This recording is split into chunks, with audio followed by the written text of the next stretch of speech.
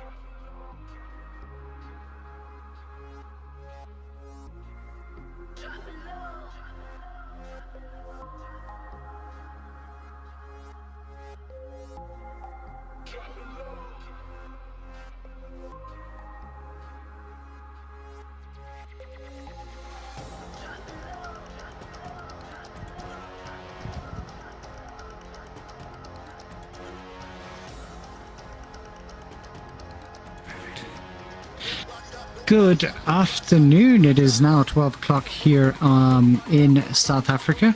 You are listening to myself, Ivik Wolf, here, introducing FURSAverance to you for the very first time. I'm going to be moving over to Sudan just for a second to introduce herself, and then we're going to be doing introductions as we go along. So yeah, let's go with this. Hello. Hi guys, it's my first time on VR Chat doing anything of any importance, so I chose a con day to do this, of course. We are trying this for the first time, having like a little, shall I say, anchor room for our stuff. And yeah, it's interesting. We have a lot of interesting things planned. As for FURSAverance, we are really amazed that we made it to a second year. I don't know about anybody else, but I thought this would be a one-year thing. And we're, what, 2 weeks, a week away from being in a year worth of lockdown. Can anyone else believe that? It's been a while. It's been a crazy year. It's been a crazy ride. It's been insane. Could somebody please just give me a live con back? I'm just saying. I think everybody feels the same way. Like, maybe FURSAverance will be a permanent thing. Ooh. But Well, let's I'd not love hope that to be good, yes. for the same reasons. Let's hope Yeah, not I for don't the know same about you guys, reasons. but I don't plan to cancel FURSAverance anytime soon. Nor do I. Yes. No, definitely not. We will improvise, would adapt, like and to- overcome. Yes, but we would like to be for it to not be because we can't have real life cons. We would like for it to be for fun. That'd be great.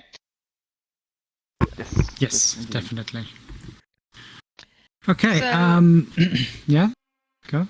Yeah, no, definitely. We are glad to be able to host this again, and glad to be able to like give an outlet for people who do need a bit of social interaction in this time. And Yes. yeah, over to Ivik. What do you want to say, Ivik? So, I mean, obviously we have a couple of notable features here now. This, of course, being the group that we're going to be working with. I'm just going to show my back to a whole bunch of people for a couple of seconds here. But we've got pretty much the entire con staff here. You are the shortest of all of us, but... Okay, you just disappeared, and I was like, where'd you go? Oh, no. I'm not even that short! I'm not short! Exactly. You're looking here, you can see this. I am You fun have to size. look a little bit more down. Yeah, but but any case, so you're pretty much everybody who's joined in. You're pretty much looking at the con staff currently. Absolutely, like it's been amazing working with them to begin with, and just always very happy. So what we're going to be doing right now is that we're going to be going through at least day one's general sort of rundown as to how the days is going to work out. And then we're going to be moving beyond that. We're obviously going to do a bit more of some introduction as to what the convention is about. So you'll find out about what FURSAverance is. I think we've mostly covered that. We're also going to talk about the charity that we're going to be working with. That'll be done by Sudan. We've done our individual introductions. Beyond that, Jess will talk about, exactly what kind of sort of space we're in. We've kind of already spoken again of the niche way that the furry space works, live conventions versus online conventions. And beyond that, we're going to be doing a quick rundown as to what we're going to be doing throughout the weekend. All right, and that would mean that we're off to Sudan. We'll be talking about... Yeah. Tell us. Wacky Whiskers Rescue and Rehoming, which is just as zany as their name suggests, but they do such excellent work. I first heard about them via a friend of mine who had actually adopted one of her cats through these people.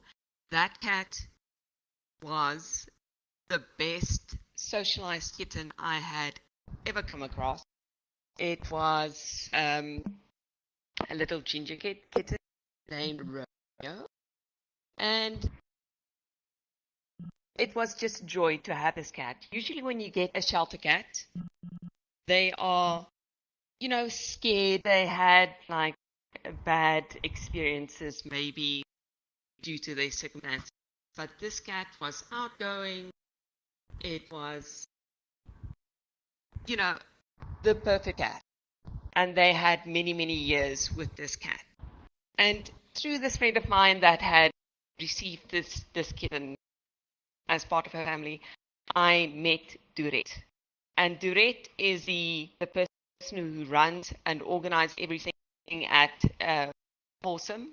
I'm not going to say the entire name each time, don't worry, it's a long name. And they are just a brilliant person to be with. She always makes a plan. Doesn't matter if you call her in the middle of the night saying, I've got a feral cat with an abscess, do you have a cage for me to try and catch it? She is there. She really cares about people and animals. And they do a lot of outreach work in the north of Korea. When I say outreach work, they do sterilization programs specifically for underreached communities, because, sometimes a pet is the only luxury you can have in those circumstances. And they do sterilization drives, they do medication drives where they give flea baths and treatments to the animal. They also give out monthly food packages so at least the animals are fed, and also they help the people. And that's what I think is very beautiful to see. They don't only help the animals, they help people to help their animals. And that really, really matters a lot to me, because if you can keep a pet with their owner, that is the best possible situation you can have. And if you can't keep the pet with the owner, then at least, socialize it so that it can get a better home. I don't know about you guys, but all of my pets are rescues. So rescue animal work is very, very dear to my heart, and I will support it with every last breath that I have. So we hope we can assist them. They have sterilization drives coming up. It is sterilization month. If we can gather enough funds for them, they can also expand their permanent cattery for their unadoptable cats. Unadoptable cats meaning cats that cannot be adopted either because they are feral in a way, or alternatively they have some kind of injury that would make it very difficult for somebody to adopt. So you will be helping somebody who is doing a lot with very little if you donate to our drive today. And for every donation of $1, the low price of $1, you will be entered into our raffle draw and stand in line to win a whole slew of very awesome digital art, which we will put on the Telegram and on the YouTube channel for you to check out. And that's about it for Awesome Wacky Whiskers Rescue and Rehoming. Perfect. Thank you, Sudan. And then what we'd like to just go over here is, speaking of donations and the sort of donation. Yes. So obviously, yes, we could talk about this now. Sudan, just to put you straight back onto the spot, just as you thought you were leaving. No. Talk to us. I will never leave.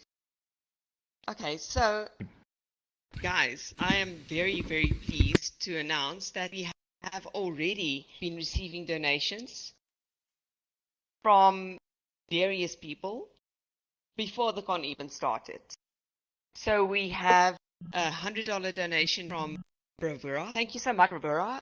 Bravura is always a big supporter of our endeavors. Ivy will be able to tell you. And then also a new member in our community that joined recently, a very generous fellow called Satan, has also donated $100 to our charity. Then, lastly, yes? Also, Saya, thank you so much for the $100 that you just donated as well. Wow, thank you. What? So Holy moly! Thank you, Saya. Jaguar, thank you so much for the $10 as well. Jeez. Jaguar! Hey, Jaguar! You guys are killing me. Thank you so much. Oh, what okay. Started. On top of that, we are also donating $100 from the FURSAverance fund to also boost. So we are now up to $410 already. Before we even started, before we transmitted anything, broadcast anything, we are up to $410. Thank you, guys. That is amazing. Thank you so much. People are amazing. Just to explain the FURSAverance Fund for everyone, we do not make any money from doing this at all. Everything goes back into the charity, back into charities, whichever one we pick. So if some of you remember in December, we raised a bit of funds to cover our websites and like just sustainability, like basically website costs and that sort of thing. Whatever we didn't use towards the website, that's where the $100 is coming from. Just so that you can understand what we mean by FURSAverance Fund. Goodness. That is exactly You know right. what? Like, Oh my goodness. I'm just saying that the what's the word? If we had a swear jar, I would be using it right now, and it's probably one of the reasons why my mic has been turned off for a lot longer than swearing. it should be. No bad words. We are good people. No bad words. YouTube will strike us. But yeah. Wow, guys. No, but you yeah, guys are okay, I'm blown awesome. away. Like, really wow. Like, I'm speechless. Then So we're already Yes, indeed. we're already almost halfway to a goal. Pretty much, yeah. Wow. wow. Guys, Wow. amazing. Thank you so much. Okay. Okay. Okay, calming down. So, Sudan, Yes, dear. you have a merch store. Yes, I do have a merch store. Talk about the merch. All about the merch. Talk about the merch. Merch, make it go. So, this year, we listened to you. Last year, you suggested that we maybe, I don't know, make it a bit more interesting for you guys. We understand that maybe you don't want to be entered into a draw to stand a chance to maybe win a something or other. I don't know. Sometimes you just want some swag, right? And for that, we have the merch store. Every single thing in our merch store, 25% of the sales price, not the profit, the sales price will go towards our charity. You will see that there are some of the buttons are marked 100% charity donation.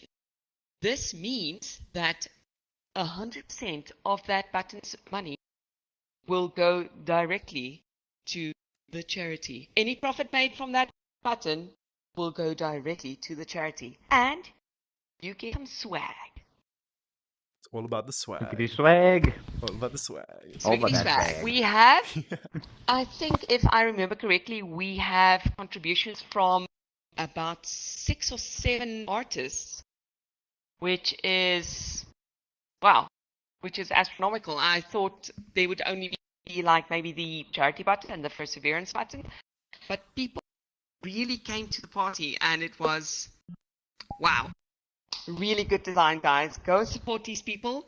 A small percentage of the money also goes towards the artists, so you will be able to not only support charity, but support your local and international artists by buying things from the shop. And I think that's all I need to say about the merchandise shop. We've tested it. It gives you all the good stuff. And for South African shipping, guys, you can use the post office. But I have discovered the wonderful world of Paxi, which is, wait for it, a courier service run out of PEP stores. It's trackable, it's traceable, and it gets to you within a week. Within a week? But So if fair within enough, a week, guys, week. within Oh, a no. week, Sadrock will tell you. Sadrock will tell you. I posted stuff for them exactly 2 months ago. It got there today, guys. 2 Oh, months goodness. versus a week. 2 months Fair enough. versus a So it's week. the postal service versus Pepsi. Yeah. So You tell do me, one Stan, Paxi. Pep stores. Sure. At Pep stores, Tell me and there's something. 2,500 outlets. Yeah. What So should tell I me, tell does my favorite artists get like a percentage of the money if they buy like some of the buttons from you? Of course, the ones that's not marked 100%. Yes. So for the artists that do that do contribute to our store, they will get 40% of the sales price will go to your artist. 40%. There's 40% to your artist, 25% to your charity. The rest has to go to production fees, to various administrative fees, whatever. So it's about 30% that goes to there. So guys, you will be supporting everybody and their auntie by buying from our merch store, and the designs are choice and risk. Okay. So what I do want to do at this point is, firstly, Sudan. Again, leave No, me alone. you get to take a break. No, that's what I'm saying. I was calling you out and then going, let's just let you stew for a couple of seconds. But we want to talk about our event schedule for the next for the rest of the day, and we're going to be starting off with So obviously we have a schedule. No, we're actually just going to end stream right now. We'll see you tomorrow. Awesome. Cheers, guys. Bye. Bye, guys. Bye. Peace. We're out. Yeah. But we're going to start off with Jackbox. This will be from, I believe this is our time, so time 1 through to 3, so 2 hours. We have a Jackbox panel that we have put together. Relatively good, what's the word? Well-seasoned Jackbox players. Oh, yes. But In- unfortunately, nerfed to PG-13, Oh. which Yes, makes it even more nerfed. interesting and fun. No. You'll behave. Mm-hmm. And then I believe Valerian's going to walk you through the next panel that will be coming up. That will be hosted by Raccoon Growlithe. Raccoon has actually been active in the community for a long time now, organizing quite a bit of things. And he has a PhD in Big brain molecular time. biology. What he's going to talk Awesomeness. about is are non-human animals, since we're all technicolor animal people, intelligent with their own cultures and their own senses of morality? So yeah, I am looking forward to that. Some sciencey videos and some videos of cute animals. I love science. Science is the future. Right. And the future is now. Tempest. Yellow. Tempest, it's your turn to shine. Oh, my have time now. something You're to putting say? me on the spot. Oh god. Yeah. Okay, Do so it. yeah, guys. And just remember, yeah. I'm standing right next to you. Uh-huh. That is true, Punch though. She might be big, but I can still technically outrun her. Okay. So yeah. So If I with catch all you. the if you catch me though, if you can catch me though. So yes, with all the shenanigans, we're also gonna have again our virtual con in VR chat as well with some fun games like Murder 4. So if you want to join on Tomorrow, yeah. Tempest. Yeah.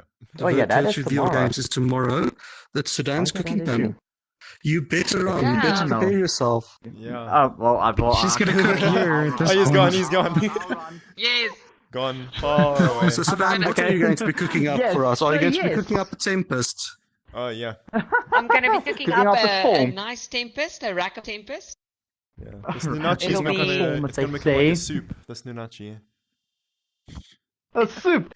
Is that how low you think about me? Oh my Bones, god. nothing but bones. We're just gonna just. So yes, so Sudan is going to have a little cooking panel, and yes, some of you probably know or did not know, I'm actually a professional chef in real life. So I will be judging very hardly on Sudan's cooking, in one sense, being a little My Ramsay dear. myself. Sunny Sudan makes the best, well, non-chef foods you'll find. But yeah, it will be all fun, you know, we will be chatting a little bit, giving a little bit of advice there and then, you know, like nice little chit chat while she's cooking, you know, and you might learn a few You? things in the process as well. What? Ha! No, I'm just saying while she's cooking you. Oh, No. me. The best way to cook an anachi. Well, you see these big thighs? They will actually feed you off really quickly. Well, they would save lives, I'm assuming. You don't want Moving to on speak from about there. thick thighs. Look at these things. Look at these protogen thighs right here. Look at them. These are the thick Nice. thighs. Those These are are the- the The fire Those are competition is mostly for metal, Perseverance, mostly the iron. third There are a lot one of for iron there. 2020, so of 2021. Yeah, no, 2022. Yeah. So you need to wait a year for the fire competition. We're doing that Okay. next year, not this year. Okay. Yes, this is proof of concept, guys. So get your cooking hats on for 2022. We want to be able to get them to clap. Moving on. Oh my goodness. All right. So after this, or after that, we've got Artbook, who's going to be talking about their book. They're going to be introducing it. It's printed. Was it printed this year, last year? It's this year, right? Actually not printed yet. Yes. Yes. So he is This in the year. final stages of editing it, and it should Well, come that out is this year if everything goes well. I But absolutely his first want book to is read out. it. His Yes. first book was amazing. And I mean, he's actually one of the most prominent, at least currently, one of the most prominent South African furry writers out there. His writing is absolutely amazing. He's been featured within at least, well, I say at least, several different anthologies in respect to short story work. And yeah, we actually like that book is literally in my eyes currently. So I'm just stating that if anybody thinks differently about this, and I'm putting you on the spot right now, but absolutely an amazing writer. And if you haven't read any of his work yet, please do have a look. See, he's available wherever furry novels and short stories are found. If Romy has And- anything to do with it, those places will be exclusive books. I would love that to be a Near to thing. you. Okay, moving on to Phasman.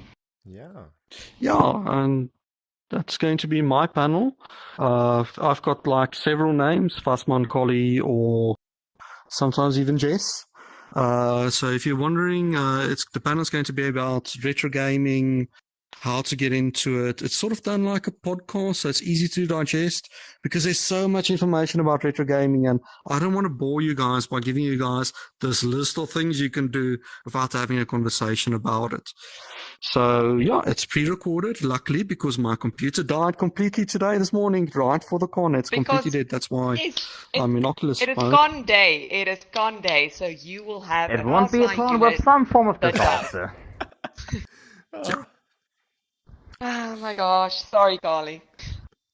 Yeah, it is what it is. So come join me. I will be in chat. I will be answering any questions you might have, and just have a good time. You know, it's fun to listen to. Maybe you can get some of that nostalgia stirring and memories coming back about you and your old games. And let's see if we can wrangle some more furries in the retro gaming community, because it's really like a welcoming, nice community. It's awesome.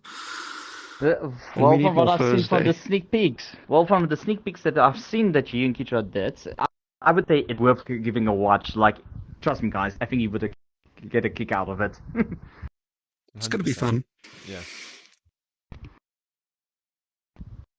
And then And in then our that runtime brings- slot,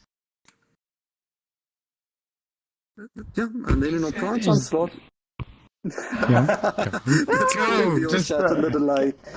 The delay. Delays. So, Ivik, why don't you start with it and I'll finish it. So we're going to talk about something that I started calling the marquee event at times, particularly because the furries involved and just the kind of work that they've been doing so far, and the kind of work that I think, as a convention, we also feel very, very similarly in respect to the kind of we love community-based projects. I think if you haven't found out by now over the last couple of years, this being any and all of the things that come out of South Africa, we love community-based yeah. and they do exactly that. And this is exactly what their what their talk is going to be about. And go right ahead. I'm going to hand this one over. Yeah. To, Okay, so we are going to be joined by Aki and Alpha Rio and Genji. Now, these guys are absolutely amazing. Between them, they've got like a Twitch that's regular, that's Aki's side. There's 2 YouTube channels, and they regularly release content, but they work together and they created this sort of awesome series that if you want to follow it, you can look at all 3 of them. You can follow like the plots and the things, and it's absolutely amazing, guys. But most importantly, what they're going to be helping us with today is how to meet new furs, how to introduce yourself, how extroverts and introverts are different, and how both of them cope when introducing and meeting new people.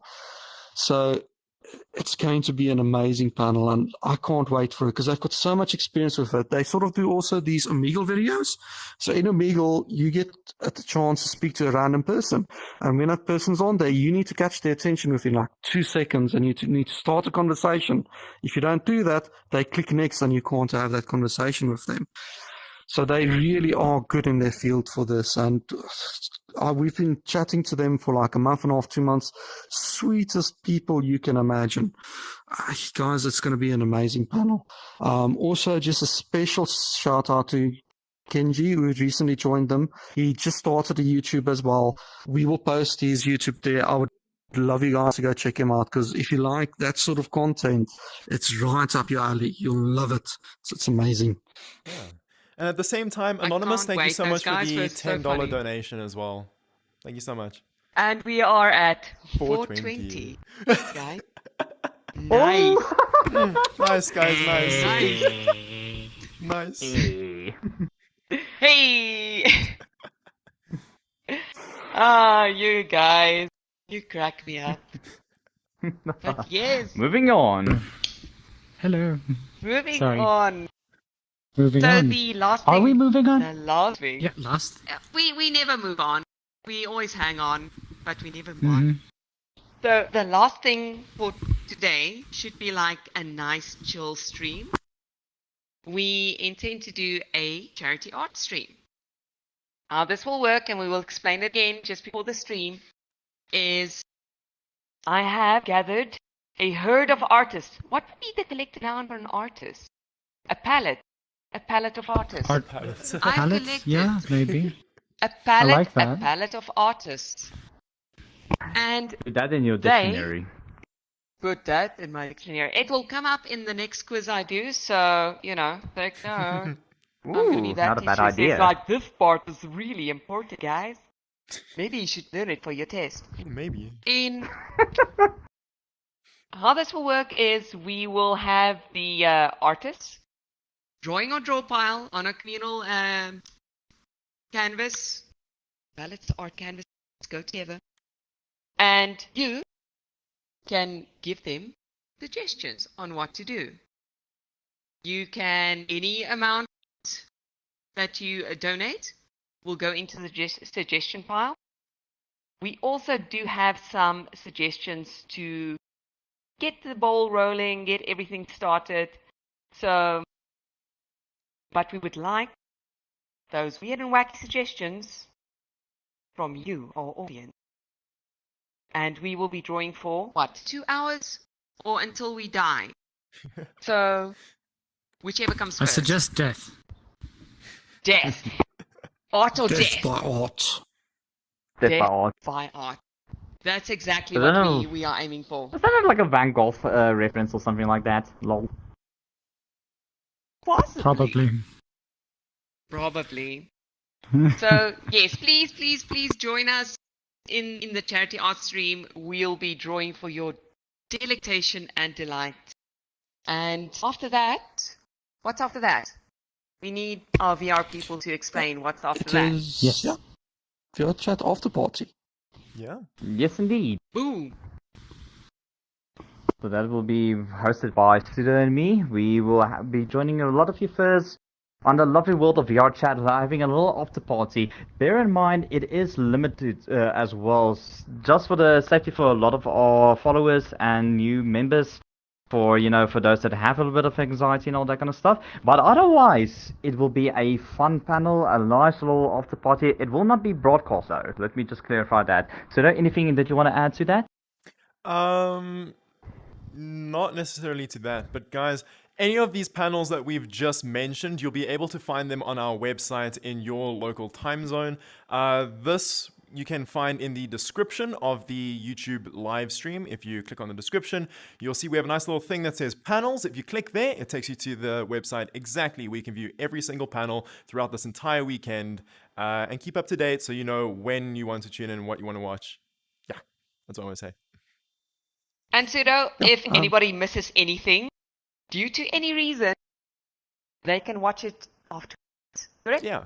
This entire live stream will be available after the con, and we actually plan to split up every single individual panel and upload it as a video. So if you miss anything, don't worry, you'll be able to catch every single piece of the action after the con entirely. Yeah, just a quick question. How do they join the after party for VR chat? Okay. How does that work? If you guys want to join the after party, if you go into VR chat, click on your social tab and click the search button. You have to search for a account called FURSAverance. It's the same one as the name of this YouTube channel and the website and everything. It's all FURSAverance. Just add this account as your friend, and then later on, when we do the after party, you guys will be able to join us and have fun. Yes. Awesome stuff. Yeah. Right then. I think that covers it all. Any other things, guys? Are we missing anything out at this current stage? I think we got it all covered. We're probably missing something, but YOLO. Yellow. Actually, we're Quite a funny fine. start. Yeah, we're fine to start, and we've actually covered everything that we needed to. Haha! It pays to write things Wow. down. Woo! This is so unusual for us. Oh boy. Yeah, just computers break. That's the only things that go wrong. I know, but like the universe is going, no. so what did they not prepare for? That Yes, computer, that'll drop do. kick. Yeah. Because why not? To the Ah, moon! to the moon and onwards. It won't be a con without some form of disaster. Luckily, this time Ivik is not sick this time, and we're glad to have you here, Ivik. Define not as sick. or broken limbs or anything. Not like your. Fair. Yeah. Has it? Look, I'm just saying. Has it gotten like progressively worse every single year?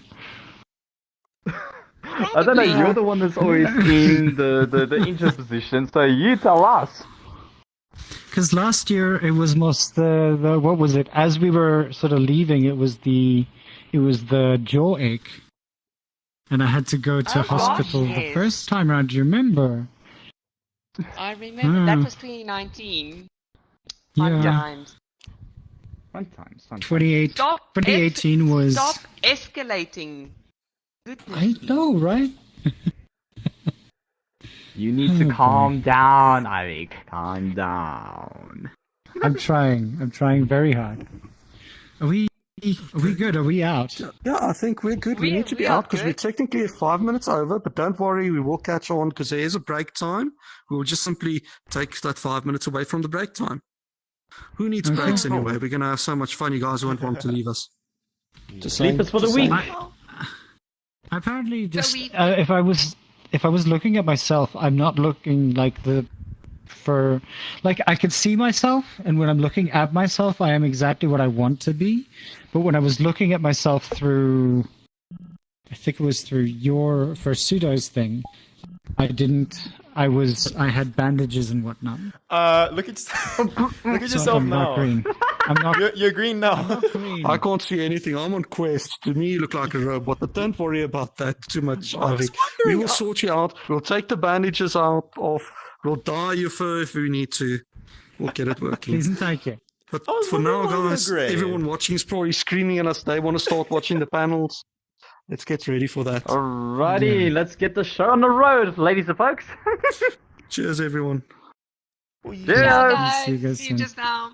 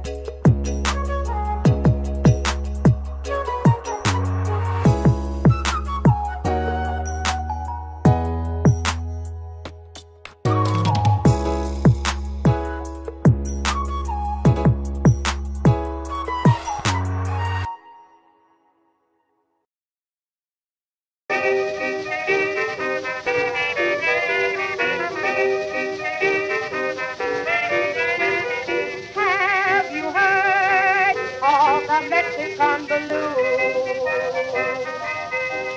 Don't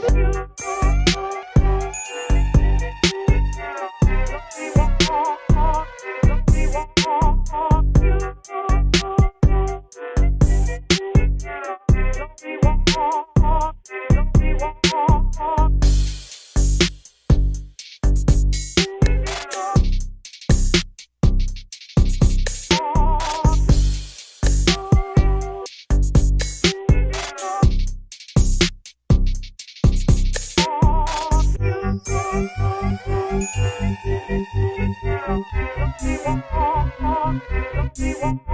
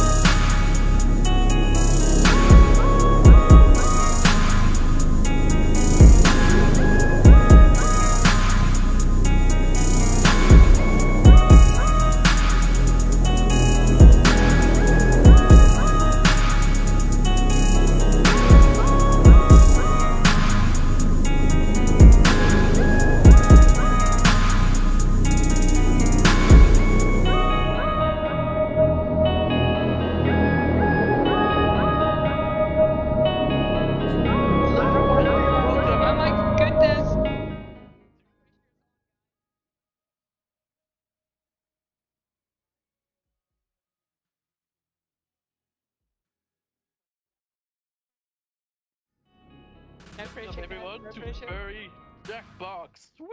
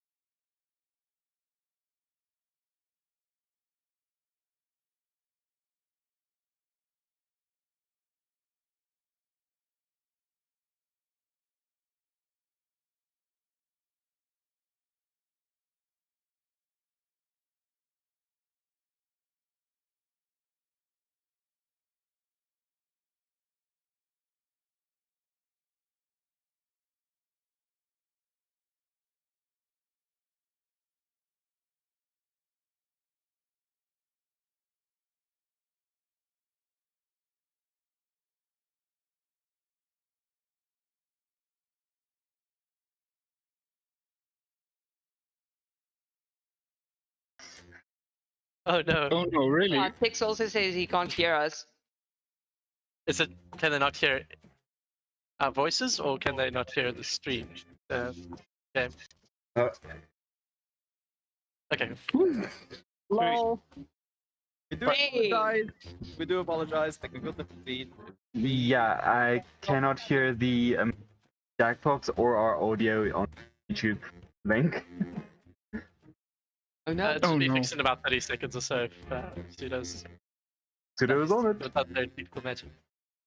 I blame Rocket. Yes, blame Rocket. It's hear us. There's audio now. That was all it's saying. There's also audio. So we are live. Hello. You can hear our voice. Hello. Hello. That's mean. Okay, just to make it quick and short. So yeah, Taka and Rockets are our hosts, and let's get into this. Two only important people. Yes, indeed. Yes, I didn't have to introduce myself. Hi. Social anxiety avoided. I'm okay with that. No. Wait, didn't you just introduce yourself by not introducing yourself? I didn't because there's no name. Oh no. Of strangers who would change my life. Romy, the So keep an eye social out anxiety for lion. In the meantime, Dang on a no. website.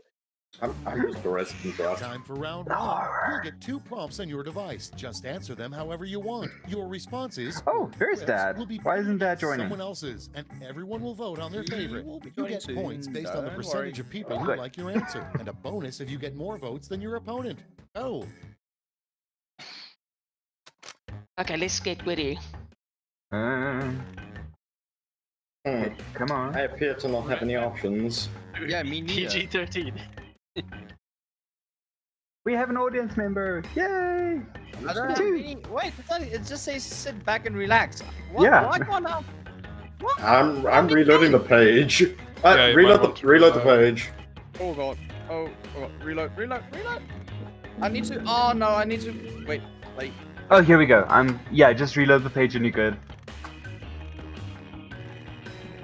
Oh, okay, I see it, that's it. Oh, I don't have enough time. Oh, this is highbrow. I hope this works. Please don't backfire.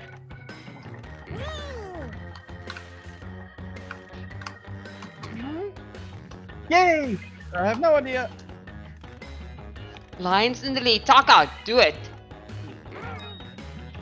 God. If people watching want to join, they can join the audience from like Oh your. yes, please join the audience. Because then you can like vote on which answers you think are the funniest. So go to jackbox.tv and put in WNPA as the room code. And make our life And hell. judge us harshly. Yes, and the game is basically coming up memes. Oh, just in time. That was close. That was close. I Let's see panicked those because my whips. thing didn't want to Up work. First, the top pop song of 1906, probably. Oh no. Okay, pick your favorite and vote. Oh jeez. No, that's too real. So I'm voting for it.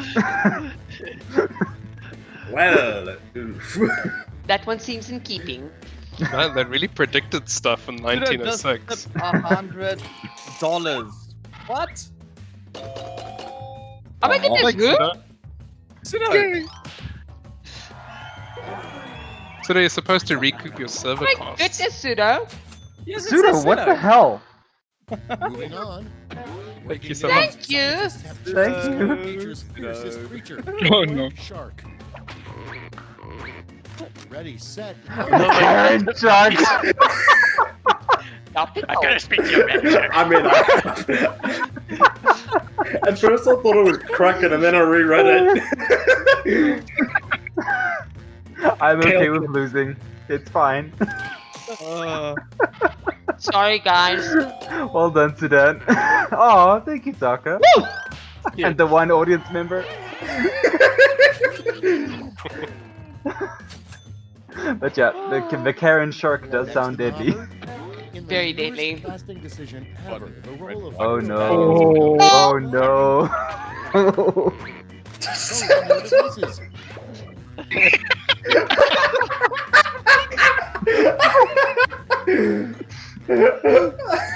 You know which Oh, one's geez. gonna win, right? I'm voting for the opposite. And Pseudo, you are precious. Also, I can just imagine all several of the dwarves are trying to sit in a suit to act as shenanigans. Like, this halfling is unusually large.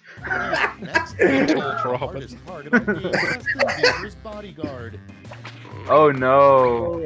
Okay, vote. Oh, wow. That's a tough decision.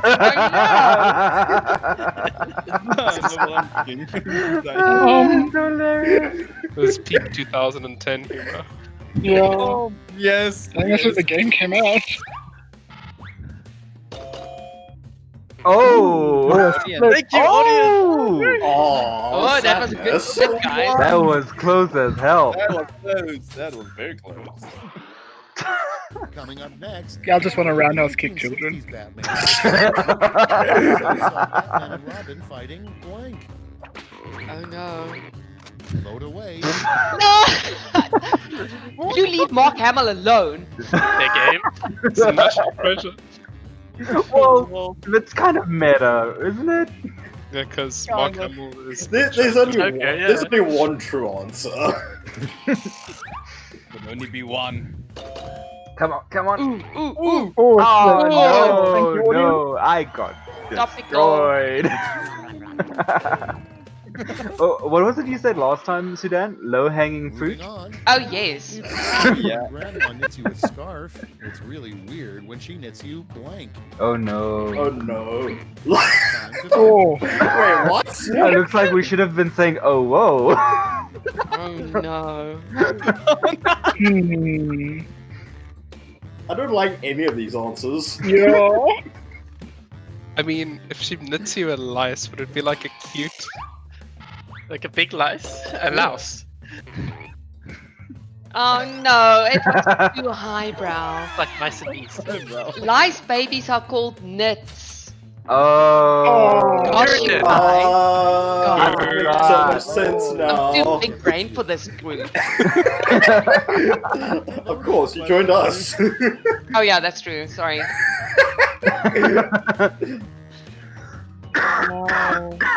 Know your audience now. Obviously. Gerardo. Yeah, de perdu. Oh. Oh. Wait. Like Rotten Tomatoes split with a critical acclaim is the I same called as foul. The audience is big. Carry on with $10 donation. Thank you very much. Round one's done. Let's see Nice. who's in the lead. And thank you for the audience members, by the way. No But it problem. makes Very kind. are the best players. Oh, yes. We go again. Round Victory. two is here, so let's double the Okay, points and let's bonuses, shall think we? for more meme. More meme.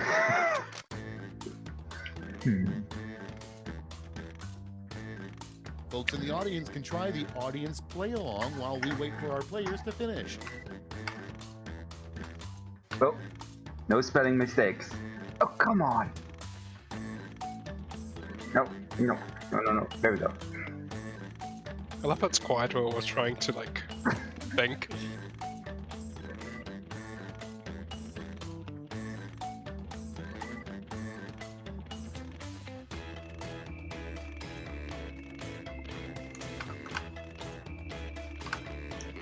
Let's see if anything works. Phone. Boom. Come on, Taka. The Lion's 3! Oh, dang. Oh no, I need an The forklift driving room. Guys, no. Oh my god. Val. Thank you, Val. Woo! Thank you. The room. Oh, Tiger says we should maybe. Yes. Hit the quit Yeah. button if you have to. There needs to be a pseudo appreciation room. Yes. Like a big one. Anxiety. Wow, I just mind blanked Okay, so remember, hard. This is all your fault. I Number didn't know one on the what to do list. with my last one. You know My you anxiety found room your would just be soulmate when you look them in the eye and they say. And Tiger "Well, says we should maybe up the volume for the game announcer. Okay, pick your. Okay, now. definitely do that. No! We'll have to get the next Well then, these are some choices. Make the right Do I go choice. generic or do I go funny? I don't know. Oh no. Come on. Oh! Move! Oh, guys. sadness! Come Banjo, on! guys. My first win! Next on the list, Tried the so worst TV program. Oh, no. Blind Dance Party. Put in your votes. Low hanging fruit is gonna take it. Oh, that's like, is that the worst TV program No. or the best Roll a TV program? d20 to do the Egyptian. I would totally, I would watch the party. Okay, now I have to pick it. it's called Oh, the D&D party. It's great. Sorry, Dungeons and Dragons and Disco. Ah, yes, the new edition of Dance Revolution. Party. Roll Next charisma. up, the worst place to put potato salad. Oh Oh no. no. Oh no! Guys, I can have my name's in there. I gotta vote for I mean, it. they're Sorry. both bad places. Oh my word. The smell. Or smell that Yeah. No, the on-the-go snack. I smell. The on-the-go snack. The amount of people watching is insane. I agree. It's a No tie. pressure. Oh, Oh dang. Up next. Don't look, don't look, don't name look. A really crappy robot. Vote Aww. What Elon Musk puts out next.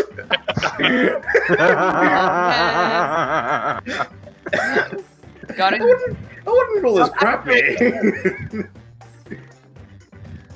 I did not know that he invented PayPal. Thank you, Elon. Thank you to Cyanide for all the support he has offered all the furs. Thank you. Thanks for voting for me. This is why I love you. Because I'm the one person that voted for you. Right now. It's voting time. Oh, this is also very meta, guys. Oh dear. You all may be too young to understand this. Like, I have a feeling Alf is like Rick now from Rick and Morty, so yeah, that makes sense.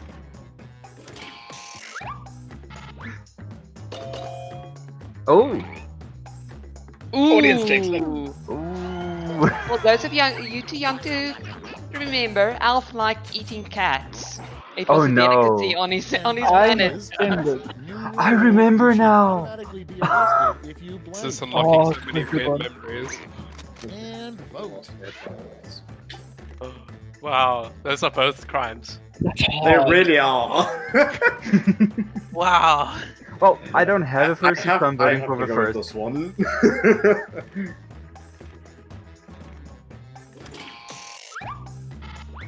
Thank you, Suda. I'm willing to No live problem. with Muskie Huskies.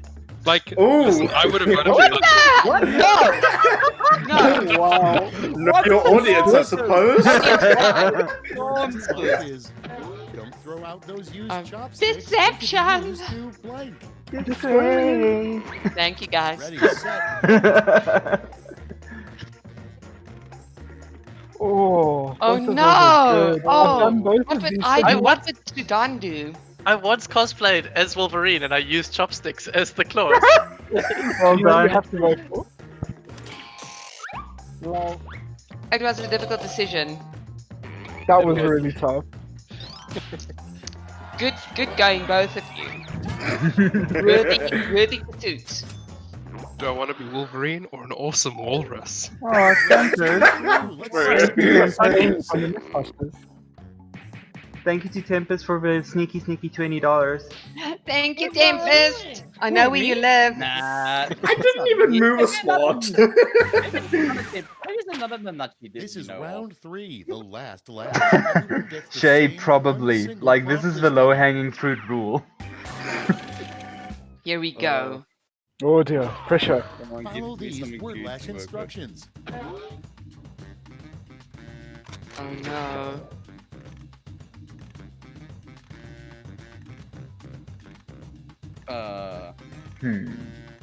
Does it need to be clever? I don't know. No.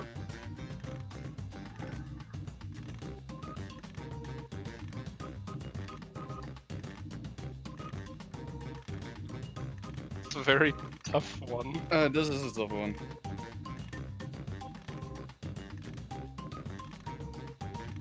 I'm just going with my head is popping in.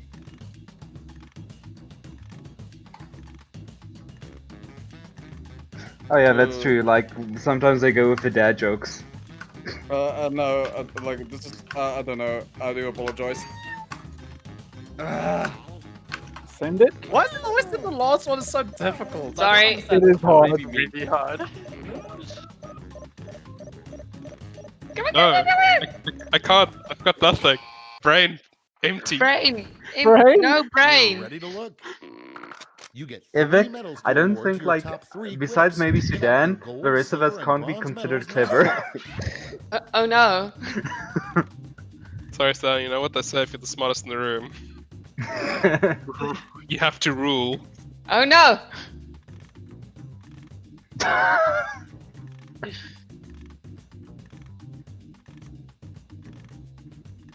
My creepy oinkle. I didn't even see that one. Wink, wink, mother fluffer.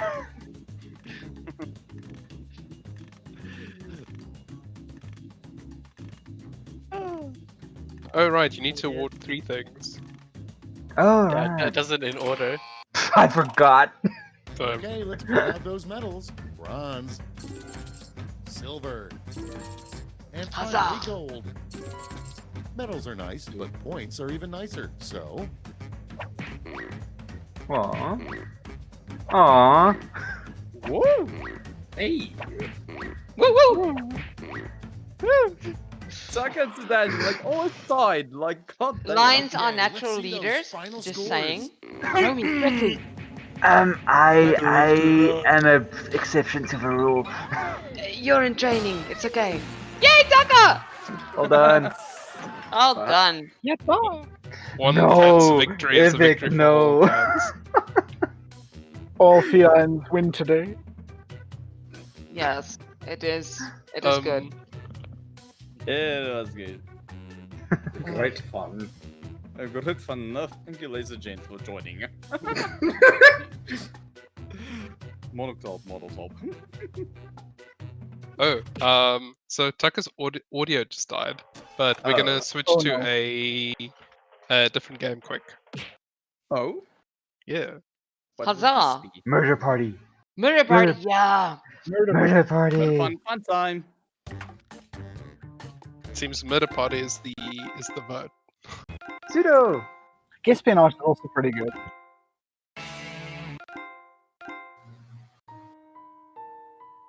Arigato. Oh, Okay. awesome. Wow, such service. I'm definitely having a pseudo appreciation room in my mansion one day. Pseudo. Dang it, Pseudo, you just ninja'd out of here. You gotta give me your PayPal so I can give you some, like, chocolate money or something. He doesn't eat chocolate, he's a healthy boy. Okay, I'll Send buy me you pizza. kale. Just buy ram. Just buy a ram. That's all you buy. You just buy a ram.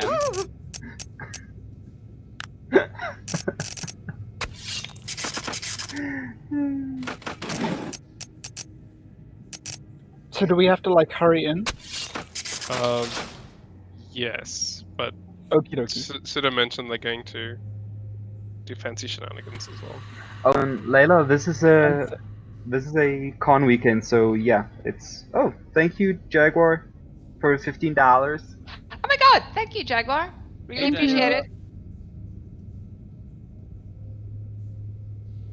Nice. Huzzah. The future of technology. Okay, so Pseudo, you want ram or kale?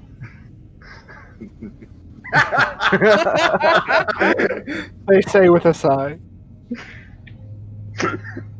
Okay, unhide the code. Unhide the code. The I code wanna is now. see. I wanna see. Let me in. Alright, we are ready?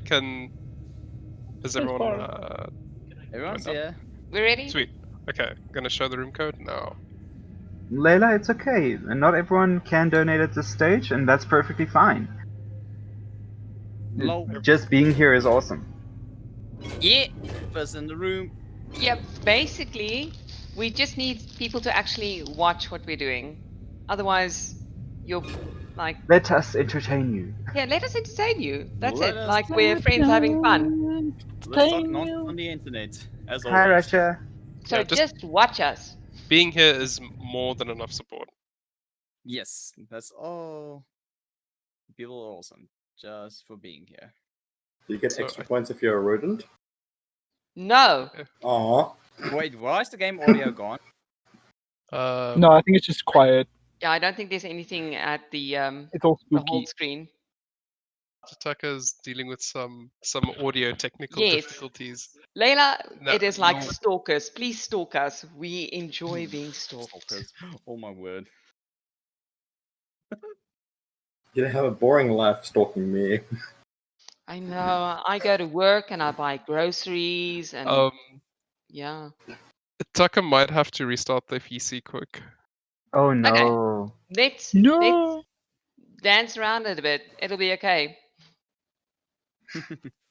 Yeah, like the Dance, dance, dance. Oh wait, DMCA? Dance some more.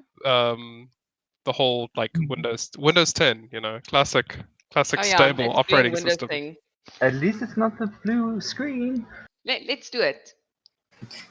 At least not Send it. yet. Like, They can look at our nice pictures for a little while on the Discord. So you Yeah, can close do you that mind- and like do the thing. Let me just get the screen going. One moment. Sweet. Sit down to Overlay. screen.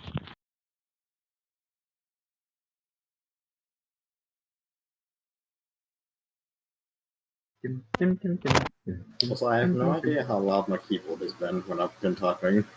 I didn't hear it. Okay, good. Do you have a mechanical? No. A cheap one. A very loud clickety clack cheap one. Yes. It's mainly the spacebar. I don't know the difference between all these keyboards and parts and pieces and tech stuff. I'm not Protogen. The difference is price tag. Most of our tag.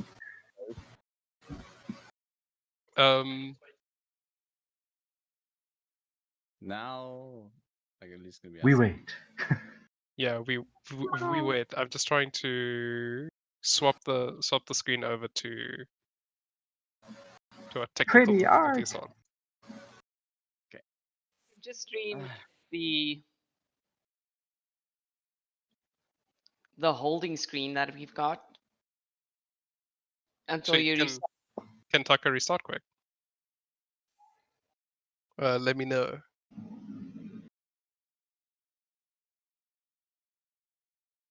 Okay, go. Sweet. Tucker, you may restart. You can look at this wonderful expanse of pink. It'll be awesome. Pink. I think I got this guy. Disconnected. It'll be great, guys. Don't worry. That for Kimmy. Thanks for the $100 donation. Oh wow. Oh my goodness. Wait, what? Thank you so much. Oh, guys. Thank you, Kimmy. Wow. Thank you. We should do a dance. Dance. Some more. I just swallowed my gum. Oh my word. That's not a, that's Why not the are you brightest chewing and idea. talking? Oh, I guess my stomach roll. Please don't die. Coughing. That lovely audio experience. Sorry. I would love some coffee.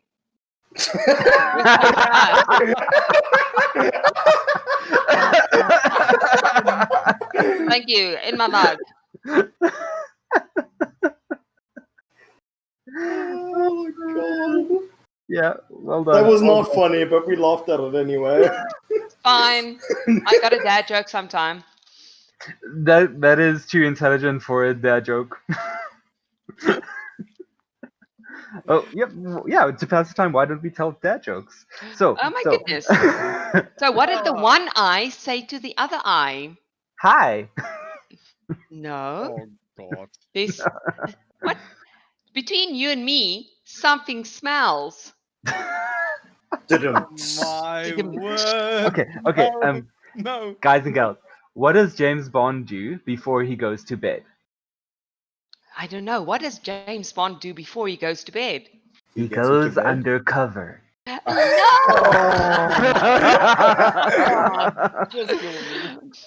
That is perfect. My the FBI was following my friend the other day. They were on his tail. Oh! Nails. Oh my word. Why Like, are I'm Dalmatians ashamed. bad at playing hide and seek? Because they always get spotted? Yes. Oh my god. These are her. Dog This eat is dog great world out stuff. there. This is great material. Oh. Don't you disparage it. What did the janitor say when he jumped out of his closet? Supplies! Yep. Hey, girl. No, he did Up not top. say that. What did he say? Supplies. No. Oh my word. I'm ashamed for laughing. Don't never be ashamed for laughing. Everything is funny in some way. Lol.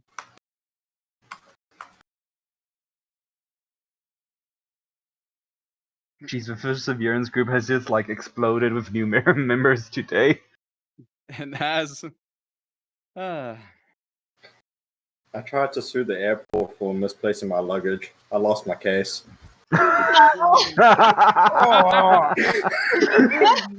one hurt. No. Have you heard That's about great. it on the record player? It sounded pretty sweet. No. Okay, that one I didn't get. You never know. Hi, Taka. Howdy. Apologies for the technical difficulties. My PC decided that audio isn't a thing anymore. It doesn't What like the making hell? sound. Oh, I've never had that. No, it's Conde. Yeah. Would you say your PC gave you pause? It hurts. It physically hurts. Guys, Your frequency hurts. Sai is asking when the VRC meetup is taking place. If I understand correctly, it's after the stream day. Yeah, so it'll Yes. be like from about 11 o'clock tonight. Yes.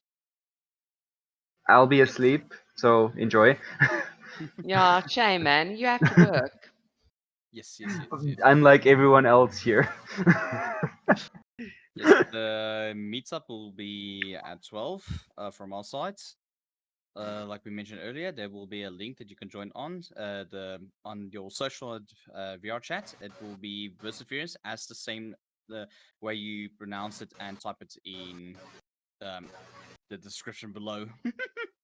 In YouTube, that's correct. Yes, Yeah. in YouTube, that's correct. Yes, yes. Oh, yes, oh, yes. oh. And And it'll be limited numbers because we don't want to crash the world. yes, we don't want to crash the world, and also for all that has a bit of a social anxiety. So, but do bear in mind the world's going to be nice. It will not be broadcast, so everything will be kept in private. So for everybody's clarity. Yeah, first Fastman's computer and now Taka. It is not a good day for PCs. Nope. Yes, indeed it is. Well, bloody hell, I need a PC upgrade myself, or a graphics card upgrade. I'm gonna try and get the end of the month a RTX 3060 if I can. Like, however bad all of you think your computers are, I built my computer in 2011. It is old. Basically, fifth Still generation. clunking along. Yeah, I'm still alive. I mean, I'm rocking third generation parts. Damn. Have you guys heard about the rumor about the butter? I'm not gonna spread it. Hi. What do you? Oh. What is a Karen called Should be in Europe? punished. What is a Karen called in Europe? An American. What is a character? Oh my Wow. goodness. Ow. She's harsh. I don't trust stairs. They're always up to something. So speaking of computers, right? So I'm seeing Tucker next to me trying to, set up the stream again. And now Steve is frozen.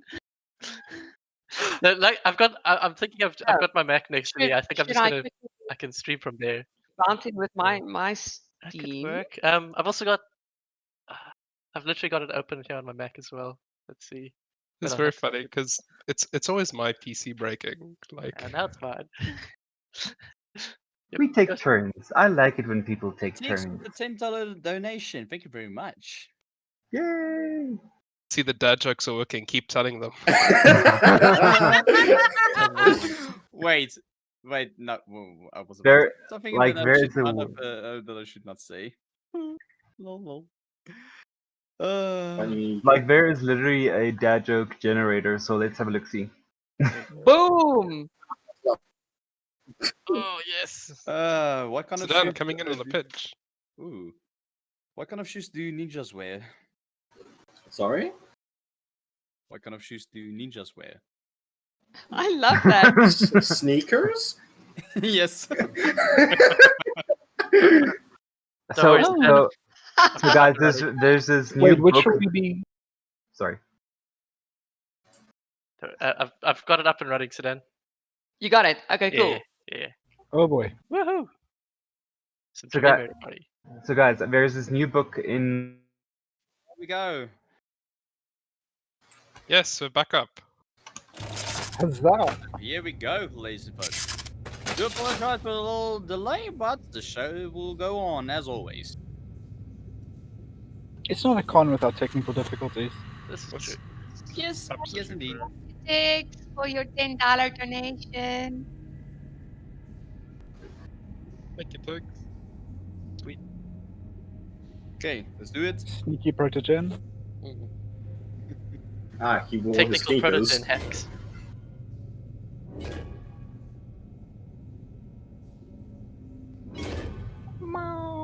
There we go.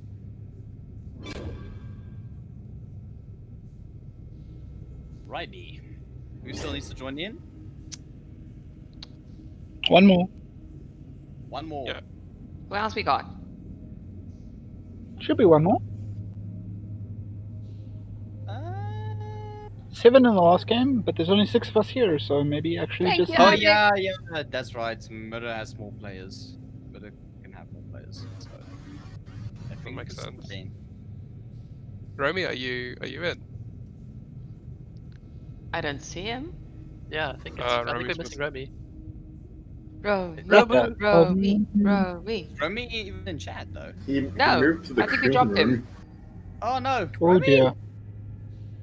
Grab Ah. Rocket's grabbing him. Don't Why worry. don't Rocket we have is him? fetching. Rocket is fetching him. Hey! Doing a dog Hey stroke. yo. We caught an elusive lion. Some Yeah, very Feline. Alrighty then. Romy, you There's need a to lot join of up. felines in this room. I like it. My cats. Exactly. Wait, there's so many cats! A rat! Guys, let's see if you were paying attention. What is a group of cats called? I know it, but I want to answer. Yeah, no, you know Of it. course, the cat. Everybody else in chat, what is a group of cats called? Group of chats. Yeah, a group of chats. Group of chats is called the A Discord. chat of cats. Hey! Oh no. Ooh, I'm making a note for that one. I think with the Next $5 donation. Thank you very much. Yes. Oh, Thank thanks, you, Ivy. Ivik. We appreciate it. Well, Tux, to answer your question on the chat, you'll be able to join as an audience member once we start the game. sorry, joke now. Are we We have a waiting for rumor? anyone? I me? think that's everyone. I think that's Yeah. everyone. Yeah. Romy? Yeah, that's Are they good. in the chat? Are they in the game? I Romy? don't think so. Romy, are you in? Sorry. Oh, I need to actually. Okay. A group of cats is called a clouder. A clouder of cats, and clouder. if it's a wildcat, There we go. I think the wildcats one had like a really interesting one, something like a, I don't know, a murder. No, that's crows. That's I was just about to say. Oh what? Clouder. A clouder of chowder. cats. A cloud, like a chowder, but a clouder. A clouder of cats. A group of Sorry. Red A group Digger. of kittens is called a kindle of kittens. Oh. No. Yay, now I can read my Kindle of Kittens. Yeah. Kindle of kittens. Are Sorry, we ready? Yeah, we're ready. Did you guys hear the dad joke before my Discord farted? No. Okay. Oh, Sorry. never mind. We're going into it. Okay, we're getting into it. It's fine. We can do it afterwards. See a lot of jokes in chat as well. My God, do you think we're gonna survive this? It's murder. Nobody's survived. Except the crows. That's Thank you, Anubian. Anubian Nomad. Why does that sound familiar? It's Aki. Hey, Aki.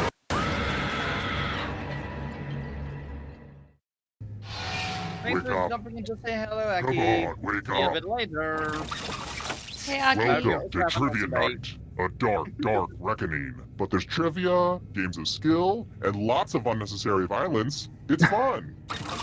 Ah, I'm Twilight's going to got ask it. A you a bunch of destruction trivia of questions. wildcats. There If you you get a go. question wrong, you have to fight for your life in one of my super fun mini games. It pleases If you me. do badly in the Loaf of minigame, corgis. I'll That's kill awesome. you. But don't A worry, loaf those of can still corgis. win the game.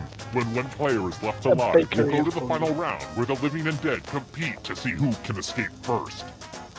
Oh, and hey, look, we've got an audience playing along too. Tell you what, Yeah, guys, at the end of join the the game, if the audience. audience has less money than the player who I'm wins, so- everyone in the so audience Well, I will know. die. Audience up there. I was told So people bad. might like to No, play it guys. over Twitch. I'm not sure what Twitch is, but I like the sound of it. Twitch. What else? Oh, I feel like I'm forgetting Our code information is that would help you stay alive. UICP. Let's just start. Join Come us. on. Vote. Make our lives difficult. It'll be now, awesome. First Having question. 180 audience members would be What was the name epic. of Jason's loving mother in the Friday the 13th movies? Oh no.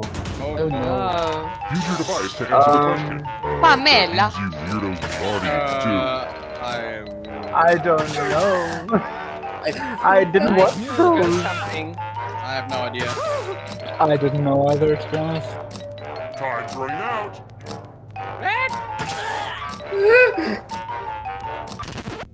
And the correct answer is... Who got it right? Pamela.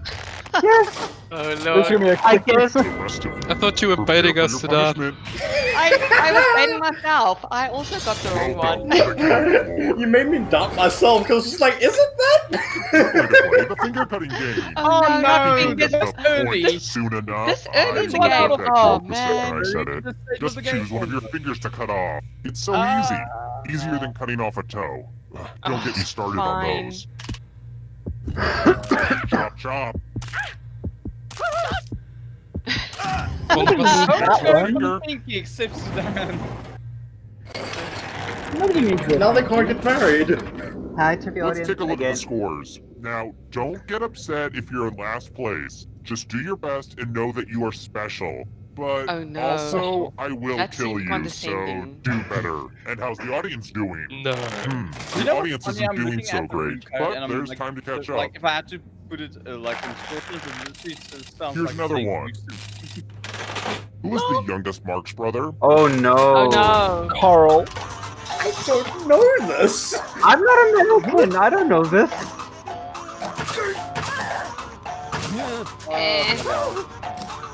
Where's Go to my back. fucking stuff? Hello. Time's running out. Choose one. Who 100% said chance. this? Oh, it's the lighter. Come with I me. get that one off. I'm just I get dead. that I didn't even know that was a real name. Welcome back to Thank the you, Jaguar, for another $25 tip. We really Ah, appreciate Now it. it's time to flex your creative muscles. Now, Thank keep you in so mind, much. I don't know art, but Thank I know you. it sends me into a homicidal rage. So, draw carefully. Lol. What aliens really look like. Oh. Oh no. Draw this thing as best as you can and press send when you're finished.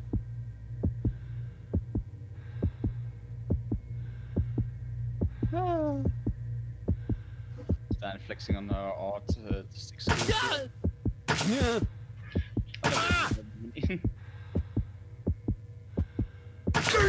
Like the only artist here That's isn't the in art. It's Three of us draw the same thing. I don't think any of Someone these. deserves punishment.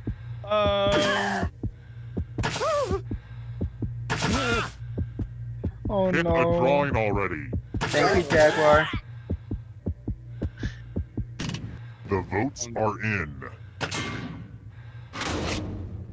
Oh, the classic. Against their The classic. will, Good but going, they Rocket. have spoken. Thank you. Everyone seems to know cats are the real aliens. Lol. It's true. So I It's just because of killed you and Futurama. You're totally a ghost now. Like in that but Death- you're not getting out of this Dave- game what? that easily. Not Dave and the You'll still Robots. get to play and can even Not win the Yes. whole thing in the It's final such a- round. I kind of such wish a- I were a ghost. According to ticks. Someday. My prince will come. Lol. Here's the scoreboard again. I But Tix feel like is you're an getting the alien, basic so you pattern know. of the game Just now. saying. Alright, next Let's see question. what a question is this one that What we no magical one knows. land did Teddy Ruxpin come from? Who is Teddy Ruxpin? Okay, wait. I know this. And it's my freaking finger that I cut off. That's great. Oh no. Oh. No. Now Dan, was it- you basically gave it away, Sudan. I hope. Sorry. Was it your ring Nobody, finger? nobody paid attention. Well, I don't know. did you bait it? This one? Yes! Yep, that's correct. though. Thanks, Sudan. I didn't even Thank you, hear Sudan. I have I didn't even I hear was- them. I was never gonna get that. We're Alright, going Aki, to have play a good day, bud. chalices. See you later. I've given all the safe players a bit of See ya, Aki, poison later. ease. Pick a chalice to drop your poison in. Oh, no. Ah, all of us. This feels like very Indiana Jones. Let's see. We need to choose for you. We're not telling. Not number Clearly 4. overthinking this. Poison the chalice already. Now it's your turn to play. Pick a chalice to drink from. These aren't even my best chalices. I don't want to be so Indiana yeah, Jones is like I'm a bad guy. pretty cool guy. Let's see if I Good die. to the last drop, if you know what I mean. Now let's see what everyone drank.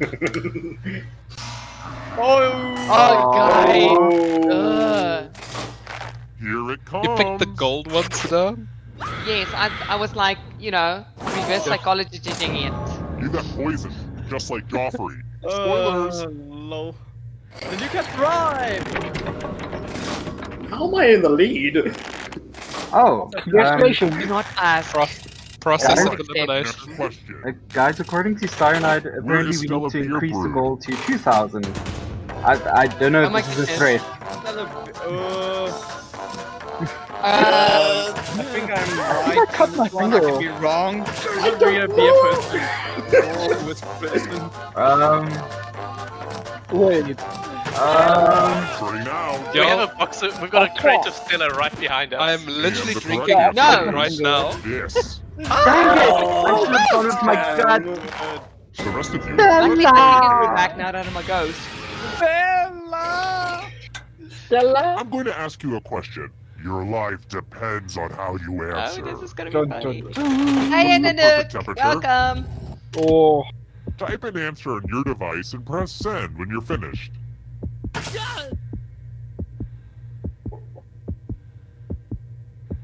Oh no. Please. It's like, what's the perfect date? September 21st. Because it's not too hot and not too cold. Now everyone gets to vote. Pick which of Oh, these wow. answers you hate Oh the most. no! Which one? The person I don't who like votes any with of the most these. votes will Why die. not? Pick the answer that makes you kind of hate it.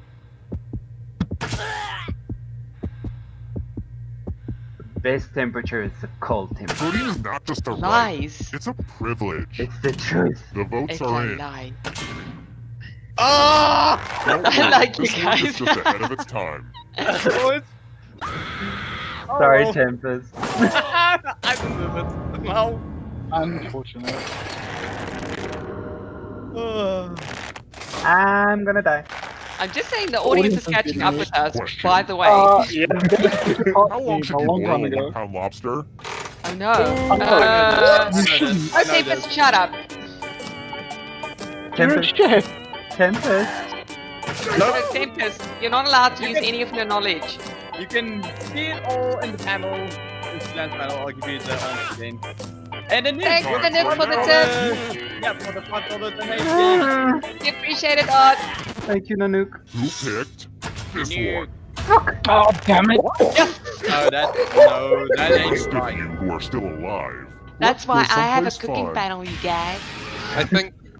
Thing is, Tempest, I think that the murderer Uh-oh, who this asks is a us these mess. questions is an There's blood all unreliable over this narrator. art. Now this guys. reviewer art critic I Fair kidnapped enough, is gonna I'll get all give you judgy. that. Memorize the pattern of blood. Is that blood Why or does was it need to ketchup? be the pattern of blood? Because this is murder. Murder? Okay, you've had long enough. Reproduce Oh, the crap. pattern on your device by tapping on all the spaces that were red. Then press submit when you're done. The person who is furthest from the pattern will die. Nanook, there is no tip too small. Thank you so very much. That's No, what she no, said. this is a PG stream. This is a PG Yes. stream.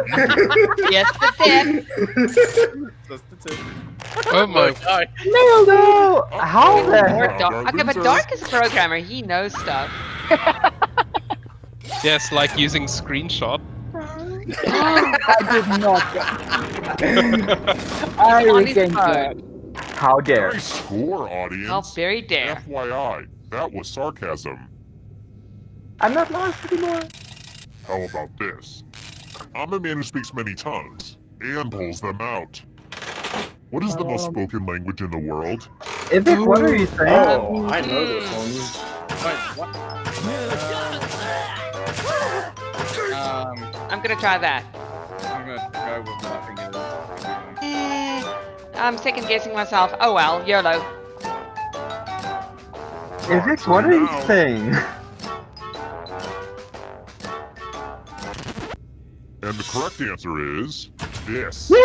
Oh, dang it. Yep. I read it as Only most a ghost widely got it wrong. spoken language in Very the good. world, which is French. Let's try another Good luck. one.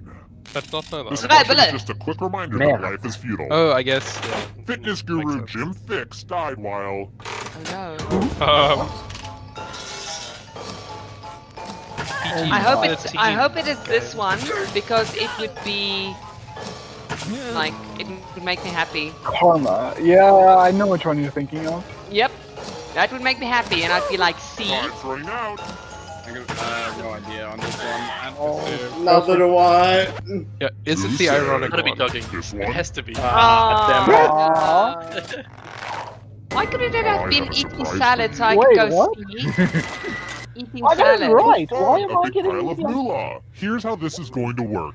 If no one takes the money, no one dies. Lord. But if you do take the money, I'll kill everyone who Prisoner's didn't. Dilemma. There's one catch. If you all take the money, then you all die. Okay, so Talk it's amongst between a yourselves. rat and dark if we're gonna take the Cat money. and mouse game at this current stage. Cat and mouse game. I mean, Summon we Jerry. both want to go out of this alive, right? I'm gonna be a nice person. Uh-huh. Are you gonna? I am. Let's see who has any kind of moral compass Let's whatsoever. put Voldemort together. Oh! Oh, yeah. Whoa. Ah, Nobody took the excellent, money? guys. Good What, going. do we have a Both room nice full of people. Well done. folks? I like it when people play nice. I'm a rat. I This have is to play the nice. Looking good. I've got more Okay. questions for you. What color smoke indicates there's a new pope? Oh, I know this. I know this. I know this. We just watched this. We did just watch it. We did? You Rocket and I just just watch watched a purple. I don't know. Is there actually a new pope? No. So no, we just movie about the two. Like, Oh. the Right two now. turns out they just kind gotta of find hang her. out and eat pizza. And the correct answer is this. Oh, damn it. Let's play a game. Yay! Baltics. Let's play a dice game. Star Wars. I'll go first. 15. Now I need a little help from a safe player. How about you? In order to live, Why should me? they roll higher or lower? The choice Definitely is lower. yours. Hey, if I I'm wanted being to watch nice, a game okay? with no stakes, Thank you. I'd be hosting works fun. Roll lower than me or you die. Come on, big money! Well, no money in this case. No money. Woo! More money. Yay. I got some brand new shoes. That would have been Next insane time to I roll kidnap higher, you, though. we're so I know, right?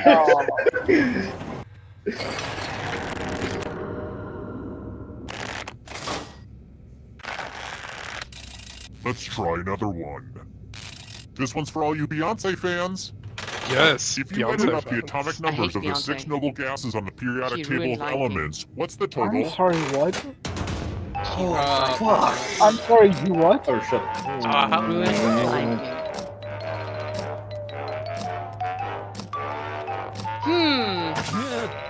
I'm not going to think about that. Let's go with that. Time's running out. I'm gonna say that. I don't think it's Wrong, right. it's wrong, it's so wrong.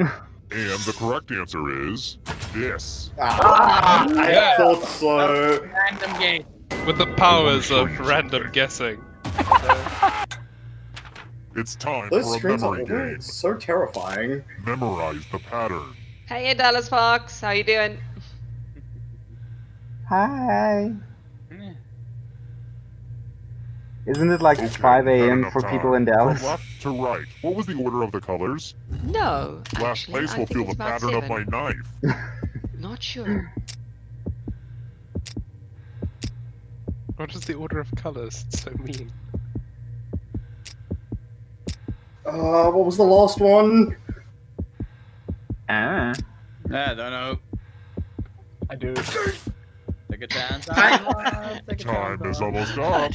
Oh, wait. Didn't This was the pattern. Didn't you take a screenshot? Rad. Oh, Oh, dang. well, audience. Equally I forgettable. miscounted. I miscounted. I thought there was 5, not 6. Day.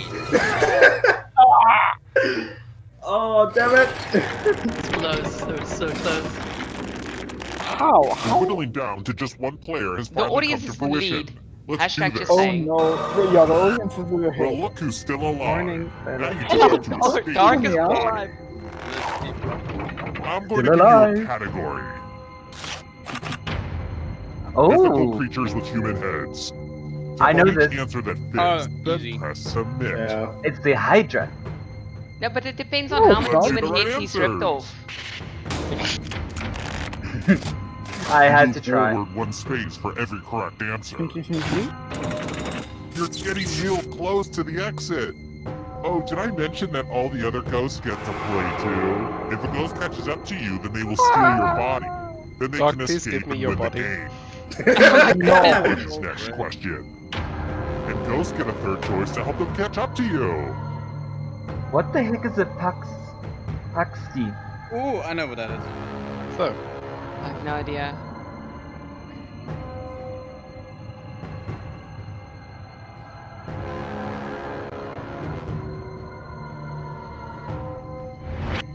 What do you call a quiet dog? Yes.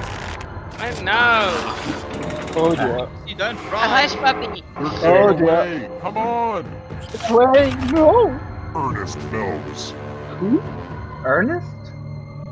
Oh, these are from the 80s, guys. Yep. I But there were a wasn't million alive of them, then. so any of them could be right, or any of them could be wrong. yeah, Rides there was again. a ton of them. It was a franchise. Oh my goodness. You just have to Oh, go. no. Hey! You How have to much go did to you go what through? sounds the most 80s. God No damn it. way. Beware of the Red. dark. The dark. That My votes didn't go through. I feel cheated. Oh, I can't even select the one that has greeting in it. Sorry. You're I the should have one given with my the body. Ah! we need that body. Yes. I don't like that at all. Catching up. One, two, Yep. Sudan, coming Hurry for up. you. Which Yes! gods? This is Oh, my no! jam. Yes. One is a constellation, by the way.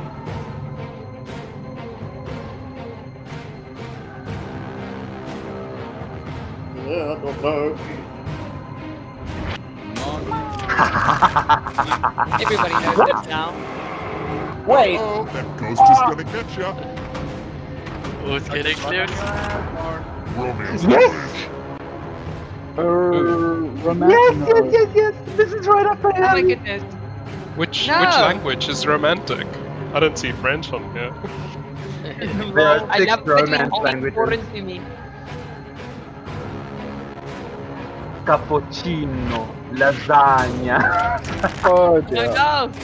Romeo, where are thou, Romeo? I got caught.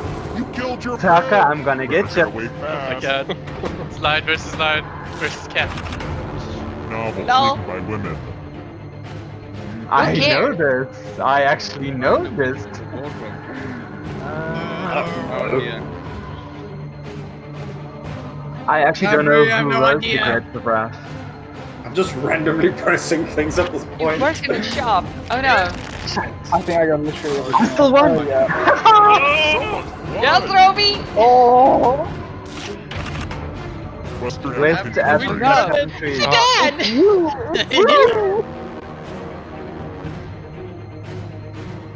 Oh. Yes, I am an answer. Are you? Yeah. I'm picking Sudan I- because Sudan is tough. Oh. Wrong answer. No, they never Yes. told you when. No, Dang it. Taka, why? It's so neck and neck. I'm living on the edge. I'm gonna get you. I'm gonna get you. Oh my god.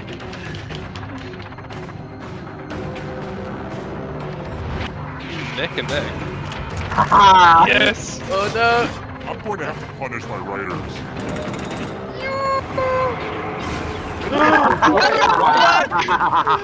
No! I was there too! Man with 3 members. Oh no. Does Mumford have 3 sons? Crap, I don't know. I don't know. I don't know either. But I just need one to get out. Come on, come on. Yes! Oh no! No!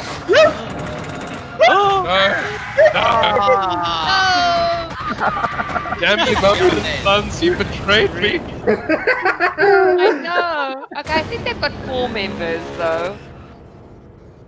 Local kids can't spell. Ray Ray is like Sudan, but no bad. Oh, well done, audience. Wow. Impressive audience. Nice. 11 of the audience survived. Didn't have the best memory. I'm sorry, Taka. Bad art. Remember the best memory. Bad art is fatal in the furry fandom. Just life force. Okay, then I did. So, allergic to poison. Allergic This is the first time I've actually won this dang thing. Thank you, ancient culture classes. So, up next, we have a game. Oh Which, no. it's definitely inclined towards the more artistic members, but even if Oh, not, no. Oh yes. even if not, it's Where is still Nanuk? Nanuk! Oh, is he here? He's supposed to Nanuk, chat. Oh, let me know when let me start it up. Everything should be good.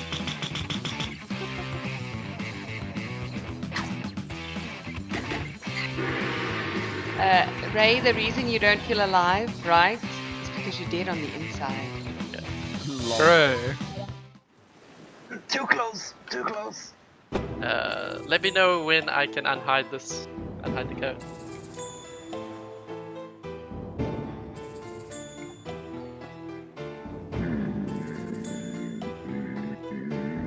Is that someone snoring, or...? No, that's me thinking. Okay, You drinking? gonna hide it. Thinking. Okay, cool. Oh.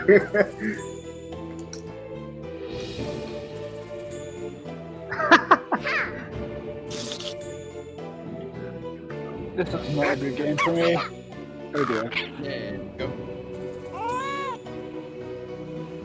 Who took the game? Oh, wait, I'm not joining. Who Wait, started? what? What? Hold on, Wait, we what? don't have everyone. What the heck? Someone started us early. Let's see.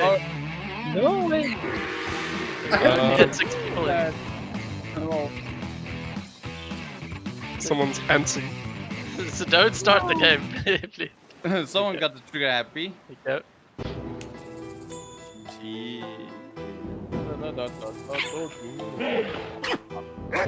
Is there a rodent here? I'm leaving the kitty for you, Taka. Thank you. I like the bunny. But it's cute. Kitty. Return to monkey. Monkey. No. Do we have everyone? Wait, hold on. I'll get the cup up.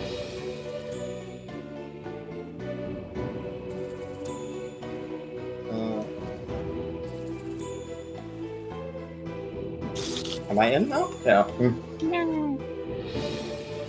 And Yaku, I'm sorry you had to move a safe today. You have to move a safe? Yeah. That's not safe. No. Button. Yaku wants to join, but it looks a bit. He's asking what is the link to join. I think we have everyone. Is there... Nanuk's not joining us for this one, is he? Not sure. I don't think so, I don't no. see him on here. Nope. Nope. So, Stan, you start us off. Am I the VIP? You're the Yes, you're the VIP. You're the Yeah. The VIPiest. So we got in a Yes. new book the other day about anti-gravity. No one can put it down. La la la. Reporting you. That's probably why my system crashed me last time. I can't draw. I can't draw. I am the tournament Neither can I. master, and I am not the It's fine. devil. You don't need to be able to draw well to Quit win. asking. That's what makes it funny. I have Yeah. led you all here to T-shirt Island to take part in a T-shirt battle to the death. Also, the fire spirits are having this party later. Everyone's bringing a date, so I thought one of you... forget it, I'm kidding. Let's just do the tournament. Yeah, just open a tab on Welcome Chrome to and the training ground. join on in. You will with use Jackpot. your device to draw 3 drawings. You may draw whatever you choose. Go nuts with it. But if you're And stumped, snip. feel free to use the suggestion button. Begin your first drawing now. Danger noodle. Nick. It's me. Those of you watching the tournament don't have to wait another 100 years to get in Wait, on so the what fun. exactly do you... Join the audience to So submit you you're do? supposed suggestions to and draw affect like a the bunch game. of shirts. Or stuff that would be on shirts. Just Right, draw okay. random things. Have fun drawing. Yeah, Whatever you want to draw. you need to draw a couple of them, so... Yeah, you need to, I think, 3 drawings.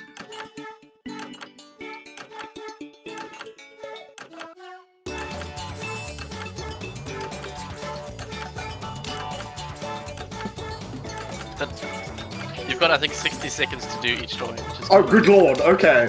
And the audience can do some, if you don't have any ideas, there's suggestions that are popping up from the audience. Collies riding skateboards. Computers on fire. Oh, okay. So it's not, you're not limited to the suggestion. Okay. No. Yeah, you can draw anything. Well, I wish I could draw Collie on a skateboard. well, I wish I drew something else than what I did. Don't worry, you get to do 3 drawings. Fox and socks. Oh. Oh no! Fox and I socks. clicked enter before I finished my drawing. Lol. Oh Sorry, keep well. going. 12 seconds. Come on, Dark. Make haste Dark before up. time runs Do it. Not bad, but let's see a little variety this time. You can change your line thickness with that little button, you know. On to drawing That's number 2. okay. 38 people are still alive. Okay, suggest something. Wait, what? Where?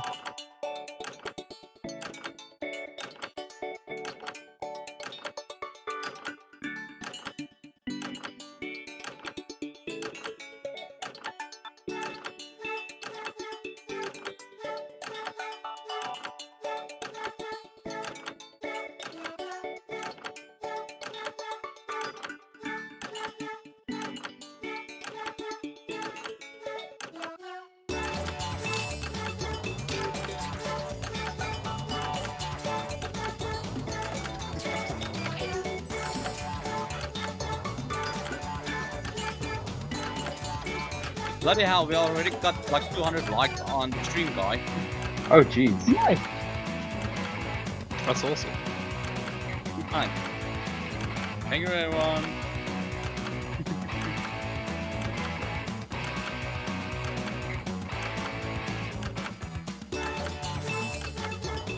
This is my attempt at drawing. Oh my word.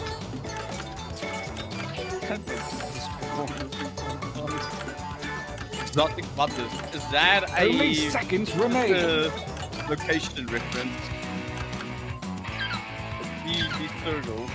Wouldn't that be just a real? No! Dang it! One drawing to go. Let your Oopsie. freak flag fly, man. Oh, it doesn't even... Begin. Oh no! Aw, that sucks. Oh yeah, you need to like submit before it does its thing. Well, at least it kept the drawing I had.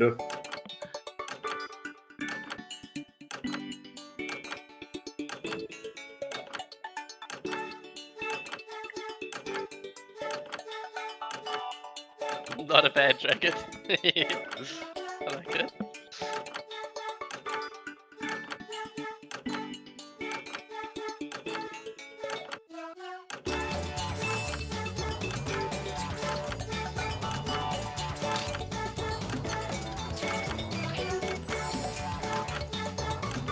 Emo Kaufman.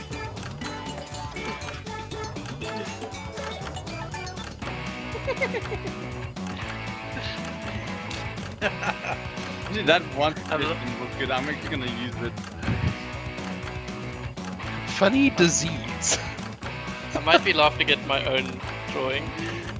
That's these. Okay.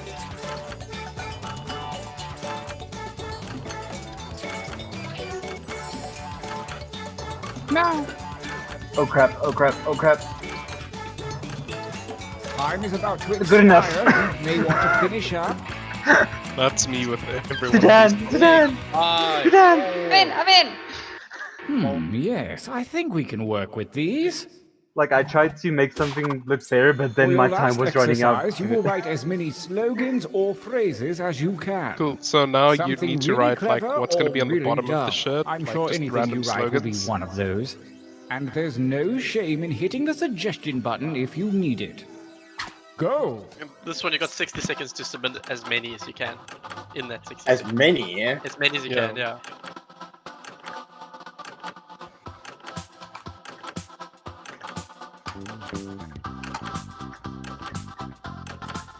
I'm looking for like 3 or 4 from each of you. Does that seem doable? Just give it a shot.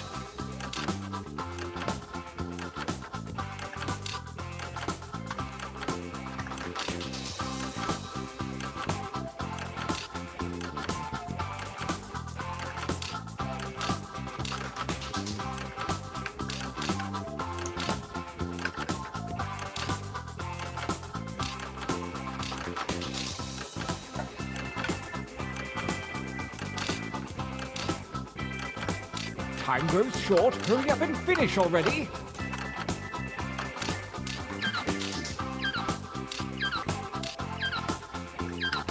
Thank you, audience. I'm stealing a bunch of them. Let's find out if it has worked.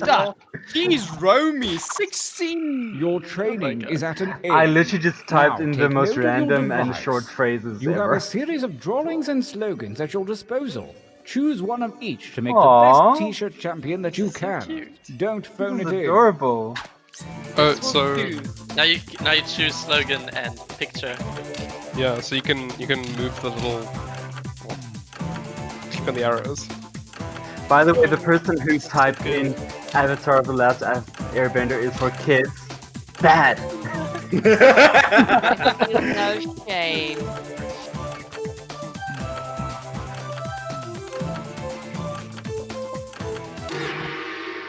Ha! Wonderful!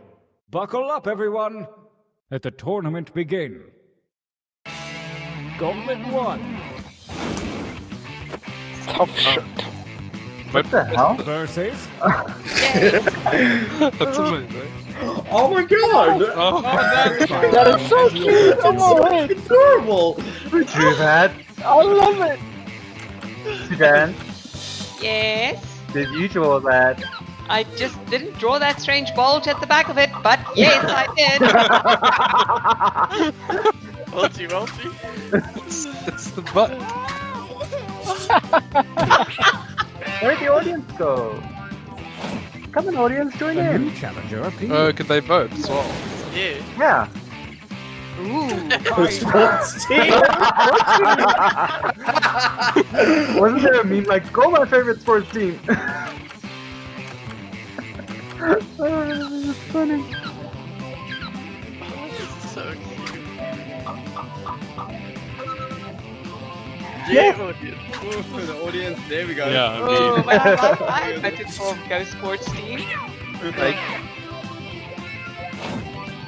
Oh, a new challenger appears. What is it?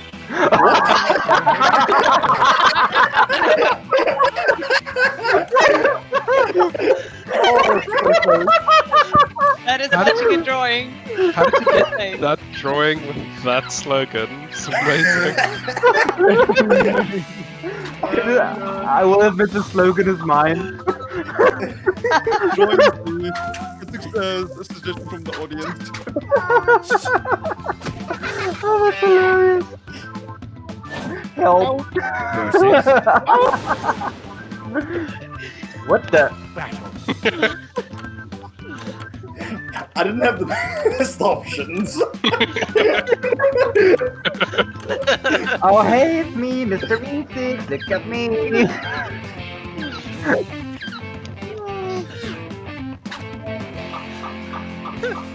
Lord. Oh boy.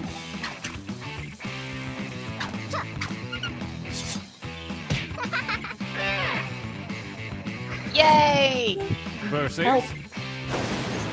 Such a good shirt. Fight for me. This is a tough one. No, it still has to be that one.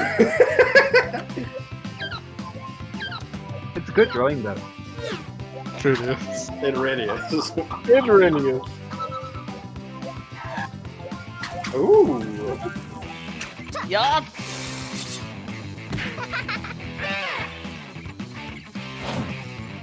Versus. I want you Hello? to fight. Exactly accurate.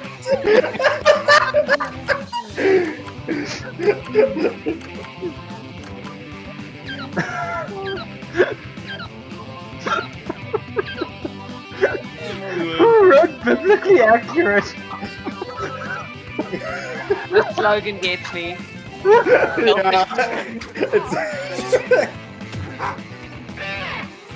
Do you know what the prompt for that drawing was? No? Time machine. Winners! Oh no. This feels like a good time for a training break. Oh no, I have to draw again. Use your devices to enter one new drawing and as many new slogans as you wish. Think outside the box. Go. Definitely need some more audience suggestions here. If you didn't qualify for the tournament, don't fret. Simply join the audience to submit your suggestions and vote on your favorite shirts.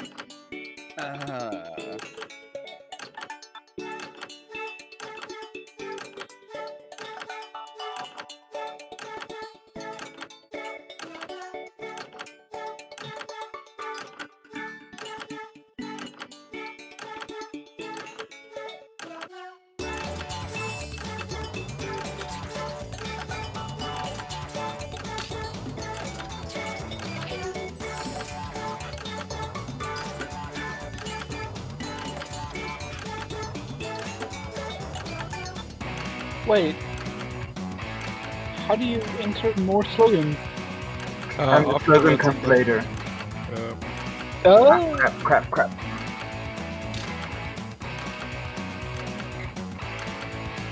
What's Tinky about? Sad circle. I think we had a sad circle when he got stuck in the cheats.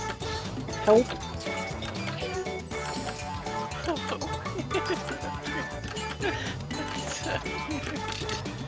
There we go. Time grows short. Hurry up and finish already. 6, 5, 4. Come on, Sam! Red! No! I'm in it! No! Oh no! Right in time. Slogan time. I have a failure.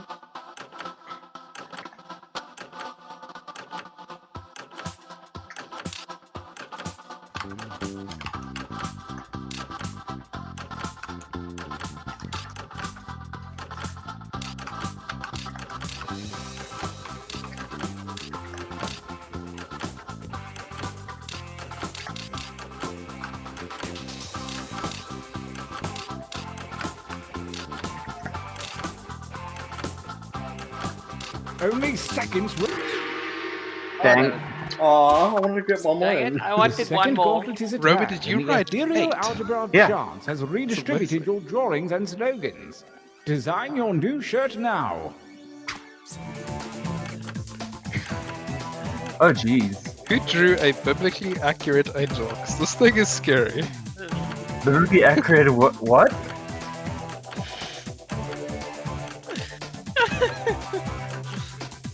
Oh my gosh, these drawings are amazing. Oh no! That'll do. That'll do, pig. Gauntlet 2. Such misery. Great credit. Yeah. That's amazing. That's an awesome drawing, actually. It is really good. Use of negative space is important. Brown. Oh, audience! Yes, audience! Oh. Witness to that sadness and misery. Way! I did not expect that to A happen. new challenger appears. No! No! I refuse!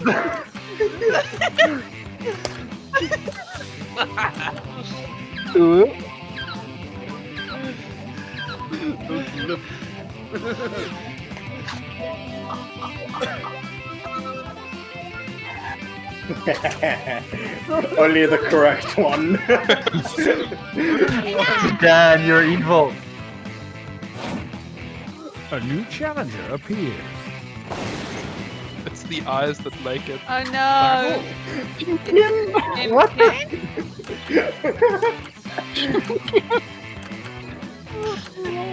Chicken nuggets.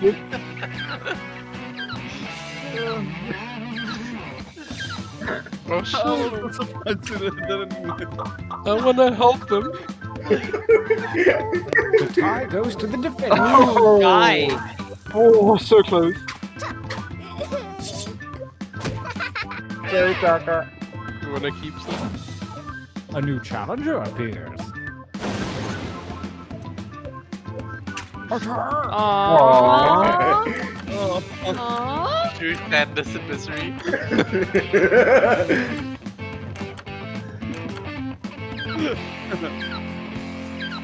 That's gonna bring back the lamp. Nice, pseudo.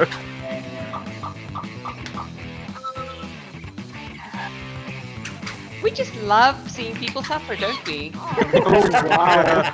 Cool. Accurate. Monkey! Return to Monka. Fight each other. Fact cat. Yay! That would be such a great little tagline for Dark. Fact cat. Fact. Not fat cat. Fact cat. Fact. Yeah. That could be the quiz. Fact cat.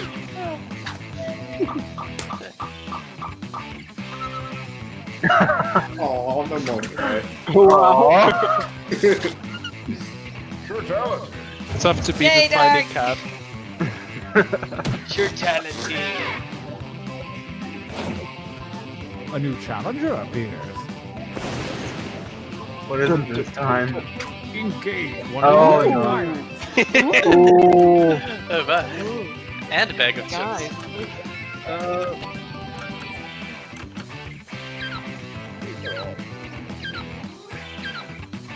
It's hard not to be a narcissist with this decision.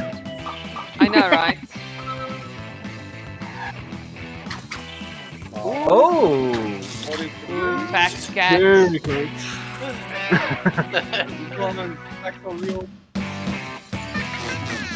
Winners. Why does Fact Cat make sense here? The final gauntlet is here. It rhymes, Only the that's best why. shirts from the previous rounds A remain. little random The box. tournament ends here. I know. Do I have to draw again? No. One last thing. Oh, thank Mercy. you. Voting bed. Oh, fight. Come on. This is it's starting off tough and strong. Come on, audience. You know which one. Yeah, that's pseudo there.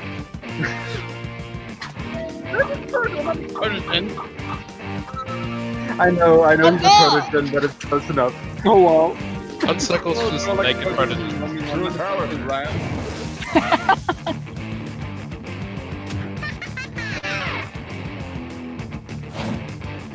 Versus.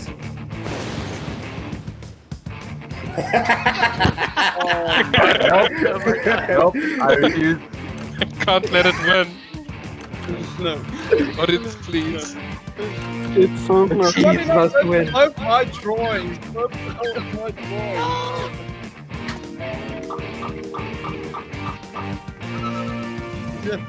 Yes. Woo!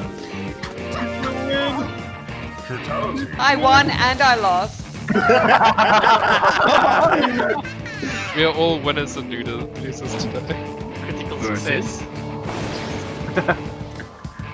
Oh. West now. Emphasis fact. I'm voting for the underdog. Same. I don't know why that shirt won, honestly. It's got a kitty cat. Audience gonna win. Oh, audience! Whoa. Good going, audience. Woo! TKO. Whoa. We have a champion. I'm honored to accept this Looks victory. like everything That is a worked very out. good winner. But there's Yeah, one it is a question good left winner. unsolved. Thank you for Who drawing, was guys. running That's the my slogan. tournament. Oh wait, no, it was me. Never mind. Yeah, well, I typed in like 26. So I'm looking Jeez, at a time. I think you guys down for another round of TKO? A short game, yes. Then we will Yeah. end with Split the Room, which is a shorter game. Sure. Ooh. Sudan Drain's success resulted in many lucrative endorsement deals for a while. Sudan was the official mascot for Scalios, a breakfast cereal with lifelike snakeskin texture. Wow, I would not buy The that. idea failed instantly, but Sudan Raid had been paid up front, so it all basically worked out. Also, it turned out that Sudan Raid was immortal. Sorry. Who is VIP? Can you hit play again with same players? Yes, can do. Are we doing another round of TKO? Yeah. See. It'll reuse old art, so it means we got even more art. Which is cool. Oh. Oh, that's cool. Yeah. 3, 2, 1.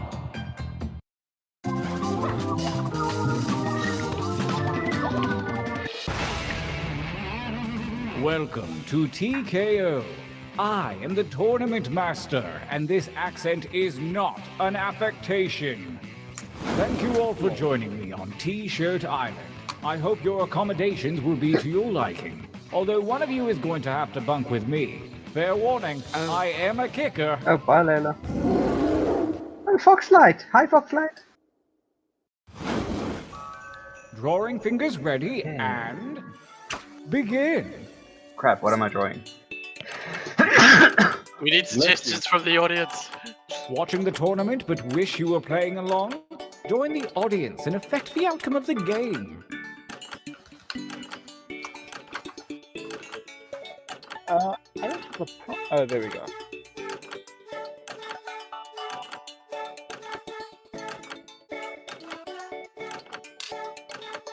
Actually kept my drawing that I didn't finish from last round.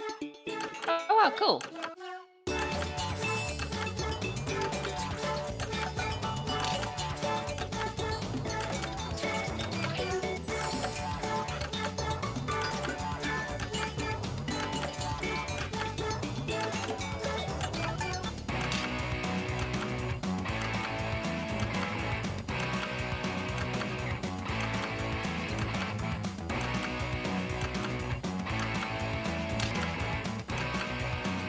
Tempest.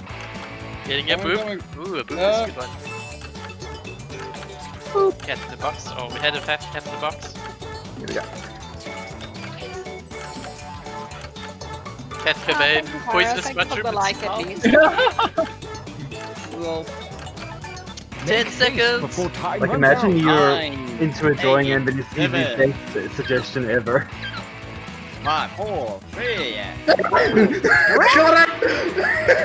Interesting. I get what you're going for with these, but this time I want to see more colors. Begin drawing 2.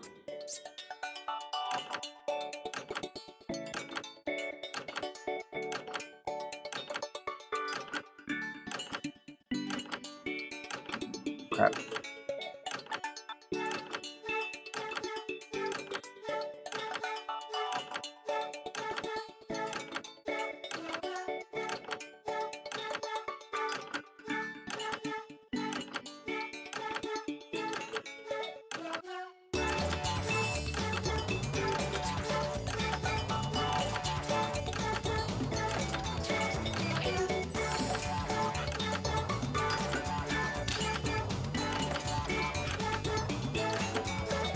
furries in the pool. That's a tough one.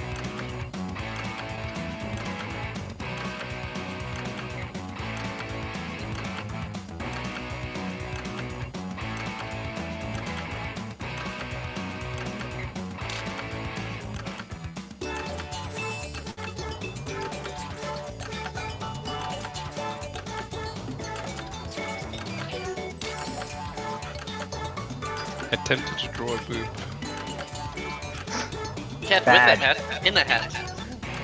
What? Only seconds remain. Okay, good enough. Stop it. I don't know, that one I blanked a little bit. It was an But I attempt. remember the first one. Damn it! Last Come chance. on! Let's go in with it. Begin. Oh crap. Oh, bloody hell. I just need to make this one look better.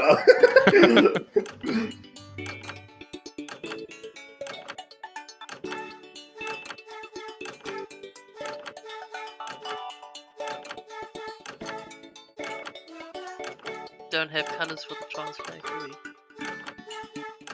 I also don't think so.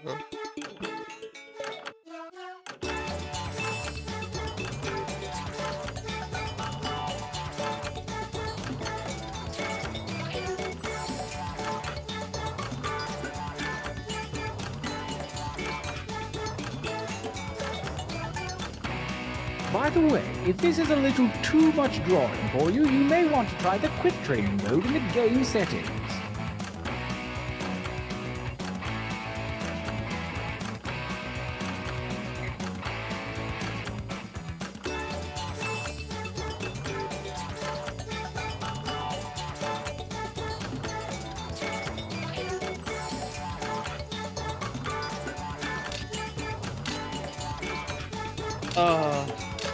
An empty I have credit. no clue what I drew. Same. Time is not for decoration. Finish quickly. Sedan! There we go. Good. I want to see. Pretty I want to see good. Rat's art, considering you had like 2 minutes to draw it. Ryu will be And joining now us a a fresh little batch of bit slogans. later. Don't Go! you worry. Thanks, Ray. Oh crap.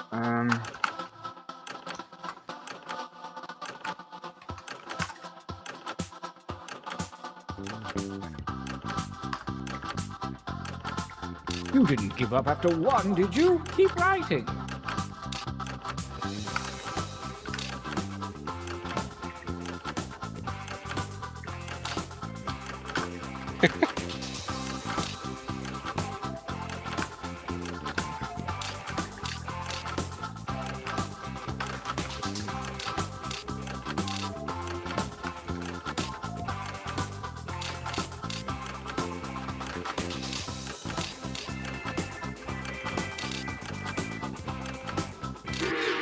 Oh, what? Oh, yes. This is going to be good. 17, what the crap?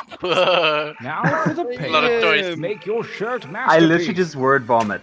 That's it. Oh, I love this. Oh.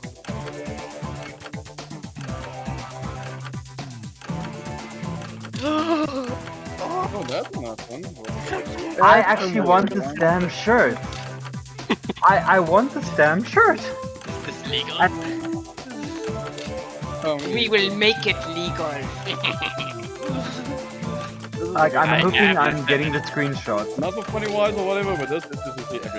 You can download the shirt Excellent. images after. All is ready. No, but the thing is, Let like, the the tournament image works with begin. multiple slogans. Gauntlet Oh. 1.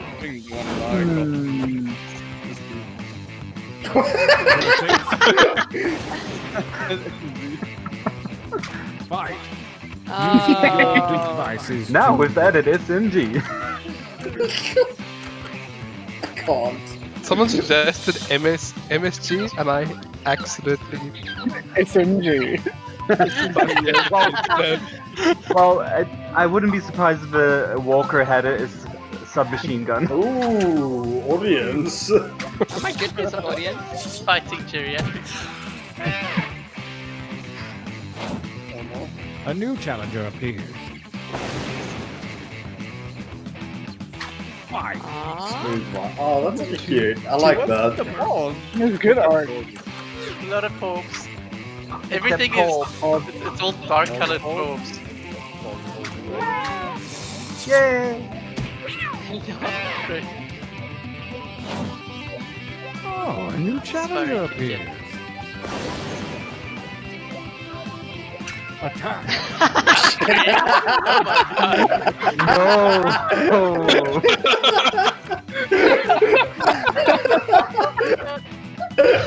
That is lit! Lit AF. Oh, audience took it. Dang it. Not the kitty. Thank you kindly. Oh wow. Versus Lol. fight. Oh. What even? Switchy buttons. Smash sachet. Sachet? Oh wait. Yeah.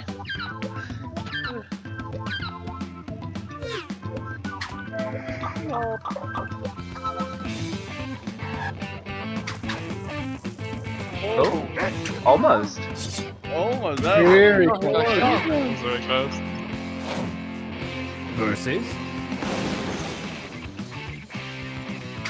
fight. Aw. Fight me IRL.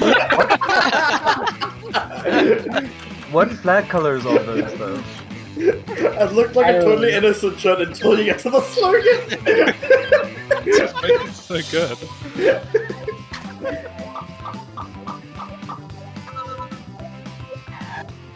You're so violent. I love it.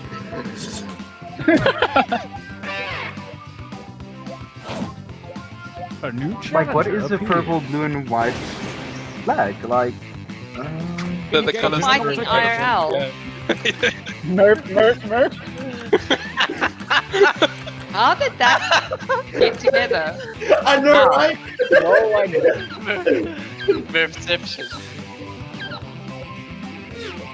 gender fluid, agender, gender queer. It was meant to be as close to the trans flag as I could get, but that's Oh, okay. there were no colors that matched up. Okay. Winners. Nice. I think we could all use a Yeah, training I'm break. on the board.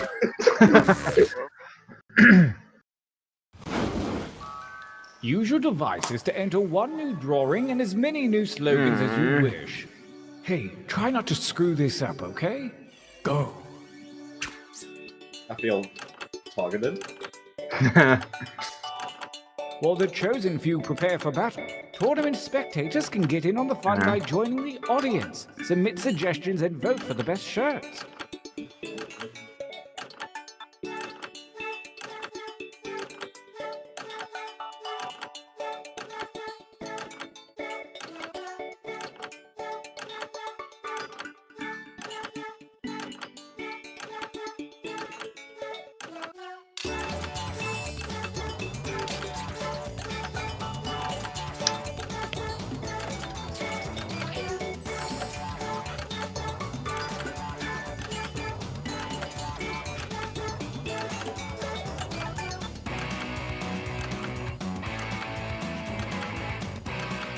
The order.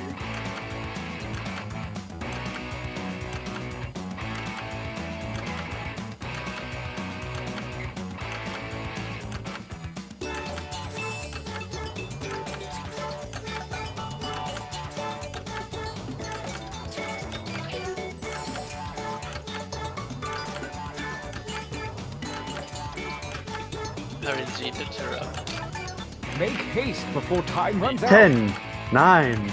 Come on, submit now. Submit now. Do it.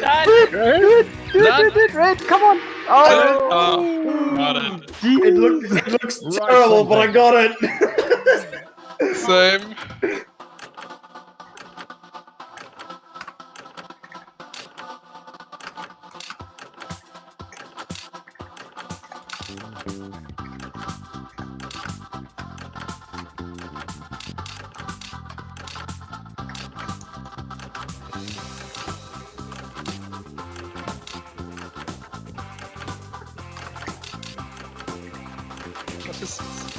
How do you even type that? It's with It's an umlaut. Ah, bloody hell! What? What the hell? Make a new shirt. Do it. New shirt? No. Oh, okay. Yes, Wait, assemble. mine. Oh, wait, there we go. Shirts, assemble.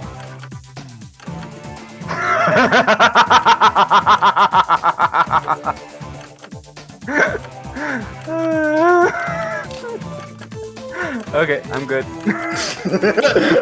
Oh, this is so terrible, but I have to do it. Oh, this is good. Some of this, like, what? Gauntlet 2. Versus I mean, if you squint. fight. No!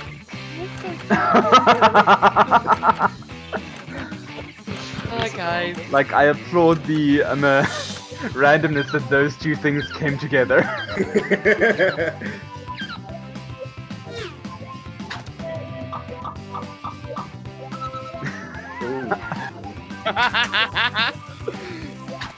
I voted against my own.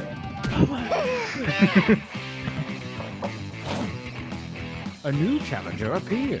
Collie with the spot elimination. Thank you very much. Oh, Thank you. What the hell? Oh my.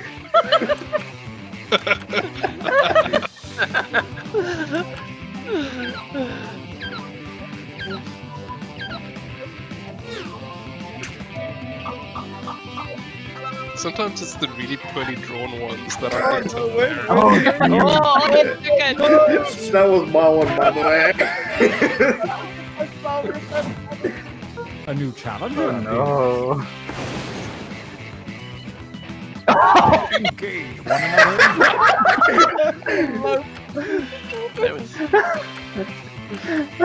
Wait, we're gonna see a big fight. That's my drawing, by the way. I loved it. I didn't even know what it was trying to do. It looks like a slice of cat with butter. Bread. Or yeah. like a loaf. A new challenger appears. I Oh, want you to fight. that is a beautiful drawing, though. Thank you. Really good. Anything then?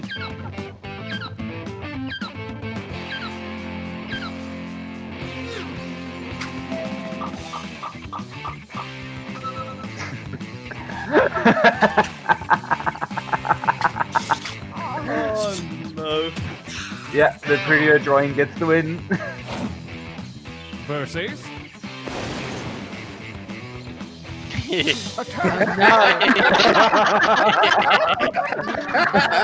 I know which one I want to vote for, but That was my attempt at drawing a boob. It looks like you're about I to don't slap. slap Rap battle. Aggressive boob. Right. Yay! Oh. Wait, that's perfect with the art then. battle.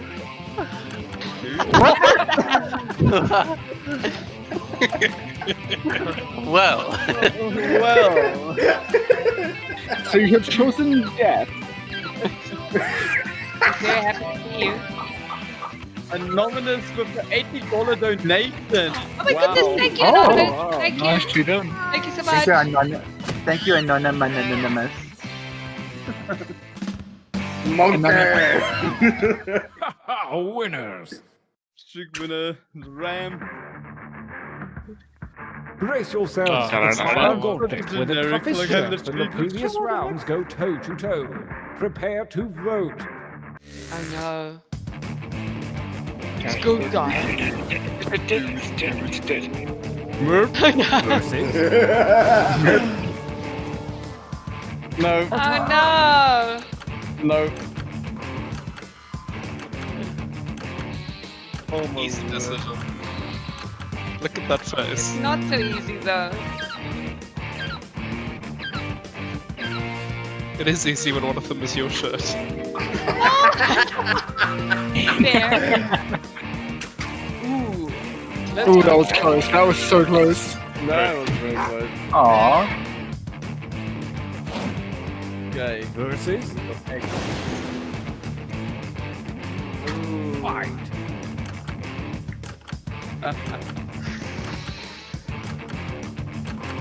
Come on, you know you want to. Remember that pseudo appreciation room. Yeah.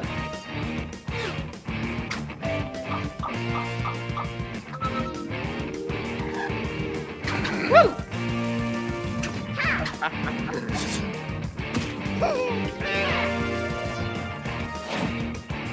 Versus God.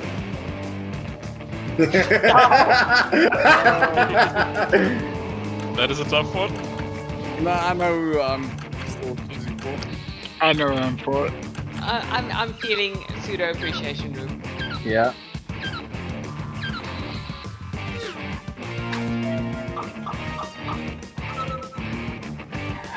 Ooh, audience. Hey! Oh. It's a tie? Wow. That's the first. what? Not because he was the previous winner, he was the defender. Champion. Roar! Our hoop guys is 100% cotton because it is 100% Round awesome. It's slogan by Sedan and Mash it up. One by 64 gigabyte. Oh my gosh, yes. Best writer. Thank you.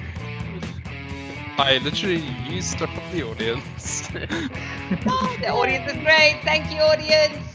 Yes, you guys are awesome. How do you guys feel about one last game of Split the Room? Split the Room? Oh, yes, please. Right. Yeah. Oh, I'm gonna have to just switch between Jackbox 3 and Jackbox 6, so give me 1 second. Okay, while you do that, I am just really gonna bathroom break. Be right back. Sure. I'm gonna do the same. We've got, I think, 13 minutes left, so it'll Okay. be a pretty quick game. Yeah, Split the Room's pretty short. Yeah, all Jackbox. Very short. The shortest of the short. Oh, sorry, it's actually, I think it's Jackbox 5. Yes, it is. Yeah, it is. Yeah, I've got it on my list, yeah. Oh, yeah. Yoshi, you're breathtaking.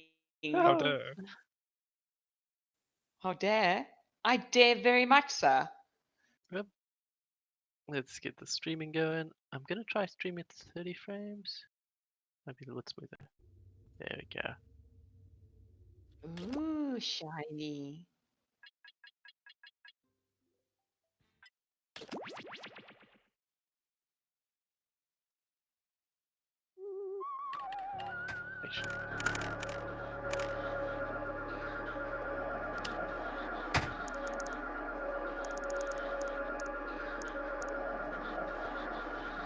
Yeah, quickly get 6.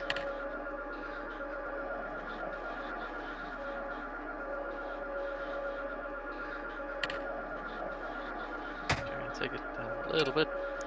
Just so it makes, so it's a little bit of a quicker game. Okay, Nita back. Welcome back. You, are people gonna die?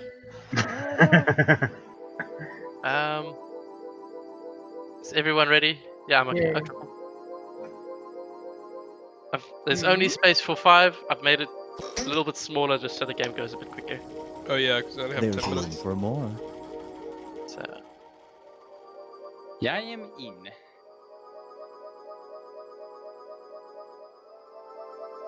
Does anybody else want to play? I'm joining Join us, this. Sedan. Join I'll us. hang back a tiny bit. I'm also hanging back for a sec. No, Sedan, jump in. I'm Yeah, in. because we gotta start. Great. So There we go. I'm back. Oh. Oh boy. That was quick. Yeah, Now, because we only do have not like be 10 minutes startled. left. I am here to guide you Yeah, as that's you fine. explore the deepest Gotta go recesses of fast. your mind.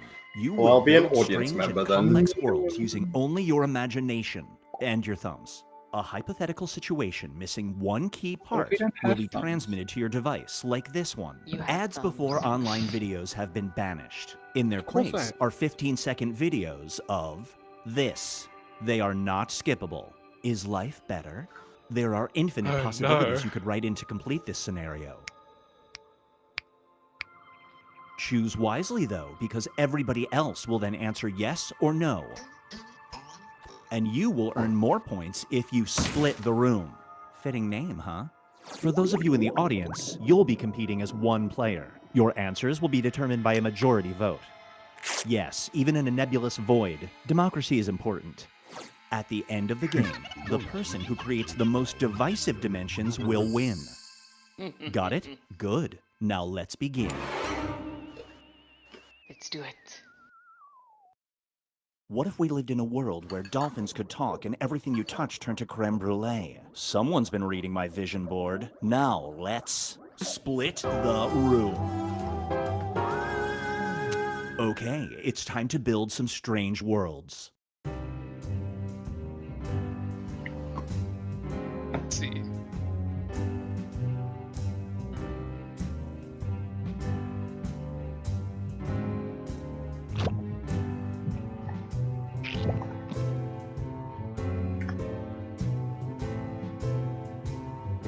What the hell did I just type?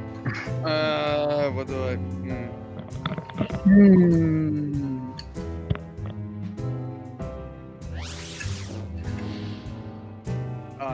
No idea. Suparito.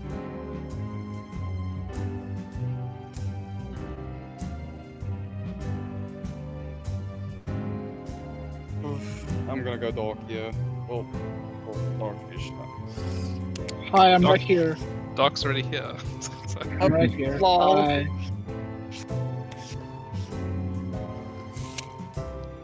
This is one of I my- didn't have enough space for the one I wanted, so here we go. 23 seconds.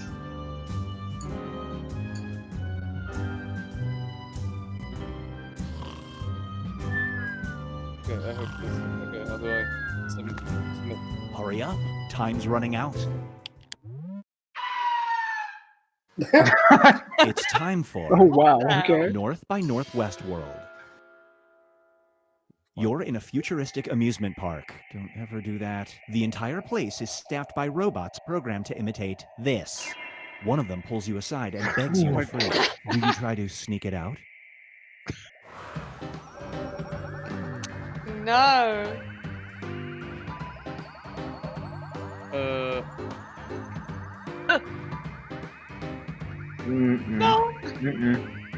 No. No.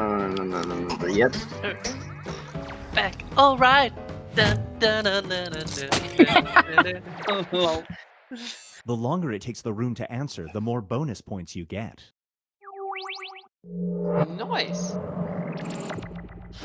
Brace yourself for late night research. What's research? A scientific sleep study is offering $2,000 to volunteers who will attempt to sleep while enduring this. The study lasts for 7 consecutive nights. Do you volunteer? I mean, but I mean- the thing is, you have to sleep at the furry convention. So like everyone else is having fun, you have Okay, to. but then, well, maybe, but then also which furry convention though?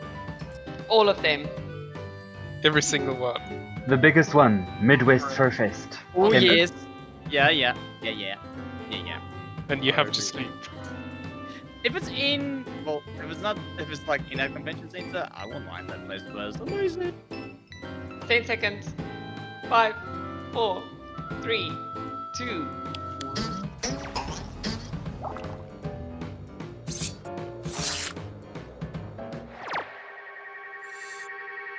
Nice. I thought that would have been more divisive.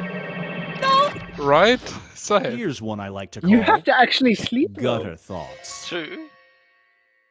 You get offered $1 million if you can bowl an entire game without throwing a gutter ball. Oh, You no. can't use aids, and you have 10 minutes total. If you fail, the punishment will be this. No. Ah, okay. No. Sorry, I had a little bit of a freak out session. I don't think you guys appreciate how bad I am at sports. Sports hours. I do not do sports. I apologize. Like I said, I have a dark sense of humor. No.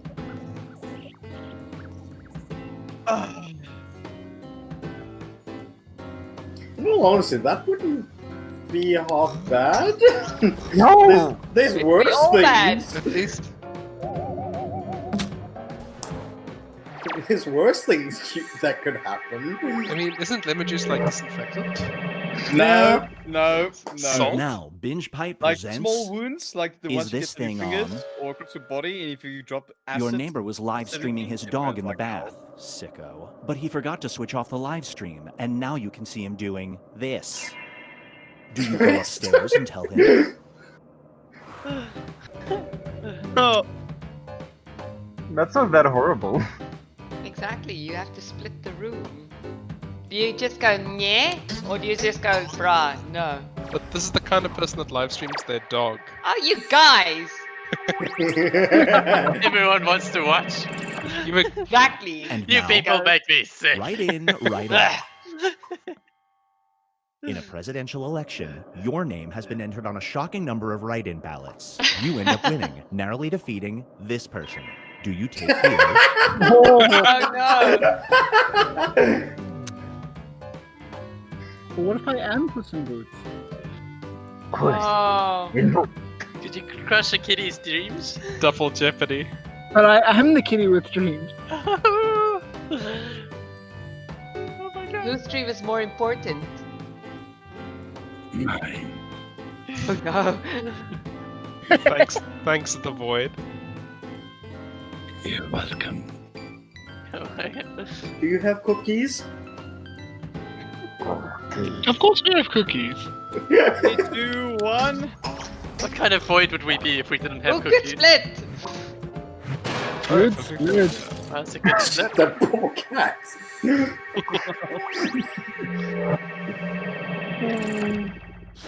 This scenario is called Scream Therapy. You just totally face planted at your high school graduation. If you stand up, slap your own face, and scream this, there is a 90% chance everyone's memory of it will be erased. Do you slap away? Oh wow, that's hard. No, it isn't. Anime is better than. Oh. Oh. This is hard. Only a 90% chance. Yeah, Can't. that's That's a bit rough. There's a chance everyone will remember this as well.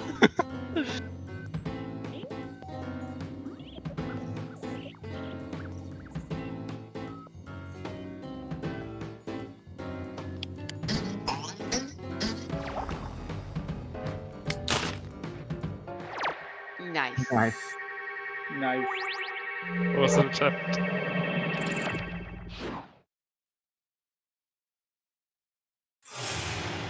Here's where everybody stacks up at the moment. Sweet. Thank you. Oh no. Oh no. It's time to create some more havoc.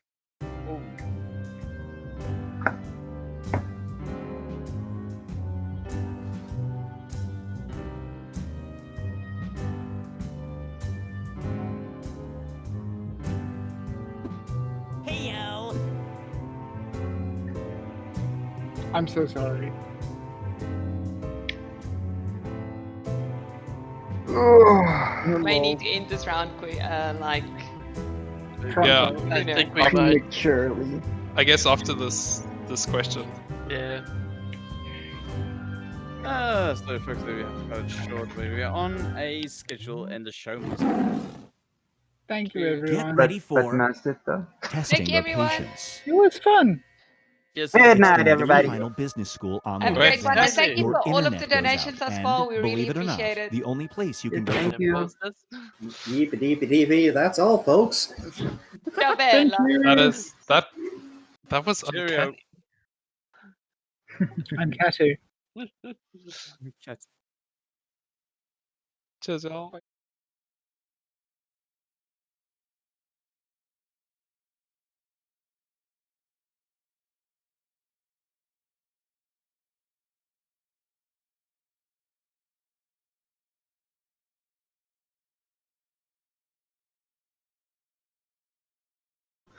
Okay, hello everyone. I understand I should be live now. So I'm Rakun, and I'll be talking about dispelling a misconception, non-human animals as intelligent, cultured, and moral beings. And the motivation for this is basically, I think there are many people, particularly in the general public, not so much in the furry fandom, that see animals as sort of unthinking and unfeeling. And so I want to sort of fix that. So if you want to actually keep track of me after this, I'm on Twitter, Surfery, Inkbunny, Flavor. They're all for different things. And one question you might have just before we start is that, you might say, oh, Rakun, you're not a zoologist, you're not an ethologist. Ethologists are the people that study animal behavior. And that's true, but I'm still a scientist. So some of it sort of overlaps.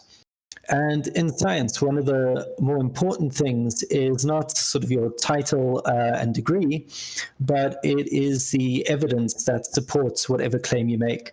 So at the end of this, I'll share the slides, probably just put a link in the chat. And in those, you'll find for each one, there's links to all the pictures, videos, papers, and so on. So if there's anything you think, oh no, Rakun must be lying about this, or maybe you think, oh, that's really interesting, I want to know more, you can easily follow up on that. Okay, so let's get started then. So what exactly is this misconception that's been going around? So we'll start with the philosopher René Descartes, most famous for saying, I think, therefore I am, but he also had some things to say about animals, which were not particularly complimentary.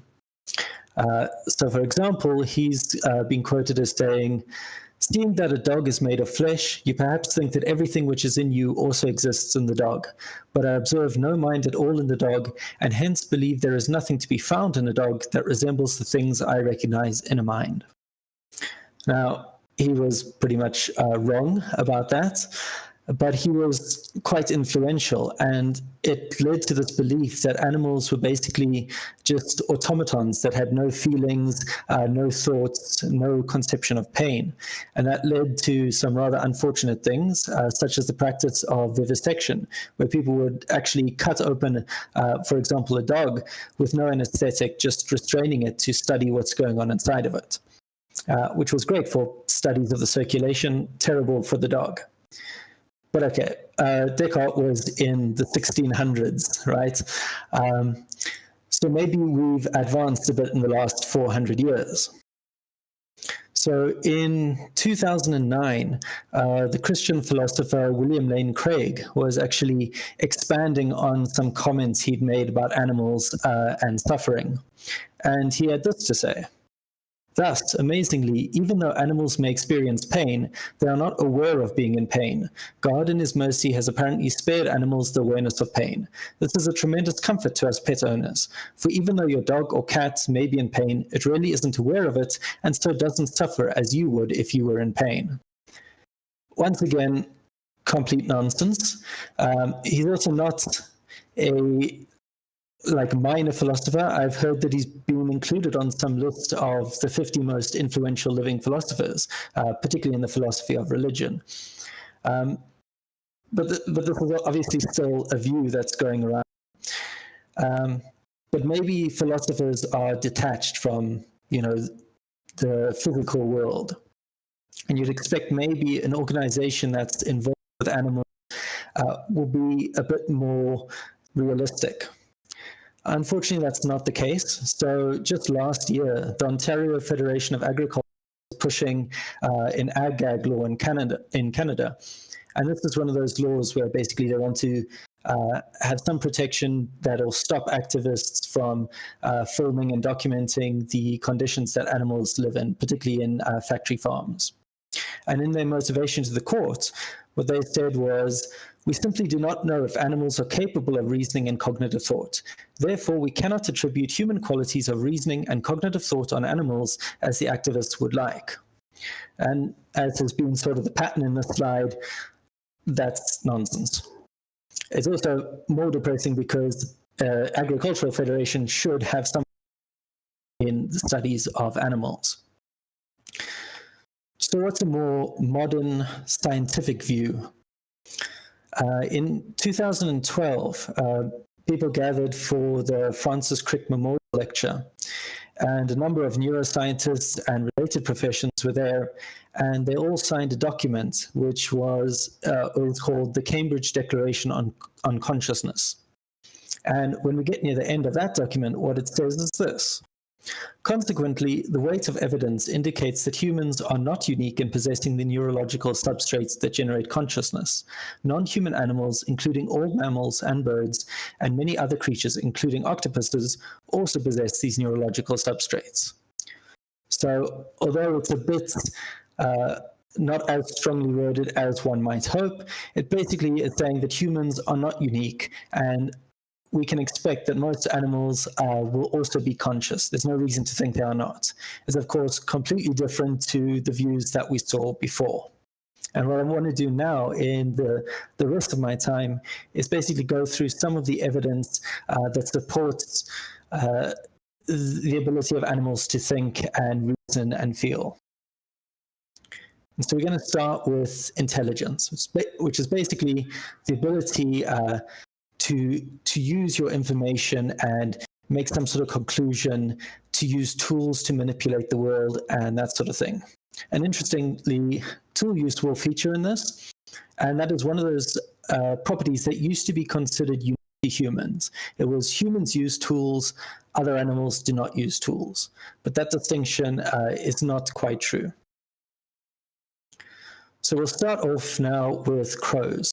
So birds, particularly crows and other corvids, are quite intelligent and have been used in many of these studies.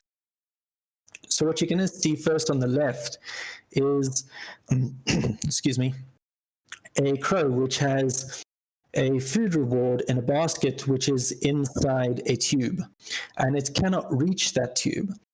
And what was going on in this study is birds were being presented with either straight pieces of metal or pieces of metal that were bent into a hook. And in this case, we have a crow that's been presented only with straight pieces of metal. So let's see what happens. So there you can see the tube. There's the basket at the bottom with the food reward. And obviously using a straight piece of metal, it's practically impossible to actually get the basket up.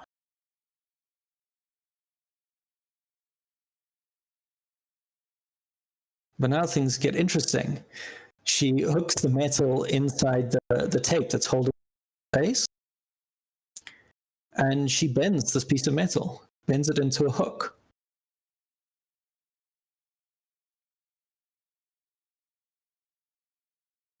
And with the hook, she can obviously take the basket out, and she's got access to the reward. And what's especially nice about this is that, as far as the people know, she was never shown how to bend a piece of metal into a hook, and she's never seen anyone doing it. This was something she came up with completely by herself. So clearly, animals can think, they can manipulate an item, change how it is shaped so that it'll be more useful for them. And it's not just single pieces that can be used as tools. In the next video, we'll see another crow where the food is again out of reach, and it's also out of reach with a single tool. But you can combine different tools to make a longer, well, sort of combined stick. So let's see how that goes. In this case, the food's in the box that's on the right. It's already got one stick in its beak, and there's other tools on the left-hand side.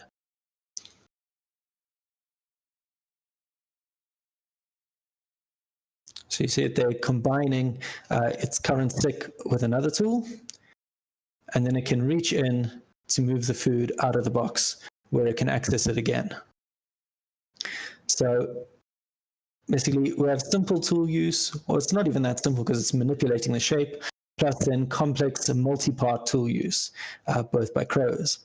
And it's not just the ability to use tools, they also obviously have an understanding of how the world works around them. So in the next video, it's basically 6 short experiments showing the successful trials. And this is we're basically testing how well crows understand water displacement. So, if you put something in water, it'll raise the water level. So what we see here in the first experiment is 2 tubes, one with sand, one with water, and a food reward again on the surface of these objects. And it can drop rocks into the tube. And obviously, if you drop rocks on sand, it just sits on the top. If you drop them in the water, you'll slowly raise the water level until you're able to reach whatever's floating on it.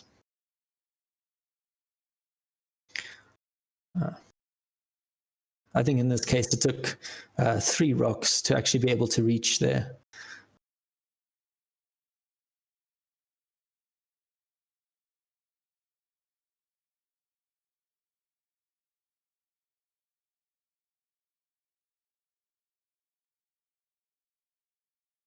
Okay, so successfully put the 3 rocks in. Yeah, I think you can reach it now. Yeah, there we go. Light versus heavy. So in this case, it's got, I'm not sure if they're wooden blocks, or probably not wood because that would float. So maybe some stone blocks and polystyrene. So obviously, again, polystyrene blocks will float. So that's not going to help. And actually, the next one it picks up, you'll see is too light. It just discards it immediately. Goes to the next one.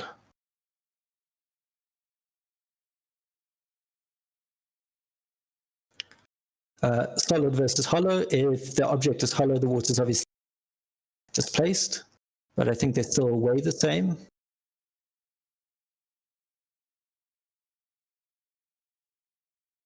And then narrow versus wide. So obviously, the wider a tube is, you're going to have to put in to raise the water level. So in this case, it starts putting things into the wider tube and presumably notices it's not having much effect and then moves over to the narrower tube.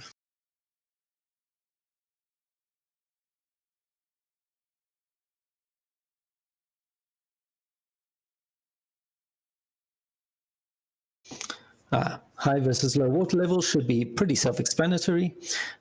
In this, though, it also reverses because it looks to me like the high water level is wider.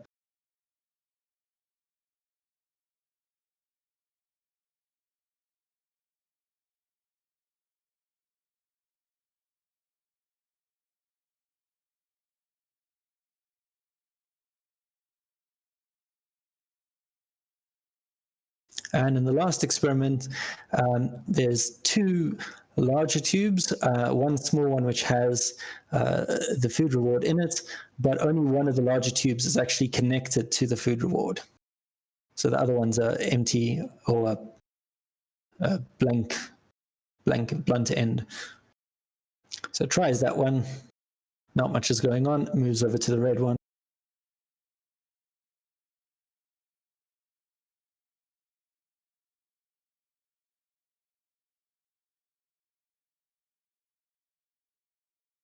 And once again, we have success. So were these just flukes, basically, or was there some sort of understanding? When they looked at the number of correct guesses, they saw that for most of these, there seemed to be understanding of what was going on. So along each bar, as you go along, 1, 2, 3, 4, 5, 6 are the different experiments. And the height of the bar is showing basically the average number of correct choices, or the average percentage of correct choices. And those which have a star are either significantly above or below the 50% line, which is what you would expect just if it was making choices by chance. And so for 4 of these, it really understood what was going on. For the narrower or wider tube, it apparently did not understand because most of its choices were actually incorrect. And for the U tube, where it was joined invisibly, that was just sort of chance effect. So this would suggest not only can the crows use tools, but they understand how the physical aspects of the world actually work. But what if you needed 2 individuals to complete the puzzle? So it'll be a bit more complicated. You need cooperation now. And what you can see here is it's a setup where there are food rewards on a moving platform. And by pulling the rope on both ends, that platform comes forward, and in this case, the wolves can access the food reward. If you only pull on one side, what you're going to do is just completely out of there, and it'll be impossible to get the food reward. So in the videos that follow, the wolves to this alone, but with long enough rope that they could pull both ends by themselves. Once they knew basically how this was working, it was then they had shorter ropes and were sort of introduced to doing it with other wolves. So what you can see now on the left is a video of what happens if you have both wolves released at the same time. There is a bit of a delay because in the original video there's some narration of the date and the identity of the wolves.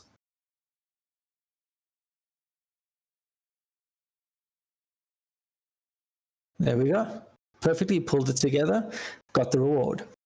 But maybe, they're just, if they're released together, maybe they're just really excited, managed to get everything done by chance. It doesn't necessarily mean that they understand the concept of what. So the second experiment that was done here, or that is shown here, is a delayed release, where they release one of the wolves first, then wait 10 seconds and release the second wolf. So here the first wolf needs to know, okay, I can't do the partner, and be willing to wait for the partner. So you can see already it's not running up as quickly as before, and it's waiting, even looking back for the partner. Again, they managed to cooperate and get the treat. So we've got a sort of understanding of how the puzzle system works. And actually, there was, I think, in the original study, one wolf that was pretty bad at doing this, but otherwise, all the others in their pairs were very successful. We're talking sort of 80, 90% of the trials getting it done. And on the delayed release, it was still, I think, above 60% that were getting it correct each time. So that's good. It's not only wolves that have been able to do this. Obviously, wolves are good on a cooperation test because they work in packs. But this same setup has been done as well with elephants and keas. Keas are sort of New Zealand parrots, and they were all able to do it successfully. In fact, there was one elephant that managed to do it alone, and she figured out that if you stand on one end of the rope, you can just pull the other one, and you don't need a partner to solve the puzzle, which is not quite the intended solution, but if it works, it works. And this next video is a bit more for fun. Basically, it's rats driving cars, and they were trained to do this over a fair amount of time, getting them used to the containers, getting them used to the cars, and how it all functions. And in this case, by holding on to the wires that are either on the side or the front of the car, they're able to complete the circuit, and it will obviously move. And so you can see them here controlling this car in order to get to a food reward. And what I want to bring up with this is kind of that rats are also quite intelligent. There's a nice video from America's Got Talent where someone has a trained rat running across like a sort of obstacle course, which is quite nice to watch. But the point here is that you don't want to keep animals in sort of just a bare cage where there's no mental stimulation. They should get something that keeps them thinking. And I mean, if you can build, obviously, a car that a rat can control, that would be great if you have a rat and those skills. But certainly, just remember that these things can do a lot more than you probably think they can.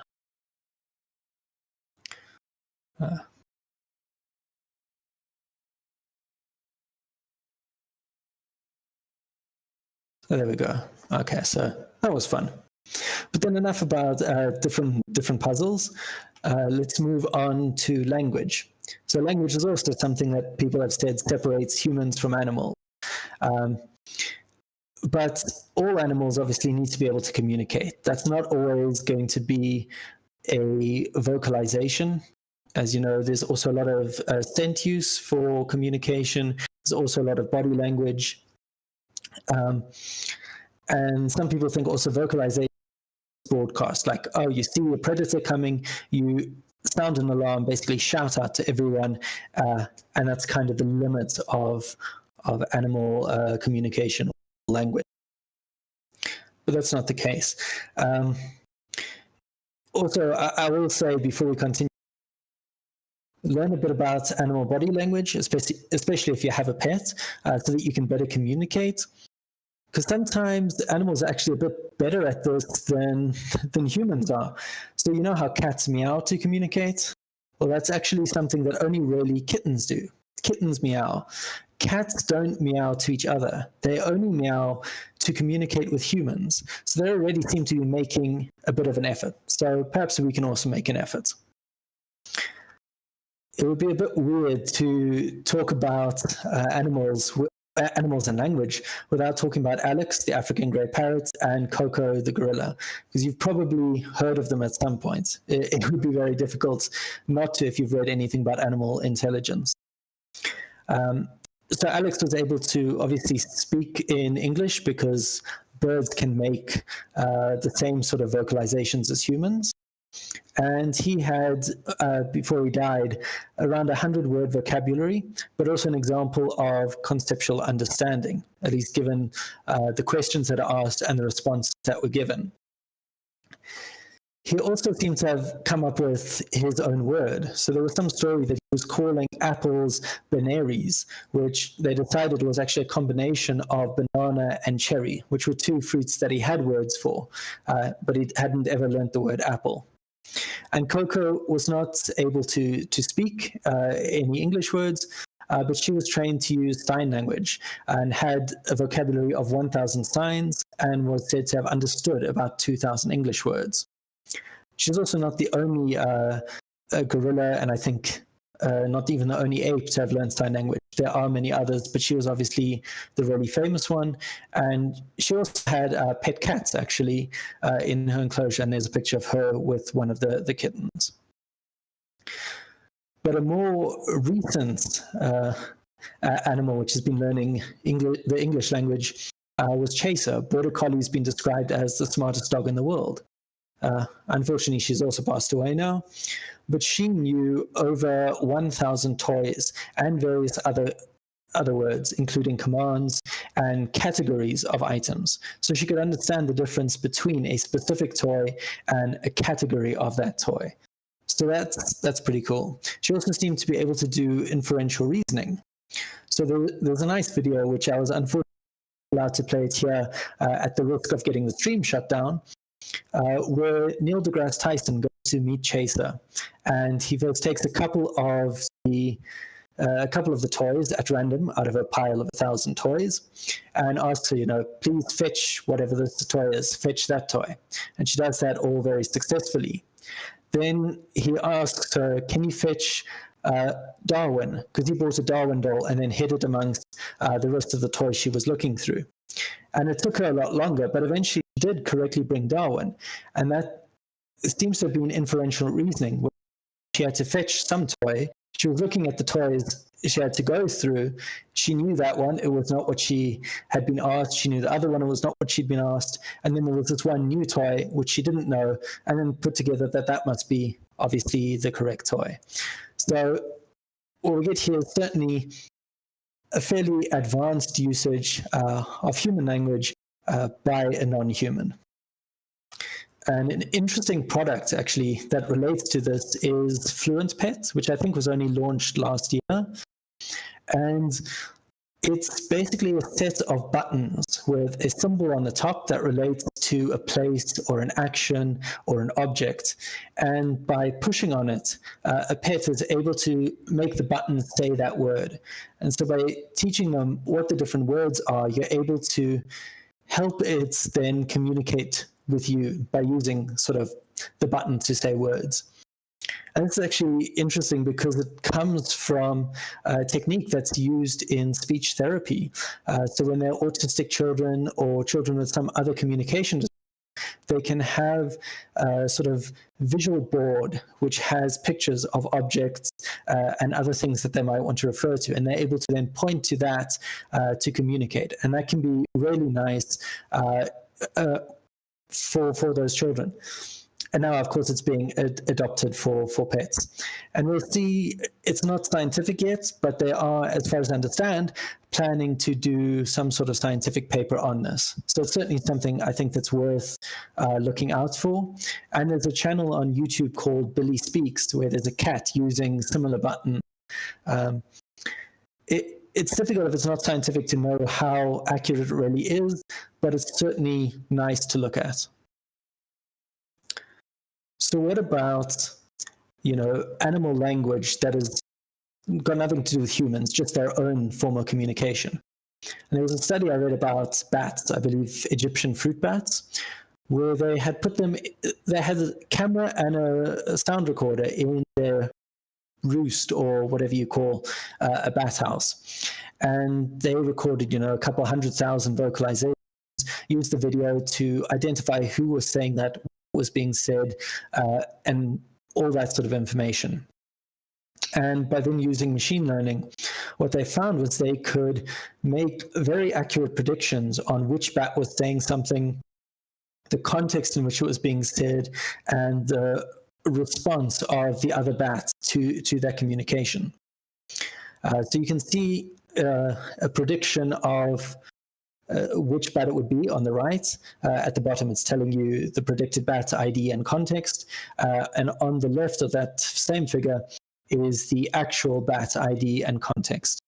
And the diagonal line going down from the top left to the bottom right is the accuracy of those predictions. So 0.8 in this sense means 80% correct. And what you can see is a lot of these predictions are really high. 80%, there's 90% out there. There's very few that are under 50%. And given the sheer number of possibilities here, to get predictions that high is definitely not just going by chance. And lastly, there was, with a fairly lower accuracy, they were able to predict which bat was actually being addressed just by the way the vocalizations are made. And this might suggest that bats have some sort of naming system, which is also something that's been seen in dolphins. So dolphins have a thing called a signature whistle, and that's a whistle with a pattern that is unique to each individual. And what the researchers found was that by playing a copy of a specific dolphin's signature whistle, which you'll see in this bar, the copy bar on the left, they would quite often repeat and match that vocalization. So that's the black part of that bar. Some of the time they would not respond, but most of the time they did. If you played them the signature whistle of a dolphin which they knew, they would sometimes reply to it, but most of the time not. And furthermore, if you played them a whistle from a dolphin they did not know, they would never reply to it. And the researchers argue that this is again showing that these signature whistles might be used as specific identifiers for individual dolphins. And so by using one signature whistle, you can say, okay, whatever I'm going to say now is directed to a particular individual. So that's really cool that there certainly seems to be more information and specificity of that information in animal vocalizations. It's not just a broad warning call, look out, there's danger. And what about morality, right and wrong? Do animals have any sort of ethics at all? There is some evidence that they do. So there's an experiment that was done by the primatologist Frans de Waal, and you can actually, you can hear him talk about it in a TED Talk, where he had capuchin monkeys. And what they had trained them to do was they would take a rock that was given to them by the researcher and hand it back. And for handing it back, they would get a reward. And that would usually be a piece of cucumber. And they were happy to hand it back and get cucumber many, many times in a row. But the capuchins actually prefer eating grapes. So the question then became, what happens if you feed them if you feed or reward one with cucumber and you reward with grapes. So let's see. Here you can see the monkey gives the rock, it gets cucumber, it's happy, eats that. Second one, they put the rock in the cage, gets the rock, gives it to the researcher, and this time it's given a grape. And the first monkey sees that. Gives the rock, gets his cucumber again. But now he doesn't eat it. He's not happy getting cucumber when there's grapes there. Not happy at all. Second one, takes the rock again, gives it back, once again gets a grape. First one, bashes it against the wall a bit, gets his cucumber, still not happy, just throws it back in anger.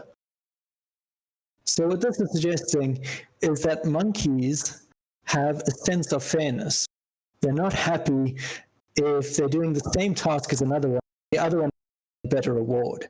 So, yeah, I think it's a pretty cool result, and certainly quite a response that first monkey gave here. What about empathy? So sympathy, or the ability to put yourself in a partner's position.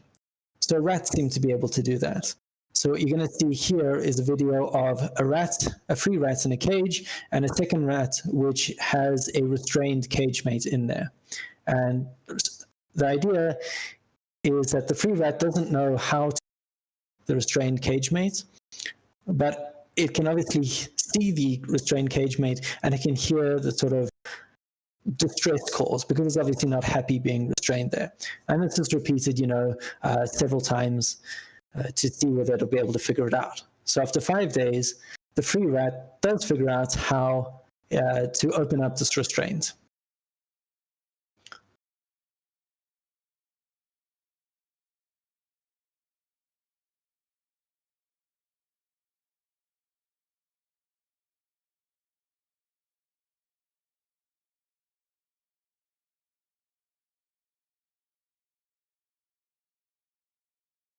There we go.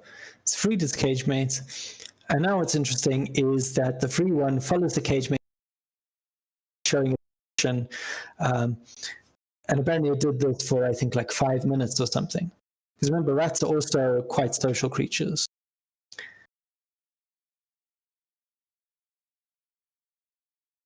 But this was still repeated several times, even after it learned how to cage or the restraint.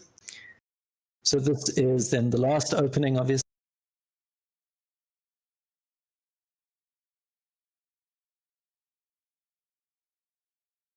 And it investigates basically the cage, sees everything's normal. And when it releases the cage mate, you'll see it's completely different. It doesn't f around it. Now it's just business as usual. It's like, yeah, you're free, you're done. Don't need to worry about it. There's a sort of familiarity now. But they also did other trials as well. So the free rat releases a trapped cage mate much faster than it opens an empty restrainer. And in fact, in this study, it was releasing the trapped cage mate as often as it was opening the restrainer to get to chocolate. So that suggested that, okay, there was quite a high motivation to free its cage mate. And they even found that when there was chocolate, the free rats would share actually the restrained cage mate. There has also been some other explanations. So a repeat of the study did find that the rats would open free a cage mate more quickly than they would free or open an empty container. But it found that they would open it even faster for chocolate. So there's still a little bit to be discussed there. And some people say this is not an example of empathy in rats. It's merely an example of trying to get rid of a horrible stimulus. So if you don't like the distress sounds, it'll open just for that reason. So for example, maybe you'd give a piece of chocolate to a screaming child on a plane, not because you particularly like the child or anything, but just to stop them from screaming. But of course, more needs to be seen. And with wolves, there's also some evidence that they can be generous, at least to their pack mates. So in this case, wolves were trained to push a button on a touch screen, and if they did this, a second wolf would get a reward, and they could see the other wolf getting the reward, but they would get nothing out of this. And what they found, hopefully you can see my cursor, is that this bar over here, the in-group test, is where there was a wolf that they knew and were familiar with, and they were willing to push the button a lot more than if there was a wolf there that was not getting the reward. So they're generous to packmates with no benefit to themselves. And they did not display this with wolves that they were not basically friends with. So it was only ones in their in-group. And dogs basically got bored and didn't do anything because they were not getting any reward. There was also some discussion about that, but we're keeping this fairly simple at the moment. And this is maybe not too surprising because they're social, they have to work together, but they also have a sort of bias towards in-group members. And that's something we also see with humans. You know, you're more generous to people that you feel are familiar in some sort of group, like to other furs, for example, rather than just random people on the street. And then I believe it's so do animals have culture? And by this I mean learned behaviors which are passed on through generations. This is something that is not caused by genetics, and it's not caused by the environment. So if we look at dolphins in Shark Bay in Australia, what you can see on the left-hand side are dolphins with a sponge covering their nose, though technically it's called a rostrum. But they do this so that they can then push along the sandy, the bottom of the ocean where it's all sandy, and otherwise would be quite sharp and uncomfortable for them to sort of rub their noses in it. And they do this because there's some fish that live just underneath the surface of the sand, and they lack a swim bladder. So there's the same density as the water, and hence are invisible to the echolocation. But by pushing through the sand, you can disturb them and then get a meal. And this is something that appears to have been developed by a single female in Shark Bay and then passed on to her daughters. And people have looked at this in terms of the genetics, and it doesn't appear to be a genetic effect, and it's also not an environmental effect. There are lots of other dolphins here that are not doing the same behavior. Interestingly enough, it does seem to only be the female dolphins that are doing it, and they do have some reasons why they think that might be the case, but it's not particularly relevant in this talk. And lastly, what about bonobos? So they are sort of just as different to us as we are from chimpanzees. So bonobos and chimpanzees split off after they split away from humans. And what you can see in the three, these are actually maps. Here's my cursor again. These are actually maps. The white one shows one troops where it spends its time, and the dark gray one shows another troop of bonobos and where they spend their time. And what you can see here is that they actually overlap quite significantly in and where they spend their time. These troops actually also will interact. There's gene flow between them, so they interbreed amongst each other. So it's the same environment, same genetics. But what is interesting here is their hunting behavior. So what you can see is the Ikalakala bonobos are mostly hunting the Onamalura, which is a type of African squirrel. And they almost don't hunt anything else, at least that's mentioned in the study. Whereas the Kokorolongo, they're hunting sort of normal squirrels. I don't quite know what the difference is between that and a Malura and Deka. So in the same area, completely different behaviors. And this appears to be, again, a sort of cultural trait that's passed on. And in fact, it might even be passed on so that these two troops are not going to have competition for the same resources. So if obviously you're competing for something, it's going to put some strain on the relationship. Here they hunt different prey. There's no competition. Everything is all happy, and they can go about their business. So then to just sort of sum up what we've been talking here. So there's no question really, unlike some of those philosophers at the beginning thought, over whether animals can think. They definitely can think. The only question is how much they think. And the answer to that question is that they're probably smarter than you think they are, unless you're really overestimating animal intelligence. But they're definitely, the tool use is not limited just to humans. It's fairly widespread. Sometimes complex tool use. There's cooperation to solve puzzles. There's the ability to knowledge to understand how the world works, and so on. Not only that, but several animals have the ability to understand human language, or at least taught to understand human language, and may even have their own form of language. There's a lot more specificity in the information than just a broadcast to everyone that can hear it. There's also evidence animals may have a sense of morality, some sort of empathy, generosity to their in-group members, a sense of fairness, basically. There's also evidence that animals, particularly in this case cetaceans, so dolphins and whales, and apes, may possess some sort of culture that's passed on between the different ones. This is, again, something you need a fairly high level of intelligence, obviously, and probably a decent amount of communication. Although I think a lot of it is just looking and observing what others are doing. And lastly, I think this is kind of just the beginning. So a lot of this work is fairly, and I think that's because of the prejudice that you had before, where if you think, okay, animals can't think or feel, they just sort of react like machines, you're not going to even look for any intelligent behavior. And now that people are actually looking, they're finding it. And I suspect we're going to find more and more evidence of cultures, of morality, of language, of intelligence and tool use among the different animals. I think also what will be interesting is that we will get better in terms of our ability to communicate with animals and to help them communicate with us.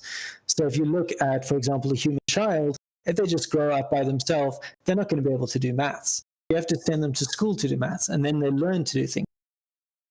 With that bit of learning, they can use it to learn something else and build up some sort of structure. So I think if we get better at teaching animals various things, we'll be able to push this further and further. And I think something then like those pet fluent buttons will be pretty cool to see. I guess one of the limitations will be if pet owners are actually willing to go through the effort of doing that. So I mean, just in terms of basic dog obedience training, like just sit, stay, come here, I mean, the really basic commands, there are a lot of them, especially in South Africa, that you know, they've never been taught to do that. And this is not complicated. It's the same. Cats are able to learn commands, but nobody puts the effort into it.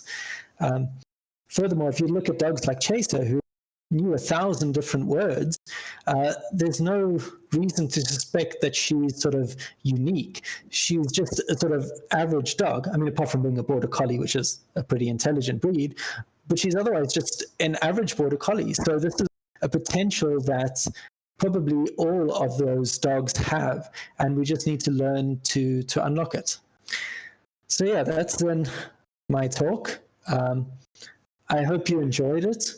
And if you have any questions, maybe I can answer them because I still have, you know, like 15 minutes left. I think there's a 20-second delay I've heard between in the chat and 20-second delay between what I say and what's typed in the chat. But yeah, so yeah, hopefully you enjoyed it. Any questions? I'll do my best.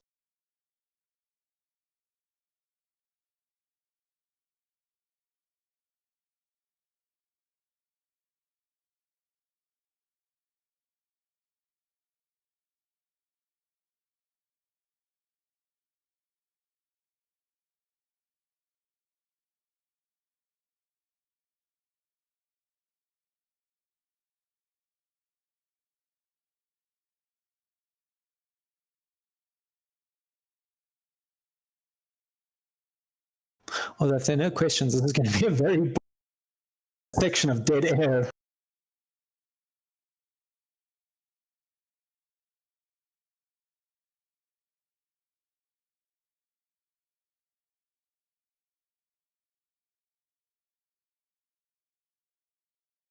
Okay, here's a question. How do you actually get a bead on intelligence for animals that don't cooperate, e.g. cats?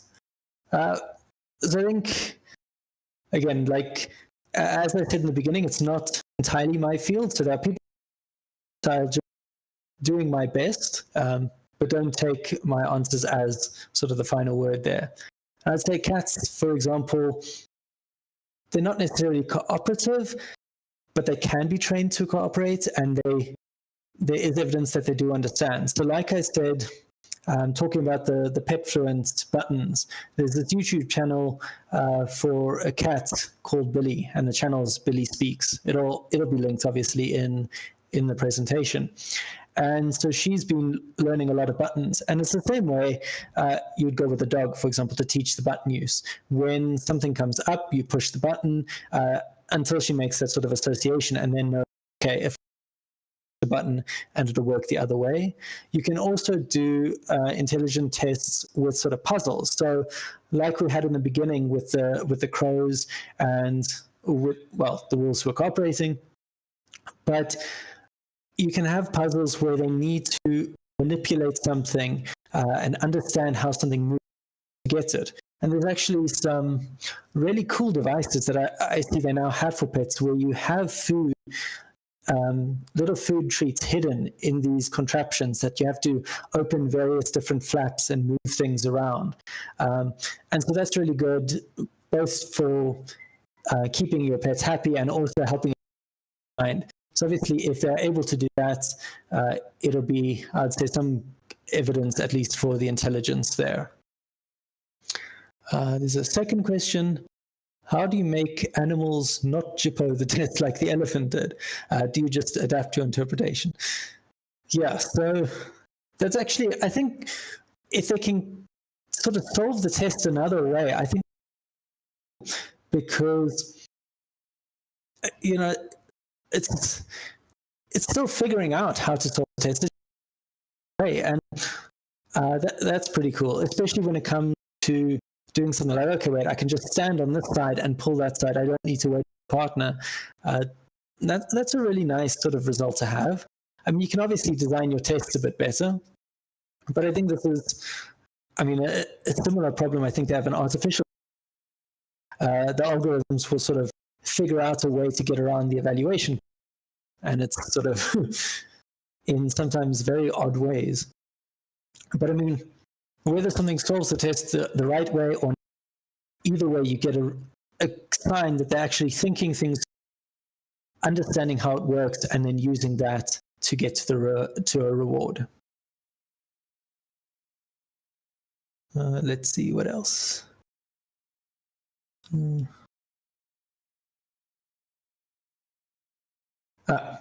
Nadir is saying not too confident about Billy Speaks, whether it's legit.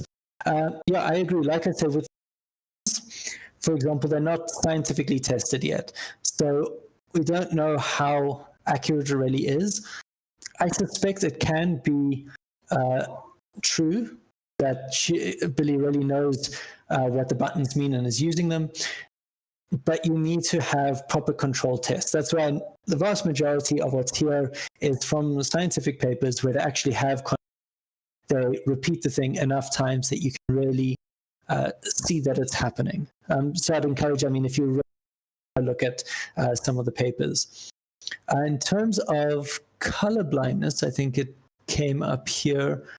I'm not sure if cats are colorblind, but it also, I think they put a lot more in sort of the pattern that's on there. So they certainly. Oh, I think I missed a question from Ivik. Humans have been unknowingly seen to teach animals. How does one get beyond that scientific bias? Yeah, that's difficult. I guess it depends on what you're actually testing. If you're bringing in a new thing that that the animal wouldn't have had a chance to see, or to see you doing, then you can say, okay, there's definitely not. It's not doing it because it's seen someone doing it before. But I mean, that's going to be very dependent on what your test is. I mean, when it comes to bending a straight metal piece into a hook, that's something that an animal could potentially have picked up somewhere. I'm not sure if the crows were sort of captured from the wild or were captivity or not.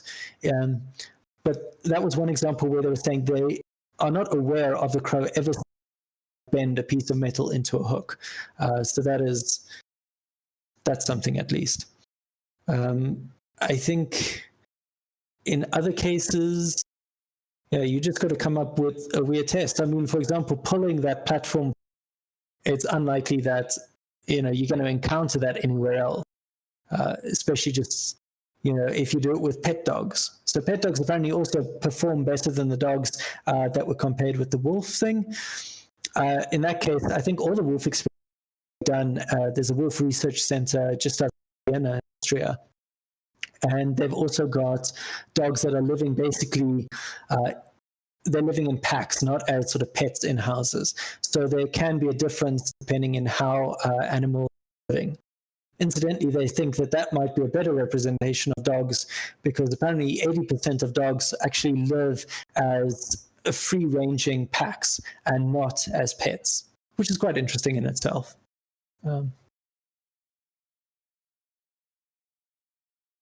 It's just a comment on cats being intelligent and things. You also get a lot of these threads of like, what's the thing your pet's ever done? And you can get really interesting examples. The problem is you always run with that. There's always the risk of, is this something that's true and not made up? Or is it being completely misinterpreted?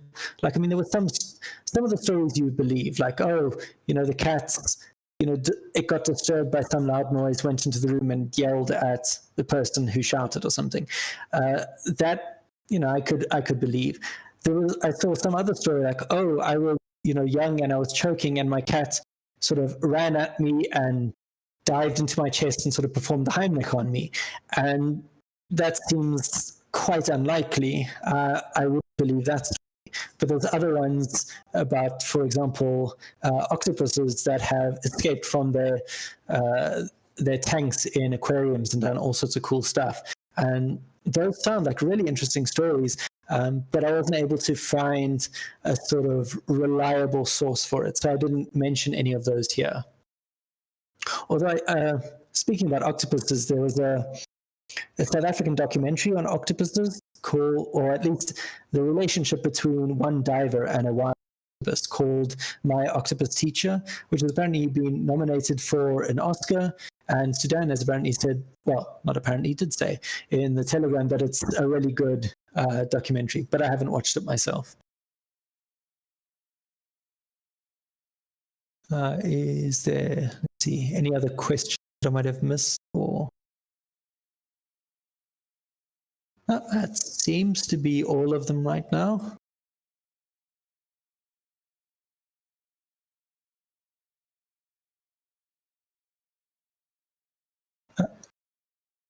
Yes. No, I think we can switch over to music then. I think that's good.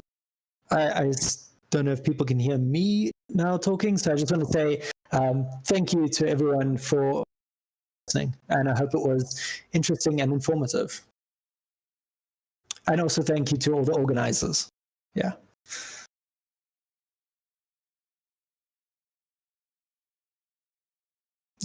That's everything from my side, I think. Okay, bye everyone.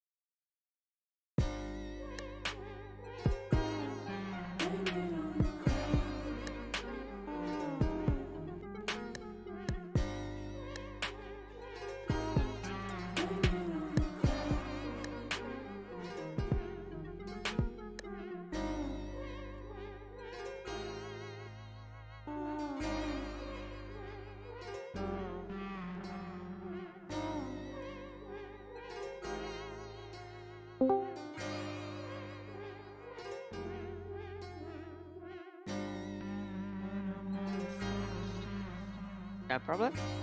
But awesome. Thank you.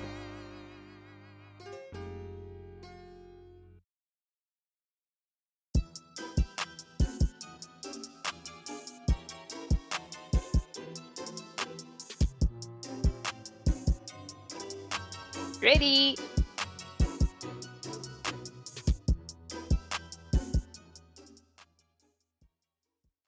Hey everybody, it's me again. I hope everybody is good and hungry. I have a cooking lineup to share with you. I have to say this was quite a learning experience for me. Firstly, you think, okay, I'm going to make my favorite recipes and it's going to be awesome. Everybody's going to enjoy it.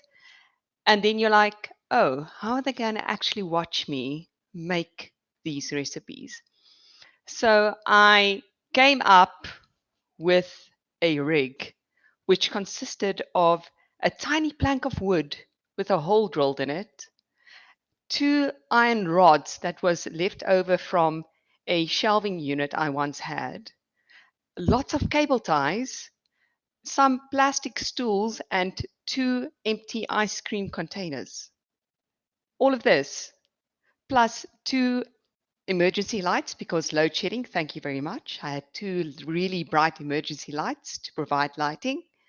I had my all Nikon 510 camera for the overhead shots, and then my normal cell phone for the close-up shots.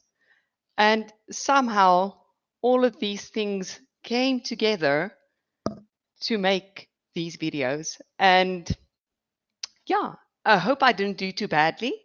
There are some shakes, but I hope you enjoy and I hope you follow along.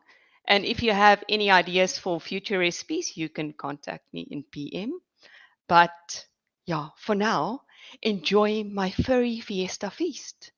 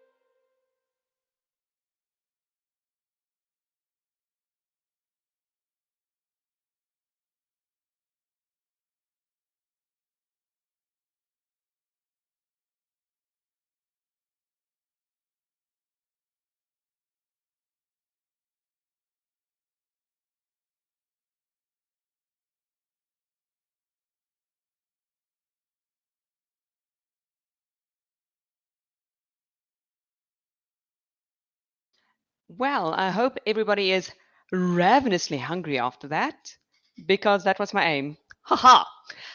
You have all fallen for my trap. So there were a few questions while the stream was running, and they were good questions.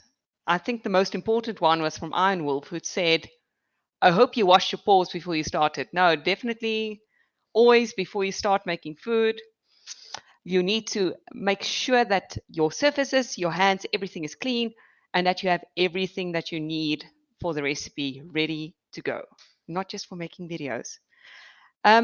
As for Yaku, who ate everything, I have to say, I did not make all of this in one day. It was a lot of food, and we are only maximum 4 people in my house. So we had the brownies and wings in one night. We had the nachos another night for a late afternoon, early dinner. And then we had the queso doggers the other day for lunch. So there were plenty of very willing people to eat the food. Nothing went to waste. Trace, Why sausages? It's because sausages are versatile. You can get many different kinds of sausages. You can get your soy, your vegan, or even your plant-based products. So as long as it is prepared sausages, you don't want raw sausages. Like in South Africa, we have a raw sausage called boerewors. You do not want boerewors. Reason being is that it will lose a lot of moisture and make your quesadillas soggy. So what you need is prepared sausages, Viennas, cheese grillers, bacon grillers, vegan sausages, soy sausages, anything like that will do. Something that you can just heat and eat. That's what you want. Why sausages again? They're cheap, they're versatile, and you can make a whole variety of them for if you have a mixed company. And then the last one, which made me laugh a bit, was from Light in PM, who asked, while tossing the chicken bits, did you ever hit the camera? No, I did not. I was very, very careful. And I had the camera quite far up. It was about a meter and a bit off the working surface. And you don't toss it quite that high, at least. Also, that was the last question. I think let's quickly see. So Daddy asks, I want to know who in here like to put ice cream on their brownies. I like ice cream. I like brownies. The two is a match made in heaven. I love it. I will have them clean. I will have them with ice cream, with custard even, every single day. Let's see what else. Jaco says he needs a virtual Rennie for our overseas visitors. A Rennie is an anti-acid. So, no, Jaco, it's not that bad. The cheese will likely kill you, not give you any heartburn if you ate all of that in one go. Last order of business is we are now going into a bit of a lunch break for our people, as for you guys as well. If you need to go and catch, I don't know, some a break time, if you need to like make yourself something to eat and come back, get a snack, now would be the time. We will be back at, let me see here, 6 o'clock with Collie and Kidra's panel on retro gaming. In the meantime, you can go and check out the artists in the Artist Alley and maybe get yourself a commission from there. Collie will post up in the stream just now. And also, you can buy yourself some snazzy buttons from the merch store. I had just gotten a few more designs in, so I will be adding them, and we will let you know as soon as those are added. And I think that is the lot for now, and we can all go and have a tiny bit of a break. See you guys later.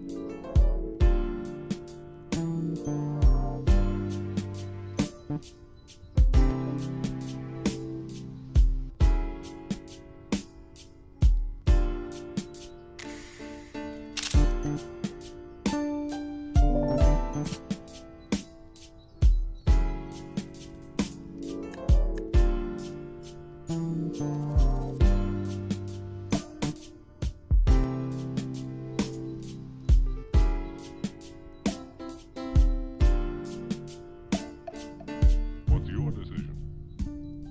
What do you say?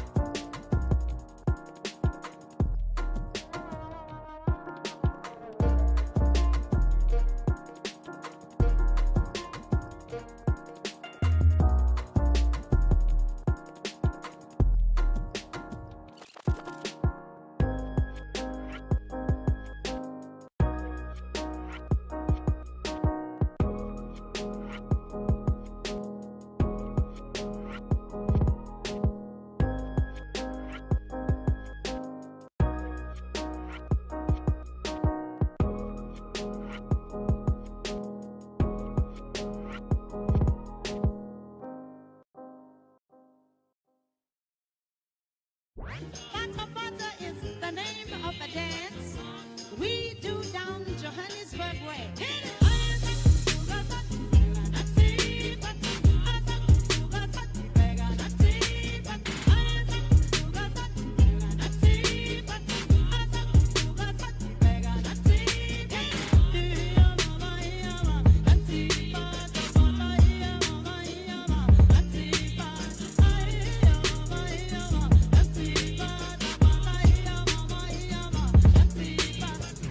And everybody starts to move as soon as Bata Bata starts to play.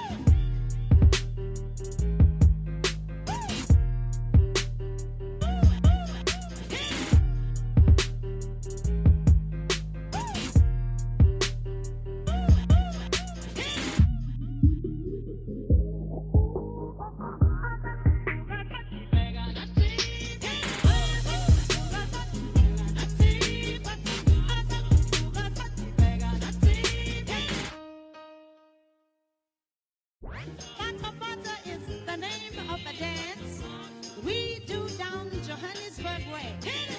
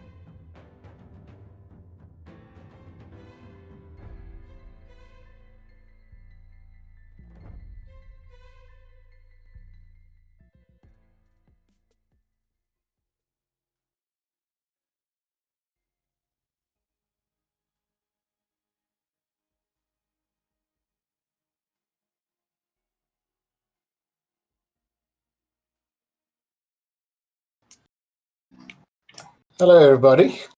This is Jaco Milan, also known as Ertwolf, also known as Ertbook. And thanks for attending. Just enjoying the afternoon sunset here in South Africa.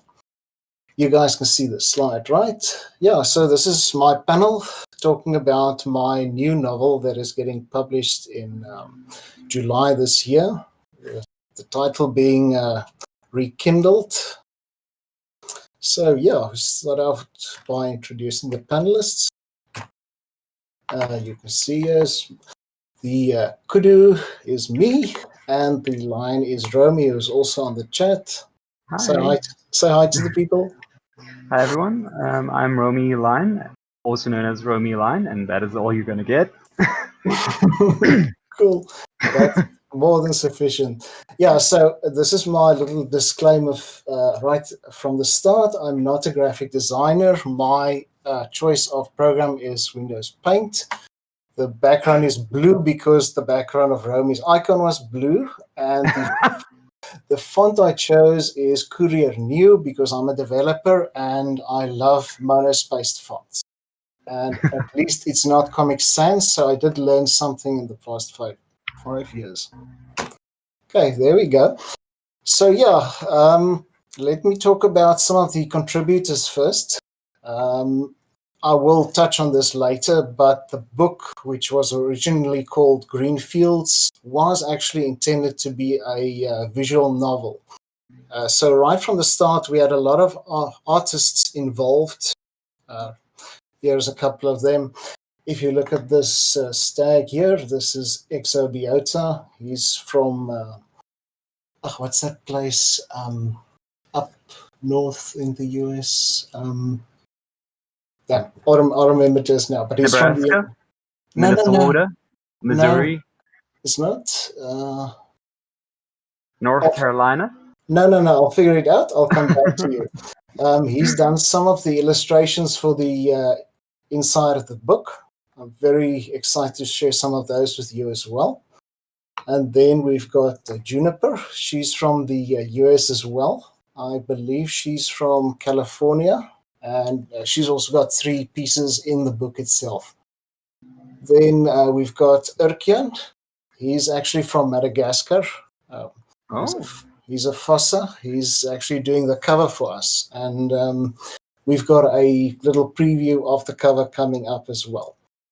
Now, you all know Sudan. She's not just good at cooking, she's also good at drawing.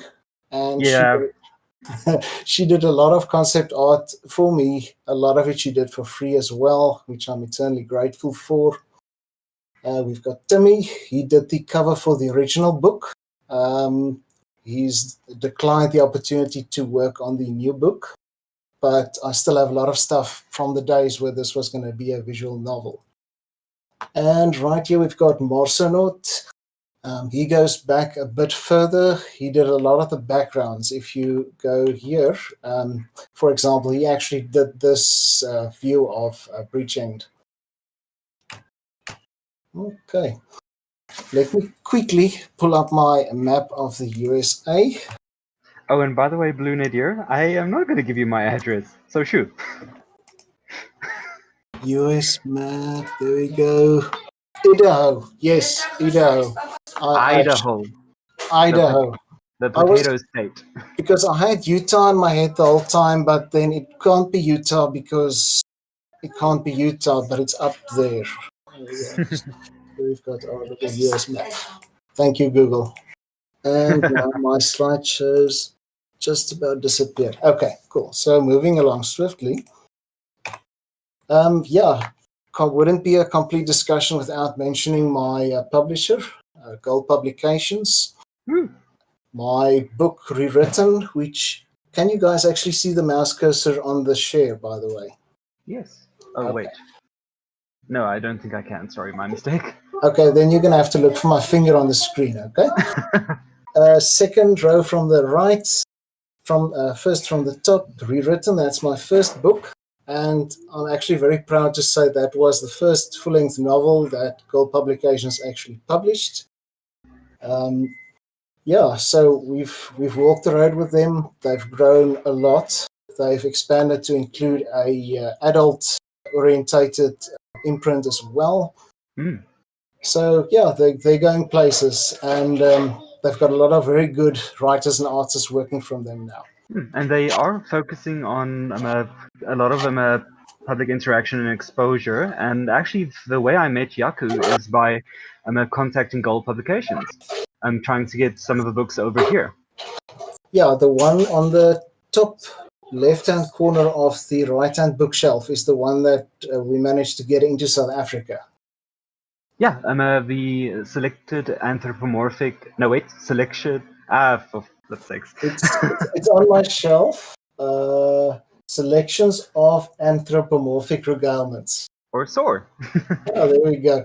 And then they also sell lots of merchandise, and you'll see there's a beige E shirt in the corner by the door, which is the same shirt that I'm kind of wearing, and also which is strategically hanging against my my archive cabinet back there.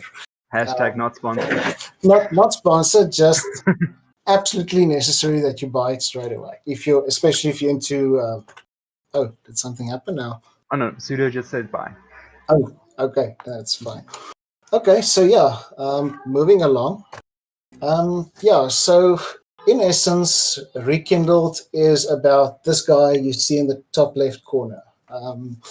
He was kind of an afterthought. I needed a character, and I thought, it might be worth introducing a buck or a kudu in this case. So he got thrown into Rewritten, and he's kind of grown on me. And Rekindled is basically his story. It's his glory years. You'll see if we move slightly down from that first sketch that Tim did. Here we've got him sitting with his red overalls. Some South African references are present here as well, which I shall not go into for reasons. Tim did a lot of concept work. You'll see here in the middle, Isando's ready to fight somebody.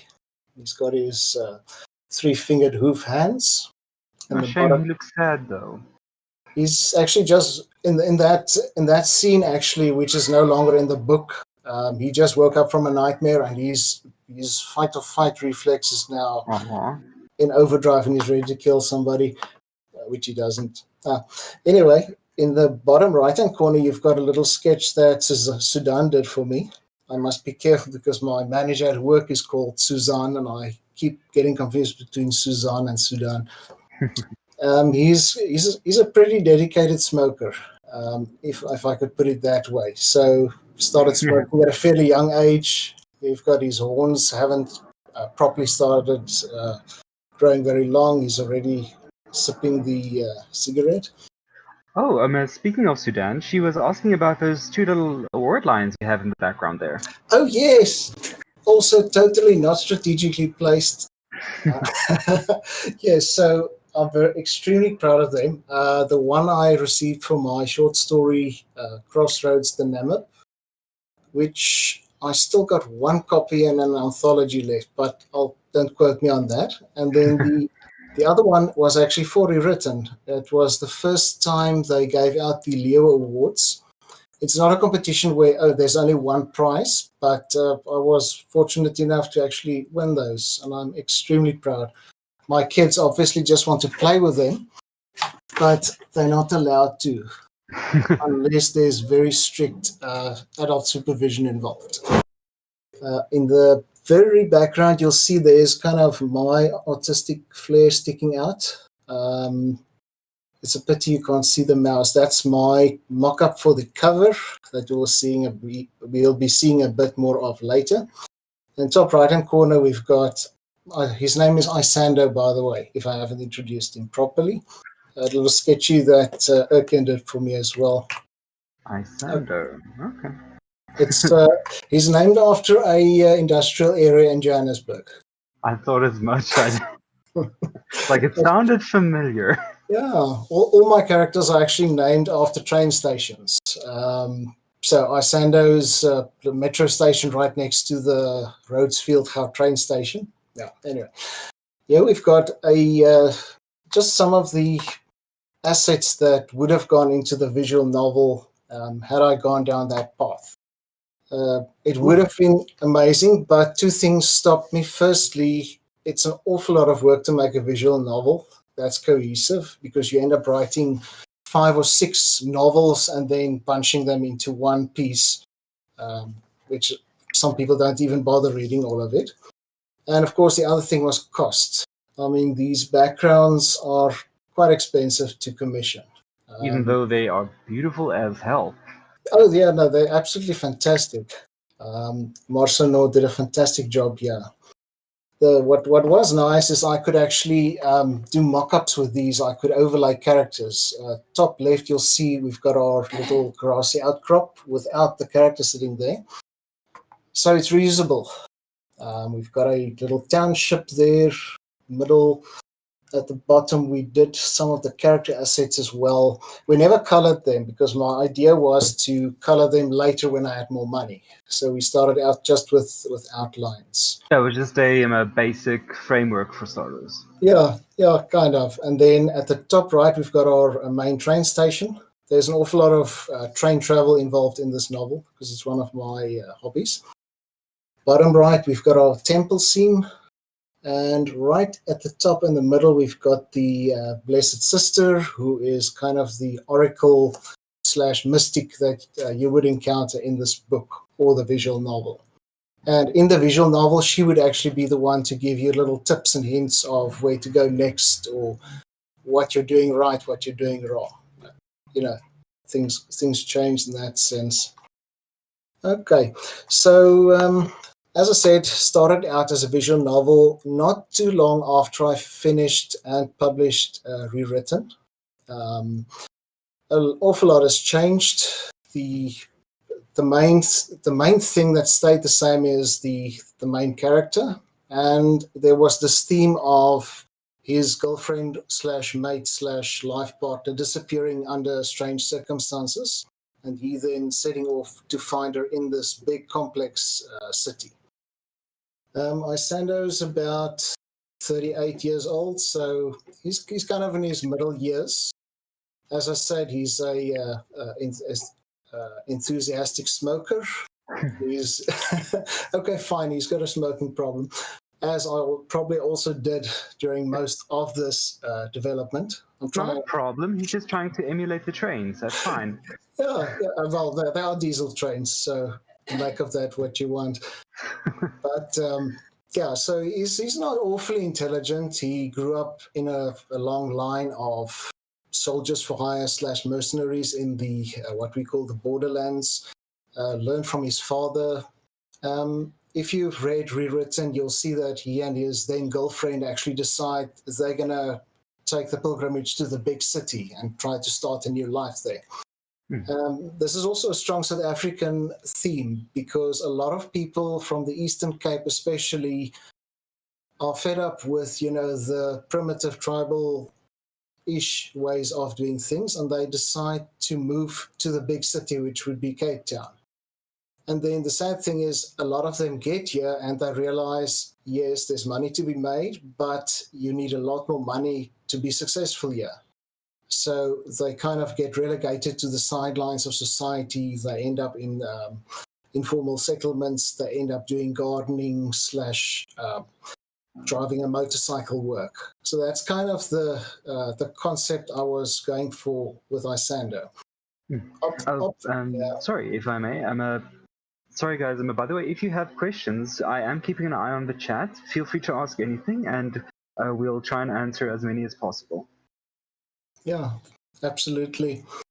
So there's not a lot of South African politics, not overtly politicized in any way or form.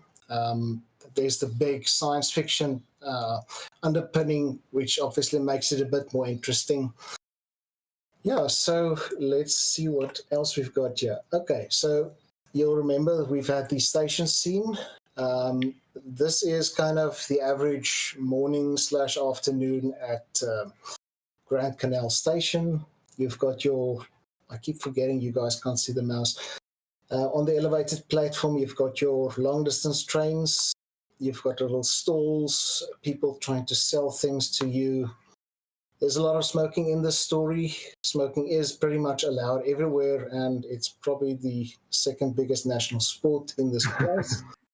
On the clock, you'll see an experiment I was trying to do to figure out a way for them to write. It's kind of interesting, but not really relevant to the story.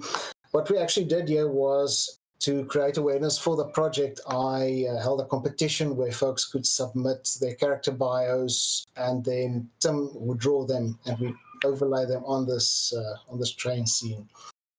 Nice. Oh, and by the way, Transmogrified says a rewritten was a fantastic novel. Who hasn't read it yet should read it.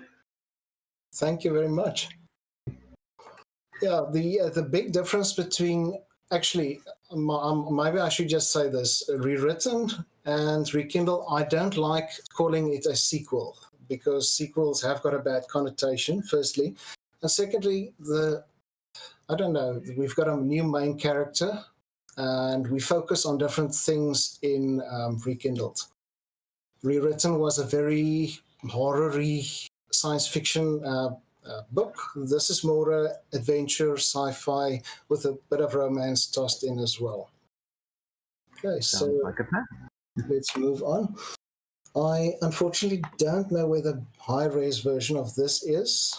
One of the themes in this book is unionization of the workforce.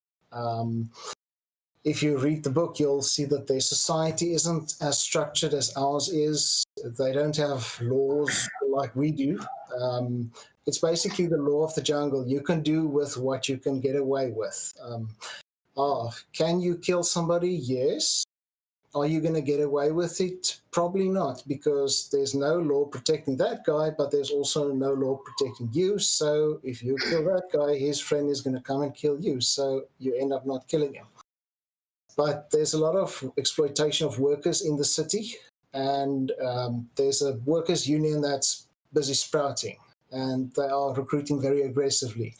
Isando actually also becomes a part of this union about halfway through the book, and that then gets him into a few other cracks that he otherwise would have missed. So the look and feel of the book, I don't want to call it diesel punk, because it doesn't really have that aesthetic, but yes, diesel is the main source of fuel. The mechanics are very crude. They don't have a big culture of safety, so you've got your gears in your factory, they're just running there. There's no safety cover or anything above that. You can pretty much do with what you can get away with. Yeah. And I got caught in the vendor belt. Oh dear. Oh well. You've just lost your arm. Too bad. Sorry, you're fired. But the union's going to come for you. That kind of thing. Okay, so the emphasis in this book is on the society. Now, you can imagine that all these different species living together in one big city. You can think of it as utopia, but not quite as, I wouldn't say not quite as positive, but it's not as organized. It's a bit more organized chaos. You've got your big buildings that were left empty by the humans who vanished.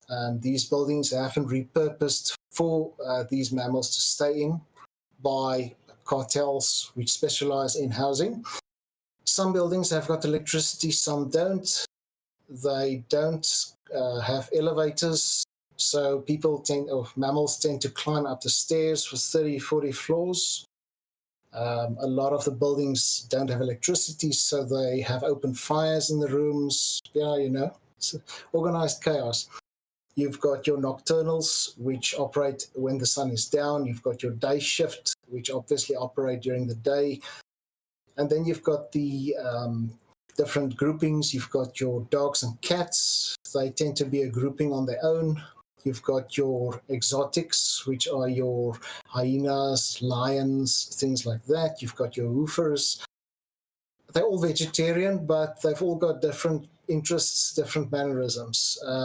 For example, I had this idea that cats and dogs tend to like karaoke and the more singing musical kind of entertainment.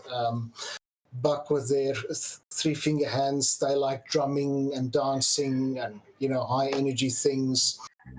And then some of the smaller mammals, they probably play dominoes or chess.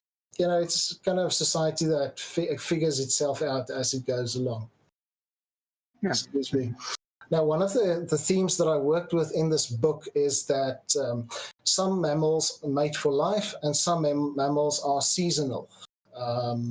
Isando being a kudu, he would be a seasonal, his love interests would be seasonal, or he would be expected to have seasonal love interests. And he and his mate actually end up being together for quite a long time. And it's also something that he has to work through during the course of the novel is what is right for him. Should he be spending all this time trying to find out what happened to her when he could just easily move along?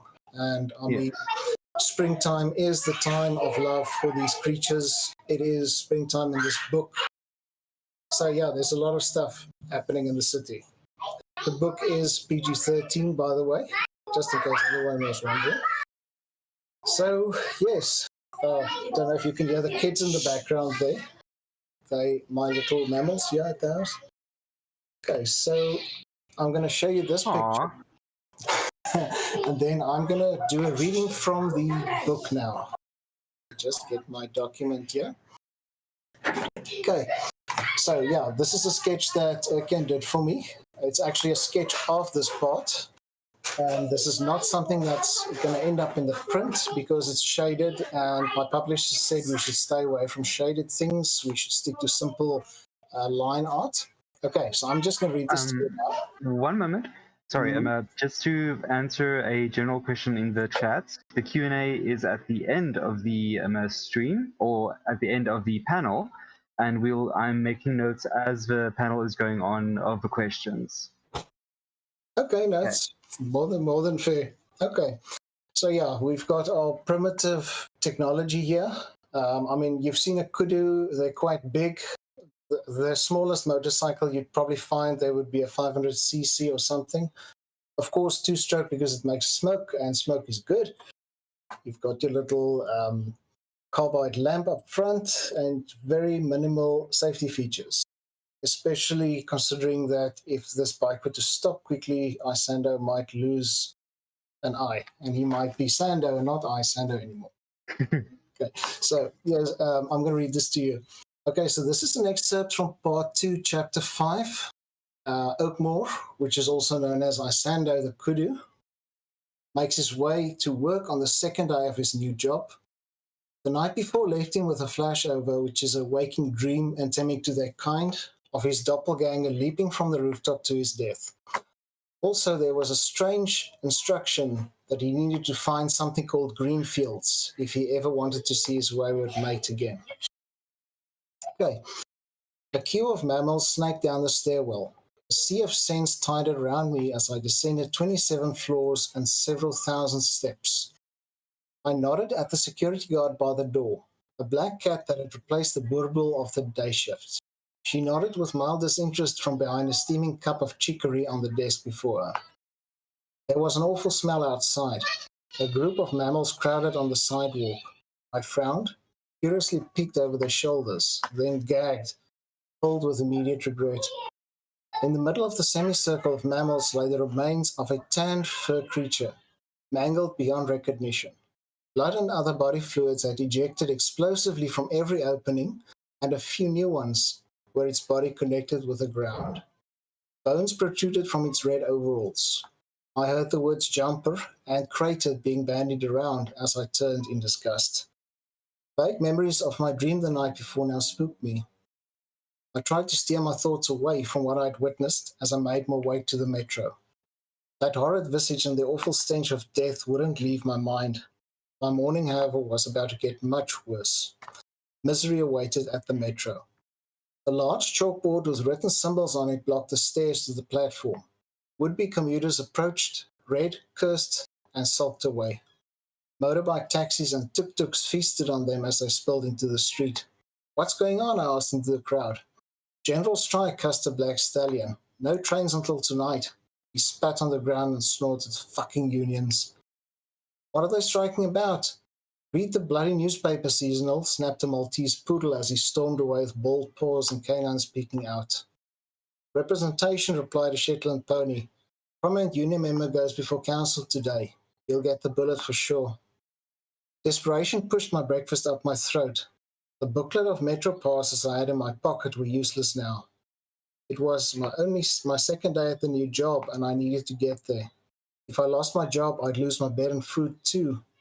I anxiously flagged down a tuk-tuk by the side of the road. Boys in town? I asked the waiting meerkat. £7.50, she replied impatiently as she leaned over the handlebars. I jolted. That was nearly half the money I owed. Okay, thanks, I'll make another plan. She shrugged. The goat behind me pushed past and eagerly handed over a fistful of coins. The tiny engine sputtered as he took the seat. They snorted away. Now alone in the crowd, my chest felt tight. If I ran at full speed, I'd arrive exhausted before my shift even started. But I might not even get there if I got lost along the way. Hey, Asando! A familiar voice cut above the crowd. Over here! It was Kentamada.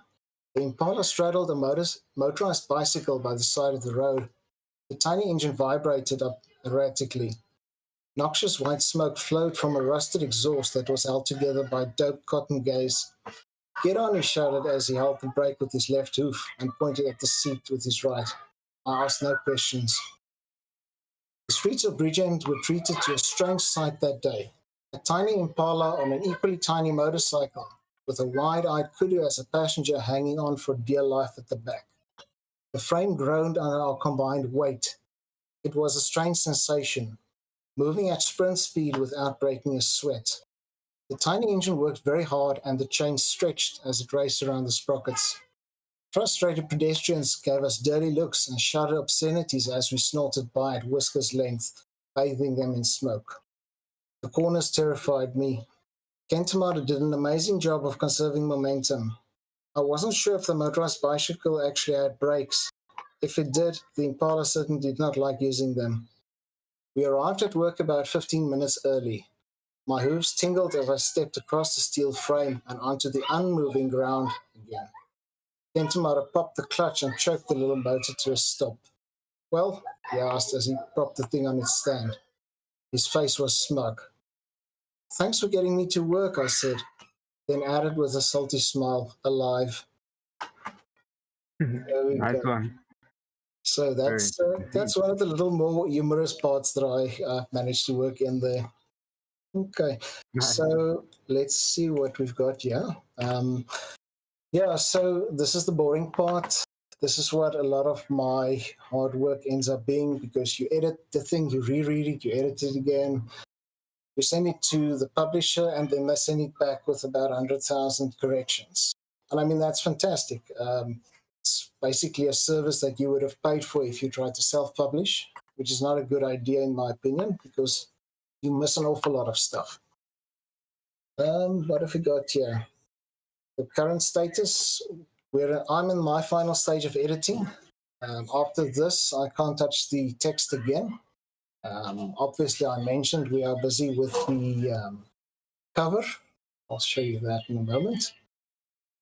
Now, we've tried to actually get the lighting in this cover perfect, because the lighting and the perspective was going to make or break this cover. So what Erkan was willing to do is to do a 3D mock-up beforehand. This over here on the right is Isando. You can see he's holding a light source, which is a carbide lamp in his right hoof, and he's got a derringer in his left hoof. And he's in a passage, and at the end of the passage there's a glowing human figure. People who've read Rewritten will know that humans do show up as ghosts or specters or other supernatural should I say, phenomenon in this world. To them, it's normal. We are gone, but we are not entirely gone. It's a kind of a spirituality aspect of this world that I'm still working on. Okay, so the book opens for pre-orders middle May, which is also when my birthday is, the 14th. So something to look forward to. And the release date is for early July, if everything goes according to schedule. Okay. Yeah. No, I'm just saying awesome. Yeah. I'll show you a few more pictures in a minute. Just going to switch to this. So here we are again. You'll notice Isano's still got his blue overalls on here. Okay. So what I'm going to do, because I see we've still got an awful lot of time, I'm just going to dig into my folder here. I'm going to show you some of the sketches that the artists. Oh, this is a transparent picture, so that's going to be a problem. Let me see if I edit it with paint. There we go. So this guy is called Buerta. Strange that all my Sorry, Yaku, the screen hasn't switched. Oh, did I perhaps share my application, not my screen? Let me just go into the control panel again. Screen. I'm going to share this screen. Can you see it now? Can you see it? One moment. There we go. Okay, so this guy is called Buerta. He's a patriarch of the oil and gas cartel. He's extremely rich, extremely influential. Got a very expensive taste of cigars. This sketch was done by Juniper Goat, and this is one of the sketches that are going to be included in the final book. Lovely. And then I'm going to show you this one. Oh, is that one of the inspirations for the sites in your book? Actually, no. This is, I can't pronounce the artist's name. I will put it in the chat afterwards. This is a very interesting visual experiment. These are two teleporters, but I'll get to that. I'll share the link with you guys. No worries. Let me edit this. So here we go. Now this is Exobiota's work. This is Mbekweni. He's the patriarch of the Workers' Union. He's a warthog, and yeah, you can see he's been around. His tusk is chipped.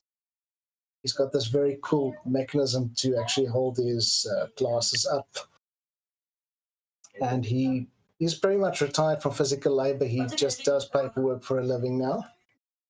Very rough guy, but nice guy. And then here we've got one of our supporting characters, Herman the Otter. Just look for my mouse. I love this guy. I might actually end up writing a book about him next.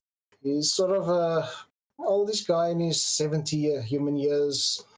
He lives on his houseboat and he basically smokes pipe, drinks whiskey, and tries to play concertina for a living. Very nice guy, and he's also a very close friend of Isando by the time things start happening in this book. Awesome. Last picture I want to say again. No, he looks like an awesome character design, honestly. I'm absolutely mad about him. He's also got a very strange accent, which I hope it comes across correctly. Every book I write has got one character with a strange accent. And so here we've got Mandalay. She's a Nyala doe. By the way, doe isn't actually the correct female, what's the word type? Anyway, a female buck in South Africa is actually called a cow. But you know what? Oi. An ewe or a cow, but you know, none of those words actually sound good. So I decided that in this world, it's a doe. It's a buck for any kind of male identifying hooved character, and a doe for any female identifying hooved character. She's a bar lady. She actually owns the bar. And she is one of two love interests for Isando in this book. The other one being the missing lady, right? Okay, if you want to be technical, he doesn't actually hook up with his ex-girlfriend / mate again. it just kind of drives the plot forward. So it is this gorgeous doe.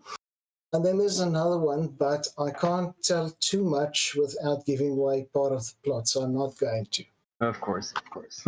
And yeah, unfortunately, not a lot of Afrikaans words translate well to English or sound good in Afrikaans. Yeah, because if you if you call a lady like this a cow, then she'd probably slap you. And, Yeah. With those hooves, you don't really want to get slapped. Yeah. Hey, honey, you look like a good heifer. You're a cow, man. Okay, and then what I can also show you some of the drafts I've got here. Let's go. So this was going to be the first scene in the visual novel, where you would wake up in your. Can you see this, by the way? Oh. Yes, I can see this, and that is. Yeah, this is very your emotive. this is your ex/former mate, and you've just woken up inside your caboose, which is your little house. And as you can see, it's poverty written all over it. The place is falling apart. But yeah, this scene is completely out of the book now. And then what have we got here? Oh yes, this is another picture that Sudan did for me. Very proud of this one. I can see the style. It's very pretty. Yeah, she did. She went through a stage where she did all these little sketchbook brown paper sketches, and I absolutely love them. And then she also did that one for me, if I remember correctly. I don't see it now though. Yeah, so I guess that's it from me. Looking forward to getting the book published, getting forward to going through the whole emotional experience of, seeing it released, pre-orders, getting my first physical copy. Yeah, it's exciting times. And I really hope you guys enjoyed this. We're going to take some questions now, I guess. Yeah, I got a nice little list here. So the first question is actually Fisher, asking if diesel cigarettes are a thing. No, they are not. I can tell you though that the Earth's taken a bit of a beating since man left. So what they call coffee or chicory is probably not what we think of as coffee. It's probably vile. And I also know that tobacco, like we know it, is considered a special treat for them. The stuff they usually smoke is usually a blend of dacha and old tobacco and straw, probably. Nice. Sorry. Just by the way, this is also Sudan's work. We did a Build a Mammal workshop the last convention, and this is what happened. Nice. Looks like an awesome character as well. Yeah. Then Sudan wanted to know if there is a species hierarchy. There is a loose hierarchy. If you think of nature, yes, your apex predators would be a bit above your herbivores. And I mean, everyone in this world is vegetarian for reasons. But the big difference is it isn't codified. So there isn't a law that says because you are a lion, you can do this. I mean, sure, a lion could swipe one paw and he could kill a smaller mammal, but who's to say the smaller mammal isn't well connected and he's got friends, So it's more of the unspoken rules. It's more unspoken rules, and also I'm inclined to say mammals or mammally are not inherently bad, like I think humans are. I think we're inherently bad and we learn to be good. They are the other way around. They're inherently good and they sometimes learn to go bad. So, I mean, in nature also, a lion's not just going to go around killing little bokkies just for fun. He's going to kill when he's hungry. Unlike humans who just like wiping things out for fun. Yeah. By the way, sorry, as a side, thank you to Moxie Foxy for the $5 tip. Thank you. We are currently at, oh, for Pete's sakes, Perseverance, stop spamming, 811 donations. Thank you so much, everyone, for your donations. Well, if there's one takeaway, we should always multiply the target by 10. Because I think last year we started with $100 and we ended up with, I don't know, one of the other guys probably correct me, but it was more than that. Yeah. And we're pretty close to getting $12,000 this year. Did Just, you? yeah. Sorry, yes. A last thought on the hierarchy in society. Creatures tend to stick together. Dogs and cats tend to be outcasts because they are able to interbreed to a much greater extent than the other creatures in this book. So they kind of seen as the chuff, you know, they do all the gardening and the street sweeping and stuff like that. But again, it's not codified, it's not in the law. So nothing stops you as a dog to be a patriarch of a cartel or something like that. Okay. Then the next question was a general feeling that why is it not shaded artwork that's going to be included in and just line art? I'm assuming this has to do with costs. You see something like this, Stellies on the left. That's kind of the most sophisticated the printer is able to do. Because it's primarily a text printing process that they use. If you're going to do graphics, the price goes up quite a bit. Yes. And then, you know, if you're going to do black and white shaded, why not just spend again a little bit more and do it all color? So it was a decision we made early on. My publisher's only starting to look into printing graphics. I know there's Lancia Chronicles, which has got illustrations in. So it's an experiment, and we'll see if it works. My publisher was upfront with me, and he said that pictures don't really make the book sell better or sell for a better price. Fair enough. And that's also why I'm funding the illustrations myself. I just wanted, I think it's nice, and I wanted it there, so we negotiated around that. Yeah, just so people have a frame of reference to work with it. Yeah. We'll see if it works. If it works, then I'm happy. If it doesn't work, then next time we'll just do text. Yeah. By the way, FURSAverance has posted that last year was 1,000. Say again, 1,000? 180. Oh yeah, well over 1,000 last year. Fantastic. Yeah. Okay. Then the next question was actually one I thought of. Are you considering making rewritten or rekindled into audiobooks? It wouldn't be my decision. If my publisher says it's a good idea, then I'll fully support it. But the problem is the furry reading market is already small. Yes. So, you know, if I sell 100 copies, or if I sold 100 copies I've rewritten, I'd be happy. I think it's probably close on how many copies I sold. I could be wrong, but it's not a big market. You're never going to get rich selling a furry novel. You do it for the love of the job and for the love of the recognition you get for that. So, yeah, I wouldn't go out looking for an audiobook. Okay. Then I noticed that you're using the same money unit as we currently use in South Africa for your book universe. Yeah, but it's the kind of rands that our parents grew up with. Okay. So you have notes for 1 rand.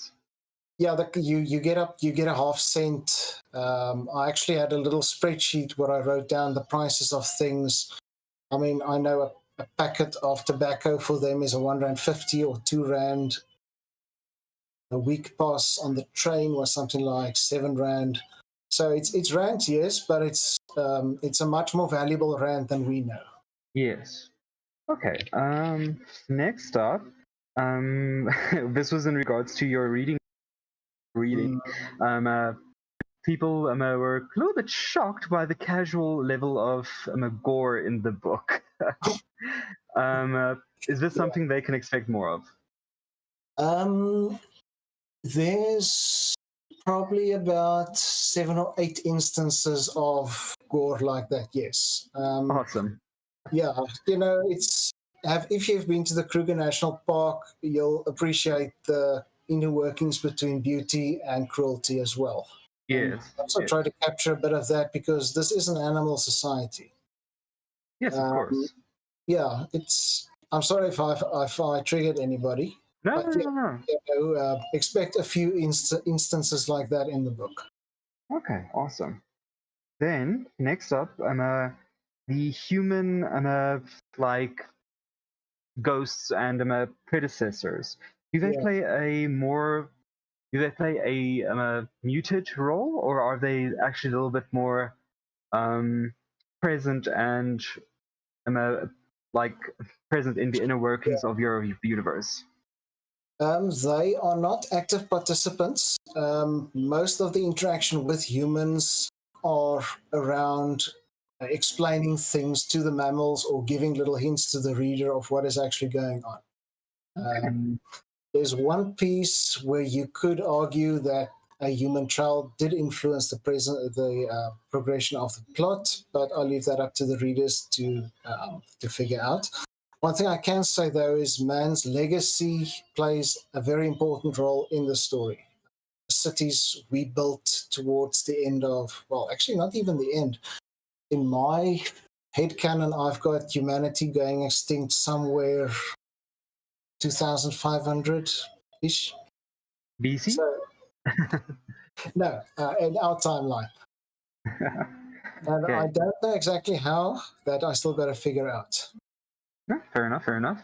By the way, just a reminder, questions are more than welcome. I am keeping an eye on the chat to write down to ask Mayaku. Moving on to the next question. Sudan wanted to know if there are other domestic animals in the lineup besides horses, cats, dogs. Yeah, no, I've got a good spread, I think. I've paid a lot of attention to get my gender spread good as well, and not to have hard jobs exclusively done by males. So we've got dogs, cats, various dog species, various cat colorings. We've got lions. We've got buck of all sorts of shapes, springbok, kudu, eland. We've got a zebra, obviously. We've got an otter. We've got a good spread, I'd say. What you won't find in this book is avians, things that can fly. Bats you don't find in this universe, or at least in what I've written so far. You don't find whales, dolphins, elephants, giraffes, things that are just a bit big to integrate fully into this world. So I treaded carefully with those. Okay, awesome. Then one thing that came up in my thoughts is, are there instances where predatory nature kicks in, for instance, for a lion or cheetahs or whichever, and a case of cannibalism happens? Mammals are blocked from consuming the flesh of another mammal. Phone is not on silent. That's a punishable offense. Let me just kill this thing. They are not blocked from using their natural ability to kill. So a lion would still use its claws to kill. A dog would still go for the throat. But they've been hard blocked not to consume the flesh that they kill. If you've rewritten, you'll see that there's an exception to the rule. But I'll leave that to you for you to discover yourself. What they do eat an awful lot of sugar cane and cornstarch. The city of Bridgend is somewhere along South Africa's east coast. I don't know exactly where, so I just say it's a new city that doesn't exist yet. And you'll know from that part of the world, there's an awful lot of sugar cane, and of course, the whole world is going to be eating corn in a few decades' time because of all the genetic modification that takes place there. If you have a fancy dinner, you would have something like potatoes, lentils, boiled up leaves. Nice. And luckily, alcohol is also vegetarian. So Oh, definitely, yes. After smoking, drinking is probably the third biggest sport in this world. Okay. Then there was a lot of interest in Herman the So how serious are you about a book about him? It's Herman, not Herman. Sorry, Herman. Yeah, I'll bring up another. You can still see my screen, right? Yes, I can still see your screen. Go. I'll show you another picture of Herman. Hermon. Hermon train station search. It's not coming up. Okay, I'll try to find it for you. Yeah, no, he's he's aged, so I don't see him moving around a lot. But you know, you can always write a book on what he did when he was younger. Yes, of course, of course. So yeah, no, I absolutely adore him, and I'm pretty open to working with him. There's actually another otter in the book which doesn't have a name as such, who was actually a recce of the then South African Army. And they do things which I'm not going to discuss right now, but I actually thought of doing a story about him too. You know, how would a special forces squad operate if there was an anthropomorphic otter in their midst? You know, you could do things like swim ahead of the squad, swim Could be next to a literal Navy SEAL. yeah, a Navy otter. Okay, and then coming from that, Lit Lunifer suggested that if you do a book on Hermon, you should call the book Reboot. Yeah, I need to decide whether I'm going to stick with this naming convention going forward. Though my feelings are that I'm going to be going in a different direction after this. Okay, fair enough, fair enough. Okay, moving swiftly along. Are there LGBT elements in the universe you created? Absolutely. Wonderful. The society is very open to people, mammals with other orientations and with other ideas of what their sexuality and their gender are. It's a non-issue to them. Just like, how would I say, people that are left-handed in our world, it's not a big deal. Well, now, because in the past, left-handed people were kind of witch hunted. Yeah, no, in that sense, this universe is very easygoing. Okay. Then Sudan wanted to know: are there banks in the universe? Can you get interest? Can you what? Can you get interest? Can you get interest? Yeah, absolutely. There's a. I feel like this was more of a troll question, but I included it nonetheless. No, it's fine. There's a big central bank in Bridgend, and that is one of the ways in which they control this world from that city island. Obviously, it's not codified, so anyone can invent a currency, and you can also barter trade if you wanted to. So if you use the currency that they provide, it's for your own convenience. Awesome. Then Fassman wanted to know what was the process you followed to get published. Well, I initially, or with this book specifically? I believe initially. Initially, I actually wanted to self-publish because I didn't believe my work could be anywhere near the standard to actually publish it. So what I did is I approached Sean at Goal, and he asked him to edit it for me. So he edited the first few chapters, and he sent me an email. Listen, I think I might actually start publishing books. I've edited your book so far, and I think it's good. Would you be interested in giving it to us to publish? So I was dancing in the kitchen, and I said yes. Go ahead and do it, and the rest is history. That is awesome. It just again shows Gold Publication how like legit friendly they are. No, absolutely. You know, it's I'm glad I'm not a publisher because I wouldn't be able to say no to people in a way without feeling absolute guilt or. Okay, here we've got. There we go. Hermon Public Library. Nice. So this is on the R44. If you're going to be going towards the Newcliff bus, and my in-laws live here somewhere. Let's see if we can drop a little man while we wait for the next question to come up. Well, there is actually a next question. Was Sudan who wanted to know if there is a formal government besides the union that is currently aggressively growing. There is a Bridgend City Council. I wouldn't call them a government, they're more like a commonwealth. They decide that, we are all in this big human city together. We are going to do nice things, but we are going to have to get money from the businesses. So it's kind of a loose arrangement between the big cartels, the housing syndicates, and the mammals who live there. They kind of agree that they will contribute something towards the city, and in return, the city will give them a few things, like a police force, which is also an interesting concept since there are no formalized laws. So the police have got a certain degree of, what's the English word for that? They can use their discretion. If you get called out to a domestic incident, you're going to try to help whoever's getting beat up. Yes, You're not necessarily going to focus on what does the law say about entering the house, doing things like that. So it's kind of helping the citizens in a way, but also there's a lot of cartel influence in the police. So the police has a certain level of autonomy. Yeah. Okay. They do. Okay. Awesome.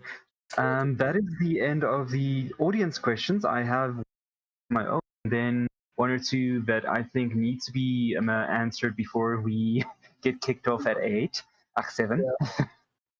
What is the cost that you're looking at for the book approximately going to be? Again, what I'll probably do is I will bring a few in myself. They will probably sell for just shy or just above 200 rands each. And they will obviously be signed. And then on top of that, I usually use Postnet to send them out, which is 99 rand to any other Postnet in the country. If you're gonna buy through Take a Lot or one of those places, you're probably gonna pay upwards of 400 rand for the book. I wouldn't recommend that. What I will do is when we get close to ordering, I will put out messages that anyone who's interested, even if you're still thinking about it, just give me a number. I'll get some into the country. For the overseas folks, I think the printed books usually go for around $15 to $20 each. I know Gold Publications attend most conventions, and they also sell directly from their website. Okay, and yeah, this kind of slots into the next question, that is how people are able to get it. We have already 2 answers from you. One is that they can get it via ordering from you when you get your stock, and then also through Gold Publications themselves. Yeah, I mean, you could order it through Amazon, but honestly, you're taking money away from a very hardworking publishing house because it's something like 70% of their profit goes to Amazon. There's going to be an ebook, definitely. The ebook usually follows a few weeks after the printed book. There was something else I needed to say. Yes. You see the shirt there? That shirt is available on Gold Publications' website for the overseas folks. I am thinking of doing another run locally. It's not worth ordering the t-shirt from America to South Africa, but I have permission to pay royalties and do my own screen prints here if there's enough interest. And yeah, if people would like to see the book in actual circulation via bookstores, the best advice I can give you is to actually go to your bookstores and ask them to request the book for you, to order the book for you from the US, from Gold Publications. But always go for the first channels, like with Yaku himself. Yeah, and you would know because I actually work at Exclusive Books and have imported previous titles from Gold Publications, and namely SOAR, Selections of Anthropomorphic Regalement. Yes, and then he didn't get fired for it, so maybe he can twist his manager's arm again. Who knows? Yeah, the main thing, Staple, is if there is a demand for it, if there are requests, we have to honor them. And I know for a fact that Gold Publications does not have a distributor in South Africa, so we have to get them from the US itself. So it is possible. Cool. I see there's a friendly protogen who's about to unfriendly pick us away. Alt F4 are faces from the channel. So, yeah, thanks very much for attending and listening. Follow me on Twitter, follow my project on Twitter, at Proj Greenfields. I'll put it in the chat, and enjoy the rest of the convention.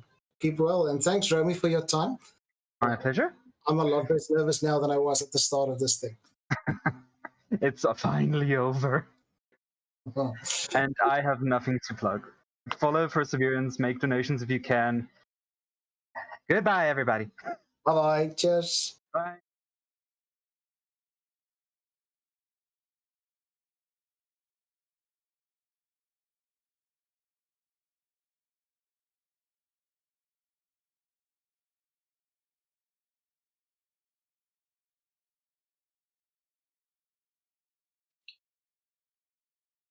Good evening, everyone. It's me, Fussman. I'm joined today with Kidra, and we are going to be talking about retro gaming.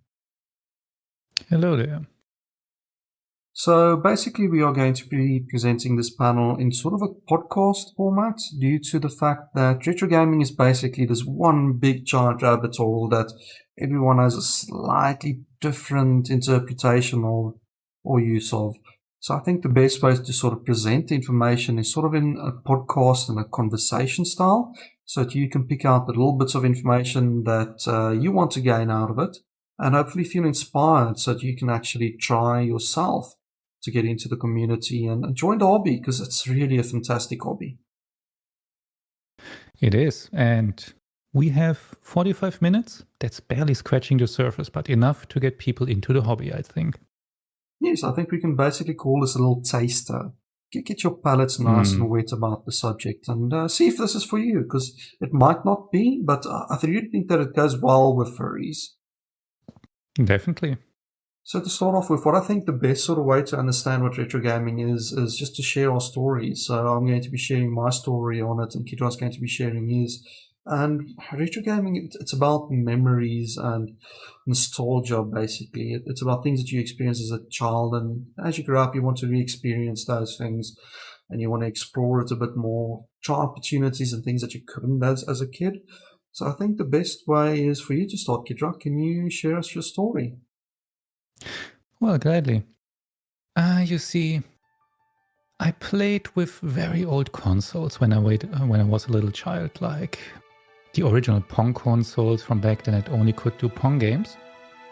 And I remember that I also played a bit on an Atari 2600, or Atari VCS as it was originally called. But my first own console, that was a Sega Master System. And I have fond memories of that system. Basically back then it was the competing product to the, in the US, very much beloved Nintendo Entertainment System. Here in Europe it was a bit different. The Master System and Sega had a better footing in the market, so I had a Master System, and it was also a bonding experience with parents and grandparents who helped me with the video games that I could not yet understand fully because English, for example. So it's a bit sad that back then, when the Master System broke, it went into the trash with all the video games, because it was just old, we had newer stuff, and we held no value to these things, something that I regretted. So what got me into retro gaming was when I, just for the fun of it, tried an emulator. After the Master System I had a Game Boy and an Amiga 500 by Commodore, and it was an Amiga emulator that I tried. And to my surprise, it was like an anchor back into childhood. Because of the games that I knew from back then, I played them again. And together with the games, the old emotions, what it was like to be, you know, a child, the friendships back then, the entire context came back, and I could really get sunk into it for hours, and it felt great. So I've always then dabbled a little bit in retro gaming here and there, but it really took off when I got interested into FPGAs. And at first I did not collect original hardware.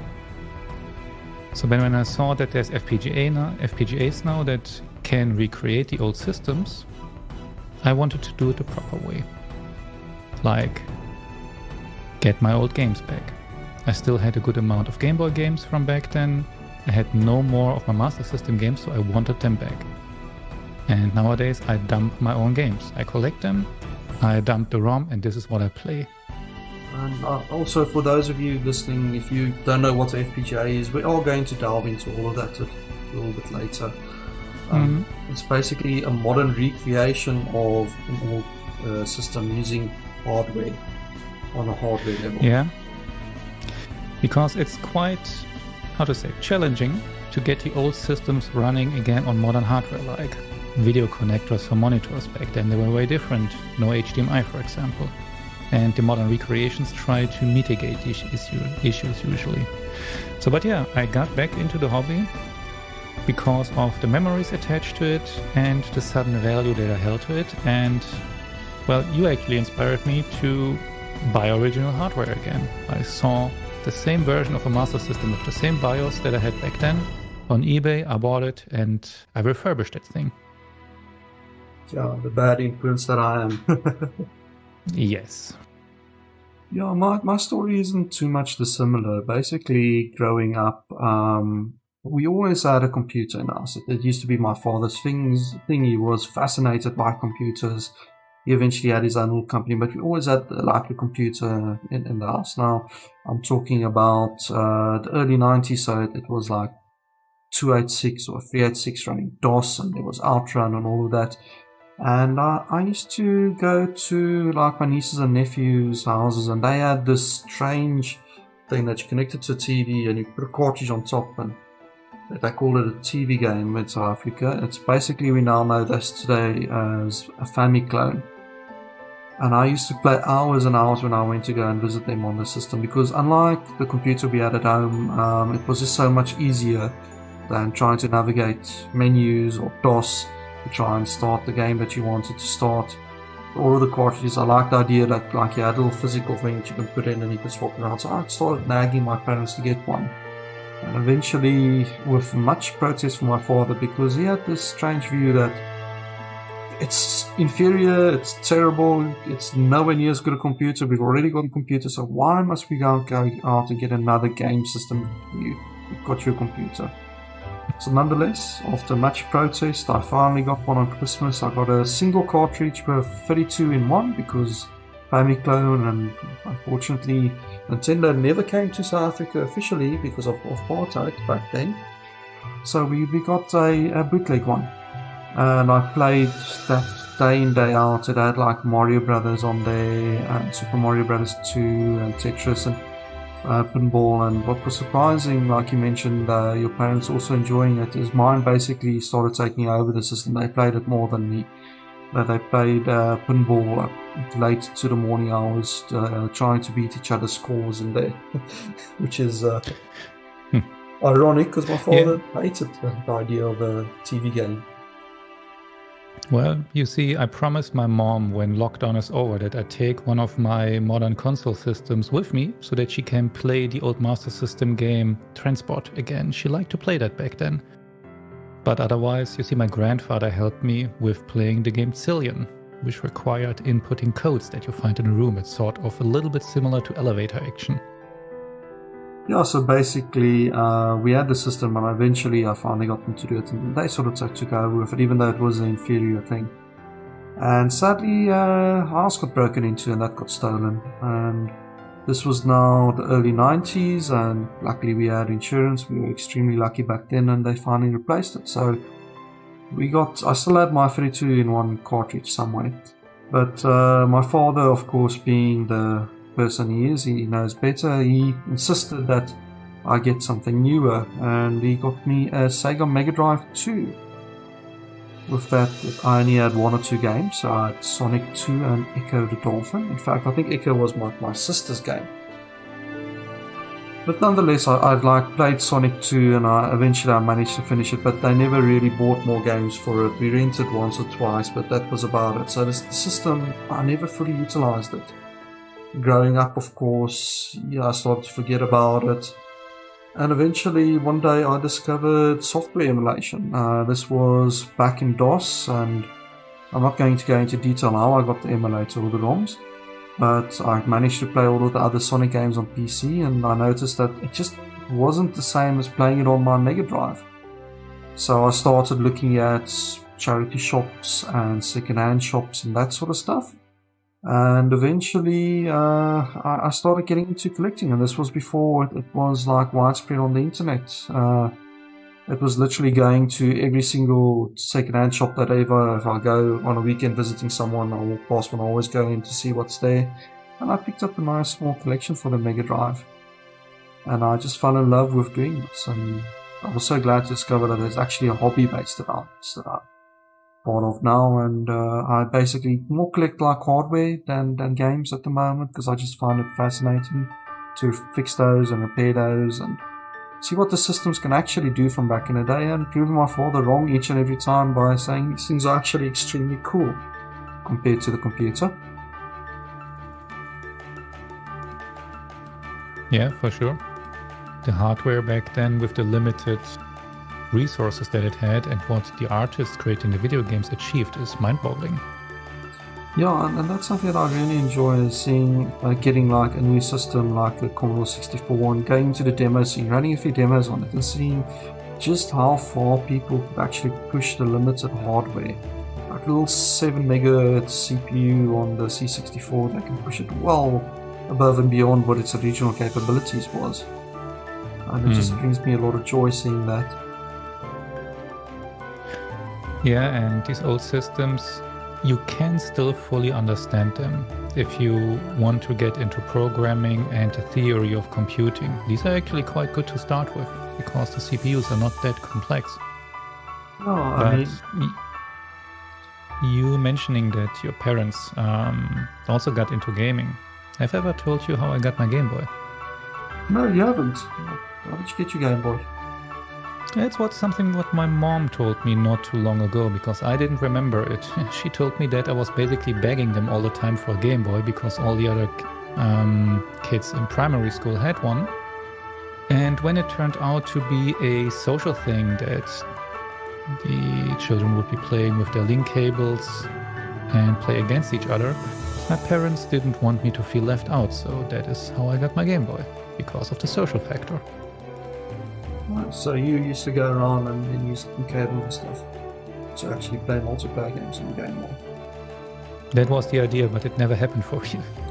Yeah, I knew you got the link cable, but there were so few of those in South Africa. I basically got mine because I had a friend, or particularly my father's friend's son, used to come over and visit, and he used to brag about his Game Boy, and he really didn't treat his well. The screen was all busted and was scratched up and all of that. And he had a few games, and I love the fact that you can have something portable to play with. And we basically were invited to Switzerland. We have a good friend in Switzerland that paid for a trip for us to go and visit. And when we went there, of course, I had a little bit of an allowance. We stayed there for 3 weeks, so every week we got a bit of money. And while we were in Switzerland, I noticed that Game Boys there was extremely cheap compared to what we paid here in South Africa. So I actually bought my first Game Boy in Switzerland. And oh, that's awesome. I made the huge mistake of choosing my 2 starter games. My one was the cheapest one you could get, didn't have the packing Tetris. It sucks, I wish I had Tetris. So the 2 games I chose for the Game Boy was Paperboy and Speedball. Oh, and decisions. Both of those games use motion. It's very fast paced, because Paperboy you can't stop. It's constantly like moving upwards on the screen, and the Game Boy screen blurs when there's any motion on it. Same with Speedball. Speedball used to be the sort of futuristic soccer game, I can call it. And you had all these players running around, and you can't see anything. It was terrible. Although I did get some games later on, but also that got stolen, that Game Boy. So that's another thing I replaced as I grew up. I found a replacement somewhere and I refurbished it, put a new case onto it. So I still love that system. Yeah, I'm lucky that I still have my original Game Boy from back then. I just fixed the screen myself, replaced the screen shield, and it's still working. And got a Game Boy Color off eBay and did a screen mod on that one, which I actually used to play, like proper IPS panel in a Game Boy. Yeah, those things are like virtually indestructible Game Boys. It's a good like starter system to get if you want to start collecting real hardware. They're fairly cheap. Locally in South Africa, they're like $700. And 90% of the time, you don't have to do much for it. The screen, of course, fades over time, but you can get modern IPS replacements for it, which I would recommend just getting anyway, so that you don't have to suffer like I did playing Paperboy. And I would suggest anyone that wants to start with real hardware, start that. But now that we're on the topic of real hardware, you mentioned before that you had a Sega Master System. That is correct. Do you want to go into how you got it, why you chose it, that sort of thing? When I was getting my old games back together, that was my original goal. I just wanted my old games and not more. But of course it never stops there. I, by chance, saw an offer on the same BIOS version Master System that I had back then. Same BIOS version because the BIOS 1.3 had a hidden game included, the Snail Maze, that was never released on cartridge. And that is what I wanted back. Had a fair price, had even the included Sega card of Hang On and the original manual, so I had to get it. Was a no-brainer, really. But then I noticed, you know the difference between the different TV regions? Well, PAL games play way too slow, NTSC games play at the proper speed, or rather, the console at NTSC speed plays at the correct speed, so I could not stomach the slowed out games anymore, so I modified the Master System with a switch that I could switch between PAL and PAL 60, which is luckily easy enough to do on a Master System. I polished it up, cleaned it, and yeah, it's like a relic from my childhood now. It's awesome, man. It's interesting that you mentioned that you had to modify it to get it back to full speed. It's basically the same as story I had with my Famicom. So in South Africa, once again, you never had Nintendo products. So you had TV games, which was all Famicom clones of various sorts and various qualities. So as I grew up into the hobby and things, and I really wanted to replace my Famicom that got stolen by my Famicom clone. So eventually I tracked down someone that went on holiday to Japan, and I was like, okay, I need you to check all of the shops for me with secondhand stuff. They're going to sell it as junk. I need you to bring me back a Famicom clone, a proper Famicom. So a Nintendo Famicom. Which, if you're from America, Famicom is basically the precursor to the NES. And it was quite cheap. It was less than 100 rand, but of course the shipping for it was about 500 or 600 rand, and it got shipped to South Africa.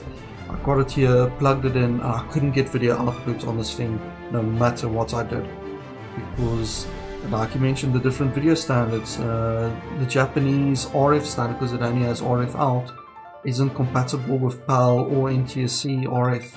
So I had to mod in the AV mod for it, and mod in an audio mod for it.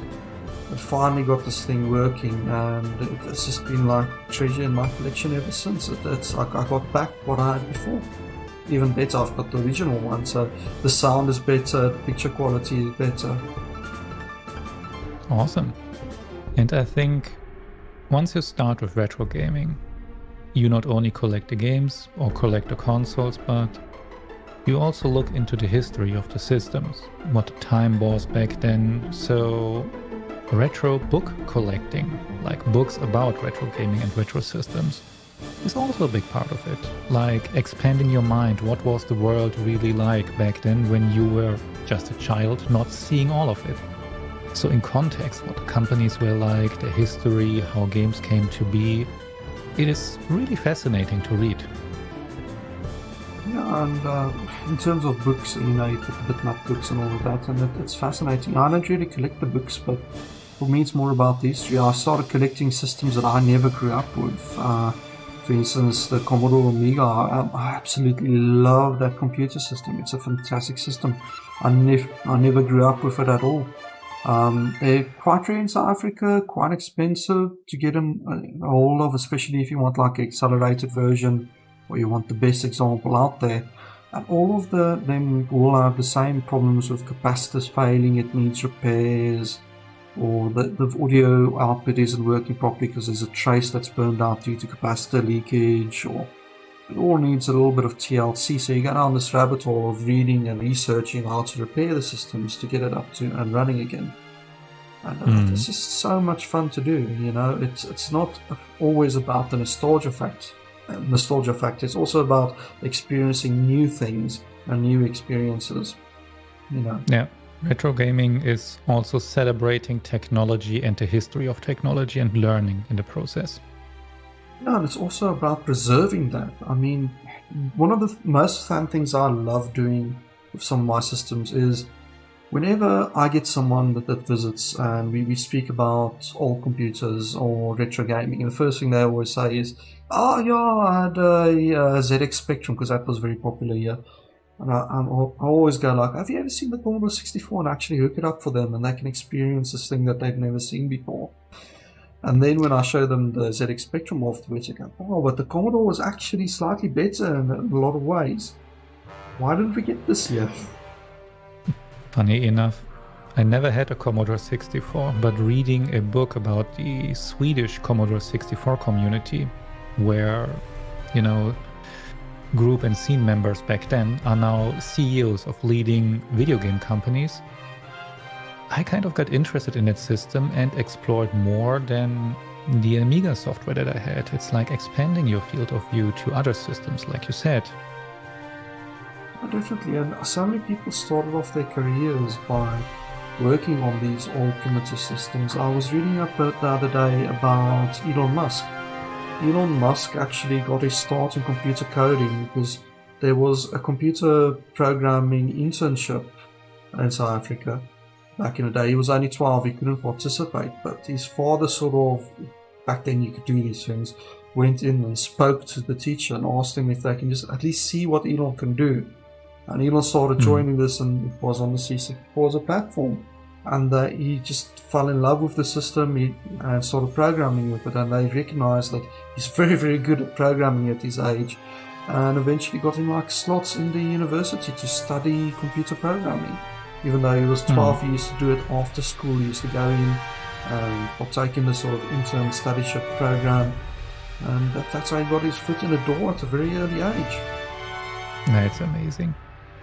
And how many of our modern game companies, Electronic Arts for instance, started off as well on the C64 and Specky that ports and a whole bunch of other systems as well. Most of what we've got today started back then, and it's just so much fun to experience it. Yeah, look at Team 17 from back then and still around. Actually, some of my favorite games back then, like Alien Breed, they were made by them, or Worms. That was at the end of the 80s. They're still around, they're still producing.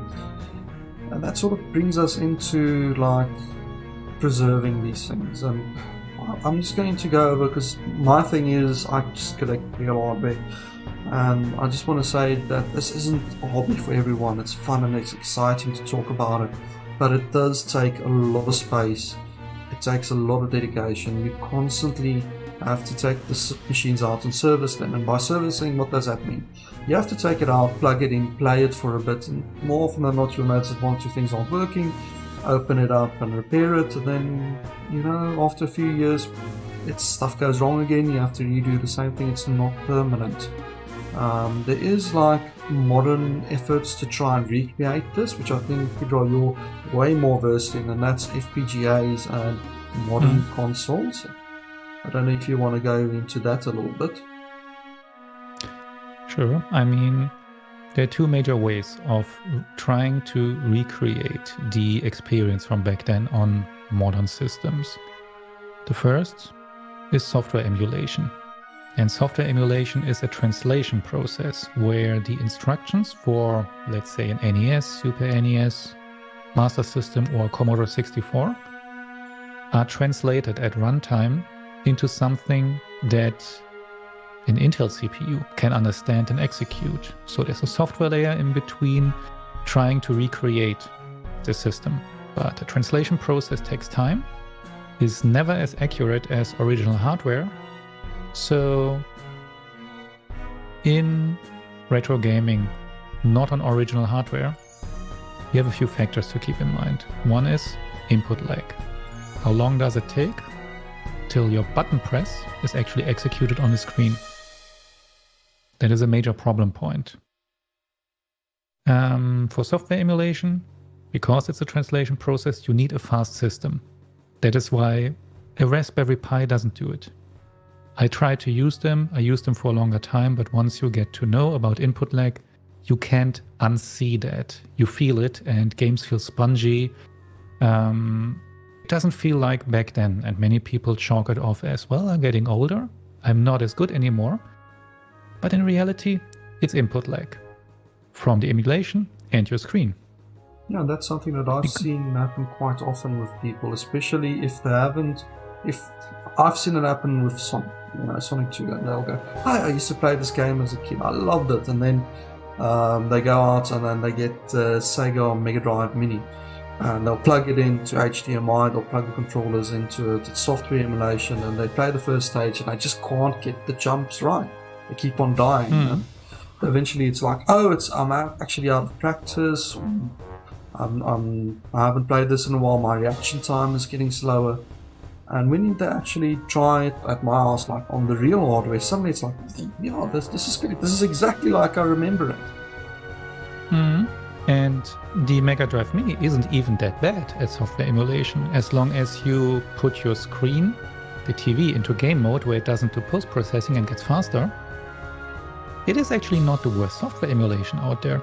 It's on the verge, but it's enjoyable. Raspberry Pis, you even have input lag on Game Boys. I could compare it to my original Game Boy, very noticeable once you saw it.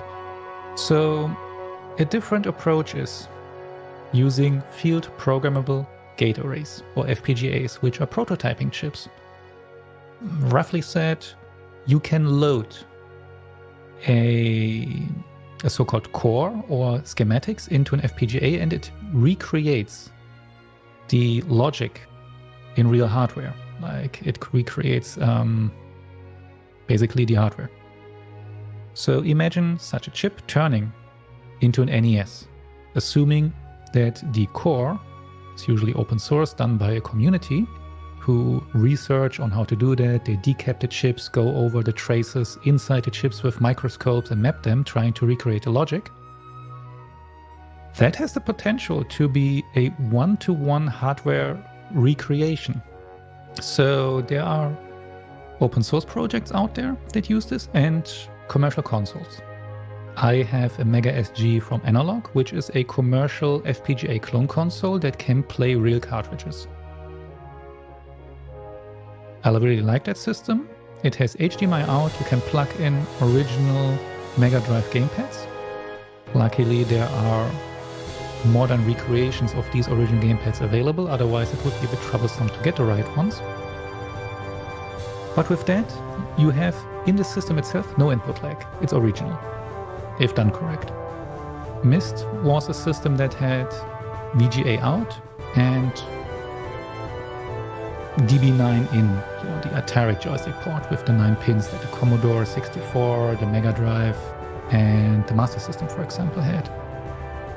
So that was an open source project where volunteers and programmers recreated these old systems. It was a box where you could say, okay, I want a ZX Spectrum, I want a Commodore 64, or I want a Master System, and the chip will program itself and output the video.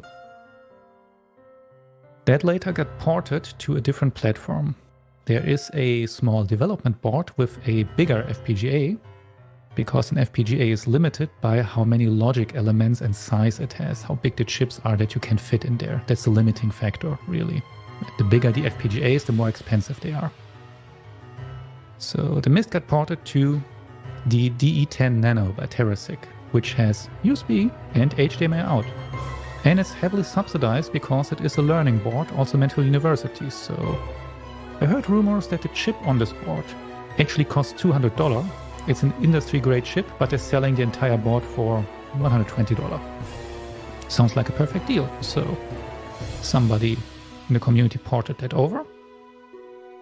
And that is now the Myster, which attracted a lot of people with active development, and you have a lot of cores. Arcade cores, a lot of different systems, a lot of different computer systems.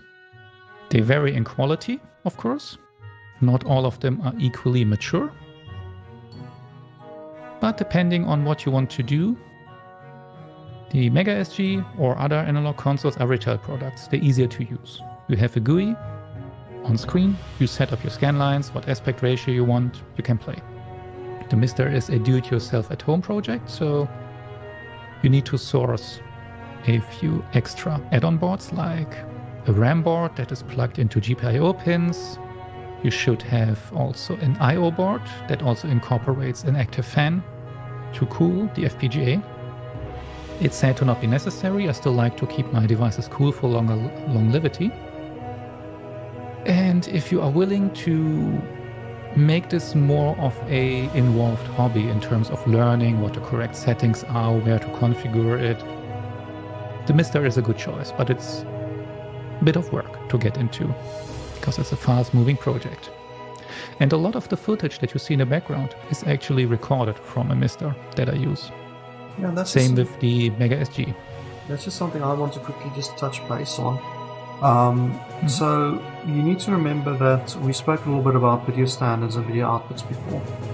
So for those of you that want to get into the hobby, especially in the gaming side, because you do live streams and that sort of stuff, the Mister or one of the Mega SGs or anything from analog is actually like the perfect jumping off point for you. Because on real hardware, it's very difficult to get a modern output for it. Most of the systems used RF. If you're lucky, they had composite. And capturing analog video in a modern setting is very difficult, and it's very grainy and it's very fuzzy. Now, luckily, people are trying to keep these old systems alive, and you can get HDMI mods for a lot of them, or HDMI compatible cables even for some of them. But all of this is quite expensive, and in terms of like pricing and that sort of thing, like for instance, you heard me speaking about the Famicom before, or the NES. To do an HDMI mod on the NES or Famicom will actually cost you more than just buying a Mister. And it'll only lock you into just being able to do one system. While if you get like a Mister, you can do a whole bunch of cores and you can do a whole bunch of games. The only thing to remember is that it's a digital platform, the Mister, so you need to get a way to get your games onto the system. And I think you've got a system for doing that? Yes, I use a Retro 2, which you plug cartridges into. There's also adapter cartridges, for example, Game Boy, Nintendo 64. Don't get too excited here. Nintendo 64 is not properly emulated on anything. Even software emulation is not really that great. But Super Nintendo, Mega Drive, etc. And the Retro plugs into the computer via USB and appears like a USB mass storage device. You see a tiny ROM file, you drag it to your desktop, and that's it. You have your own legally bought game backed up and can use that ROM to play it. Yeah, and most countries actually allow that legally. It's just something that I would recommend everyone to check out in their own countries. But legally, if you have a physical, in South Africa we've got actually a retention law. It says that if you've got a medium that is prone to decaying over time, EPROMs, you're allowed to make one working backup to a different format. And I think we can actually legally do that here. I think in the UK and US there's similar things, but I would recommend you guys, if you're in your own countries, read up on the legislation first. Yeah, and I think this is also a good point to say we are not lawyers, we are not giving you any legal advice here. You should always check what is legal in your own country. We are doing everything legal to the best of our understanding in our own countries. And if you are in one of those countries where it's like illegal to make any duplication whatsoever, the analog products are probably the best solution for you. Yes, because they play the cartridges directly. They can even use the special chips on some of the cartridges. And if I'm not mistaken, you own the Mega SG, but they also make a NES version that's almost impossible to get, and a Super Nintendo version now as well.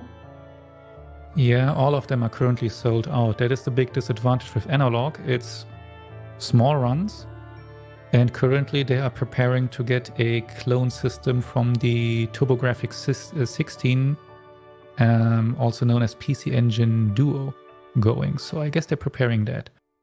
But yeah, NES, SNES, Mega Drive / Genesis for you folks in the US. and now TurboGrafx 60 and PC Engine Duo. They are releasing a Game Boy clone, but that was sold out within 5 minutes. Scalpers bought most of it. So, the usual business. Yeah, and scalpers is a big problem. It's not just graphics cards that they grab, it's literally everything these days. But you know, before I forget it, I only spoke of disadvantages in software emulation so far. Both methods, software emulation or FPGA, let's call it simulation, they both have their pros and cons.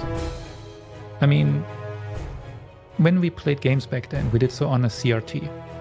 And nowadays they are not being produced new anymore, so the games back then actually used some attributes of how CRTs displayed images to get more effects and colors on the screen that the console could actually do.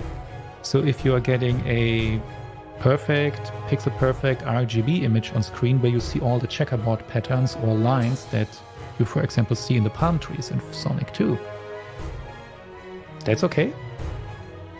That is up to taste, but on composite screens like CRTs with composite in, these actually blended into each other and created a transparency effect. So there's a matter of taste here now. And on an FPGA, you do not have as elaborate shaders like you have on a powerful PC with graphics cards, where you can actually select, I think it was the CRT Royale shader that is available on some platforms, that recreates the screen geometry to an extent, the aperture grill, and even the phosphor glow and everything that a CRT had. So I mean, you have limited filters on FPGAs, but if image authenticity is your thing, software emulator can do that better. Yeah, and of course it's nowhere near as good as real hardware, because there's, on a CRT, when they manufacture it's blown glass, it's not perfect. The curvature always has a little bit of a bad curve to it, and they actually use magnets stuck to the back of them to fix that. The curve is different based on what manufacturer you get. The grid pattern is different. Like for instance, if you've got Sony Trinitrons, you get a horizontal grid pattern, and you can actually have vertical lines across that they use the thin wires across to get better picture and that sort of stuff. And a lot of the emulation, you can get the best filter ever. It just can't recreate that. But then that means that you need to find space in your home for a CRT. You need to find one, because a lot of CRTs in the early 2000s, they were just thrown out for landfill and destroyed. Finding them now is close to impossible, because places like, if you're in the US, Goodwill and that, they're not allowed to sell CRTs anymore. It's actually illegal. So you need to track one down somewhere, and if you get it, it's probably going to have a little bit of burn-in, it's probably going to have bad capacitors, it's going to need a lot of work. So if you like doing that sort of stuff like I do, I love fixing things, it's great to grab one, it's great to fix one, and find a little bit of space for it somewhere, and nothing can compare to the quality that you get from a CRT. All of these other things we mentioned, try to get as good to that as possible, but the real thing just can't be beat. But on the other hand, that is true. 20 years from now, 30 years from now, 50 years from now, there's not going to be many more CRTs that's going to exist and that's going to work. They're finite, they're going to disappear. So we really have to look at alternative methods of doing things, alternative technologies and that sort of stuff to try and get as close as possible. And FPGAs, of course, 20 or 30 years from now will get better, and they'll add more screen filters and better support. Hopefully we'll see an N64 FPGA one day, or PlayStation 1 FPGA. They're pretty busy with one that fully runs perfectly. But And funny enough, not too long ago, I saw an article, a museum displaying the artworks of Andy Warhol that he created on an Amiga 1000 back then. Well, they don't want to expose these original valuable Amigas anymore to an audience, or can't do that, so they actually recreated Amigas, and they had plexiglass lenses made to put on TFTs to recreate the curvature that a CRT had with this kind of lens back projection.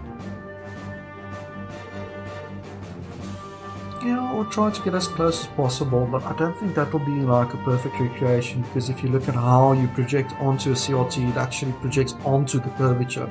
So the pixels aren't perfectly square. There's a whole bunch of other things that go into it, like phosphor retention and phosphor bleed and that sort of stuff. But we are trying to do that. Even on a Game Boy, you had games that would use the sluggishness of the Game Boy LCD display to create transparency by alternating background and foreground frame by frame, so they would blend into each other. Yeah, especially on the shoot 'em ups, you used to do that.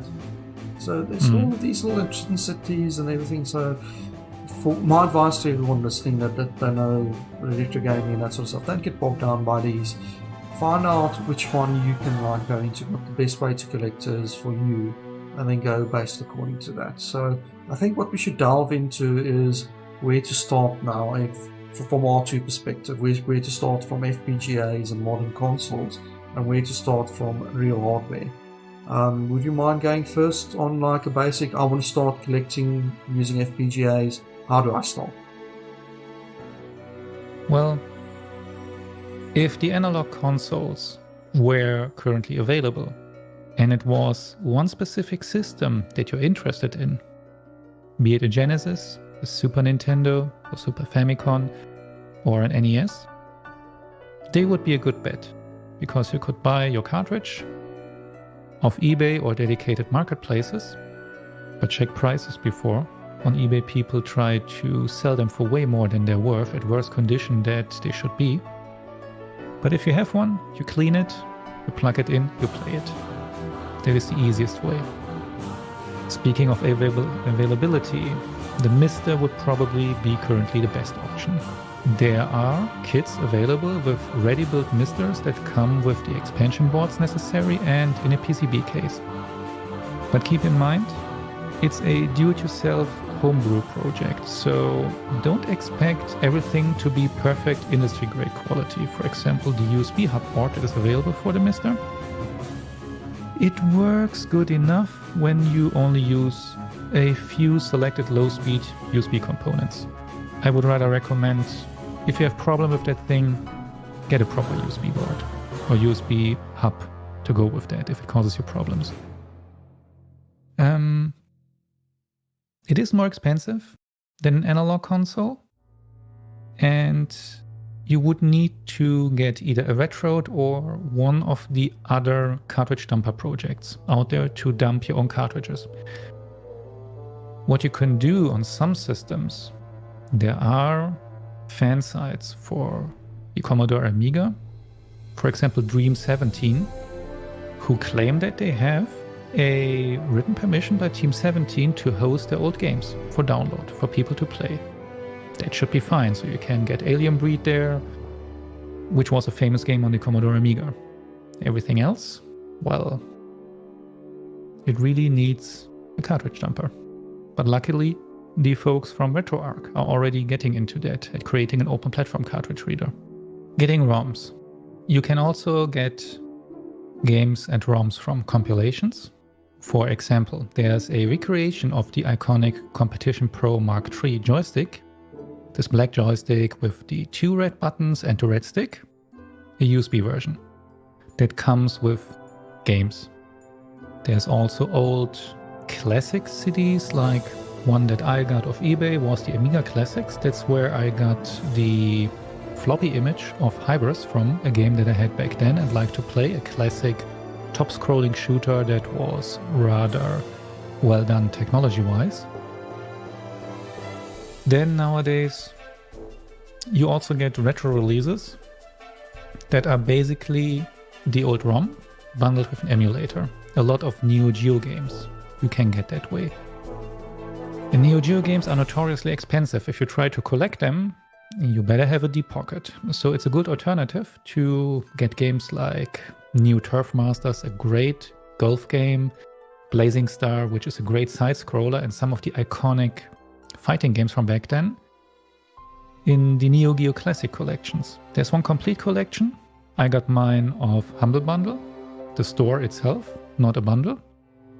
And a lot of these games run out of the box on the Mister when you copy them over and use the right XML file to map the files so that the Mister knows how to handle them. They also come with the system BIOS that works, so this is neat. Because it's not only the games, it's also the system BIOSes. For example, for Amiga, the company Cloanto owns the rights. So there's Amiga Forever, and you can get the necessary kick ROMs, as they're called, really cheap when you buy the Android version of their, I think it was called Amiga Forever Essentials. Like kick ROM 1.3 and 3.1 is usually all that you need. So you can get it legally for cheap there. Same with the Commodore 64, they also offer a Commodore 64 Forever collection that comes with the basic ROMs. So it can be a bit of a search, getting the things that you want. So my recommendation is, do not aim for competition. Try to get the games that you actually want to play, because these games are worth playing. And having a huge collection in the end that you all dumped, having a huge list of games that you never play, that's a bit of a shame, really. But up to you, what you want to do with your games. Yeah, and also there's modern recreations now as well these days. So there's modern games as well that you can actually get. They're still making new games for Mega Drive. Yeah, like Tanglewood and Xenocrisis. Both great games. You can simply buy them and play them. Or for the Commodore 64, the game Soul Force is actually a really nice side-scrolling shooter. So these platforms are still alive in a sense. Or NES, Lizard, the game. Also a new game for the NES.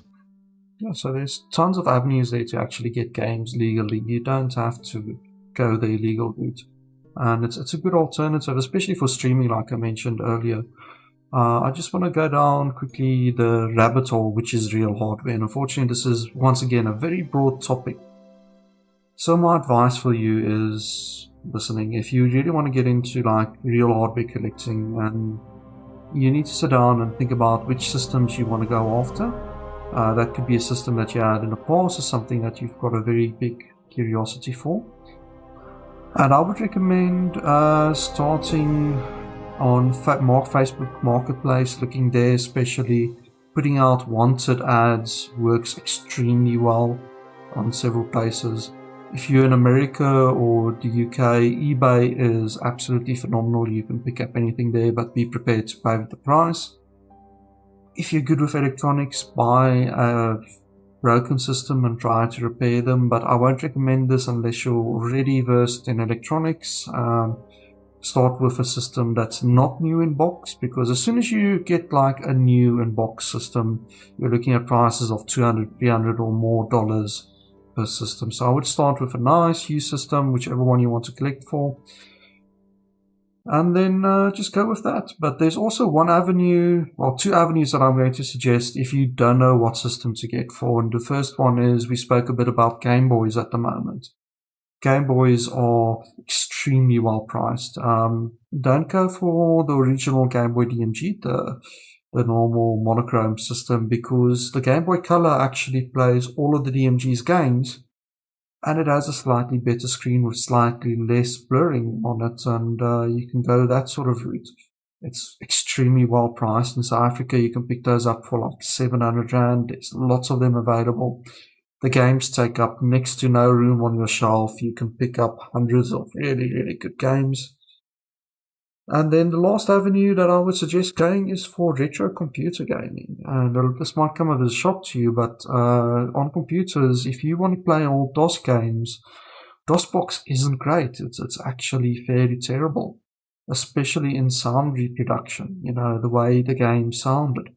Because back in the day, you had Sound Blaster was the dominant one that you used to go for, and it had a lot of noise and a lot of interference, and they didn't all sound the same, but it had this very unique sound with it. And to get those sort of systems, you can get them for free. All it takes is going to a few companies or friends and saying, hey, I'm looking for your old computers. Do you have anything laying in the attic that you haven't been using? I don't care how old it is, and then grabbing that and playing with it. Things like upgrading it, getting used to how DOS works, all of that is dirt cheap, and it's a ton of fun to do that. But Yeah. you do have the negative for that is the actual cost of space. It takes up way more space to go that route. The other thing with sort of games, you mentioned before that you can actually purchase games from Steam and all of that. You can actually use that on the real consoles as well. You need something like an EverDrive. They're fairly inexpensive. It's basically what's known as a flash card, which just means it's a programmable cartridge that you can put any game you want to on there and you can play it on the real system. But once again, please get the legal ones, get the bundles, get that sort of stuff, or homebrew, or modern games, for it.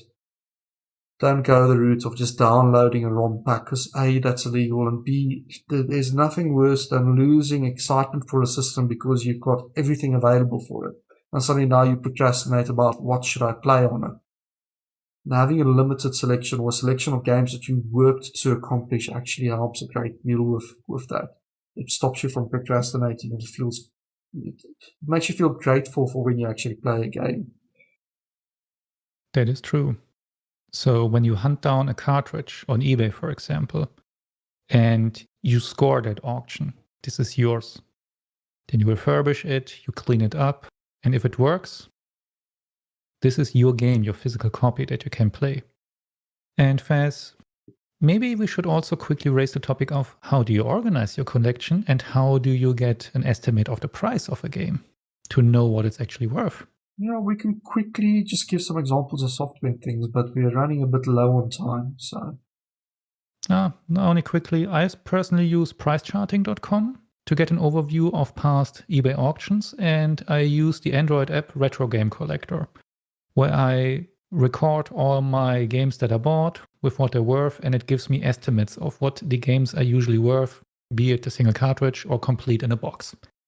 So that is one point. Nice is you can take that application with you when you actually go out to charity shops, secondhand shops, those sort of things. Buy some games there and then reach out to the community. I buy duplicates all the time because I can go to the community and I can go, hey, I've got these duplicates. Anyone wants to trade me? And then we sort of trade games amongst each other and build new friendships, A, but B, that's also a great way to get games that you don't normally find for sale often. Mm-hmm. So it's absolutely vital to have like an app like that when you go out. And speaking of community, let's quickly talk about the communities that you can join to get more information. That's a good end of topic. Gladly. So what I would suggest everyone do is there's a few people I pretty much follow on YouTube that's got communities already. It's fairly awesome. That's fairly good. The retro gaming community is also very much welcoming to furries. There's no real big problems with furries, even though retro gaming is a much younger community, I would say. So the first one I would suggest everyone check out for is a channel called Retro Man Cave. He does reviews, repairs of all the systems. He's got a podcast that he hosts there. But most importantly, he's got a very friendly and welcoming Discord that's got a lot of members on there. A lot of them like sharing information. They like helping people out. They're normally, for the most point, chilled and mellow. Not every community you go to will be chilled and mellow. I think Kidron mentioned something before we started about that. Yeah, the retro gaming community is a very broad field, and because it's attached to memories of the childhood and how you played the games back then, there isn't really that one consensus. Like, there are people who are pixel purists who want a pixel perfect image, and then there are the ones who want to recreate more the look of a CRT. And since it's gaming, so you do not need necessarily to have the in-depth technological knowledge to get into it. But if you want to get involved, it's better to have it, to be able to talk along. So have a broad spectrum of people, great enthusiasm for the systems with great help and people who want to help out, but you have all kinds of characters there. So I would suggest pick the community that fits you the most. May it be a big community or a small community, check how it feels, and in the end, play the games how you enjoy them.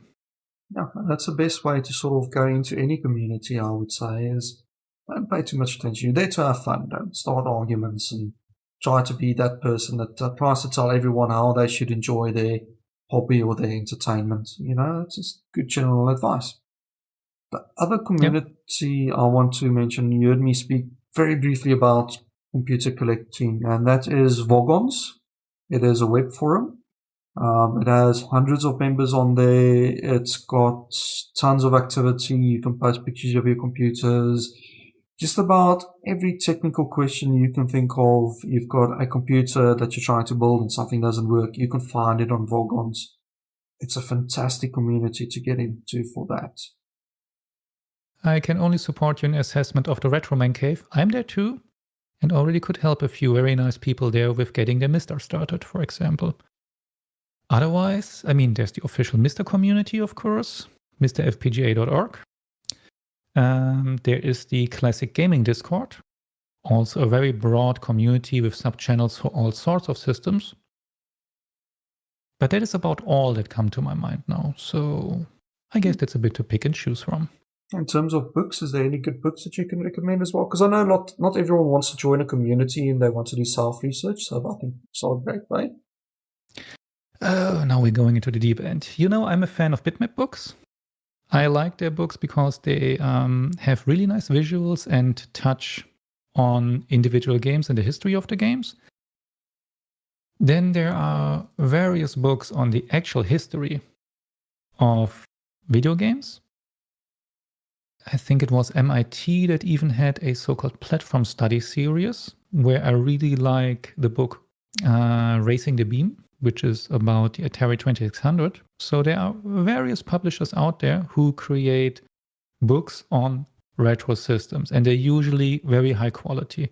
Just be a bit careful on Amazon ebooks because there is a lot of cash grabs now, like really cheap produced books that are churned out in bigger quantities. So check these samples, and if it doesn't look good to you, the book, trust your senses, it's probably not good at all. But on the other end, I would say there is Bitmap books, where you also get ebook versions of the books that you buy, usually. And I actually think that's a good place to end because we're now at 1 hour on the dot. So we can quickly do like final thoughts, maybe. Yeah, so basically, final thoughts from my side is we've given you a ton of little tidbits and little bits of information, so don't feel too overwhelmed by all of this. We try to give you little insights into everything, good start off points, why we do it, why we find enjoyment out of the hobby, that sort of stuff. But if you want any more information about anything, you can reach out to me on Discord. I'm Fussman on Discord. Twitter as well. I'm FussmanZA on Twitter. So you can just drop me a DM there and I'll be happy to help out wherever I can. I mean, if you've got an old game system you want to fix up and restore, just drop me a message. Yeah, and as Fastman already said, don't get discouraged by the ton of information. It's actually a good thing that it's such a broad topic, because the more there is, the more a cozy place you can find for yourself in that community with your system, your way of gaming, and the new friendships that you can forge on the way. And some of those friendships I've had for donkey's years. It's like the furry fandom. It really is its own hobby and its own passion in itself. Thank you so much for joining. Cheers. Thank you.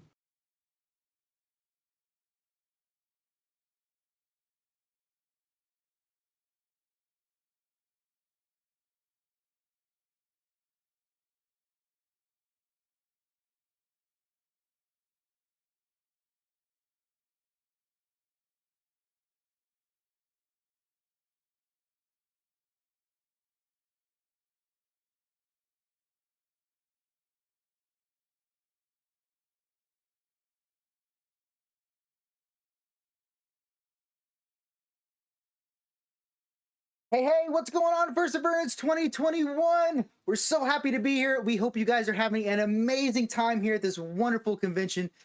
Before we get started, I do just want to give a quick shout out and thank you to the wonderful staff here at FURSAverance 2021 for, first of all, having us here, and second of all, that may have been a mistake. For this amazing, what? Oh, nothing. I won't be a problem. Okay, and for this amazing convention, we hope you guys are having a great time. And not only that, we are also supporting and donating to a wonderful charity, Awesome Wacky Whiskers. So let's fill that donation bar and get it as high as we can. But anyways, I am Aki, the Anubian Nomad. You guys might know me on social medias as Anubian Nomad or on Twitch as Anubian Nomad. And today we are going to be talking about the difference between a extrovert and introvert and how to make friends inside the furry fandom and things of that nature. But as you guys have probably already guessed, I'm the extrovert of the group. I can talk a little bit. I'm a bit, long-winded sometimes. So my friends will let me know if I speak too much. I thought that was just because you had short Hopkins syndrome.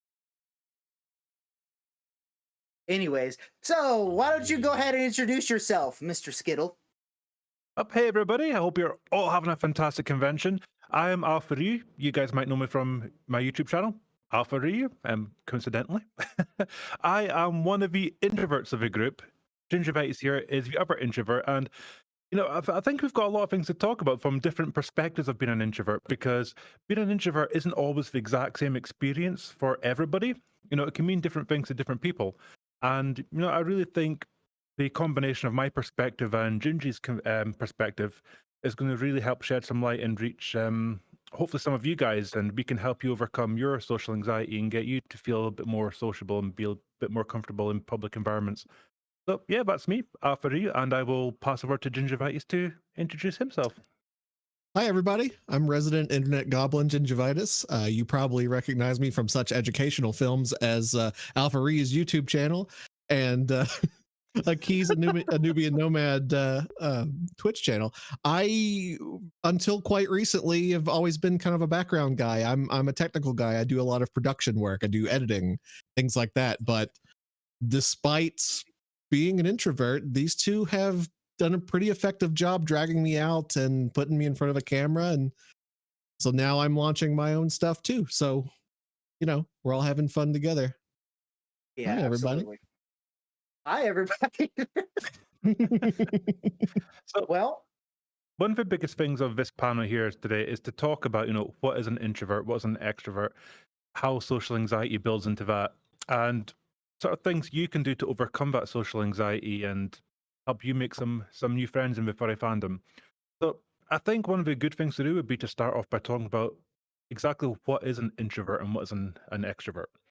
And I'm going to start off by saying there's a big misconception that being an introvert means that you do not like, being out in public, events, being sociable. And that is a big misconception. And don't get me wrong, for some people, for some introverts, that is true. Some introverts just naturally prefer to be on their own and would rather be doing something like watching TV on their own, reading books by themselves. But that's not every introvert. For a lot of people, myself included, I love social events and I love getting to meet new people. What makes me an introvert is I get very nervous around doing that, and I start to get overcome with social anxiety. So I think that's one of the big barriers. If you're comfortable just being on your own, if you're introverted in that way, then that's fine. You don't need to do anything which makes you uncomfortable. But if you really want to push yourself out there, get to meet new people and overcome social anxiety, well, that's one of the things that we're going to be talking about today. And I think that's a really excellent point to think about, is no matter where you are on that social spectrum, it's important for you to try to operate within your comfort zone. If you are trying to meet new people and you are more comfortable in certain situations and you force yourself out of that too quickly, you're probably going to, for lack of a better term, get scared off and retreat back when, reality of it is you just got to learn your comfort zones, operate within them, and maybe every now and again you get a friend like Aki who gets you, nudges you gently outside of your comfort zone enough to meet some new people. But I think that's one of the first big challenges to overcome is learn your comfort zones and learn how to operate within them. Okay, do you want to tell us what an extrovert is? Absolutely. So extroverts pretty much, Now, let me go ahead and say that not all extroverts are the same. It's like with all introverts. It's really just person by person. So, extroverts, a lot of people think extroverts are just happy all the time, jumping around. Hey, how you doing? How you doing? How you doing? How you doing? How you doing? How you doing? No, it's not like that. With an extrovert, pretty much an introvert will maybe at a social gathering, I'll use Ryu as an example. If there's a lot of people at a social gathering, Ryu will withdraw himself so he can recharge a little bit. Whereas an extrovert, instead of doing that, they get their energy from the people around them. They like being there, talking to other people, not necessarily being the center of attention per se, but just socializing. Unless your and name's meeting Key. other people. Yeah, I set you up for that. Anyways, yes. Thanks, Ryu. It's true. We'll get to that later. We'll get to that later. But yeah, so an extrovert, pretty much you get your energy and your excitement from others around you. And we'll dive a little bit more into, how an extrovert greets people versus an introvert and things like that. And we'll really break it down. And maybe you're an extrovert and you have some introverted friends and you really want to try to help them, make some new friends. As an extrovert, and I'm like this, I'll say this for me. Me as an extrovert, sometimes you feel like, oh man, I really need to help my friends, get out of their shell a little bit. But there's a right way to do that and a very, very wrong way to do that. So, Which I think brings we'll up dive a little bit more into that. Yeah. I was just going to say I think that's one of those big misconceptions that it's important to break is that the shell isn't necessarily, introverts don't necessarily want their shells broken. I think it's when an extroverts make this mistake a lot, and I think 100% of the time it is coming from really sincere and honest intentions. It's I want to see my friend have more like noticeable exterior fun and maybe make more friends. So, it's coming from a very sincere, kind place. But, I think a common misconception, just like there's a common misconception that extroverts are just happy all the time, I think introverts frequently get misidentified as being sad. I can't say how many times at a party that I've just needed to take 5 minutes, take a step outside, kind of recharge my battery a little bit. And people are immediately, are you okay? Is there something wrong? Like, nothing's wrong. Everything's fine. I'm in a great mood. I just need a minute to kind of, recharge. Yeah, and I'll take it back real quick. And, to the extrovert, to them, that's how they get joy and that's how they get energy. So it comes from a good place, but they just might not understand that an introvert might need some time alone for a second at a party or a get together or something like that. So it all comes from a good place, but it's just the differences between the two. So And honestly, I think on the please go ahead. I think on the back of that, I think what would be a good idea is if we maybe give you guys some, for the introverts out there, some maybe advice and tips for, as an introvert, how you can make new friends and maybe push yourself through your social anxiety. And then from there, we can maybe give some of you extroverts some advice for how to help your introverted friends. I think maybe a good way to start with that, because I think it's very good to sort of understand what an introvert is and how introverts can sort of push themselves, not past their comfort zones, but maybe just expand them a bit. Sure, certainly. I'm going to be talking through this list, which, to be honest, a lot of it is made up from my own experiences. Now, there's never a right and wrong way, because as we've already said at the start, being an introvert means different things to different people. But this list I have here of the things I want to talk about is a combination of my experiences and, of course, Gingy has contributed. A lot of overlap. Yeah. So Gingy has his own experience as well. So, Akip, you can take a small seat for a few moments while me and Gingy talk about what it's like to be an introvert, and then you can basically say to us, well, this is how an extrovert works, and this is what I'm going to do to help you.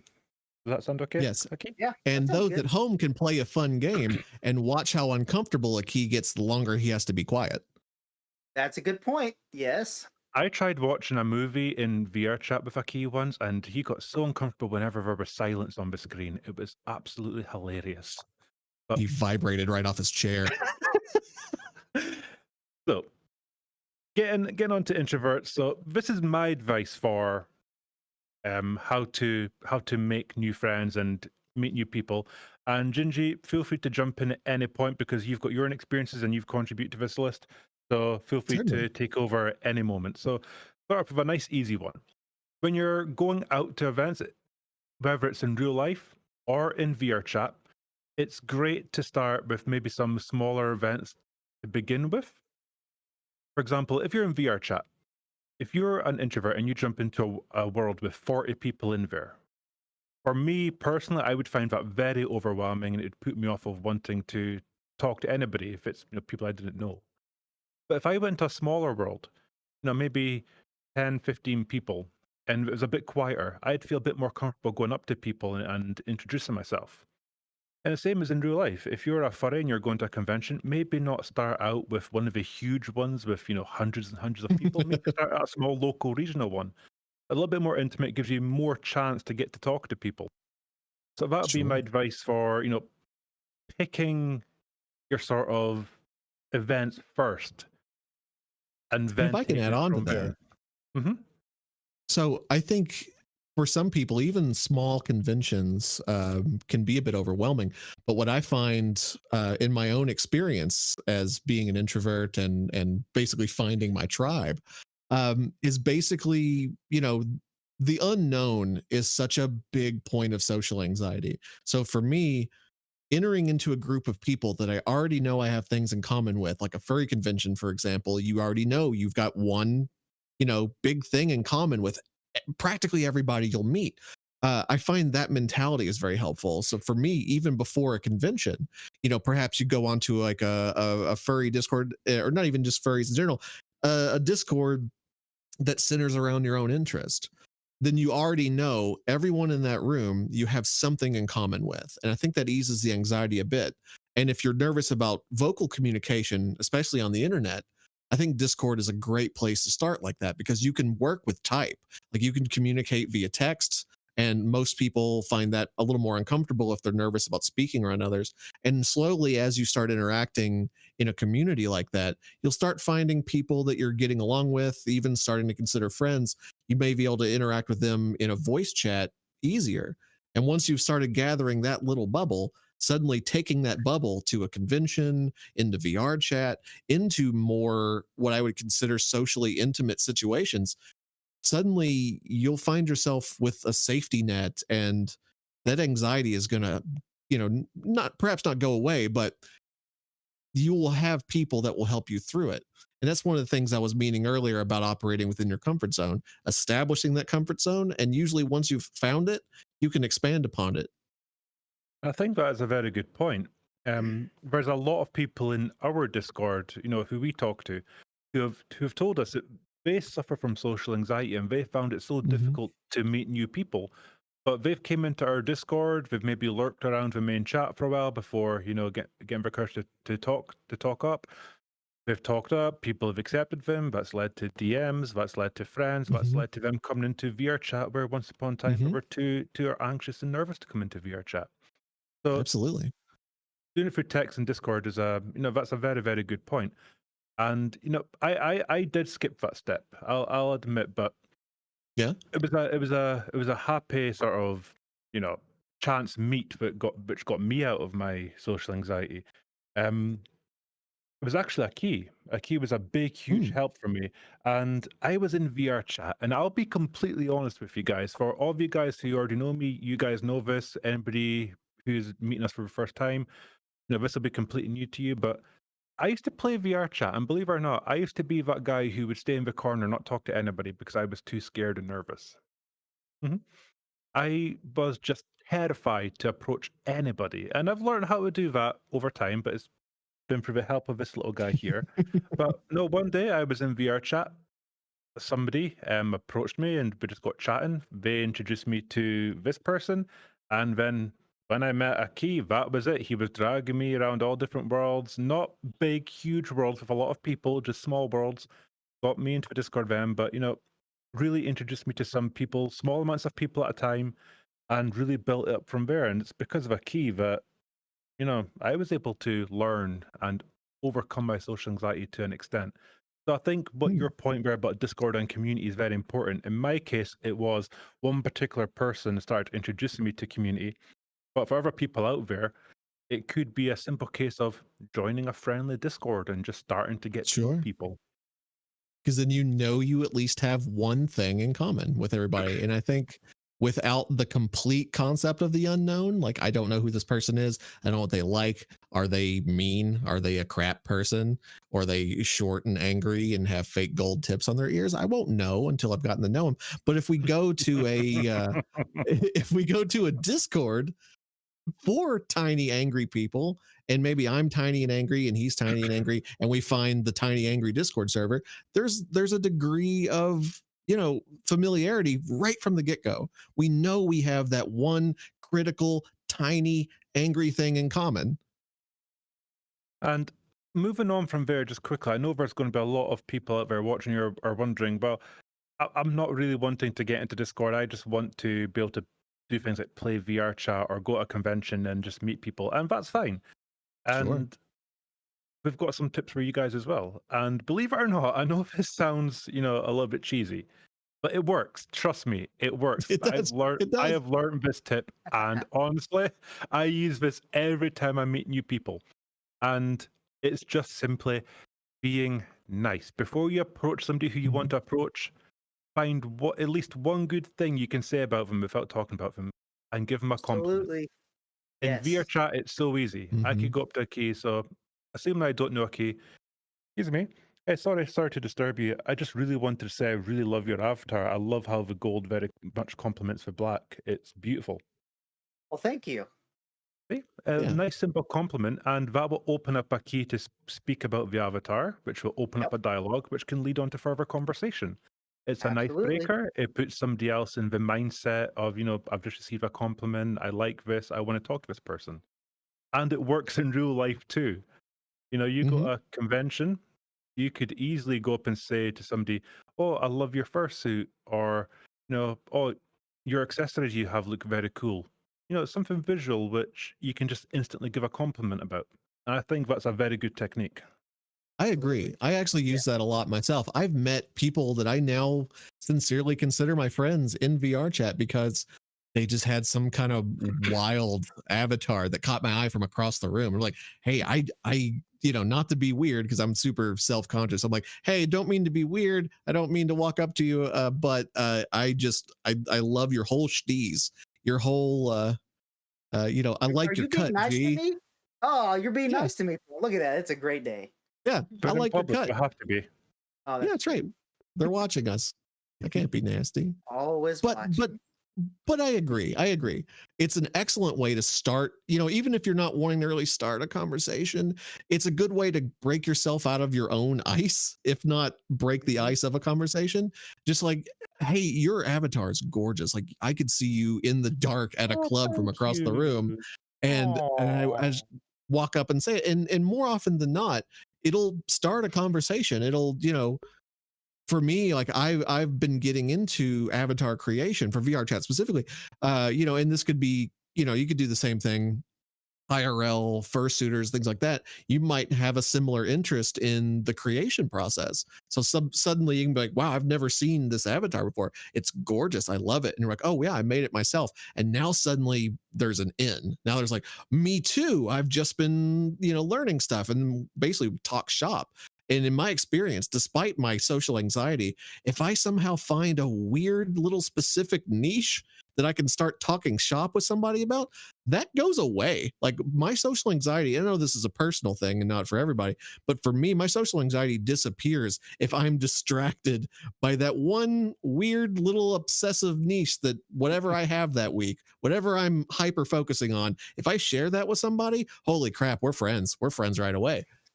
I think also as well as that's probably my number one tip is to give compliment and start getting a dialogue that way. But as I've already briefly discussed, there is a very good way to meet new people as an introvert, and that is you don't always have to do everything by yourself. You can rely on an extrovert friend. In my case, with a key, that's happened in VR chat. Now I have experiences in real life where I've been far too shy, nervous, or anxious to go to events by myself. And I've had extrovert friends who I've brought with me, and they've done what I would class as the hard work for me, but easy work for them. So we go to an event, they get chatting to people, they open up the dialogue, and then they say, "Oh, this is my friend Ryu." That opens me up into the conversation, and then suddenly I'm meeting new people. So the hardest bit is just opening that dialogue for introverts anyway. Absolutely. For an extrovert, that's easy. But if you have an extrovert friend, they can do the legwork for you, and then you can sort of just like jump in at a natural point of the conversation and start being part of that dialogue and meet that new people. So that's one of my tips. You don't have to do it alone. You can have an extrovert friend help you. And this guy's been a huge help for me. Aw, thanks, Reed. And one thing I do, It's amazing how great things come in small packages. Wow, he's being really nice to me today. yeah, people are I watching called you us. small. Is that being nice? He's a good dude. But as your point being, introverts being able to utilize extrovert friends, I think another point that I would like to get into is introverts finding other introvert friends, because boy, that helps for different reasons. An extrovert, you could utilize their social skills for your benefit pretty easily, and they'll be happy to do it for you more often than not. But I think there's a certain comfort in finding your tribe. I think this is an example of when one of the first times I realized that, I think me and Ryu are going to be friends, because we got along right away. Aki introduced us and we hit it off pretty well, but it's still like, that's a level. That's just, I think I like this guy. I think me and this guy are going to get along. There is another perfect example of how an extrovert introduced two people together and now we're friends. Certainly. I mean, I But would have never one of the came out and just randomly talked to you because I'd have been too shy. But Aki did the hard work. I would have complimented your avatar, certainly. But my point being, one of the times that I really stopped just thinking, I like Ryu, he seems like a nice guy, to, I think me and Ryu are going to be friends, was at a get together. I think it was around one of the key streams. It got big, like it got a lot of people. And I kind of needed a moment to like disconnect from the group and recharge. And I found Ryu outside doing the same thing.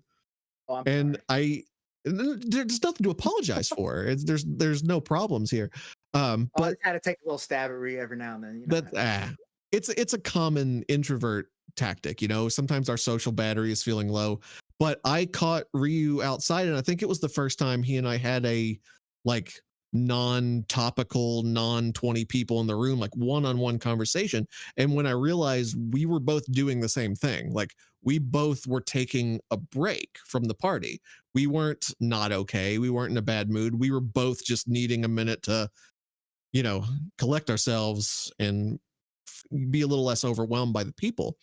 And that was one of the first moments like, oh, you're like me in that regard, which I think opened up a level of comfort in me that was like, you know what, I think we're probably going to be friends. It was probably the first like in-depth conversation that I think we shared, was because we were both coincidentally taking a break from other people at the same time. And Gingy, that's a very good segue into my next point, actually. You'd almost think this was scripted. I promise it's not. We're just actually, I promise this is not scripted, but no, it seems to be getting very good segues into each other. No, that's a very good point, actually, is that a lot of introverts, and I was included in this, I'll admit, can often feel like they have to meet other people's expectations of being at the party, having fun, smiling all the time. Listen, guys, if you're an introvert and things are starting to overwhelm you, it's perfectly acceptable and allowed to just take 5-10 minutes, go outside, get some fresh air, go to another part of the VR chat world if you're in VR chat, maybe even go back to your home world and then request an invite again in 5-10 minutes. That's completely fine. And a lot of people feel guilty doing this, thinking that they're going to be judged or people are going to wonder what's wrong, have we done something? But it's not the case, trust me. When you come back, somebody might ask, are you okay? Where did you go? You simply say, I just needed 5 minutes just to recharge. I'm back. All's good. And people understand. They do understand, and people think, a lot of introverts think that people won't understand that, but honestly, they do. It's Oh, yeah. More okay to times than take not, time they for do. yourself. I've never met one person. 'Cause I used to make up excuses. I used to pretend to be a smoker. Let that noodle around for a moment. My social anxiety, I was so self-conscious about people wondering where I disappeared to. I used to basically tell people like, oh, I needed to smoke, but I don't smoke.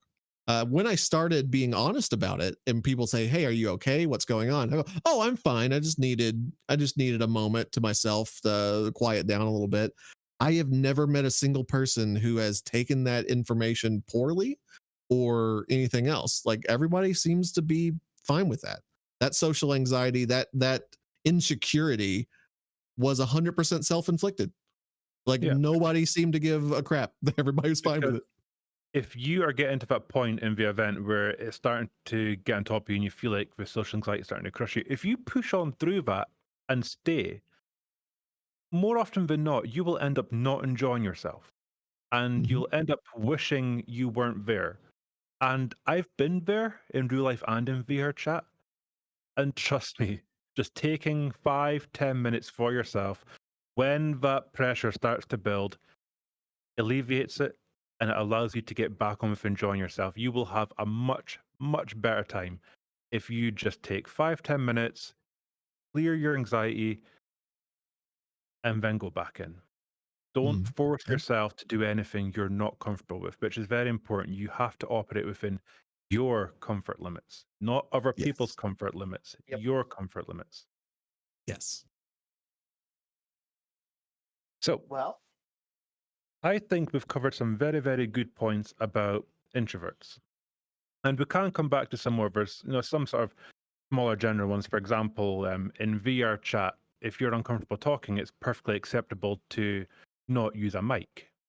There's so much other ways to communicate. There's pens in VR chat. You can use those to write. You can use mannerisms. You can be a mime. You can act things out. We've got a number of friends in our community who don't speak at all on mic unless it's one-on-one with nobody else in the room, and that's fine. When it's a group, some people prefer just to be very vocal with their actions, or Believe it or prefer to not, use pens to write messages. my first probably 6 months of VR chat, I played almost entirely silently. I gestured at people, I mimed things, and I still had fun and I still made friends that way. But for me at the time, especially, it was easier. It was less anxiety inducing to not have to speak, to just be in a moment with people and interact with them kind of in big, exaggerated, cartoony ways. But I had fun doing that. They had fun interacting with me. And many of those friends that I made in my early quiet days of VR chat, I still have.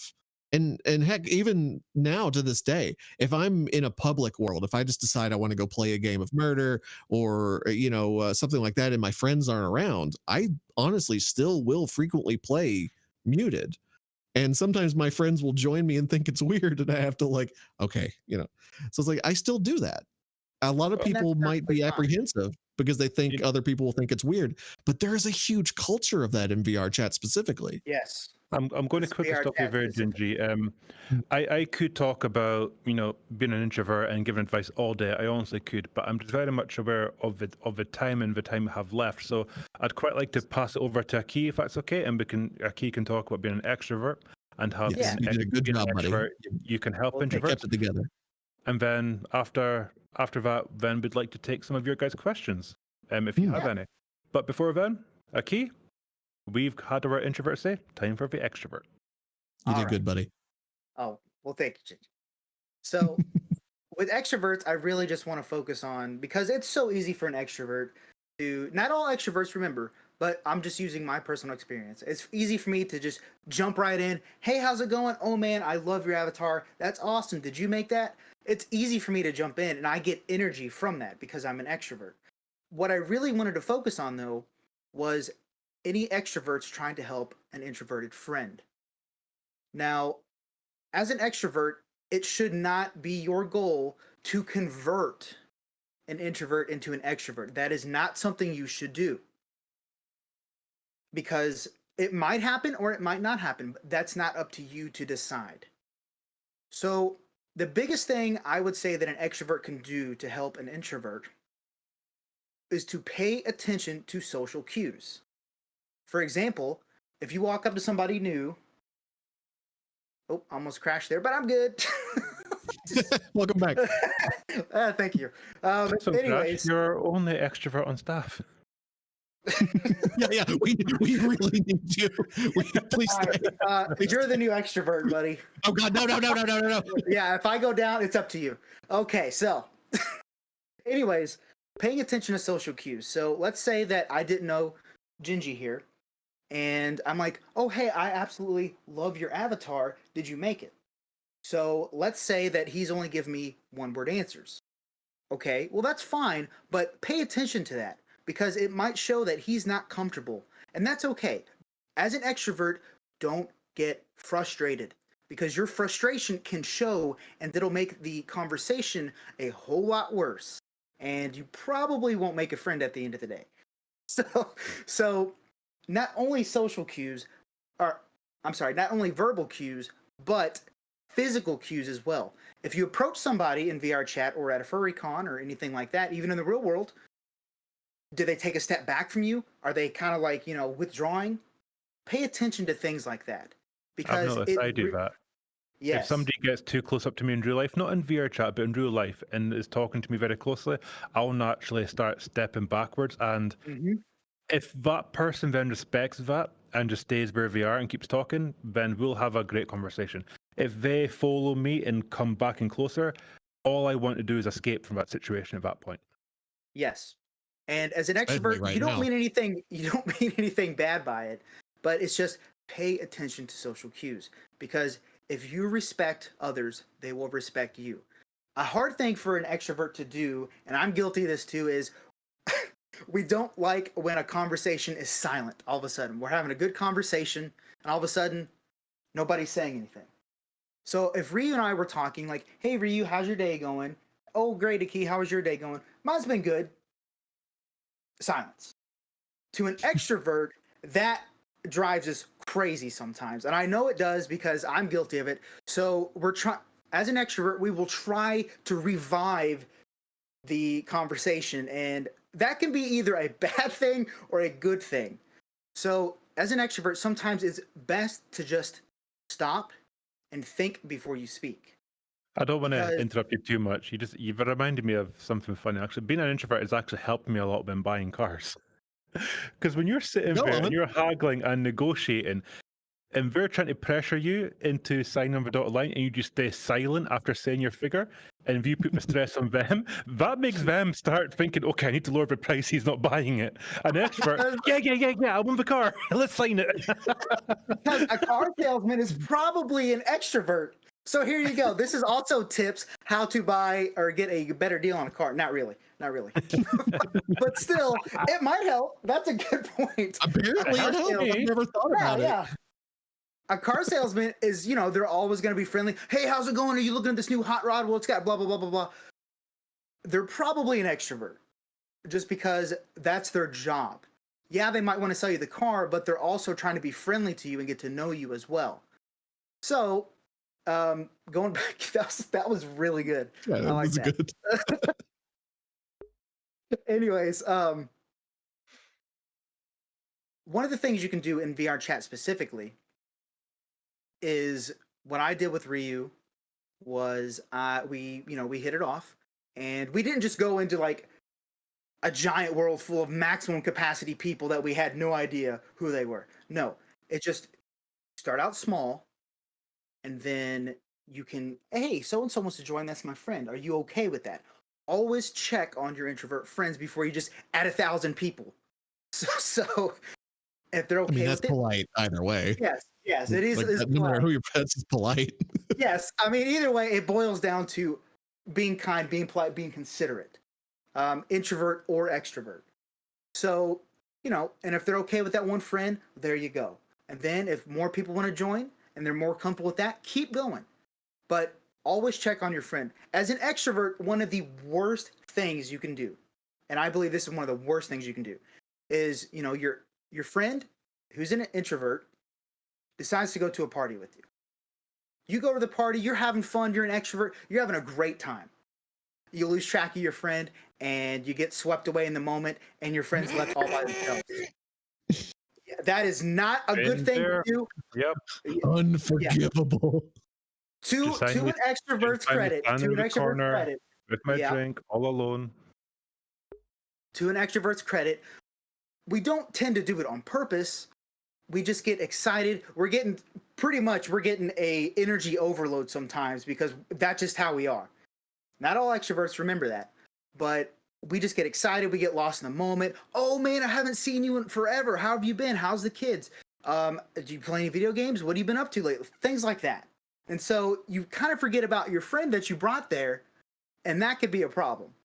So what Ree was talking about earlier was, as an extrovert, try to include your introverted friends on the conversation. So, hey, I'm a Key. It's good to meet you. Or, hey, it's good to catch up with you again. I'm a, well, I guess you wouldn't have to say your name if you know their friend, but. Hello, friend. It's me, your friend. Yes, hello, friend. It is me, your friend. No, but hey, it's good to see you again. Hey, have you met Ryu here? He's a really good Hey, friend of mine. Gingy. It's not seen such a long time. My name is Alpha Ryu. How you doing? Oh, hey, my name's Gingy Alpha Ryu. Is your name Alpha Ryu? My name's Gingy. My name's Alpha Ryu. Gingy. Is your name Gingy? My name is Gingy Alpha Ryu. I also want to point out that normally introverts don't interrupt extroverts. Usually it's the other way around. Yeah, That was but the point I was going to extrovert get here is to. very long-winded. We kind of have to sometimes. Long-winded? You guys just talked like 20 minutes. Hey, All right, I'm kidding. I'm kidding. Ain't no let's bring party it back. like an Let's not get introvert bogged party. down on who doesn't shut up and who does. Let's let a key speak. Okay. No, but that actually brought up a good point. So let's stop that. Stop that. See what I put up with? This is what I put up with on a daily. Anyways, see, now I lost my train of thought, guys. Thank you. Oh, yes, that's right. Okay, so as an extrovert, try to do your best not to interrupt a conversation. So maybe your introverted friend is a little reserved in their thinking, or they're just being very cautious of their words. They're very shy. Try your best if they're in the mid-sentence and not to interrupt. Now, as an extrovert and having an extroverted brain, we don't do this because we're being rude. We do this because we're excited. We want to add more to the conversation to see if you can relate. So Like little jumpy puppies, like little energetic jumpy puppies. There. A little bit, yeah, a little bit. If we see an area of a conversation where we can stick something in there, then we're going to. But that's not always a good thing, because it's going to make the introvert feel like they're not valid enough, or it makes them feel uncomfortable. And that's not a good thing. So as an extrovert, it is good to be a good listener. And on the flip side, you can also teach an introvert as an extrovert that it's okay to talk more. It's okay to speak freely. But they can't do that if you constantly interrupt them. Then they'll just think, oh, well, this Gingy guy just constantly interrupts me. He completely rude. I don't want anything to do with him. So even though these two were interrupting me. You constantly interrupt us all the time on Amigo, but it's okay because we just know it's you and we don't mind anymore. We accept you. Even I'm guilty of it sometimes. We love you, For the most part. No, I'm not Thickachew. I'm not Thickachew. For the most part, extroverts, the last thing I really want to say is just be respectful, be kind. And I mean, honestly, that's what it is, no matter extrovert or introvert. And just remember, if you're trying to help an introverted friend, the biggest piece of advice that I think that helped me, pay attention to social cues. How are they talking to you? Is it one-word sentences? Is the way they said something a little shaky? Are they nervous? Are they scared? And physical cues as well. Did they take a step back from me? Are they kind of like doing one of these? Are they kind of like, I guess, not cradling themselves, but kind of like trying to turn into a ball, I guess, is the right way to say it, like scrunching up. Closing yourself off. Yes, closing themselves off. You know what? It's okay if they're doing that and they're uncomfortable. It's okay to just be like, hey, I just want to let you know speaking as an extrovert, it's okay. I just wanted to let you know, hey, I'm right over here if you want to talk. I would love to get to know you. And there you go. That's all that you need to say, and let them come to you. And I You think don't- that body language is a very good point, because it actually just made me sort of evaluate myself. And I realize as an introvert, I naturally always put up a sort of barrier. For example, this whole pan I've been sitting like this with my hands in front of me, put that barrier there. If I'm standing talking to somebody in real life, I'm generally, like arms Crossed crossed. arms. Yep. Whereas an extrovert is more like, hands out and a bit more open. I've been doing this a lot too, to be fair, to encourage but people to come in. I don't have full But- body, so. I think I'm going. Sorry, go ahead. Oh, I'm sorry. I was just going to say, on this, as he's discussing advice for extroverts to interact with introverts, I wanted to include for the introverts out there. I think one of the important things for you to keep in mind for your extrovert friends, patience. It's just patience, because they're going to do some things that are probably going to be more stimuli than you want, or that's a good. They're going to occasionally become inadvertently grating. You got to have some patience and remember that I guarantee, especially if they're your friend, that is not their intention. They're not trying to get on your nerves. They're not trying to step over your conversation. I mean, I'm just my natural manner of speech. I interrupt my friends a lot, and I am sorry. It's never intentional, but pretty much the same thing as you said it. You feel like there's something you can interject, and sometimes that's hard to keep in. But And I'm going to interrupt just now, if that's okay. Please. Just because I'm very much aware of the time, so we are quickly you are running out of right. it. So Yes. we are going to open up the floor to some questions. Gingivitis is going to be taking your questions and passing them over to us. But just before we do that, I want to leave all the introverts with one final piece of advice, and it's probably the most important advice that I've given this whole panel, and that is never be disheartened. Not every social interaction is going to go the way you want. Some are going to be good, some are going to be not so good. Sometimes you're going to feel like maybe you could have done more, and you're going to want to beat yourself up, but don't. Just understand that you are you. Take things at your own pace, and take every interaction as a learning experience. Never beat yourself up about it, never get disheartened, and don't ever let a bad interaction put you off of continuing to try. And that is my number one advice for any introverted person out there. And I think So, that guys- is wonderful advice. Yeah, that was really good, Ryu. Yeah. Cool. Are we ready to take some questions from the amazing furs out there? Yes, I am trying to get my chat window big enough to where I can see it clearly. My chat window is so tall at this point that it gets a little blurry at the bottom and the top. So I'm trying. Starting with the chat, just taking a moment to say hi. Well, we've had a really engaged chat, and that's pretty exciting. We got Drac is in here, a bunch of our friends. Yasher's here, Jazzrat's here, Pan's here, Savathorn's here. Throw them horns Hey, up. everyone. I would if I could, but as for you, Salvatore. But yeah, that's wonderful to see, new faces and friends alike. That's fun. So yeah, if anybody has anything on the subject that they want us to talk about, or questions maybe about our experiences from both of these perspectives, let's hear it. Let's talk about it. And for all you guys out there in chat, just a big, huge thank you for coming out here today. Whether you are old friends of ours or whether you are completely new to who we are, thank you so much for coming out and supporting this amazing convention.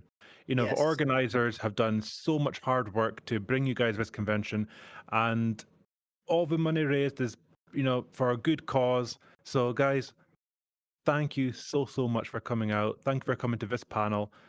And I'm looking so forward to your questions, and I'm looking so forward to hopefully getting to meet some of the new faces out there in VR chat. Feel free to come and get to know us. Absolutely. If you like what we've got to say, then there's a dialogue. Come and meet us. Yeah. I think all three of us are quite open to, people in VR chat, especially, to come bug us. Come add us to your friends list. You know, our Yeah. our handles are the same. You know, Alpha Ryu in VR chat, Anubian Nomad in VR chat, Gingivitis spelled incorrectly on purpose in in VR chat. And if you're an introvert and you're a little bit shy, then you know we're off on quite often. We can meet in a small environment, and we do quite a lot of impromptu, sort of just spur of the moment community meetups where it's very, very small. Every so often, I think the last one was Thursday, we'll do a big community meetup where so much people can come along.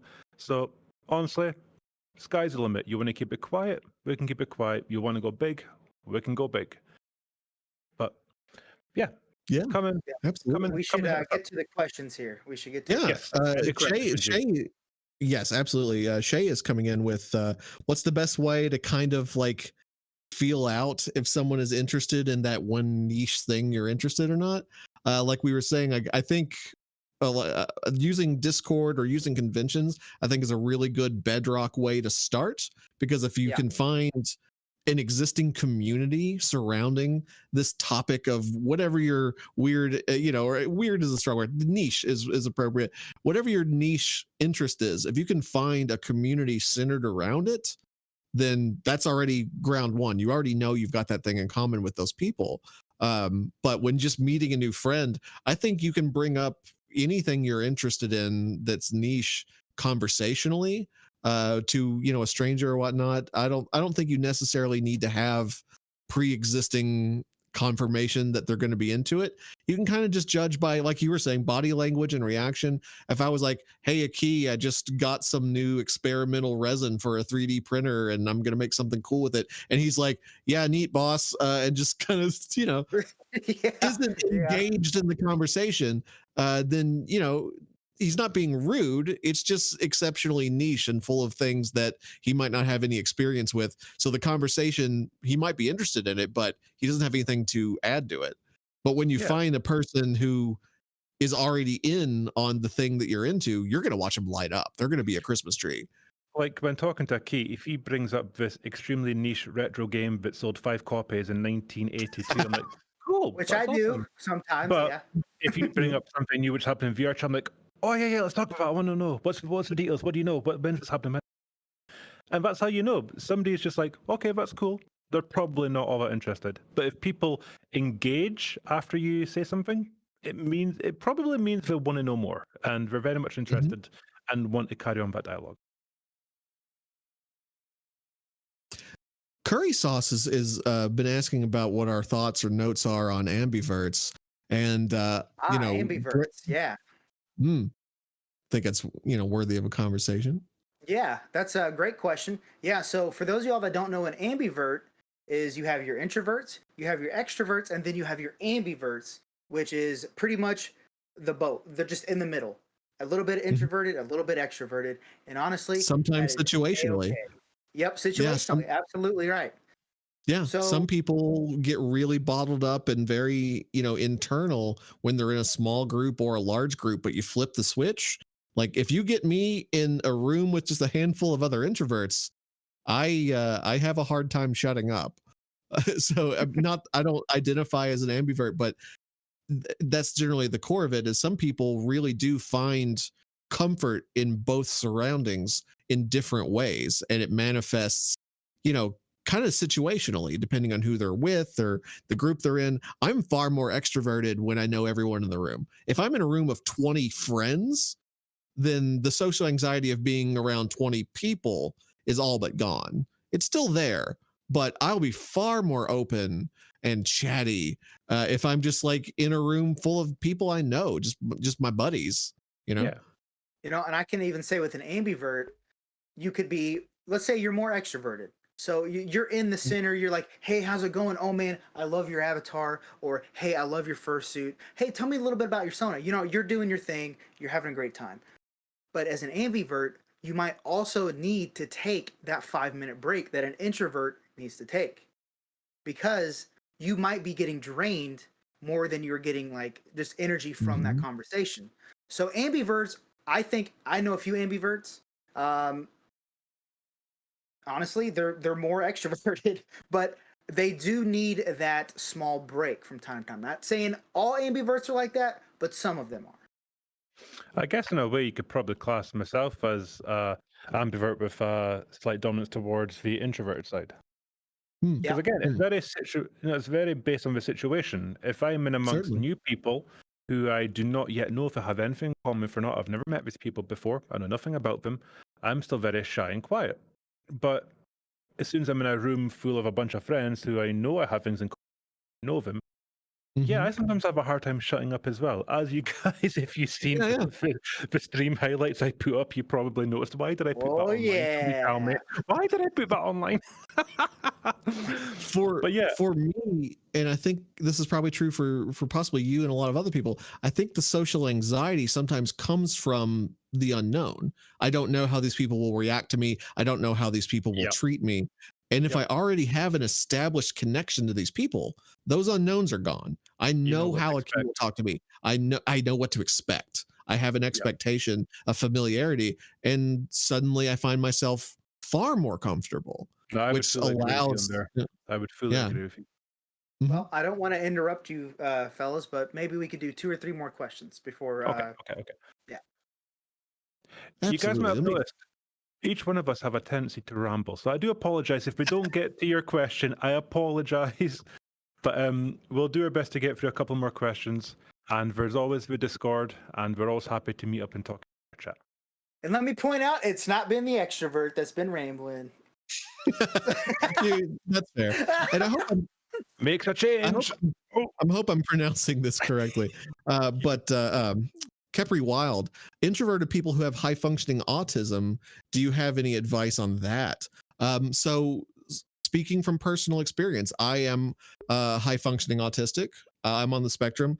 I think most of the advice still applies. You just have to be a little more aware of your own triggers, and for the autistic side of that, it's not always like a social battery that's getting drained that means I need to go outside and maybe take a moment. Sometimes it's a sensory issue. Sometimes just the sound of too many voices at once will really start affecting me from a sensory input level. The feeling of being crowded, all those can really attribute to some of the sensory issues that people on the autistic spectrum can be sensitive to. I still find taking a social break, going outside, maybe a moment to myself, also does help with that quite a bit. And I can't expect everyone around me to be educated on the subject of autistic triggers and tendencies, because everyone I've ever met on the spectrum, they're on a spectrum. It's none of our triggers are exactly the same. We have a lot of familiarities with each other, but I feel like autism manifests differently for almost everybody I've met who's on the spectrum. So I really have a hard time putting the expectations of what to do and what not to do that will aggravate or cause an issue with my sensory perception on other people. I try to carry that myself. I try to avoid a situation that I feel might aggravate or trigger one of those autistic sensory issues. I have to become a little more hyper aware of that. And if I need to take a break, I do the same thing. I think the same advice regarding body language is still applied. The same advice on taking social breaks is still applied. It just might be a different thing you need to go rest from when you take the autism into specific consideration. I'd say that was, spot on, gingivitis. All right. Yeah. I'll be honest, I don't really have anything to answer that question with, but I think you did an amazing job anyway. Yeah. So I'm ready for the next question. Thank you. Let's see. Sorry, I was looking at the camera and my own hands and ADDing off. So let me catch up with chat for a moment. Let's see. Not a question. Small 10. We might have time for 1 or 2 more.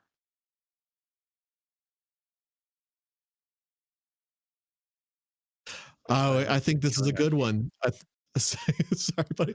Art Fantasy, I think, has a good one. Have you ever been in a situation to where maybe you have created that opening, like complimented an avatar, or whatever, tried to create that conversation, but then struggle to find something to keep going with? Yes, a lot. Yeah. Absolutely. this is where it comes back to don't be disheartened because sometimes it will go well and you will get a great conversation. Sometimes it won't go so well. So that's why it comes back to don't be disheartened if it doesn't go so well. Sometimes I'll give a compliment, we'll get a bit of a dialogue, and as soon as we're done talking about whatever I've complimented, then it's a struggle to find something else to talk about, you know. And that's just typical. A lot of people open up as soon as you give a compliment and you're interested in them, but as soon as it comes off of them, a lot of people then, They'll lock especially up. our introverts, will lock up just like how we will. So, you know, you try and move it on, but because it's maybe something which, again, it comes back to finding that common interest. And sometimes you just can't hit the nail on the head. You can't find the common interest and it becomes a struggle.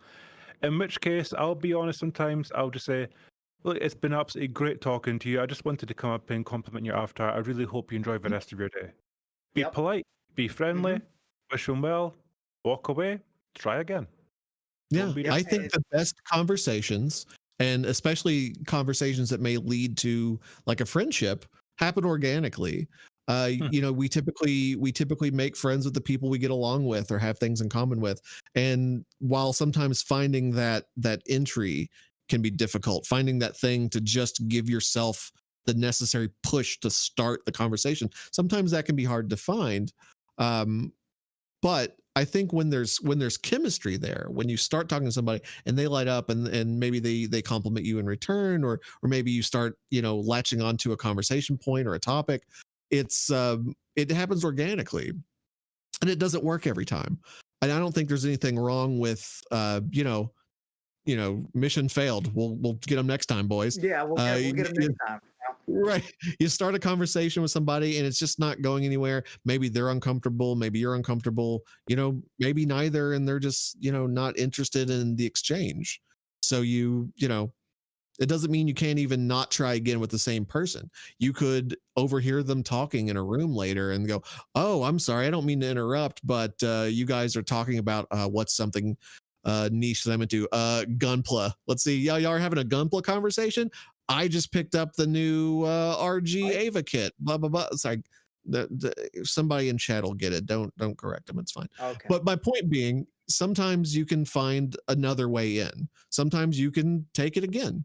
Sometimes interjecting yourself or injecting yourself into another conversation can be done so without it being rude. You know, you overhear two people in a public event discussing something that you're into. I think there's a polite way that you can try to battle your social anxiety and allow you to inject yourself into it. You know, hey, fellas, I don't mean to interrupt you guys. I just couldn't help but overhear you were talking about, you know, blah, blah, blah. Yes, Ginger, we hate to interrupt you. I do mean to interrupt you, so I apologize, but tough. Okay, guys, listen, time is nearly up. So before we finish, I just want to say thank you again so much to every single one of you guys who have came out, who supported the convention, who have supported the charity. Thank you from the very bottom of our hearts. I know the organizers are so grateful to every single one of you guys. Talking of organizers, I've noticed who just came in. They're going to be shooing us off the stage any second now. So before we go, I have been Alpha Ryu. I'm Alpha Ryu. You can find me on the YouTube channel, Alpha Ryu Gaming. Come check us out. We do a lot of fun with some story videos, Omegle, Furries React. And it would be great to see you there. Thank you for coming out. And hopefully I'll get to see you again in the future. And I'll pass over to Aki. Yeah, I also just wanted to say thank you guys so much at FURSAverance. The staff is just absolutely wonderful, and it has been an absolute honor working with you to get this set up. And I'm looking forward to what other fun events that we have right after this. And we have a really cool event right after this that I'm looking forward to being a part of and just kind of chilling out with you guys, talking, looking at the artist draw. But really, I just wanted to say thank you for having us, and hopefully we were able to maybe teach you something you didn't know. I mean, by no means we're professionals, but you know, we're just telling you what worked for us. But anyways, I'm Aki, the Anubian Nomad. You can catch me on Twitch. And yeah, I like to do VR chat things. I have my own little news channel that I do. And we also do a fun history Egyptology lesson on Mondays. So anyways, I'm going to pass it over to our favorite demon. And there you go, Gingivitis. Hi, everybody. Thanks for coming out. And again, like they've said, a big thank you to the FURSAverance staff. They've treated us really well the entire time. Everybody's been super cool. They even put up like merch of our weird faces. There's buttons of us on the website, and the majority of the proceeds of that go to charity. So that's really cool. If you guys want to do something for a good cause and you feel like putting one of our weird faces on your bags or jackets or clothes, Weird then face. hey, that's available. The you can find me most frequently on Alpha's channel and playing VR games with a key on his Twitch channel. Or, you know, they've pushed me out from the editing booth and made me start doing weird content. Check out my YouTube channel if you'd like. We've got a few good videos on there and much more weird videos to come on that.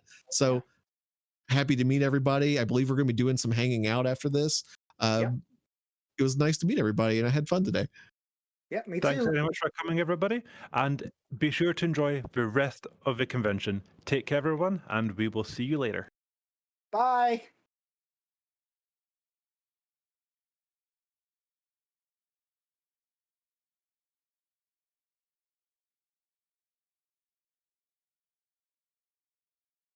Gosh, it's me again. Isn't this great? I have gathered a colony of artists to entertain you for the next 2 hours. We actually looked up what a group name for a group of artists is, and it's apparently a colony of artists. Imagine a colony. We are bacteria, guys. Awesome. Colony of bacteria. No. Sounds awesome. Sounds awesome. I guess we're just not your kind then. Sorry, it is what it is. Wee. So what we have here is, let's see, who is in here? Like, do a sound off, guys, from the beginning of the list. That's you. What does that mean? That's you. No, but everybody knows who I am. Do they though? They bloody better by now. I'm Alex. I have a bunch of art on my Twitter, which is just Alex the Nerdbird on everything, basically. I draw bird dogs. I don't know. Wait. Hello. Wait. Is this gonna be the whole stream? Just wait. Yes, that is. Yes. I go for next. Well, I'm Oxy Foxy, and I'm known as Cole Foxy on Twitter, and I just draw a range of stuff. Moxie's amazing. Follow her on Twitter. Next. Is Nana Chief? Nana Cheta. Hi, it's me. It's you. What do you do? Where are you from? I'm from Venezuela. Currently living in Mexico, so I'm on the other side of the of the world right now. I have a lot of lag because of that. Yeah. You can call me Alishka or Ali, whatever. Nanochita is just my usual artist name that I use for usernames and stuff. I usually work on almost any species now. I work on commissions, so I'm a freelancer. And I've been a freelancer for like 4 years now. It's what I pretty much do all day, every day, just art. Awesome. Yeah, I'm very happy to be here. I was in the convention last year too, and I'm very honored to be able to participate, even though I'm so far away, and to meet new people too. I'm so glad you actually decided to join us. It's really cool. Thank you.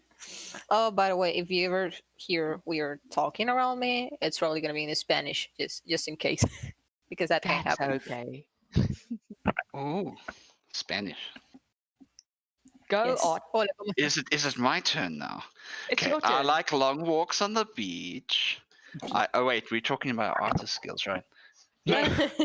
I'm that middle otter you see on the screen. This horrible looking, whatever this is, That's so horrible. with a little mustachio on it. I and made that's the me. mustachio. That's me. I'm just an otter. Hmm. I don't know, man. I'm just an otter. An awesome Best otter. Yes. And we saved the best for last, Arthur. Hey, I'm Nopulent. I've started the whole freelance furry art thing digitally, like as a full-time thing last year, which is pretty cool. I'm in Joburg and I have no idea what I'm drawing right now. I'm just doodling. That is exactly how art works. Just wah.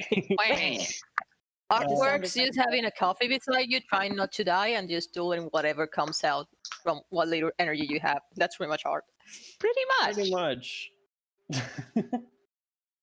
And lag, a lot of lag, at least for me. A lot of lag and a lot of praying that that file saved. And sometimes it does, and sometimes it doesn't. Oh no, the mustache won't move with my piece. Oh no, okay. Well, Oh, bye, it's a mustache. different layer. It's because it's The mustachio needs to fly away. So this is the group of crazy artists I have gathered for you today. My colony of artists, my colony. And how this is going to work is that we will draw your prompt for donation. We do have some backup prompts ready to go, but every time there is a prompt from the audience, we will drop everything and do your prompt. Fair? Oh, I think that's dear. fair. Sounds like a bad idea. Excellent. Let us start off with a warm-up prompt. Should we have a new layer, like a white layer? Because There's not We need a enough white black layer. space for prompts. yeah, we need a blank layer. Can we save these somehow? Yes, I've asked Moxie to save our pages as we go, so every new prompt will have a fresh page. Okay. Save. And we will upload these somewhere afterwards for your delectation and delight. All right. Mox, can you get us a fresh layer if you can? Sure. Fresh. By the way, you can expect me my connection to be dying from now and then because it's been really bad the last few days. So if I die for a second, don't worry, I'll be back in a bit. I'm used to that. So. Yeah, no, Jeffrey has you're donated speaking South $5. Africans, we're good. She wants to prompt something for $5. There we go. Ooh, what? I do not know. She must tell us. Tell us your prompt, Kepri. I cannot draw anymore. Where? It's because you're not selecting the layer. Where's the layer? Bottom right, where input is, you'll see layers. Is it layer 6 or leave blank? It's layer 6. The others have been removed for now. Oh. Oh, it was behind this thing. What's going on? Yeah, it's a straw pile's weird, man. New program. Who this? Lol. Okay, Kepri has Okay, prompted Kepri, a what smiley is your face. prompt? A smiley face. Duh. Is that your prompt, Kepri? No. A smiley face. There you go. Oh. Excellent. Excellent. There we Okay, guys, the real prompt is banana furry. Banana furry. Okay, who's got the body? Banana furry. Hold on, I need my It's peanut butter jelly time. Go, please go. Okay. Holy I heck, remember lag. drawing bananas in school. Banana furry. Okay. What are you doing? Get away from my banana furry. And remember, we are I'm adding arms for PG-13. you. Guys. Oh no. Pseudo, can we have some soft music in the background, please? I'm going to be like Sebastian in The Little Mermaid going, strings, words. There you see her. All right. This banana furry looks like a monkey. Oh no. Return to monkey. Return to monkey. Return to monkey. Monkey. Monkey. This is what happens when you gather a ton of artists and just do whatever. Exactly. This is why it doesn't happen often. Entertain us for an hour or two. That's it. Pretty much. Oh dear. Anonymous tipped $10. Thank you, Anonymous. Won't you like to drop us a prompt? Or can I choose for my list?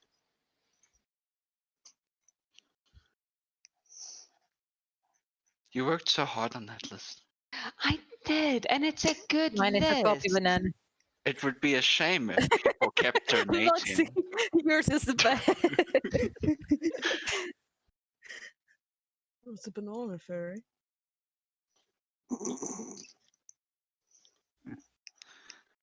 The monkey one.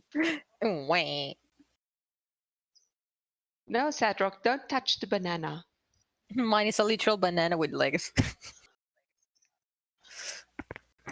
Is a monkey a furry? Yes, it is. Ooh, It can deep philosophical questions we are asking in the stream. Mm. Give us Yeah, your it opinion is. in the chat. Is monkey furry? Does that mean we're all furries? Even the non-furries? Oh. Doo-doo-doo-doo-doo. What The did I Twilight pick? Zone. Draw Why is some my smiley kneecaps. face still there? Because wait. it's happy.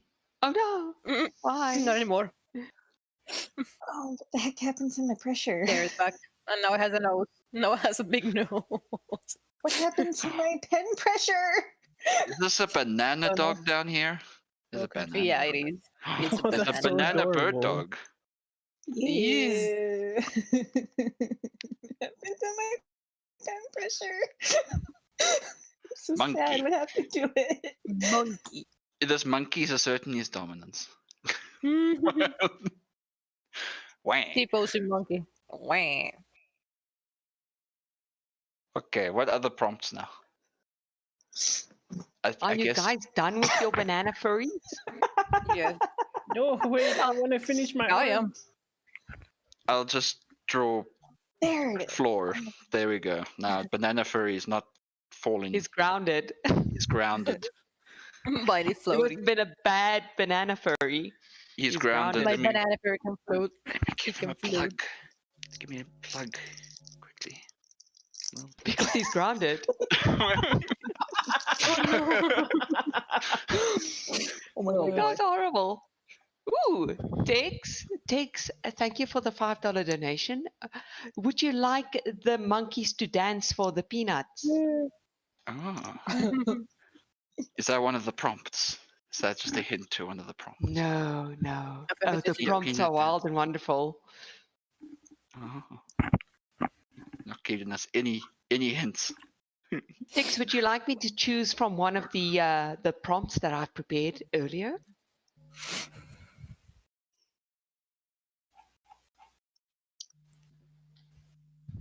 Wah. Wah. Tigris I and take Capri that also as done a this. yes. I take that as a yes. So, as soon as you guys are done here, we will be drawing. Are you ready? What's The going on with my puppy pen or pressure? kitten you would like to adopt from Possum Wacky Whiskers.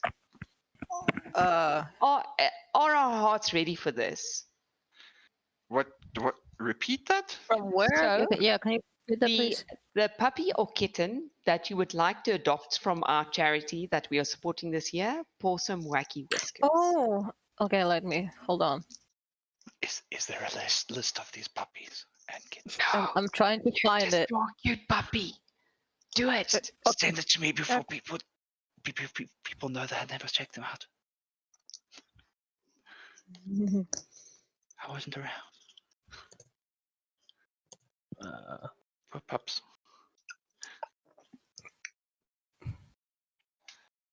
Wah, wah.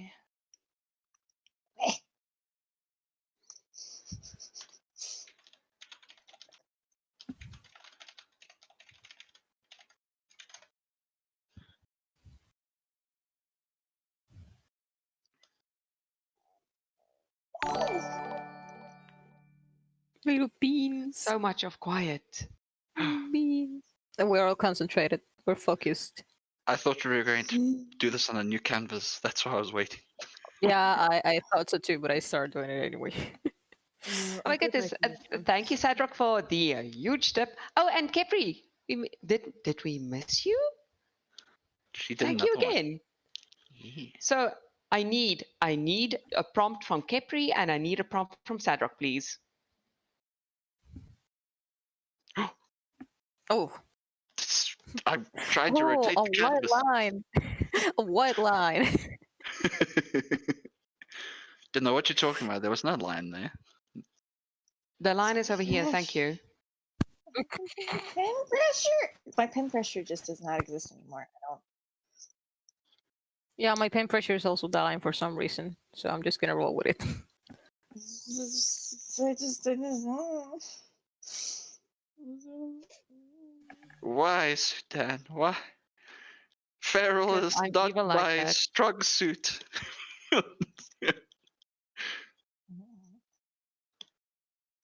Make it happen. I'm making it happen. Working for the stab Work stream. it, work it. I'm working. Everyone, we've been held against our will by Sudan. Help us. You are willing to be here, and I really appreciate it. She says that, but she lies.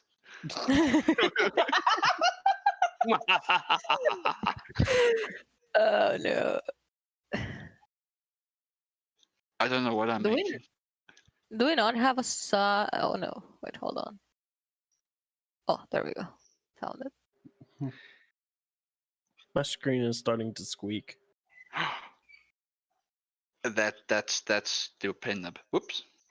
Are you sure it's not your mouse? Who uses a mouse? Mice is squeak. Oh, an actual mouse.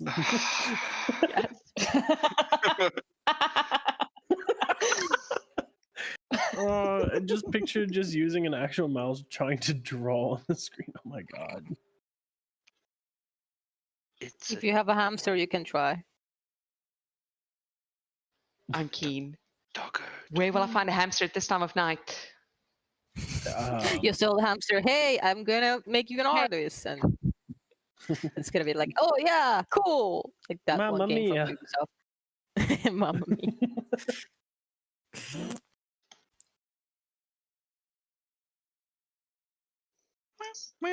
What's going on with my eraser? I think I'm just drawing anything but a puppy. Ah, look at that kitty. I would adopt that kitty.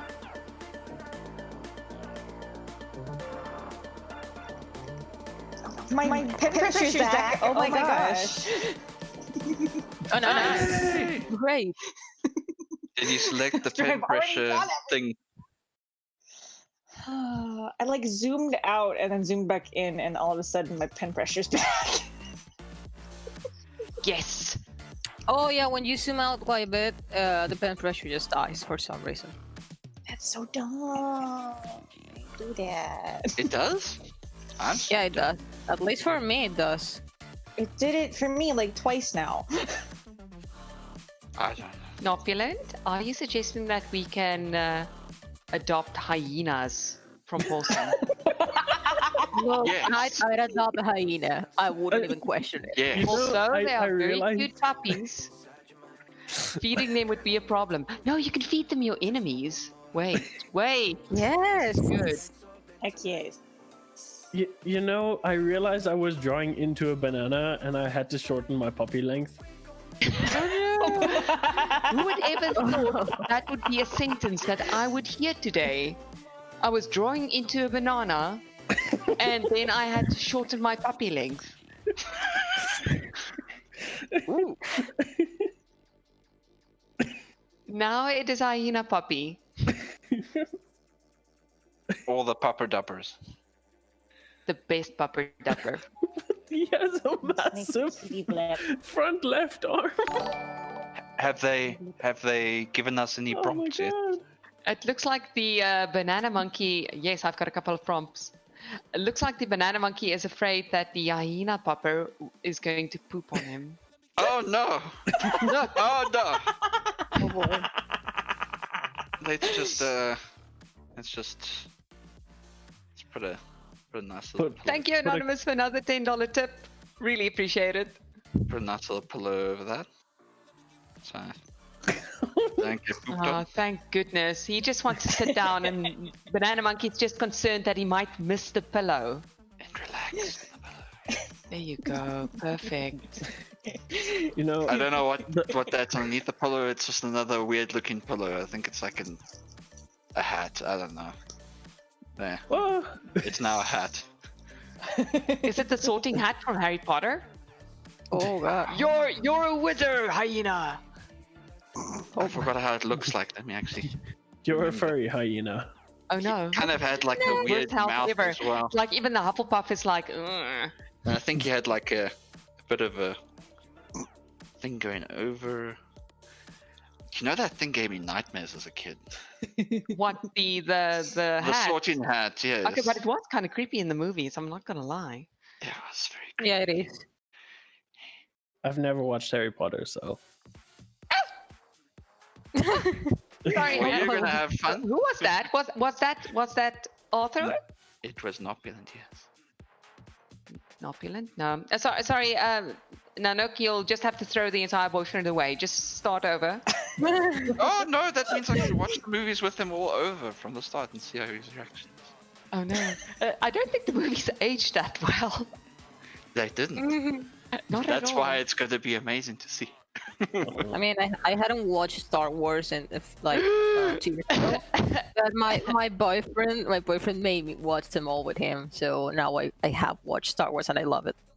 So it works. Okay. It actually works. Yes. Excellent. That was safe. Yeah, I good think that save. sorting hat shouldn't have been drawn there. Yeah. Okay, he's just looking at. See, he's looking at the paws. The paws are cute. There. They are adorable paws.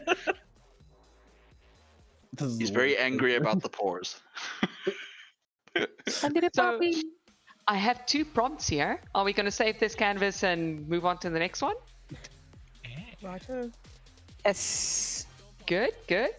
So our prompt is citrus-inspired characters. We're on a fruit thing. Citrus-inspired characters. So lemons, oranges, tangerines, kumquats, whatever. That's how Yeah, I'm not too good at this. Oh my god. Citrus-inspired characters. How about, I know a little bear who enjoyed marmalade sandwiches. Paddington Bear. What? Now we're doing Paddington Bear? What's good? Paddington Bear enjoyed marmalade sandwiches. It was one of his things. He ate marmalade sandwiches and drank tea. He was very British. Are we drawing a bear or are we drawing citrus things? I'm just saying citrus-inspired characters.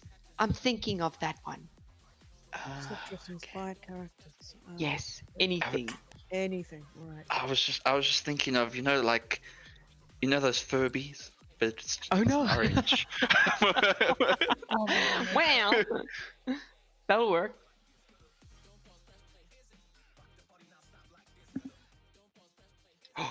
Don't question it. I'm gonna make it creepy as hell. So, okay.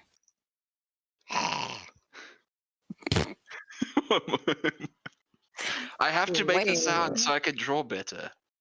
Oh yeah, I know that feeling. It's like when you have to act the position you're doing. Like if that's somebody the asks thing, you to draw somebody who's angry, you have to make the facial expression when you draw. Yes, yes, you have. That's one of the You need reasons to why know I where can't the really draw muscles in public.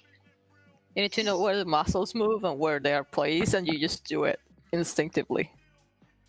I think I'm between I Kirby. have no idea. Kirby Furby Orange. A Kirby Furby Orange. That's it. Kirby Furby Orange. So it doesn't even look like an orange, maybe. Did I just draw a tomato? Tomatoes aren't citrus fruits. Hala. They are a fruit. They are, not They a are citrus indeed a fruit. though. Tomatoes are a fruit, yes. To be honest, I hate what I just made. I'm gonna make a maple Selski. I think I read somewhere that potatoes aren't a vegetable nor a fruit. It is a storage Oh, there organ. is. Yeah. Yeah. It's not. It's what's the name in English? Hold on. A tuber. A tuber. Yes, a tuber. It's a tuber. It grows below the ground. What would a gourd be? A what? That would be a fruit. A squash. Do you think that somebody literally accidentally squashed a squash and then went like, oh no, I squashed it. Guess I'll call the squash. I have heard worse explanations. Not much worse, but worse. Like Michael grieves. Oh no. Does he just grieve? Oh no. No! Or does he Michael? I have no idea what that means. I just said that randomly. I'm gonna make it fluffy now. A fluffy orange. Isn't that when you have to throw the oranges out? Oh yeah, I found one under my pillow. Fluffy orange. Yeah, I found one under my pillow when I was like still in primary school. I completely forgot about it. And then you had a new friend that whispered things to you at night. Oh yeah, it was terrifying. Your orange haunted you. It's very creepy. Do you know how I got this smile? Is that even a furry? What's furry? that has Jojo vibes. That has Jojo vibes. What, my first orange character or my second? No. This one. Oh no.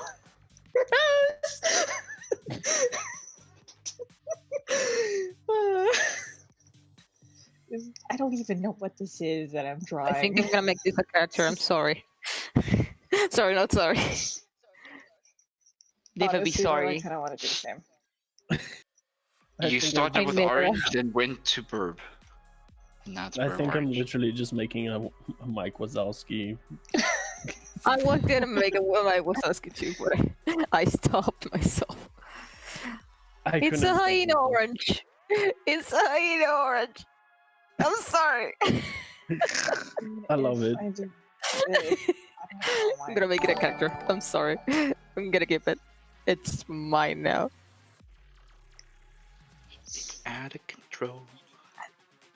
Oh, we had another $5 donation from Shad, 86SK. Yay!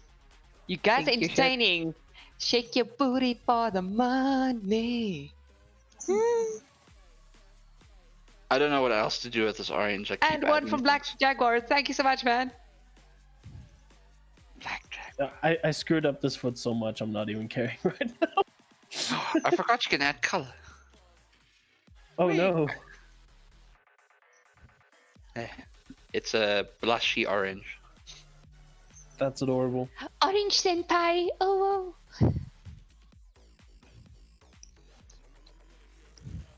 I think my orange is very yellow.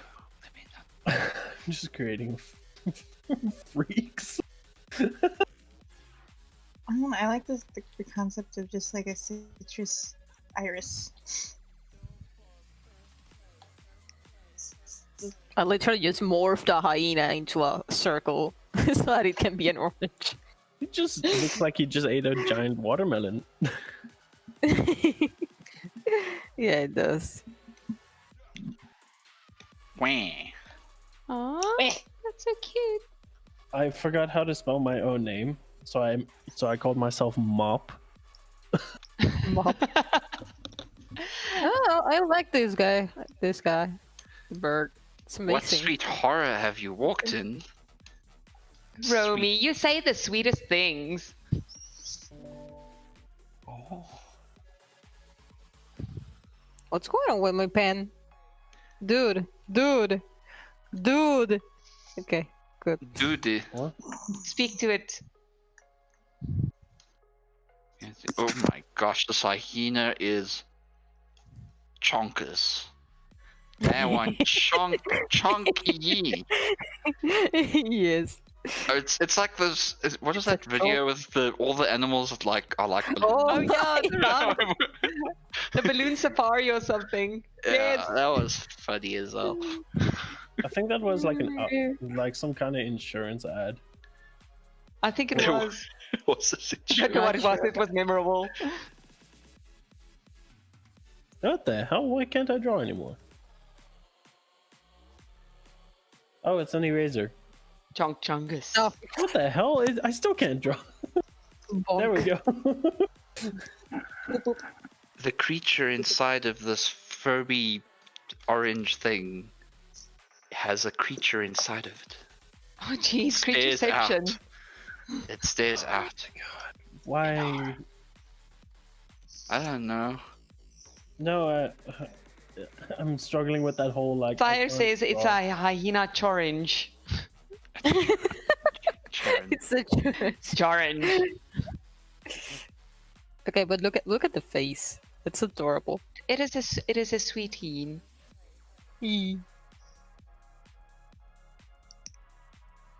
Orange sheen.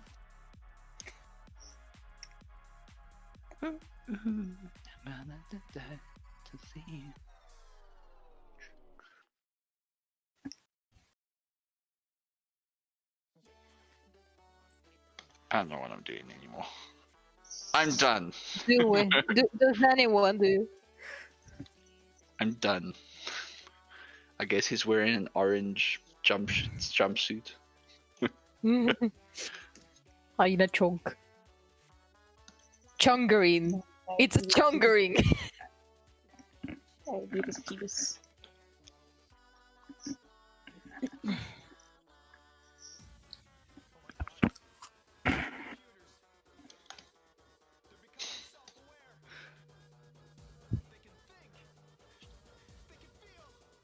Sorry guys, I'm doing administrative stuff on the side. Because that's what we do.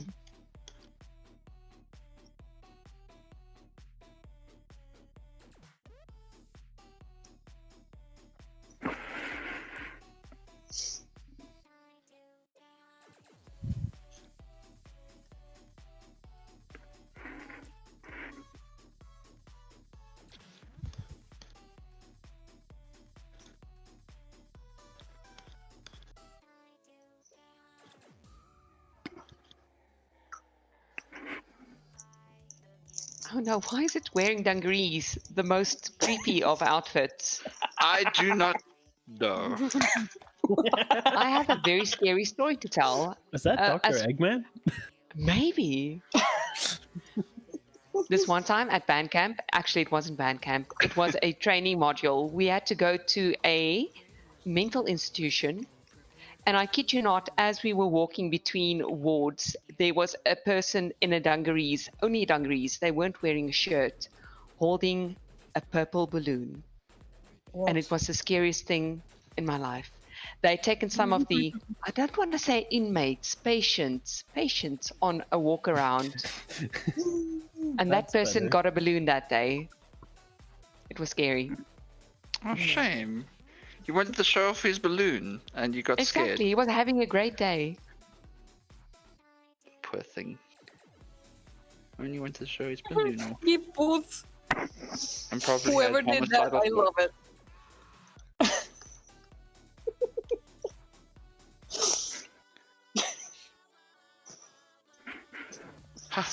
Chongarina. Foods, please.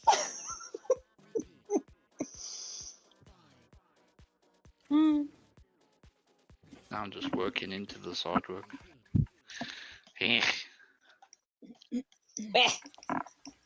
Wah. Wah. What does the chat have to say? The chat says they have prompts for you. Are you ready for the next one? Yes. I just made my business orange. Saving.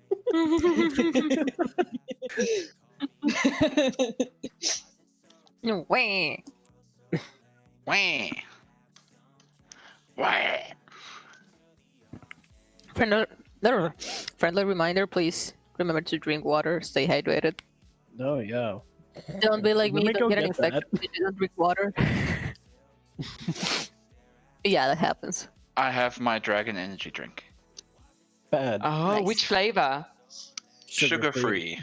Oh, I hate those. I hate them too, but they don't make me fat, and that makes me happy. Understandable. Okay, your next prompt is Krispy Kreme furry. Oh no. Oh shit. Krispy Kremes What are is my it? What is favorite. it? What is it I'm with struggling to furries think of today? any. I'm struggling no. to think of anything. Are you that- guys hungry? Is that what's going on? Are you guys hungry? We are Have you hungry. not had your dinner? Now I'm just thinking about that Oh, freaking God. policeman from what's that show? Oh, from Zootopia. No man. From Clawhauser. Gumball, yes, that's it. Benjamin Oh, Clawhauser. I don't even remember what he the looks actual like. donut policeman. I just remember he had teeth at the bottom of the Oh, donut. both. At the top and the bottom. Oh, it was at the top as well. Yes. Oh gosh, that's kind of unsettling. Why am I drawing unsettling things? You're giving us unsettling prompts. That's why. Is that an eclair, Alex?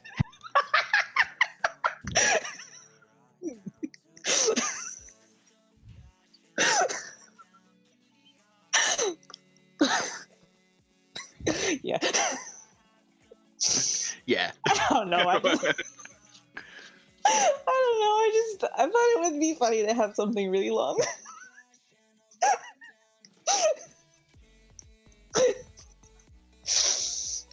What the hell? You guys are terrifying. You're giving us terrifying prompts. It was such an innocent thing to say. Krispy Kreme furry. Yes. Oh, well, where's the mouth gonna go? Obviously, it's gonna go in the little mouth hole. How do I make my donut furry glazed? Let's add a new layer. Let's bring that layer down. That Layer one in the cannot middle go looks like it's screaming from the void. Nanook, I'm speaking to you. It is screaming from the void. I'm just gonna cut that and paste it on layer 2 so I could do That's some right. coloring. I am drawing something. Come on. Come on. There you go. My connection is dying. Help. Send help. I can't even control Z anymore. Yeah, I couldn't either. What's this? There's nothing on that. Oh no!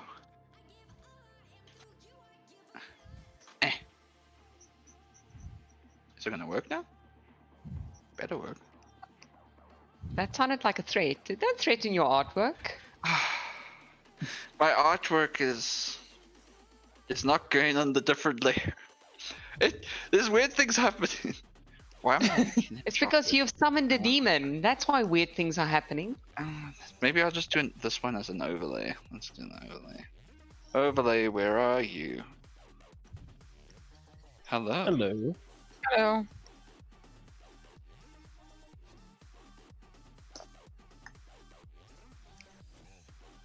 Ah. No. Of course. Yes. Take a break.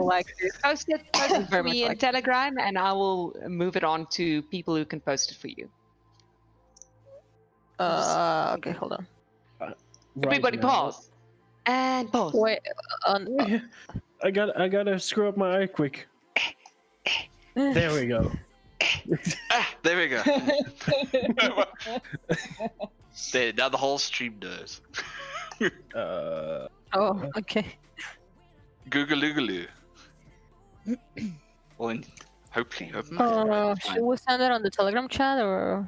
Yeah, send it on Telegram chat, and I will forward it to the relevant parties. I right. almost put. Now look at Nanook. You are such a There's showboater. nothing there. Gosh, There's nothing there. What are you talking about?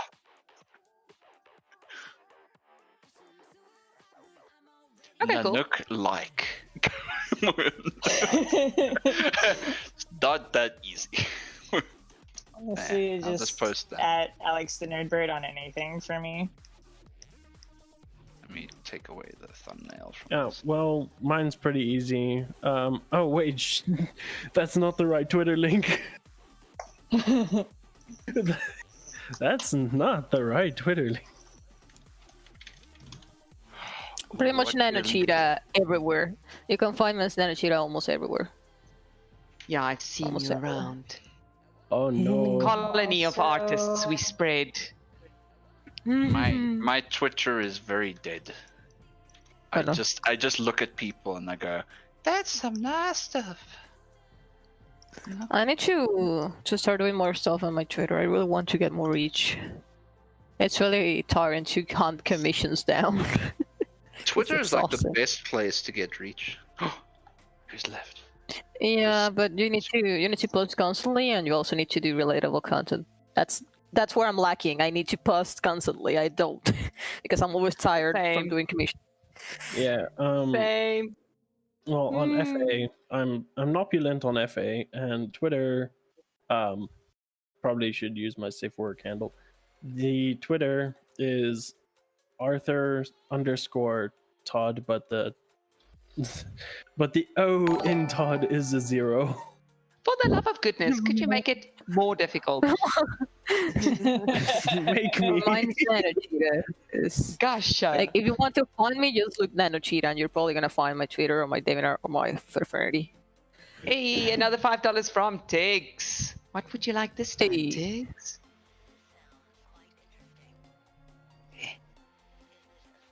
Ooh, that's a good one.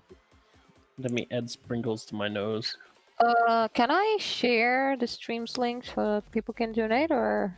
Oh yeah, please. Can you? Where can I find it? Because I don't know where it is.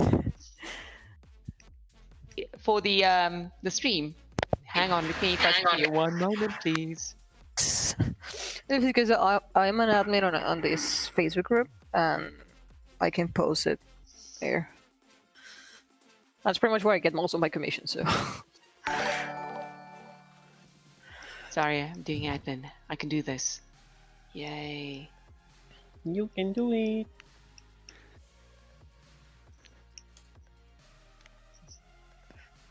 I love the hyena orange. I'm gonna make it a character.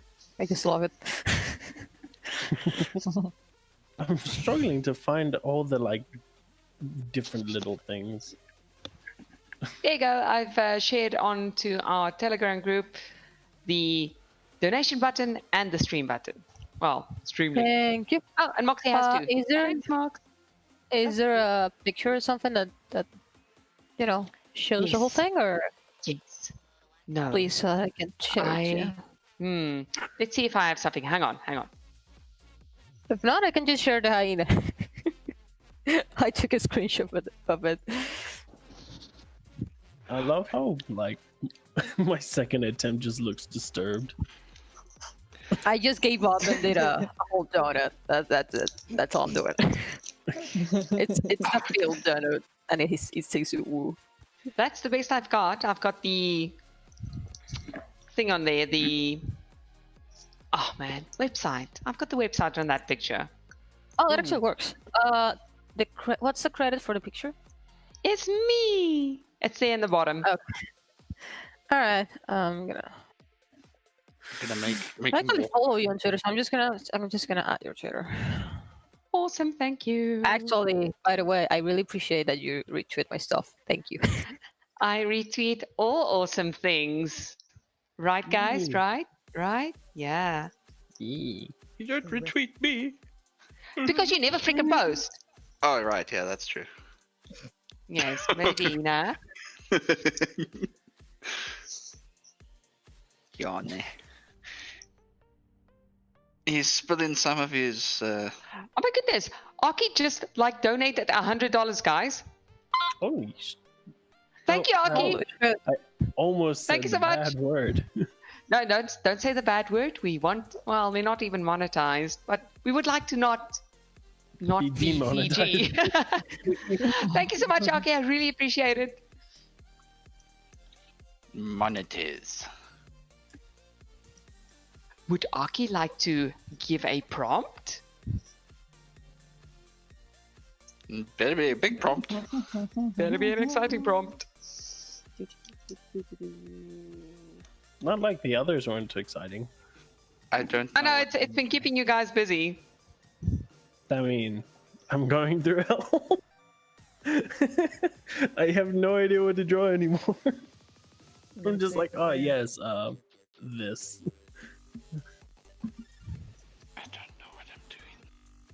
It's okay. That's normal.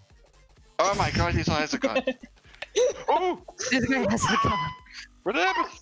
Oh no! Everything's on the wings. Oh. It was quite terrified actually. The donut's eyes just disappeared. And I was just like, where the eyes gone? And then everything disappeared. No. Are you guys ready for the next prompt? Yes. Yeah, bring it. Next prompt is from Sadrock. His prompt says, "Furries go brrr." Oh. How do you even draw that? What was? Well, I know I go brrr in the cold. I think it's more like a play on my brain. I know the brrr. Come check the charity stream. We're drawing our prompts asked by you or from our list for each donation. Boom. Actually, I'm gonna start that over.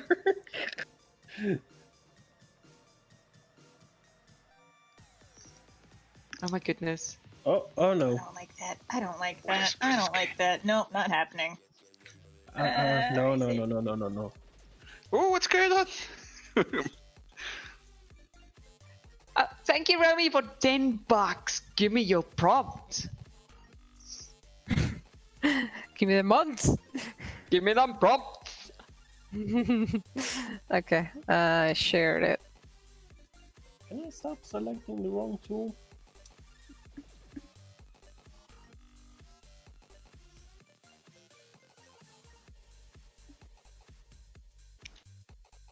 Make it public. There we go. I'm gonna share it to groups now.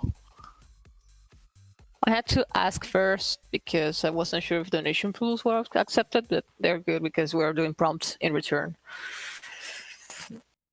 Huzzah. Oh my gosh. Our artist turned into Brain from Pinky and the Brain. I'll just go with it. He's a bit derpy as well. I need reference.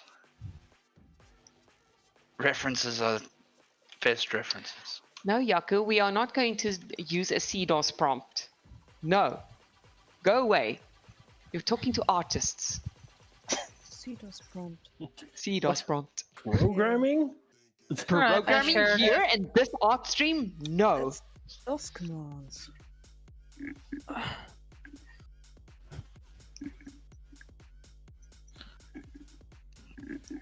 Well, hopefully that brings at least a few people in here.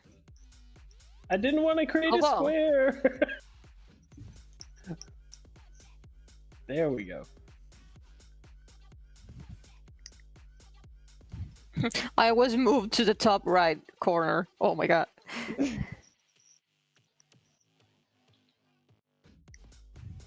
What's going on with my lines?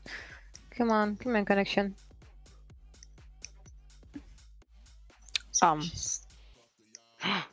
Everything's moving around. Can you? Okay, there you go.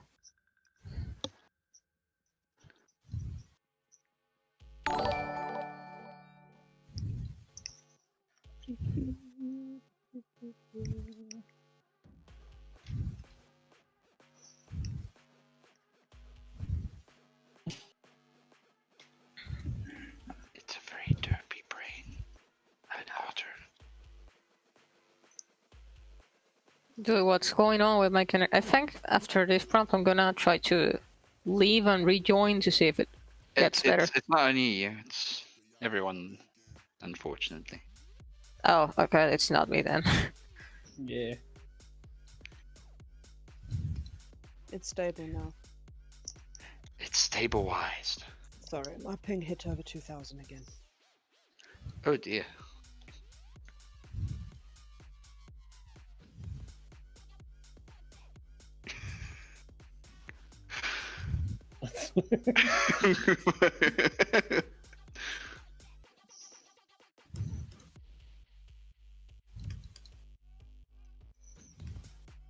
I don't know what I'm doing Me neither. with my life. Lol. What am I doing with my life? Goodness. It is Brain, but he's got tiny ears. Hmm. This one. Oh shit!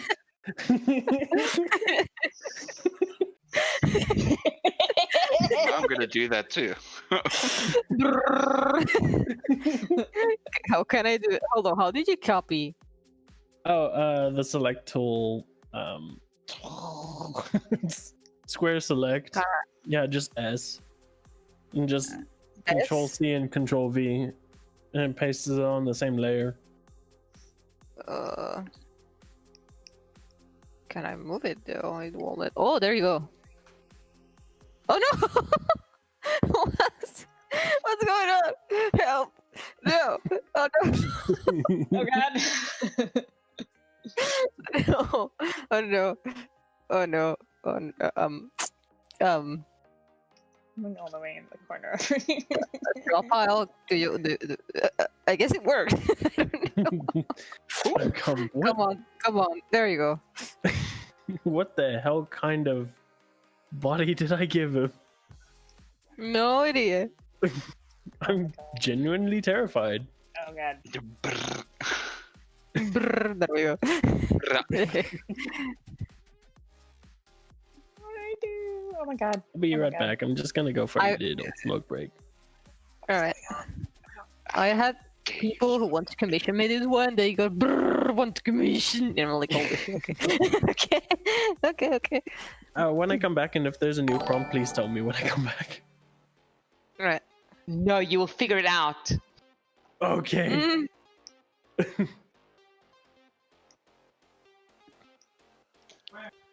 Quick guys, let's draw the Mona Lisa. Actually, that's on my prompt list. Oh what? Oh, look at that.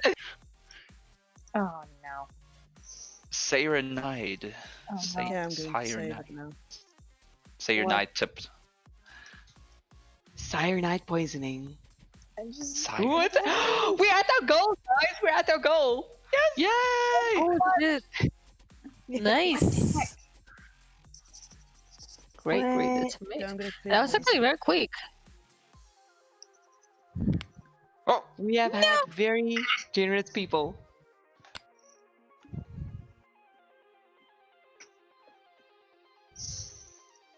Yay! Congratulations. Cyanide, you're a completionist after my own heart. If I had a heart. Yes, you are a PogChamp. PogChamp. God, that was cringy as hell. I'm just saying. Our next prompt is whale art.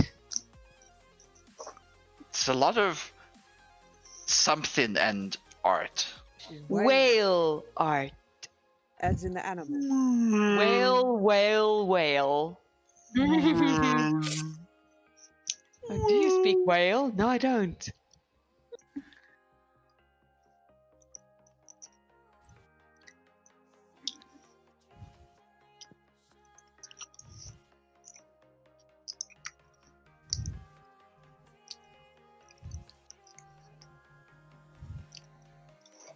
Reference. I think this is the first time I've ever drawn a whale. Same. I know. What did you do like in, I don't know, Sunday school when you did like the Jonah story? I always drew a whale. I was like, who cares about Jonah? The whale's cool. You drew things in Sunday school? Oh, hell yeah. I mean, yes. I just ran around and talked to other people because our Sunday it school teacher was very shows. lazy. No. We had a piano up there. And then we had to move out the church because the piano was like reverberating down to the church, the actual church. Oh no. And everyone was like, "Why are the children playing piano upstairs?" It isn't the children. Oh no. No, it was the children. Okay, it was the children. Sorry, no. It was me. I was pretty naughty as a child. I'm not gonna lie. You're naughty now. What? As a child, what is this? I'm not naughty. I'm an innocent otter. It's Hey, drawing some Otter weird is spin never innocent. Arthur. Otter. Oh, Arthur. Otter never innocent. Why am I not innocent? Mischief. Yeah, exactly, mischievous. They have a little Trixie. blowhole at the top. That's what they The call it, right? mischief. My otter looks a little bit ghostly. I mean, otter by whale. Sounds like a really big This is why I need references, guys. Look at everyone else's whales; they look better than mine. Mine's like, so I'm weird. actually looking at a reference. Oh, you're looking at a reference. I'm just Yeah. eyeballing. I tried That's a to fish eyeball whale. it, I decided not to. I don't know. It's a ghostly whale now. There, it's also blushing because everything's been blushing for some reason. From hell's heart, I stab at thee. No, that was a sperm whale. I'm allowed to say sperm whale. It's PG-13, but it's an animal. It is a kawaii. Don't call my whale a sperm whale. It's a ghost whale. Sperm whale. Go- Make it smaller. Well, it's shaping into a sperm whale at the moment. Let me quickly make a. That doesn't help. I'm just gonna use this as my reference, and maybe that as well, and also this. Romy says you're drawing Jabberjaw. I really don't care that killer whales probably don't have copying your art like this, but I'm making. Thank you, I'm Jaxie and making- Anonymous, for your tips. Thank you so much. I'm making the killer whale do a blip because I can. Oh, mine's the best whale here. So realistic. So good. It's tap dancing. It's gonna. It's a big castle whale. I'm going to give him a little bit of a tap dancing routine. I'm Hello, back. Is my the theme? Is the theme whales? Whales. No, it's That's a whale arm. What? Whale arm was whale art. Hello, my honey. Hello. Hello, my hello, my Hello, my harpoon girl. My ragtime hero. Oh, That's funny. The killer whale is making art. Let's do that. The whale now has like leaves coming out the top of his head, because that's apparently what I'm drawing. It looks like a Pokemon. It's a Pokemon. It's our next prompt. Oh. Hopefully, I want to draw some Pokemons that I've never heard about before. Pokemon. That's Pokemon. Pokemon. Pokemon. Pokemon. I keep My using my. parents Is used to that call is it that a Pokemon Neil for on the no left corner? Is Look, that a it is. Neil? It's an artistic whale. Is that a leech? Oh, it's a leech. Whales aren't leeches. I don't know how to draw whales. That's why you get references, like me. Yeah. I was like, hey, let's make a whale do a backflip. I've obviously done some references. Look at all the references I got. There's a reference right over here. I don't know what I'm drawing now. He looks like a shark. It's koi. Okay, I'll make him more friendly. I'll give him a top hat as well. Oh, it's a cookie cutter shark. Those things are terrifying. Cookie cutter shark. What's that? Yes, they literally use their little round mouths to take chunks out of bigger animals, like whales. Is that why my whale looks really, really scared for his life? Yes, that is probably why. And it's wearing a fez. Oh no. I hiccuped. Unexpected. Do whales have nostrils? They probably don't. They No. do. They have the blowhole. They have a yeah. I meant besides the blowhole. I mean, It makes me very considering- uncomfortable calling it a blowhole. Considering I failed this already, what am I drawing? I'm just gonna continue trying to flesh this out as a whale. I can make him happy. I can make him happy. Thank you, Dixie, for another $10. Thank you so much. Thank you. Yay! This is such a good whale, though. Look at all the bubbles. Yeah, bubbles. I like this bubble whale. I like this whale too. But I like the bubble. Popular to contrary belief. I tried to make mine do a backflip and he broke his spine. I like the hat on this So one. he's just constantly screaming for eternity. Yeah. This hat totally needs. Okay, I'm gonna search up whales.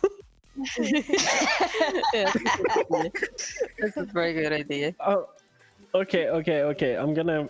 I'm using my size shortcuts and it's always giving me the wrong tools.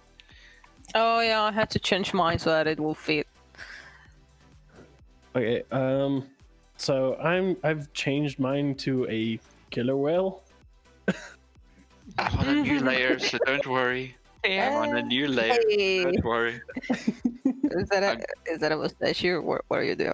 I Wait, am. what's that? It's on a new layer. Don't worry. It's a mistake. Yeah, I'm aware, but it's a stashy. Good It's a stash. horrible mustachio because I'm lagging a little. It's okay. It's a good mustache. They will need some English. Where's Moxie Foxy? Oh, there she is. My She's the God. one that drew the amazing freaking whale up there with the bubbles. Yes, that's amazing. Thank you. More whale. More. Sacre bleu. Oh, I've got an interesting prompt for the next Hold one. on. I need to. Look at these little things. Has a baguette. It has a baguette. Look at these things. Look at those details. It's a French whale. Look at those details. Yeah, it's amazing. Look at this That little whale's world. amazing. Look at what the fuck is this? I mean, what the frick is this? Sorry, guys. It's a bow. It's Ha ha ha. little Baguette. killer whale doing some art. Those are nobules. Nobulence. Nopulence, yes. That whale's full front of its flippers is full of nopulence. I will draw something better next time, guys. I will have the cheating Google open with references because everyone cheated.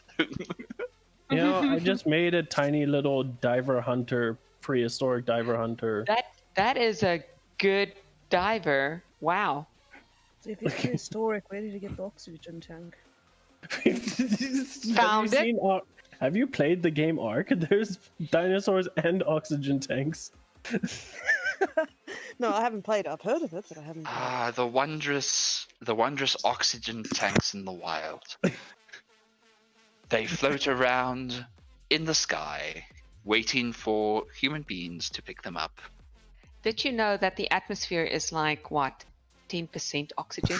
Where do you think it's kept? In the tanks. In the tanks. In the tanks. In the tanks. In the tanks. Oops. That is an excellent diver, not gonna lie. Thank you. Why does he have a spear? He's prehistoric. He's trying to put that poor animal out of its misery. He's prehistoric with diving flippers. With And diving flippers. gear. And diving gear. What the heck? Scuba I gear. am not a very smart man.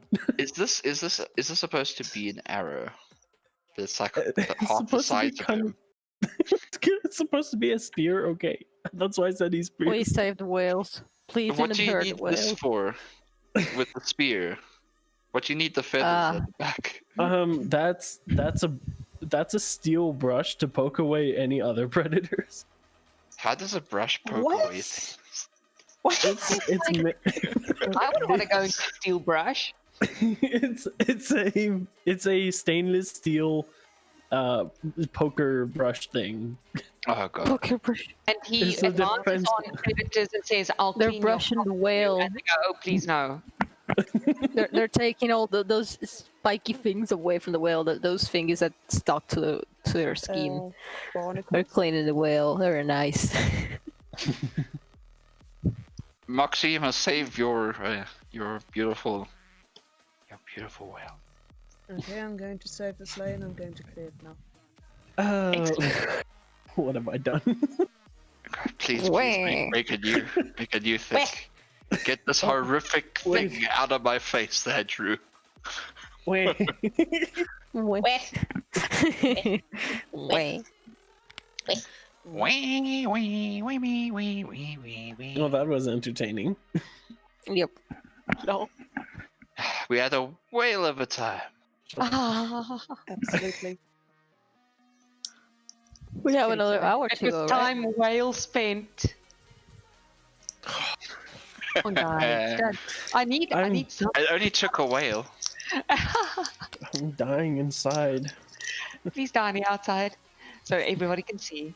So the next outside. prompt is from Black Jaguar, and they say they would like to see a stickman fight scene where they all draw the scene together.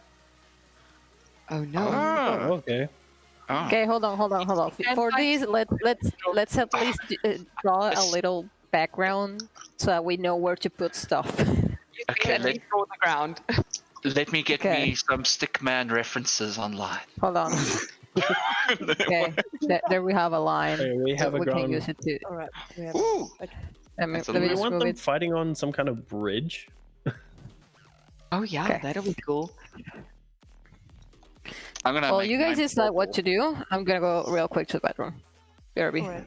Cool. I'm gonna draw some hanging vines. Why did it switch to eraser? That happens. Under the freehand thing, you have 1, 2, 3, 4, and 5. And eraser. Do you have eraser selected?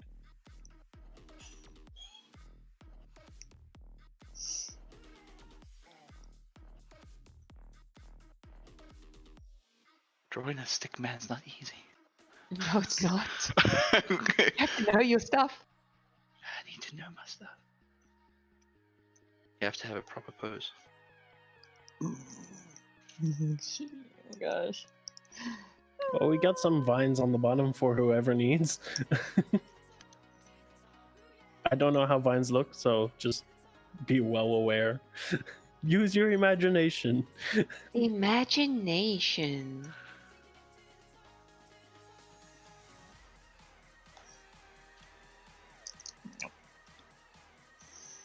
Some of them better be Naruto running. That's all I'm saying. You know what? Just help me right I now. was just about to do that. Yes. They're supposed to be like swords. And it's just me in the background. Going like, hiya, to absolutely nothing. You're leaping into battle. I'm so tiny. Okay, I'm back. Stealth mode in What did we decide on this? It is a stickman fight scene where they all draw the scene together. There are some vines and things happening. Oh goodness, that person is down. He's like, please avenge me, brother. Hold on, let me add my. Somebody should be monologuing. Oh no. In the ancient times of Stickmania. There was once a great battle between modern, That statement didn't make it. between modern age, Brother, Stone help Age, me. and Iron Age. There were ninjas too. It was freaking awesome.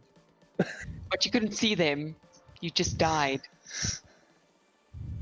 I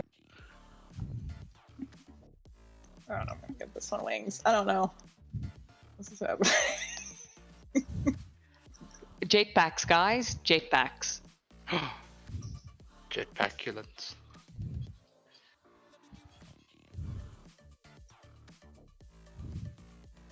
Have you ever jumped through the air while shooting your gun going, ah? I'm a fire, Melissa.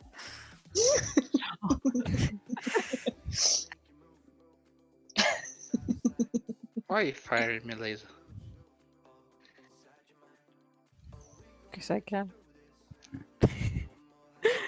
Because I can. I don't want to. I don't need to explain myself.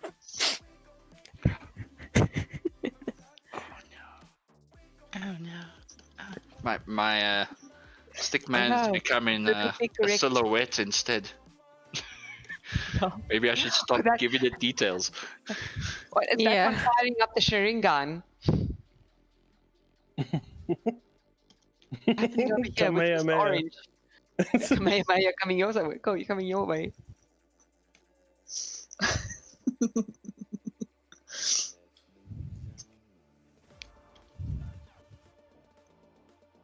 Way.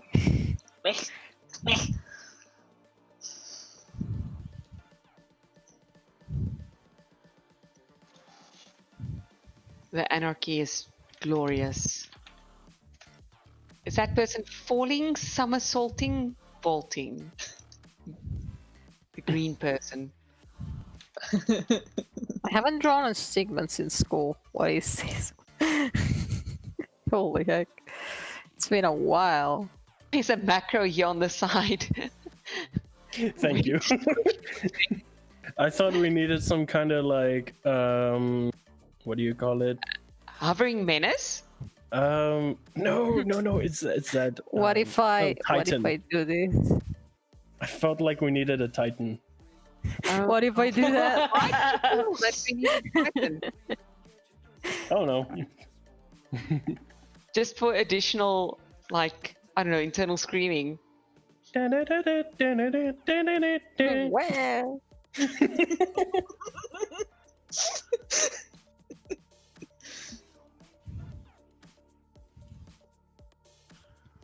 Oh my goodness, guys. I feel a lot of suppressed rage, like being outlet here. I have no idea.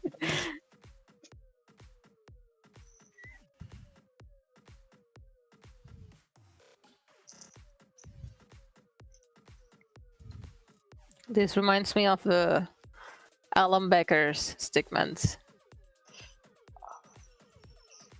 What is that? Give us more info. Oh, it's a guy on YouTube that literally dedicates to doing Sigma animations. He's the one that did animation versus animator series. Oh yeah, that. I need to look this guy up.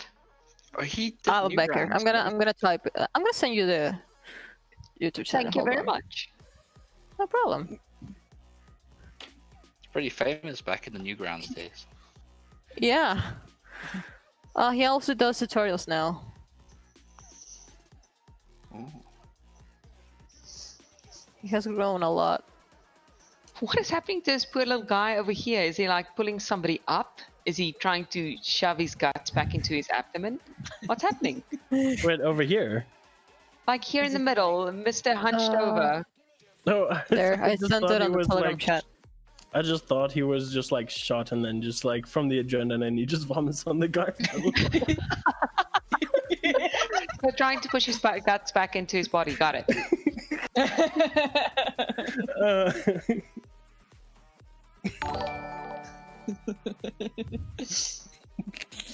I sent the YouTube channel on the chat, on the Telegram chat. Thank you. I will check it out. No problem.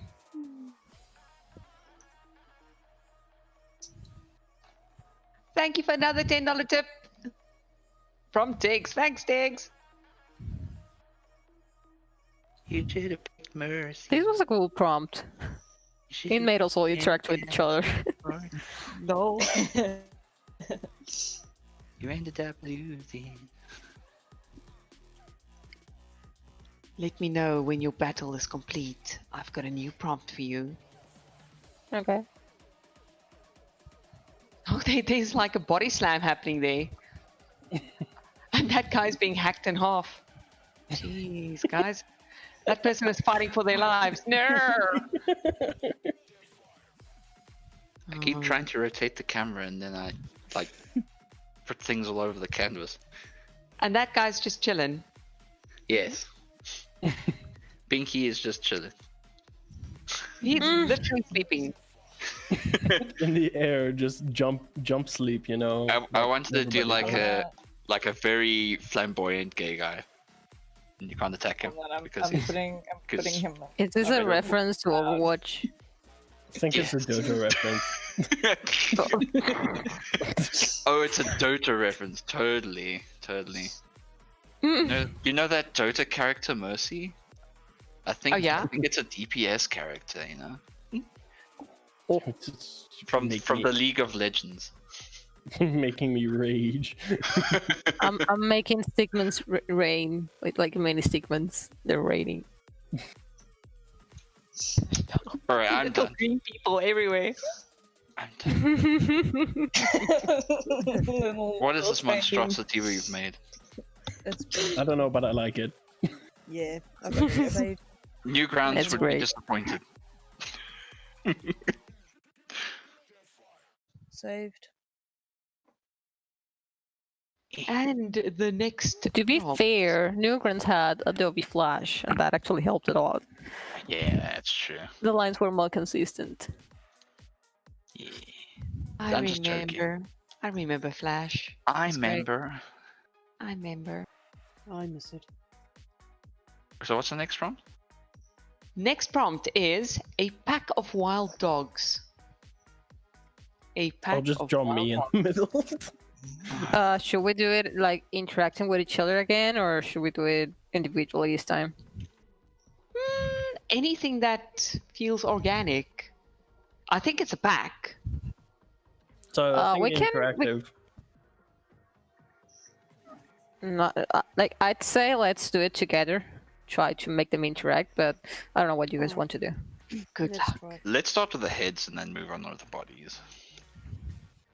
That sounds like a murder mystery. There you go. We can make him bigger. Oh. Oh no. That's right, big doggo. Hello. The Too much spawn pressure. from hell. I actually need a reference. Hold on.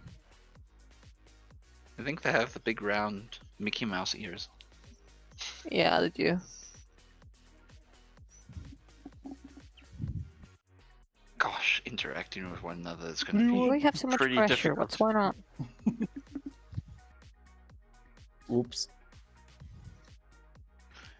Cause I'm out of control and I need it. There we go. Oh, this is Eraser. That's why it's not changing.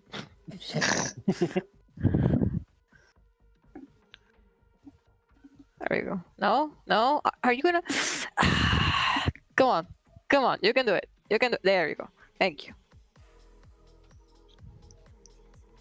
It is testing your patience. It is indeed. Why is this pressure? I don't know. Pressure goes Do it. wild. Don't do it. Don't pressure. Stop pressuring me. Okay, so I've checked. We've got about 40 minutes left, and we have 1, 2, 3, 4, 5 prompts left, including this one. So 40 divided by 6 is, I am bad at 10. maths. No. I know. Answer. It's around about 7. It's gonna be less than It's gonna be like 5 minutes I'll for put each. a timer up for 7 minutes for each one. That fair? Okay. Yeah. Yeah. You just let us know when time's running out, so we don't panic. Panic. We'll probably still panic, but you know. Oh, that's one fat one. Don't fat shame Ben.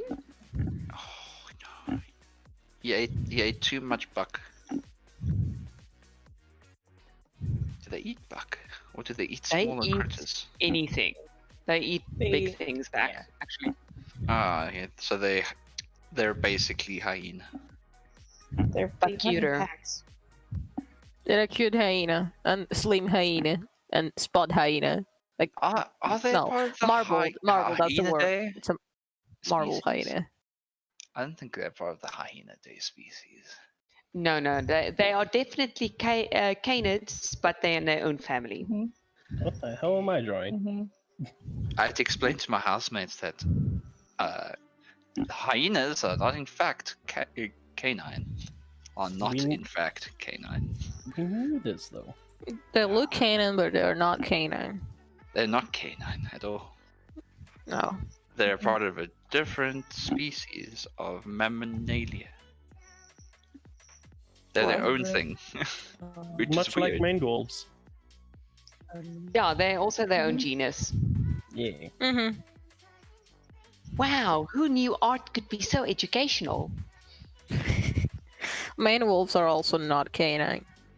Though Yeah. people think they are. Because they're called maned wolves, but they're not maned wolves. They're just- Yeah. They're not even foxes. They're They're something just different leggy as well. boys. They're part of the leggy boy family. The Leggy Boy family. Leggy Boy area. Legaboyria. I've been accepted as one of them among. One of us. One of us. You know what? I'm just gonna not draw the traditional furry face, and I'm just gonna go with like a Rick and Morty thing. That's interesting. Well, that will actually make it. We have 3 minutes left. Oh god. Thank you. Look straight. Good to know. Oh my god, I saw everyone's pencil go faster. Well, I decided to draw a second one, and I was just like, I don't know what's going on.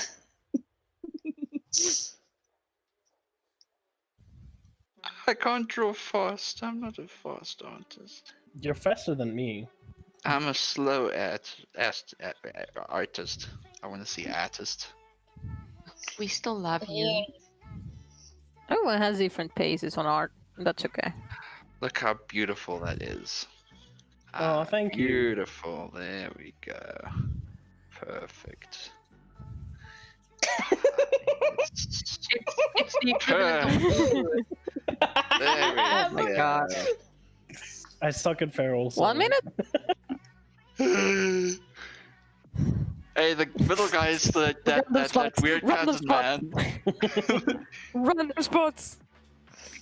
Hey, you guys. How you doing? Oh, you doing the dream? Oh no.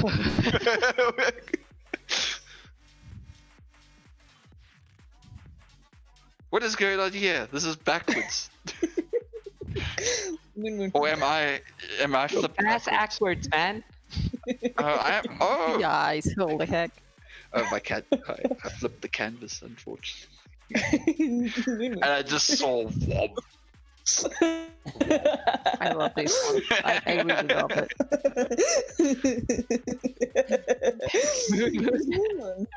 Watch it out of 5 physics with my eyebrows.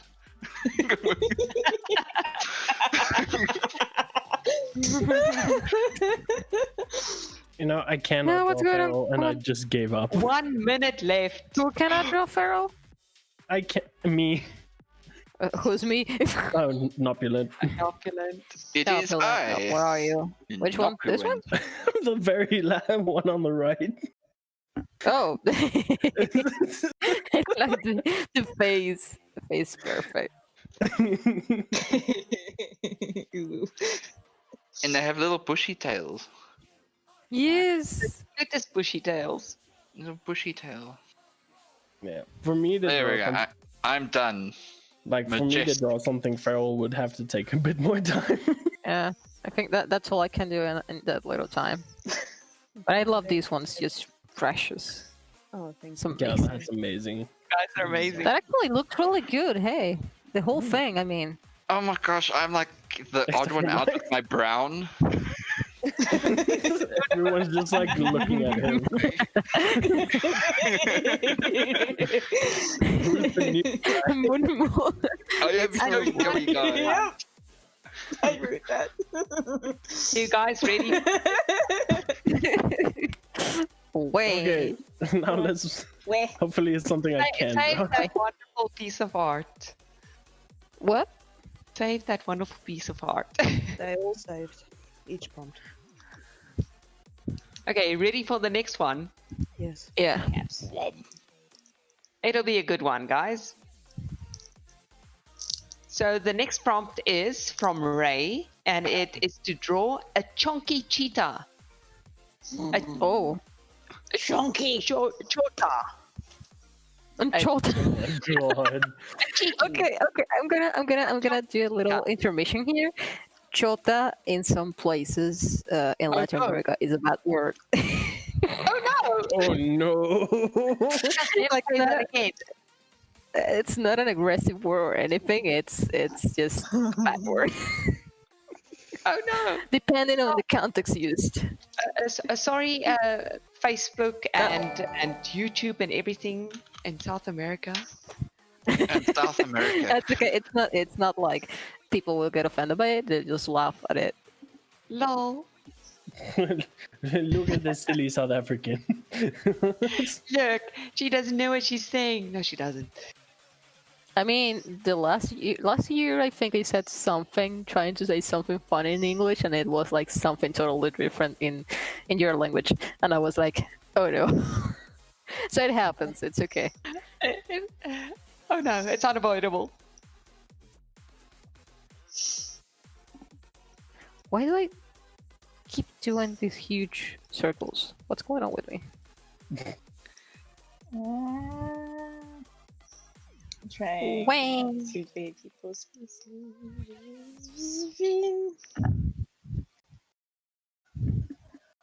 Oh no, my cat has somehow gotten into my computer room. Prepare Oh, no. yourselves for interruptions. Wow. This is the quiet one. He doesn't meow. Oh. He meows, but he's on mute. He goes, what? He's on mute. He's on mute. I know that one too well. How do I turn mute on my cat? Please send that tutorial. Oh no, How don't to worry. mute I've your got cat. another cat who is the spokesman for all our cats. His name is Rambo. He screams, "Mother, feed Is his, me!" does his meows come out like an assault rifle of some sort? Just long and drawn out. It's like more like mortar fire, Oh. and it never ends.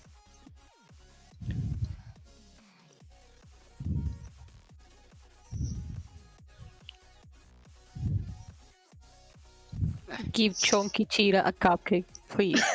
Or daughter. Either works. Food. Give food, please.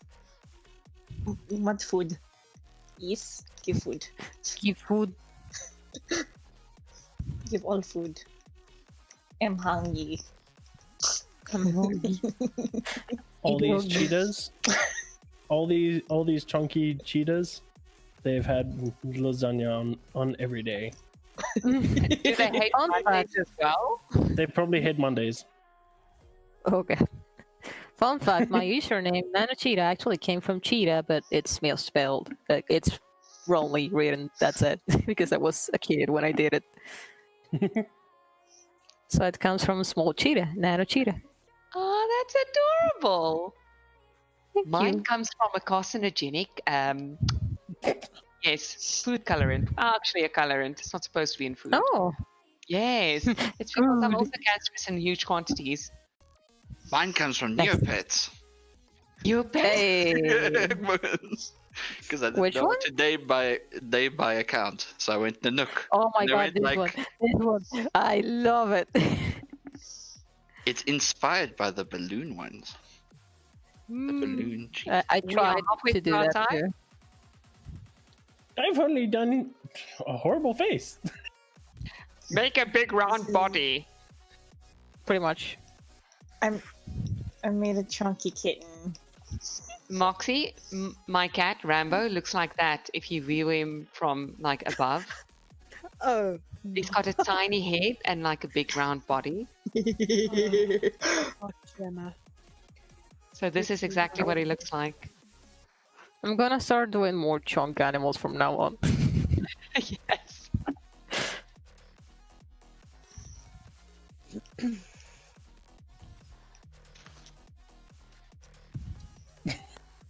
Look at what doing. Chunky, Don't forget the tail. You like it round. You like it chunky. Donkey.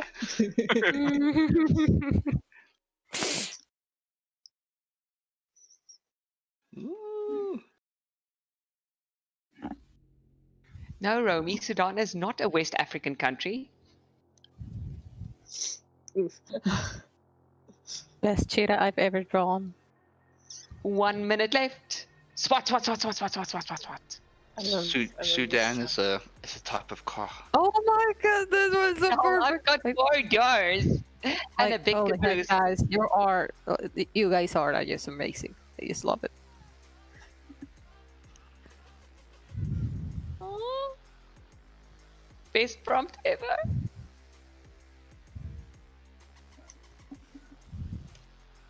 Maybe I should make. I'm gonna create a whole line of glow animals just for fun. They'll do stickers sometime. You Will be know, fun. I think I'll just rather give my chunky cheetah some slippers. Little booties. That's awesome. That's how he got Chunk. He's also got the newspaper and his morning coffee. And the croissant. A chunky croissant. Chunky croissant. And our time is up. Oh, chunky croissant. The spots in upload are okay. I wouldn't mind a chunky croissant. I heard we were out of time and I just. Are we out of time? You I've had had so much fun making fluffy fluff. Making a big ball of floof. It's just gonna be a fluff ball. Can I save it someone? What's the panel after this one? Nothing. We can go over a little bit. You're the last. Last but not least. You're fluffing it up, Nunu. So how many? Friendly reminder to drink water, please. So how many people are watching the stream right now? Only 136. I mean, Oh, No pressure. jeez. Oh, dang. It's like Dang. 10 times. I don't know how many times more. Twice, triple the amount from last year. yes, triple. How much? completely. That was like 200. Last year we had about like 30, 40. Now we're at 139 and we were at 160 something a bit earlier. Oh, We nice. quintupled. awesome. Yes. So our next prompt comes from Romy. Romy would like to see cute hybrids like lion and ots. Lions Lion and ots together. Okay, are people typing in the chat? Yes. Okay. Okay, I ask them for animals. Like, just say animals and we will just mix them up together. Okay, firstly, we've got lions and otters. What else would you guys want? I want to draw an otter now. That's my best thing I can draw. I think you should draw the lion and otter. Nanook, start. I am starting. I'm gonna attempt to do a horse and a dog. Oh, do it. A horse and a no, Arthur, no. No, not the horrific thing. Snake and snow leopard, shark and jellyfish, dolphin cat. Oh my god. I Okay, thought let's see you what draw happens. the horrifying look of a horse dog. Horse with dog mouths. You remember that from the art group? Yeah, yeah. I don't want to see it. It makes me scared of life. Imagine equestrians mixed with canines. I forgot how to draw. My brace on. You put pen down, then you make a line. A double-sided mouse. What Then is you a make double-sided mouse? Double mouth what? A wonky. A double-sided mouse. Like, Oh what is my. a wonky? A wolf donkey. Oh.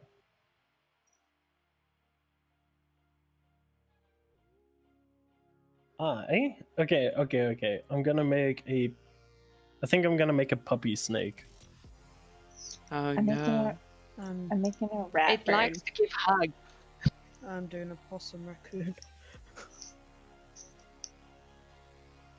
Cause raccoon.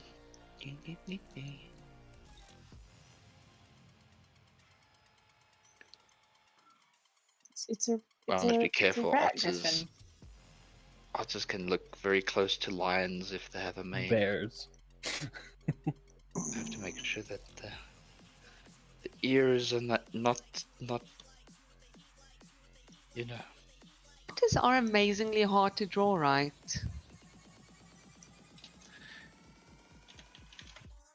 Just putting it out there.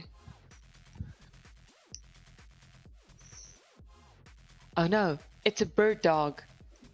It's not a bird dog. It's a bird rat. Oh no.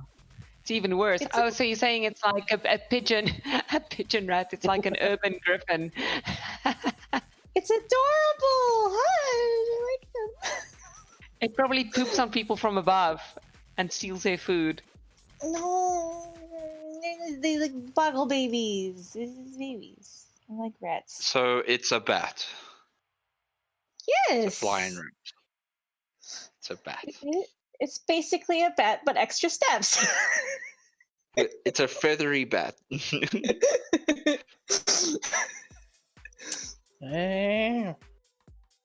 Wait, what is going on? You know, I once convinced somebody that bats' family species was called flying rats. Oh my god! What the hell? And they believed me. I was just like, what the hell? I was like, why would you do this? I was like, do you know what bat's family name is? And then they went like, I don't know. And I went with the best conviction in my voice, and I said, it's flying rats. And then he went like, what, really? And like, yeah, totally. No, you evil mastermind. Oh, They guys, think my it's a cat problem. is being a laptop. This is a problem. No. I'm so tired, I can't draw right now. Oh, Almost done, Nook. It's like 25 minutes. You can do it. I'm so tired. I'm so tired. Tired I thought you had an energy Yeah, drink. Dragon print. Exactly. I had. Well, energy drinks when you sit down don't really work so well. You have That's a to lie. move your body. That's a lie. Can't be a lie. I fall asleep to energy drinks. It's like sleeping pills. Same. They don't What give me happens if energy you take to do that, sleeping so- pills and an energy drink? You explode. I have come to the conclusion I cannot draw anything cute. Do you explode like the chicken from that what's it called? Jimmy Neutron movie? Remember the alien chicken? And then they had to use soda pop to beat the alien chicken.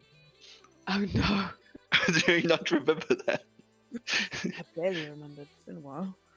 That is And then the terrifying. alien chicken exploded because it couldn't burp. That was that was that's a spoiler for everyone who hasn't seen Jimmy Neutron. Sorry guys, spoiler alert. If You you want weren't it like, if you weren't like born in the early 2000s. We have 30 seconds left. You can do this, Nano. You can do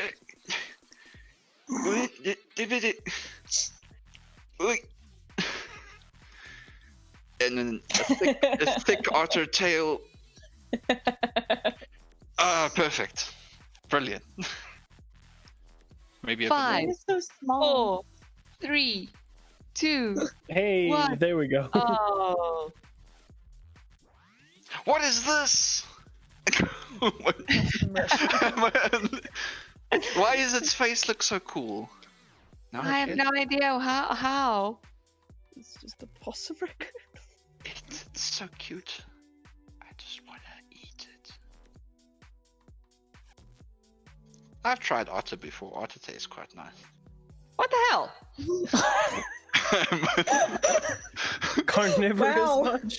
You can try. There's a place Wow. in Cape Town that serves otter, specifically groot otter, or Cape Clawless. It's delicious. Oh my god, what the hell? Wonder what chat has to say about me eating otters. Oh, thank god it's off the canvas. I thought like there were some pixels dead on my screen. Oh.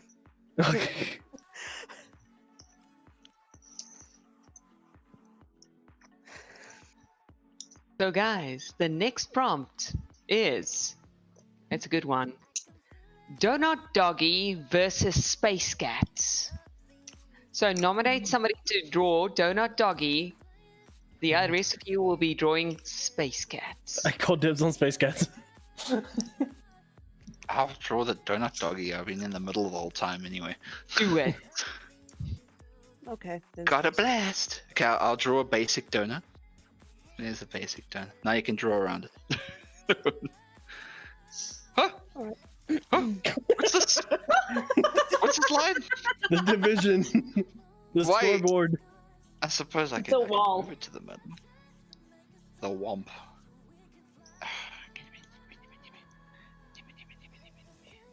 And time has started. Sorry. Oh. Why is there a gigantic line? We're gonna play some Pong. Why are you removing my donuts? What's going on? What are they doing with what? You're removing my Are they donut. moving your donut? Remove my donut. Oh, really? Donut. I booked donut. They even moved my donut. Another person's drawing a donut. We Doesn't don't know what always happen. Space Cats look like. Maybe it's a space cat donut. I don't know. I don't know what's happening. Alex wants to draw the donut. I'll let Alex draw the donut. Hey, you can draw the donut. Move your donut to the middle. No. Move it to the middle. Damn it! I want to draw Space Cat. No. I don't wanna- Push. Pushy. Pushy, pushy. Push, push. Look, I got claws. I'm not afraid to use them. Okay. Pushy, pushy. These Space Cats are adorable. I guess I got my space cat now. It's just hiding in the background, yeah. Ominously waiting to claw. There we go. Hey Kit, how are you doing? Kit just joined the chat. Kit is from our sister con, WomaCon, and we love him dearly. Say hello, Kit.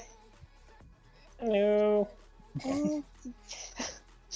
I legit thought that was him in the call. I was like, what? I was like, wait, what? I'm a master of voices. Hello. Hello. Hey guys. Hello. Wow. Wow. Space cat. Wow. Kid just like dropped a $50 tip. We love him even more now. Thank you, Oh, Kid. thank you. Yep. Woo. Wow. Thank you very much. Did I just unironically woo? Blue Ampharos? No, it's not Owocon, it's Owomacon, as in Owomaha. Why does your donut cat, donut whatever this is, donut dog furry thing, look like a moon because of this? Did anyone actually draw the dog? I don't see the dogs. Oh wait, dogs? Where's the dogs? What dog? Someone's supposed to draw the donut dog. The donut dog is over here on the side. Oh, okay. I was trying to push Alex's donut dog into the center, but Alex doesn't. I'm gonna intrude here. Look, listen to me. Listen carefully. Listen carefully. I'm gonna push. Okay. Does it even work? I'm trying to move it, but I can't see if it's actually moving. Is it moving? It's pushing. I don't see anything moving. What are you moving? You can't see me when I'm selecting it. Damn it. Oh, it's gone. Come back. Come back. Where did you go? No! Undo! Oh, there it's now it's come back. The hell's coming up? Undo? What are you doing? Am I lagging? Is it lagging? It's lagging. No, my thing is stable. Oh, there we go. There. Push. Finally.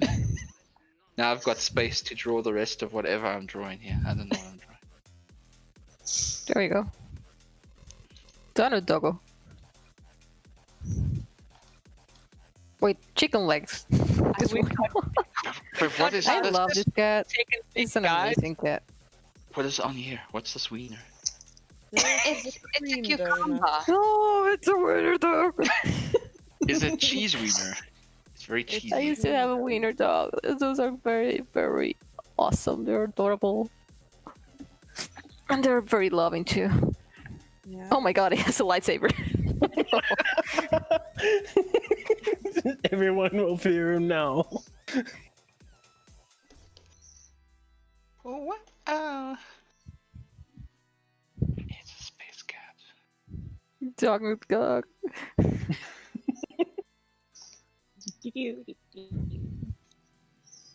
And our time is officially up. Oh, that was quick.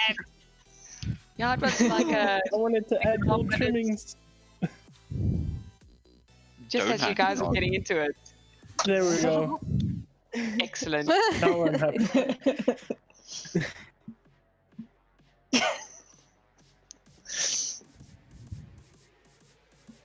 That was fun. Yeah, it was. Good prompts.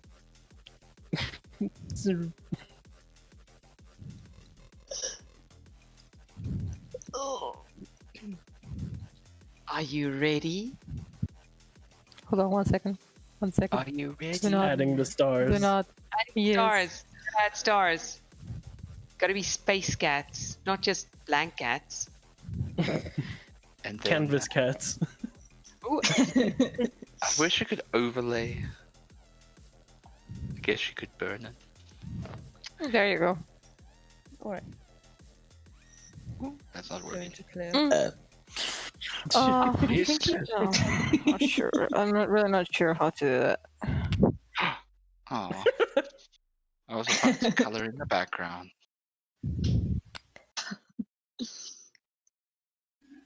Okay. Cause got nothing to draw. What's our new prompt? Time sure flies when you're having fun. That's true. That's our prompt. I'm reading the chat.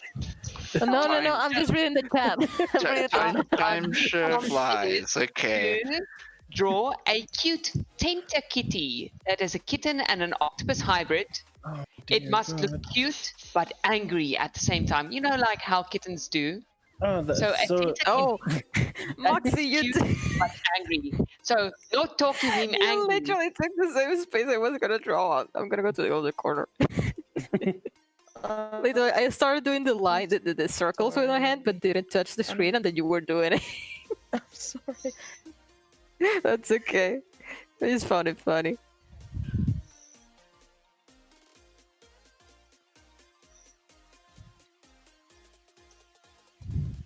You know, I'm the worst at drawing cats. I literally take forever to draw them, and then they come right, and then I draw them. But initially, my cats don't look like. They don't look good.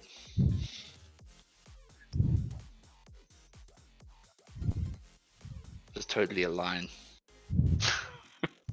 We've got 2 more prompts after this, so we'll be a bit over time, but at least we will have drawn all the prompts that we've received. That's good. Hopefully, you don't get new prompts. Wink, wink, nudge, nudge. Well.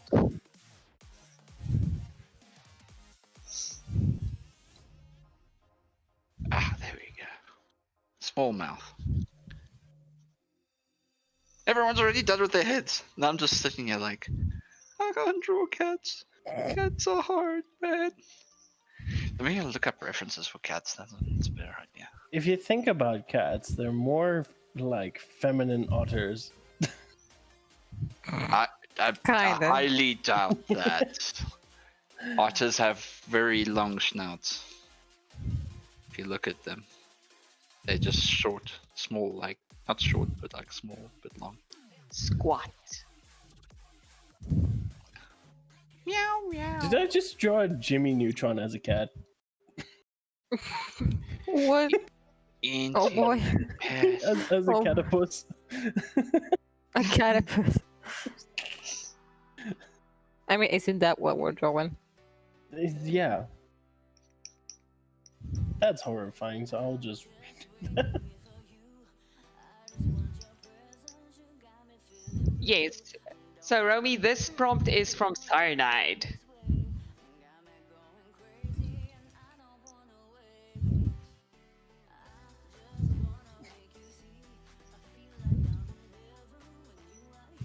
Good Lord, Nanook, that is terrifying. Why?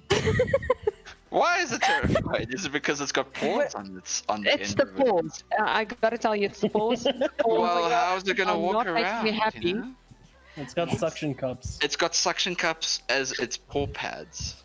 Oh, that makes me so unhappy on so many levels. And it makes the sounds when you walk around. Does it have claws? Nobody knows. I mean, squids have claws. And it has no fur whatsoever. Ew. Worse. It's a. Oh, I'm gonna look up a Sphinx cat and I'm gonna use Sphinx cat. Oh my god. Oh my super god, wrinkly. all the wrinkles. All of the wrinkles. Oh, the winkle. Thank you for the $10 to Cyberspace. Thank you. Thank you. Into the past. I'm terrified of my own cat. I don't want to finish his face. Rescue the your destruction.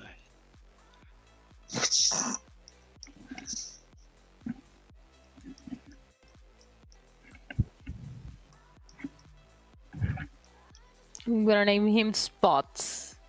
Oh no. It has to have like the most. Yeah. I thought we were supposed to make them cute. Are they supposed to be? We cute? were Well, supposed to use it. well, it. apparently, Sphinx cats are And those balls cute make to you so some cute. It's people. like a pupils. Oh yeah, that's right. Does anyone remember Family Guy when Stu got turned into octopus?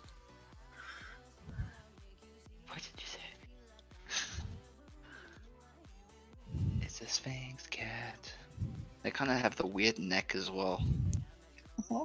I always wonder if I don't cats like look it. like that, or if just Sphinx cats look like that. They kind of weird. And I need to hate on Sphinx cats, but wrinkles kind of freak me out. No. No, hush. I would It get one remind- and call him Dabby. It reminds me of my impending doom of growing old. I want to get a Sphinx cat. You have I want to 30 get a seconds left. Sphinx cat and then name it Dabby because it's adorable. I just realized that putting the feet down make it look like a spider in a way. Oh no, it's by fear.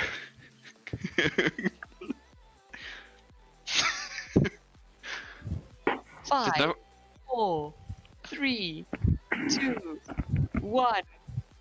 Yeah, I give up. Okay, saving. Excellent tentakitties, guys.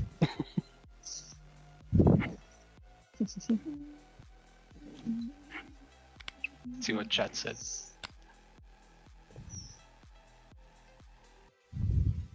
Spider cat, spider cat. That's what. Oh no.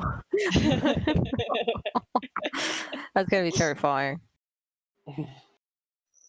Spider cat. Oh, just all 7 legs, like moving while one keeps it on the ground. 7 legs. So the next prompt is a cute one. It is to draw a cute chibi deer. That is from Dixie the deer. Everyone hates All me. right. I'm gonna look up some references. A cute chibi deer. Yeah. Should it be a doe or a buck? Doe, a deer, we A do not care. femality. Okay. Either one. It could be a deer without antlers. True. Hmm. I have reclaimed my corner. The whole claim staked.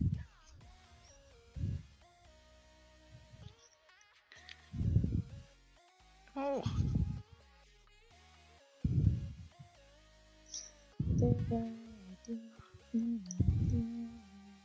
See, we could have like a Sound of Music sing along. Everybody's into it. The hills are alive.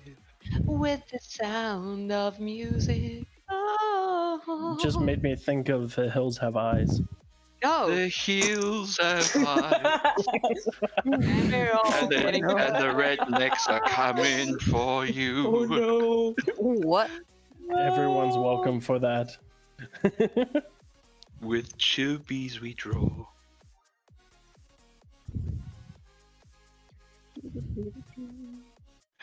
I don't know what I'm drawing now. Let me actually go back. Yeah, we're starting to get exhausted, I think. Yeah, we just have the one prompt left and then we're all off. Is this the last prompt or the second last prompt? Second last prompt.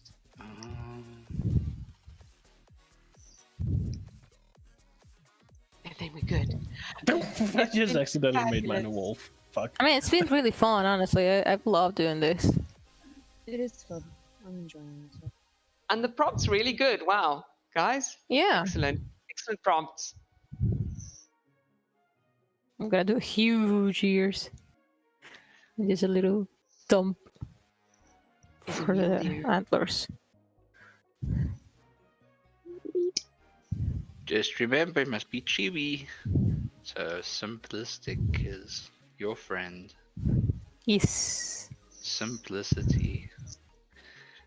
I don't know how to do simplicity. Help. Well, I less actually been doing lines. simplicity the whole time because I've just loosely. Yeah, I have to. I mean, it's easier because we have limited time and It's better time. that We're way. halfway through. And you've done very well.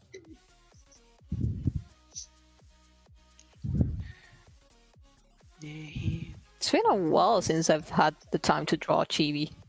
It's a good practice. I was almost drawing a reindeer. Not a caribou. It's not a caribou that I need to draw. Caribou is bigger than a deer. Yeah. But I drew like the weird things. What do you call it? The little fluff around the neck. And it looks like a caribou. Mm-hmm. Oh my god, my chibi's looking very evil. Let me just look. But chibis are evil. Didn't you know? Why? How? They're hiding something. They hide behind their cute. cuteness. Yeah. Exactly. Nothing is They cute. hide behind it. They lure you in, then they go for the jugular. Don't let them ghost! Don't let them ghost! Push them away! Push them away! I think I'm drawing an SCP. Oh no! Oh no! Oh boy! Wow, it's been years since I've had the time to draw chibi. Holy heck! I need to draw more chibis. Just draw a plushie and then add some details. Pretty much, yeah. And a big head. For everyone on the stream. Okay, but this will be a nice SCP, not gonna lie. Bleh. He does not know, for he scream.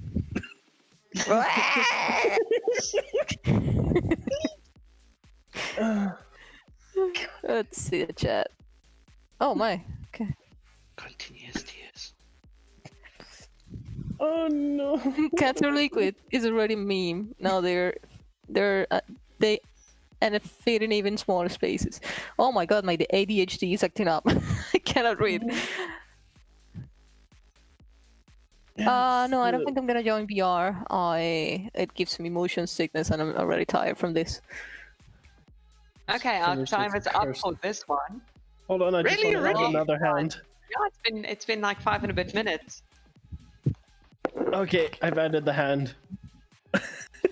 Last reminder, guys, please remember to drink water. Thank you. Yes. Ah, I rest my energy drink. Thank you. That's not how this works, Opulent.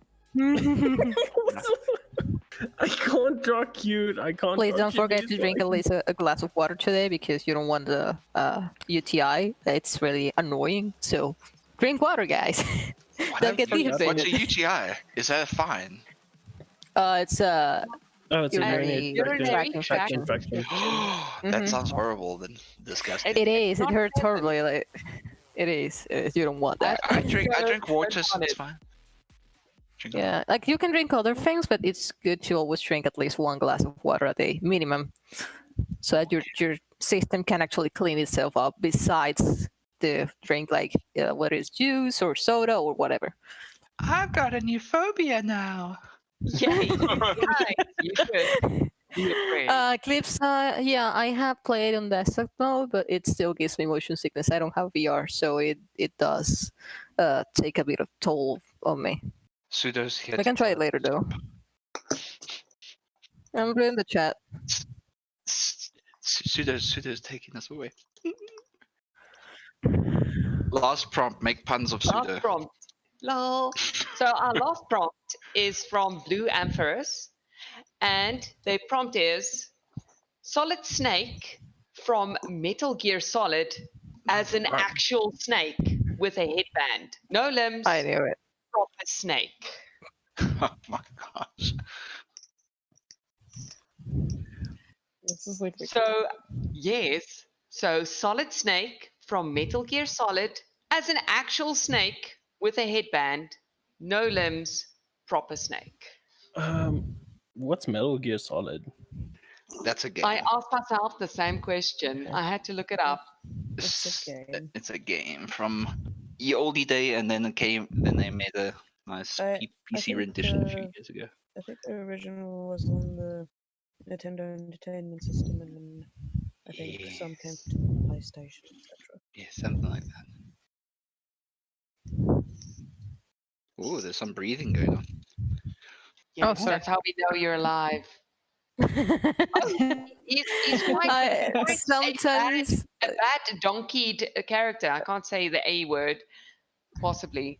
But he looks. Yeah, sorry. Sometimes I forget my mic gets too close to my face, and my mic it picks up on my breathing, and it's super annoying. Sorry for that. Well, if my breathing comes in, tell me. I have posted a link to the image search in the Telegram group. He looks really cool. When I heard Metal Gear Solid, I was just like, oh no, I have to draw a character. And then you said actual snake. Wait. Wait. I actually thought we were going to draw the actual character. I was all ready and prepared. I was just like, oh my god, no. And it's out of control. So, which one? The one where he gets like the eye patch? So the latest ones? Or the old ones? He must have at least a headband, it looks like. An headband. How are you going to do a Crap, headband on a snake without wrapping it around? You just wrap it. That's Accidentally all made you a can do. Christmas hat. Oh, nice. Festive. Nice. Nice.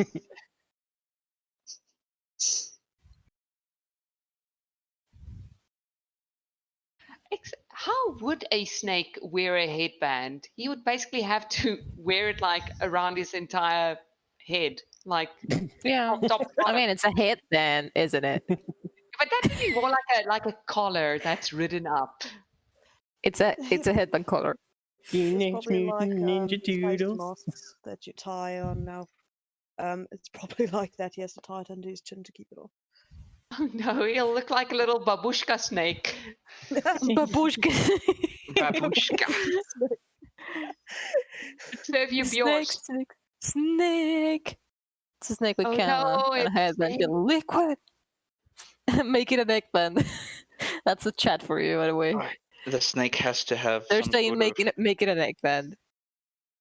The snake So has to before we finish, because this is the last prompt, right? Guys. Yeah. Yes, that is the last prompt. Okay. Then everybody is free.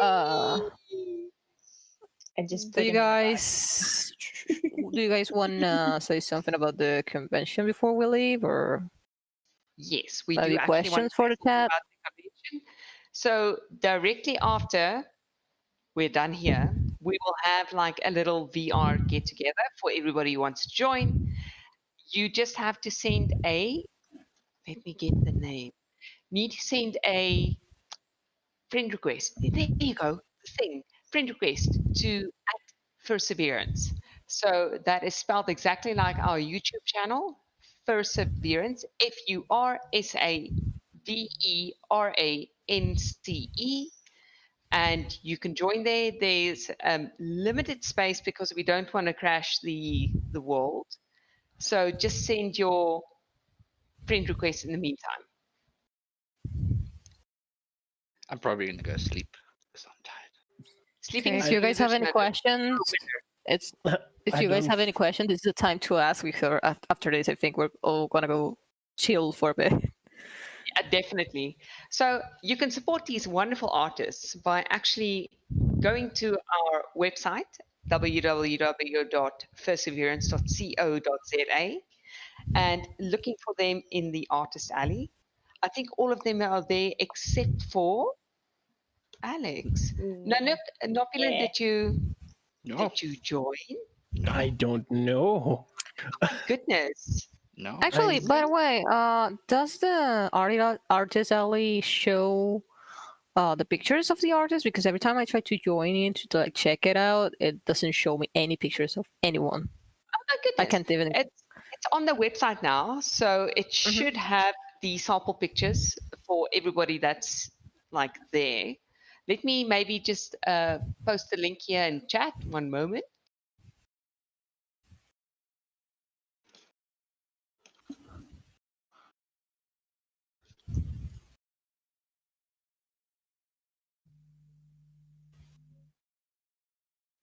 Wow.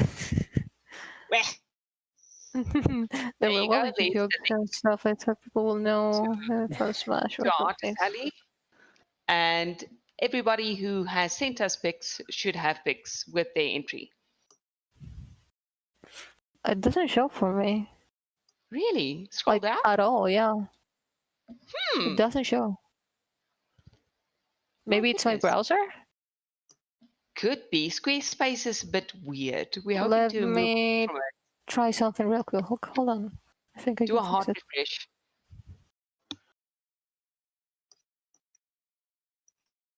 Does Snake have a mustache? No. It does now. Oh. That was pointless then. In the newer games, he kind of does, but it's not really a mustache.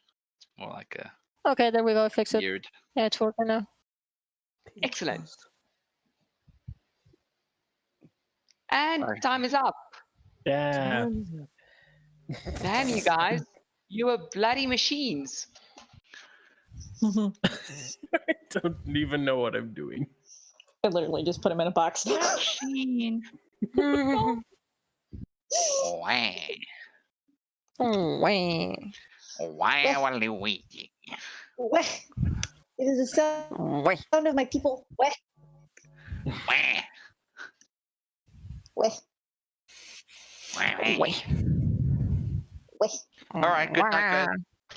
Okay, so we are done. Thank you very much, everybody, for joining us, and all of our artists, Alex, Nopulent, Nanook, Moxie, and Ali, for joining us and spending your time with us. We really appreciate it. We are $107 over our target. Yes. So, Nice. yes, Nice.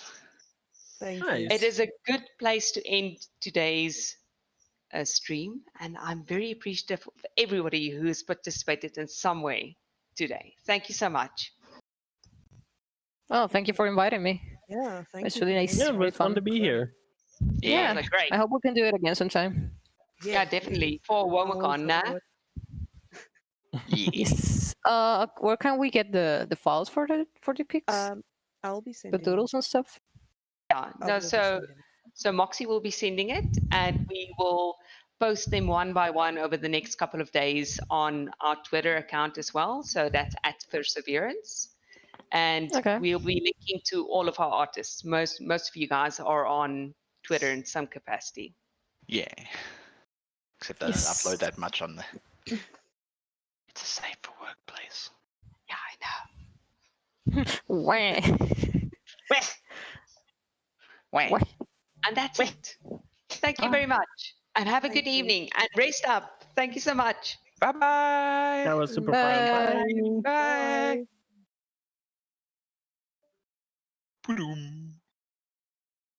Not opening Discord. Discord. Okay.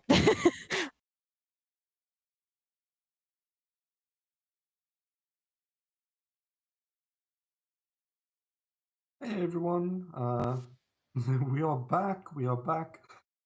This time it's just going to I be never talking left. heads. Lol. So we've got two things that we quickly want to cover. Number one is I'm getting a lot of questions about the VRCon, the after party. Remember, this is after party, which means it's after the actual main event. That means that we're going to start getting that sorted out now.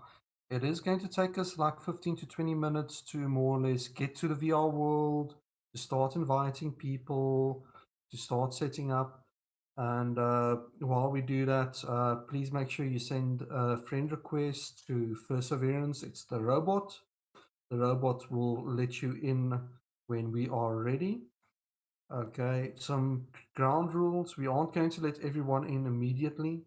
We want to make sure that the world is stable, that everyone is going to have fun. So we're going to let everyone in a little bit at a time. Also, please, we ask that everyone respect each other's space, and when you make friends and that, try not to crowd around people, because it's a lot of people don't like that. They might get social anxiety. Keep an eye open for those sort of things and keep a little bit of distance. Okay, so just to repeat, we are going to let people in, but it'll only be about 15 to 20 minutes from now. Please send a friend request to FURSAverance on VR chat. We will add you, and it will be little bits of people at a time. It won't be everyone at once. We're not. We don't want to cause too much chaos.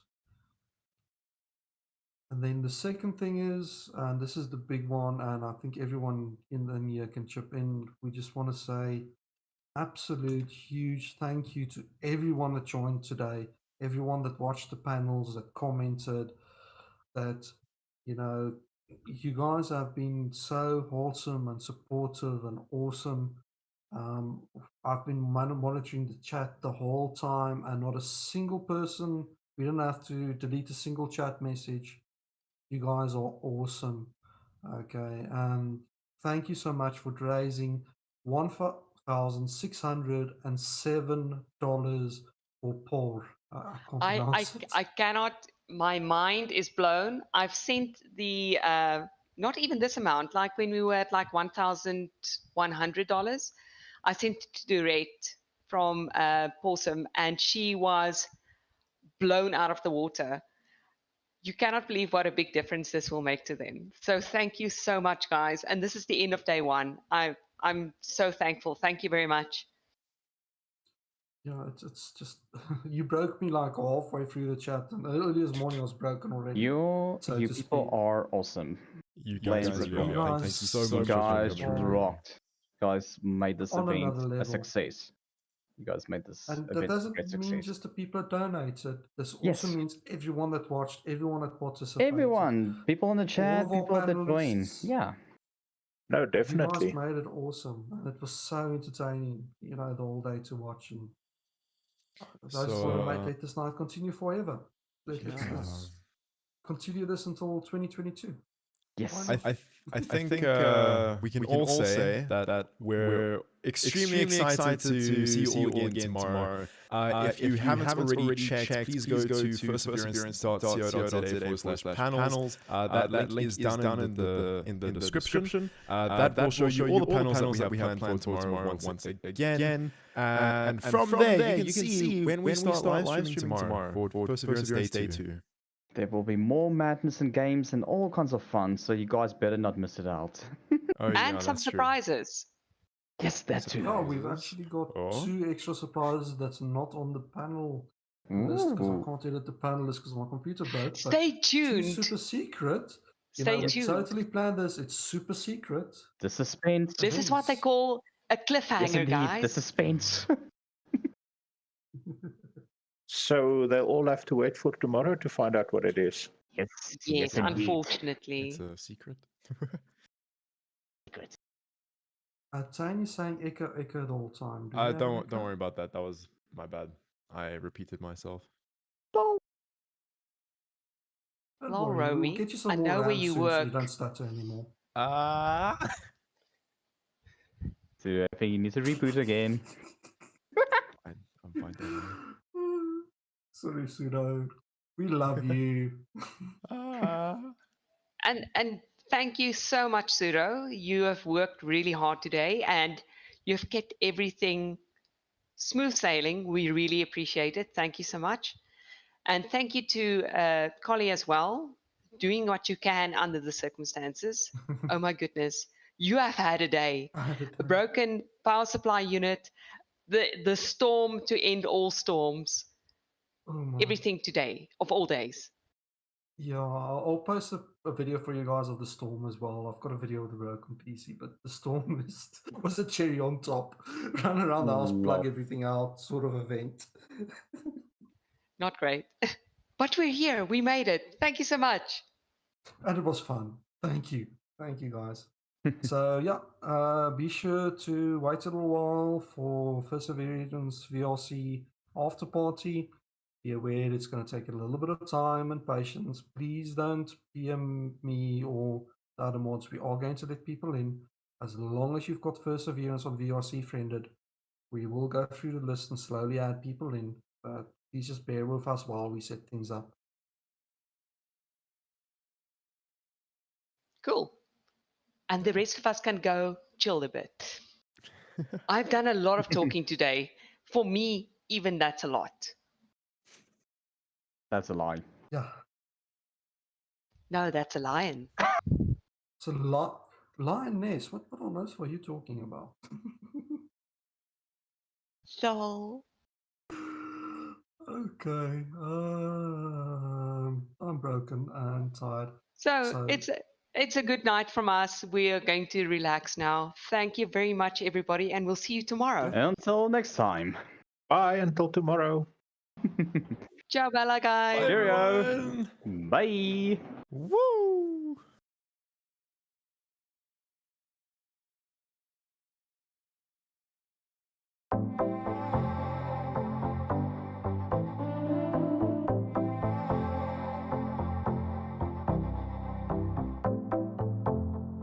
This is where we part ways. See you soon. Bye.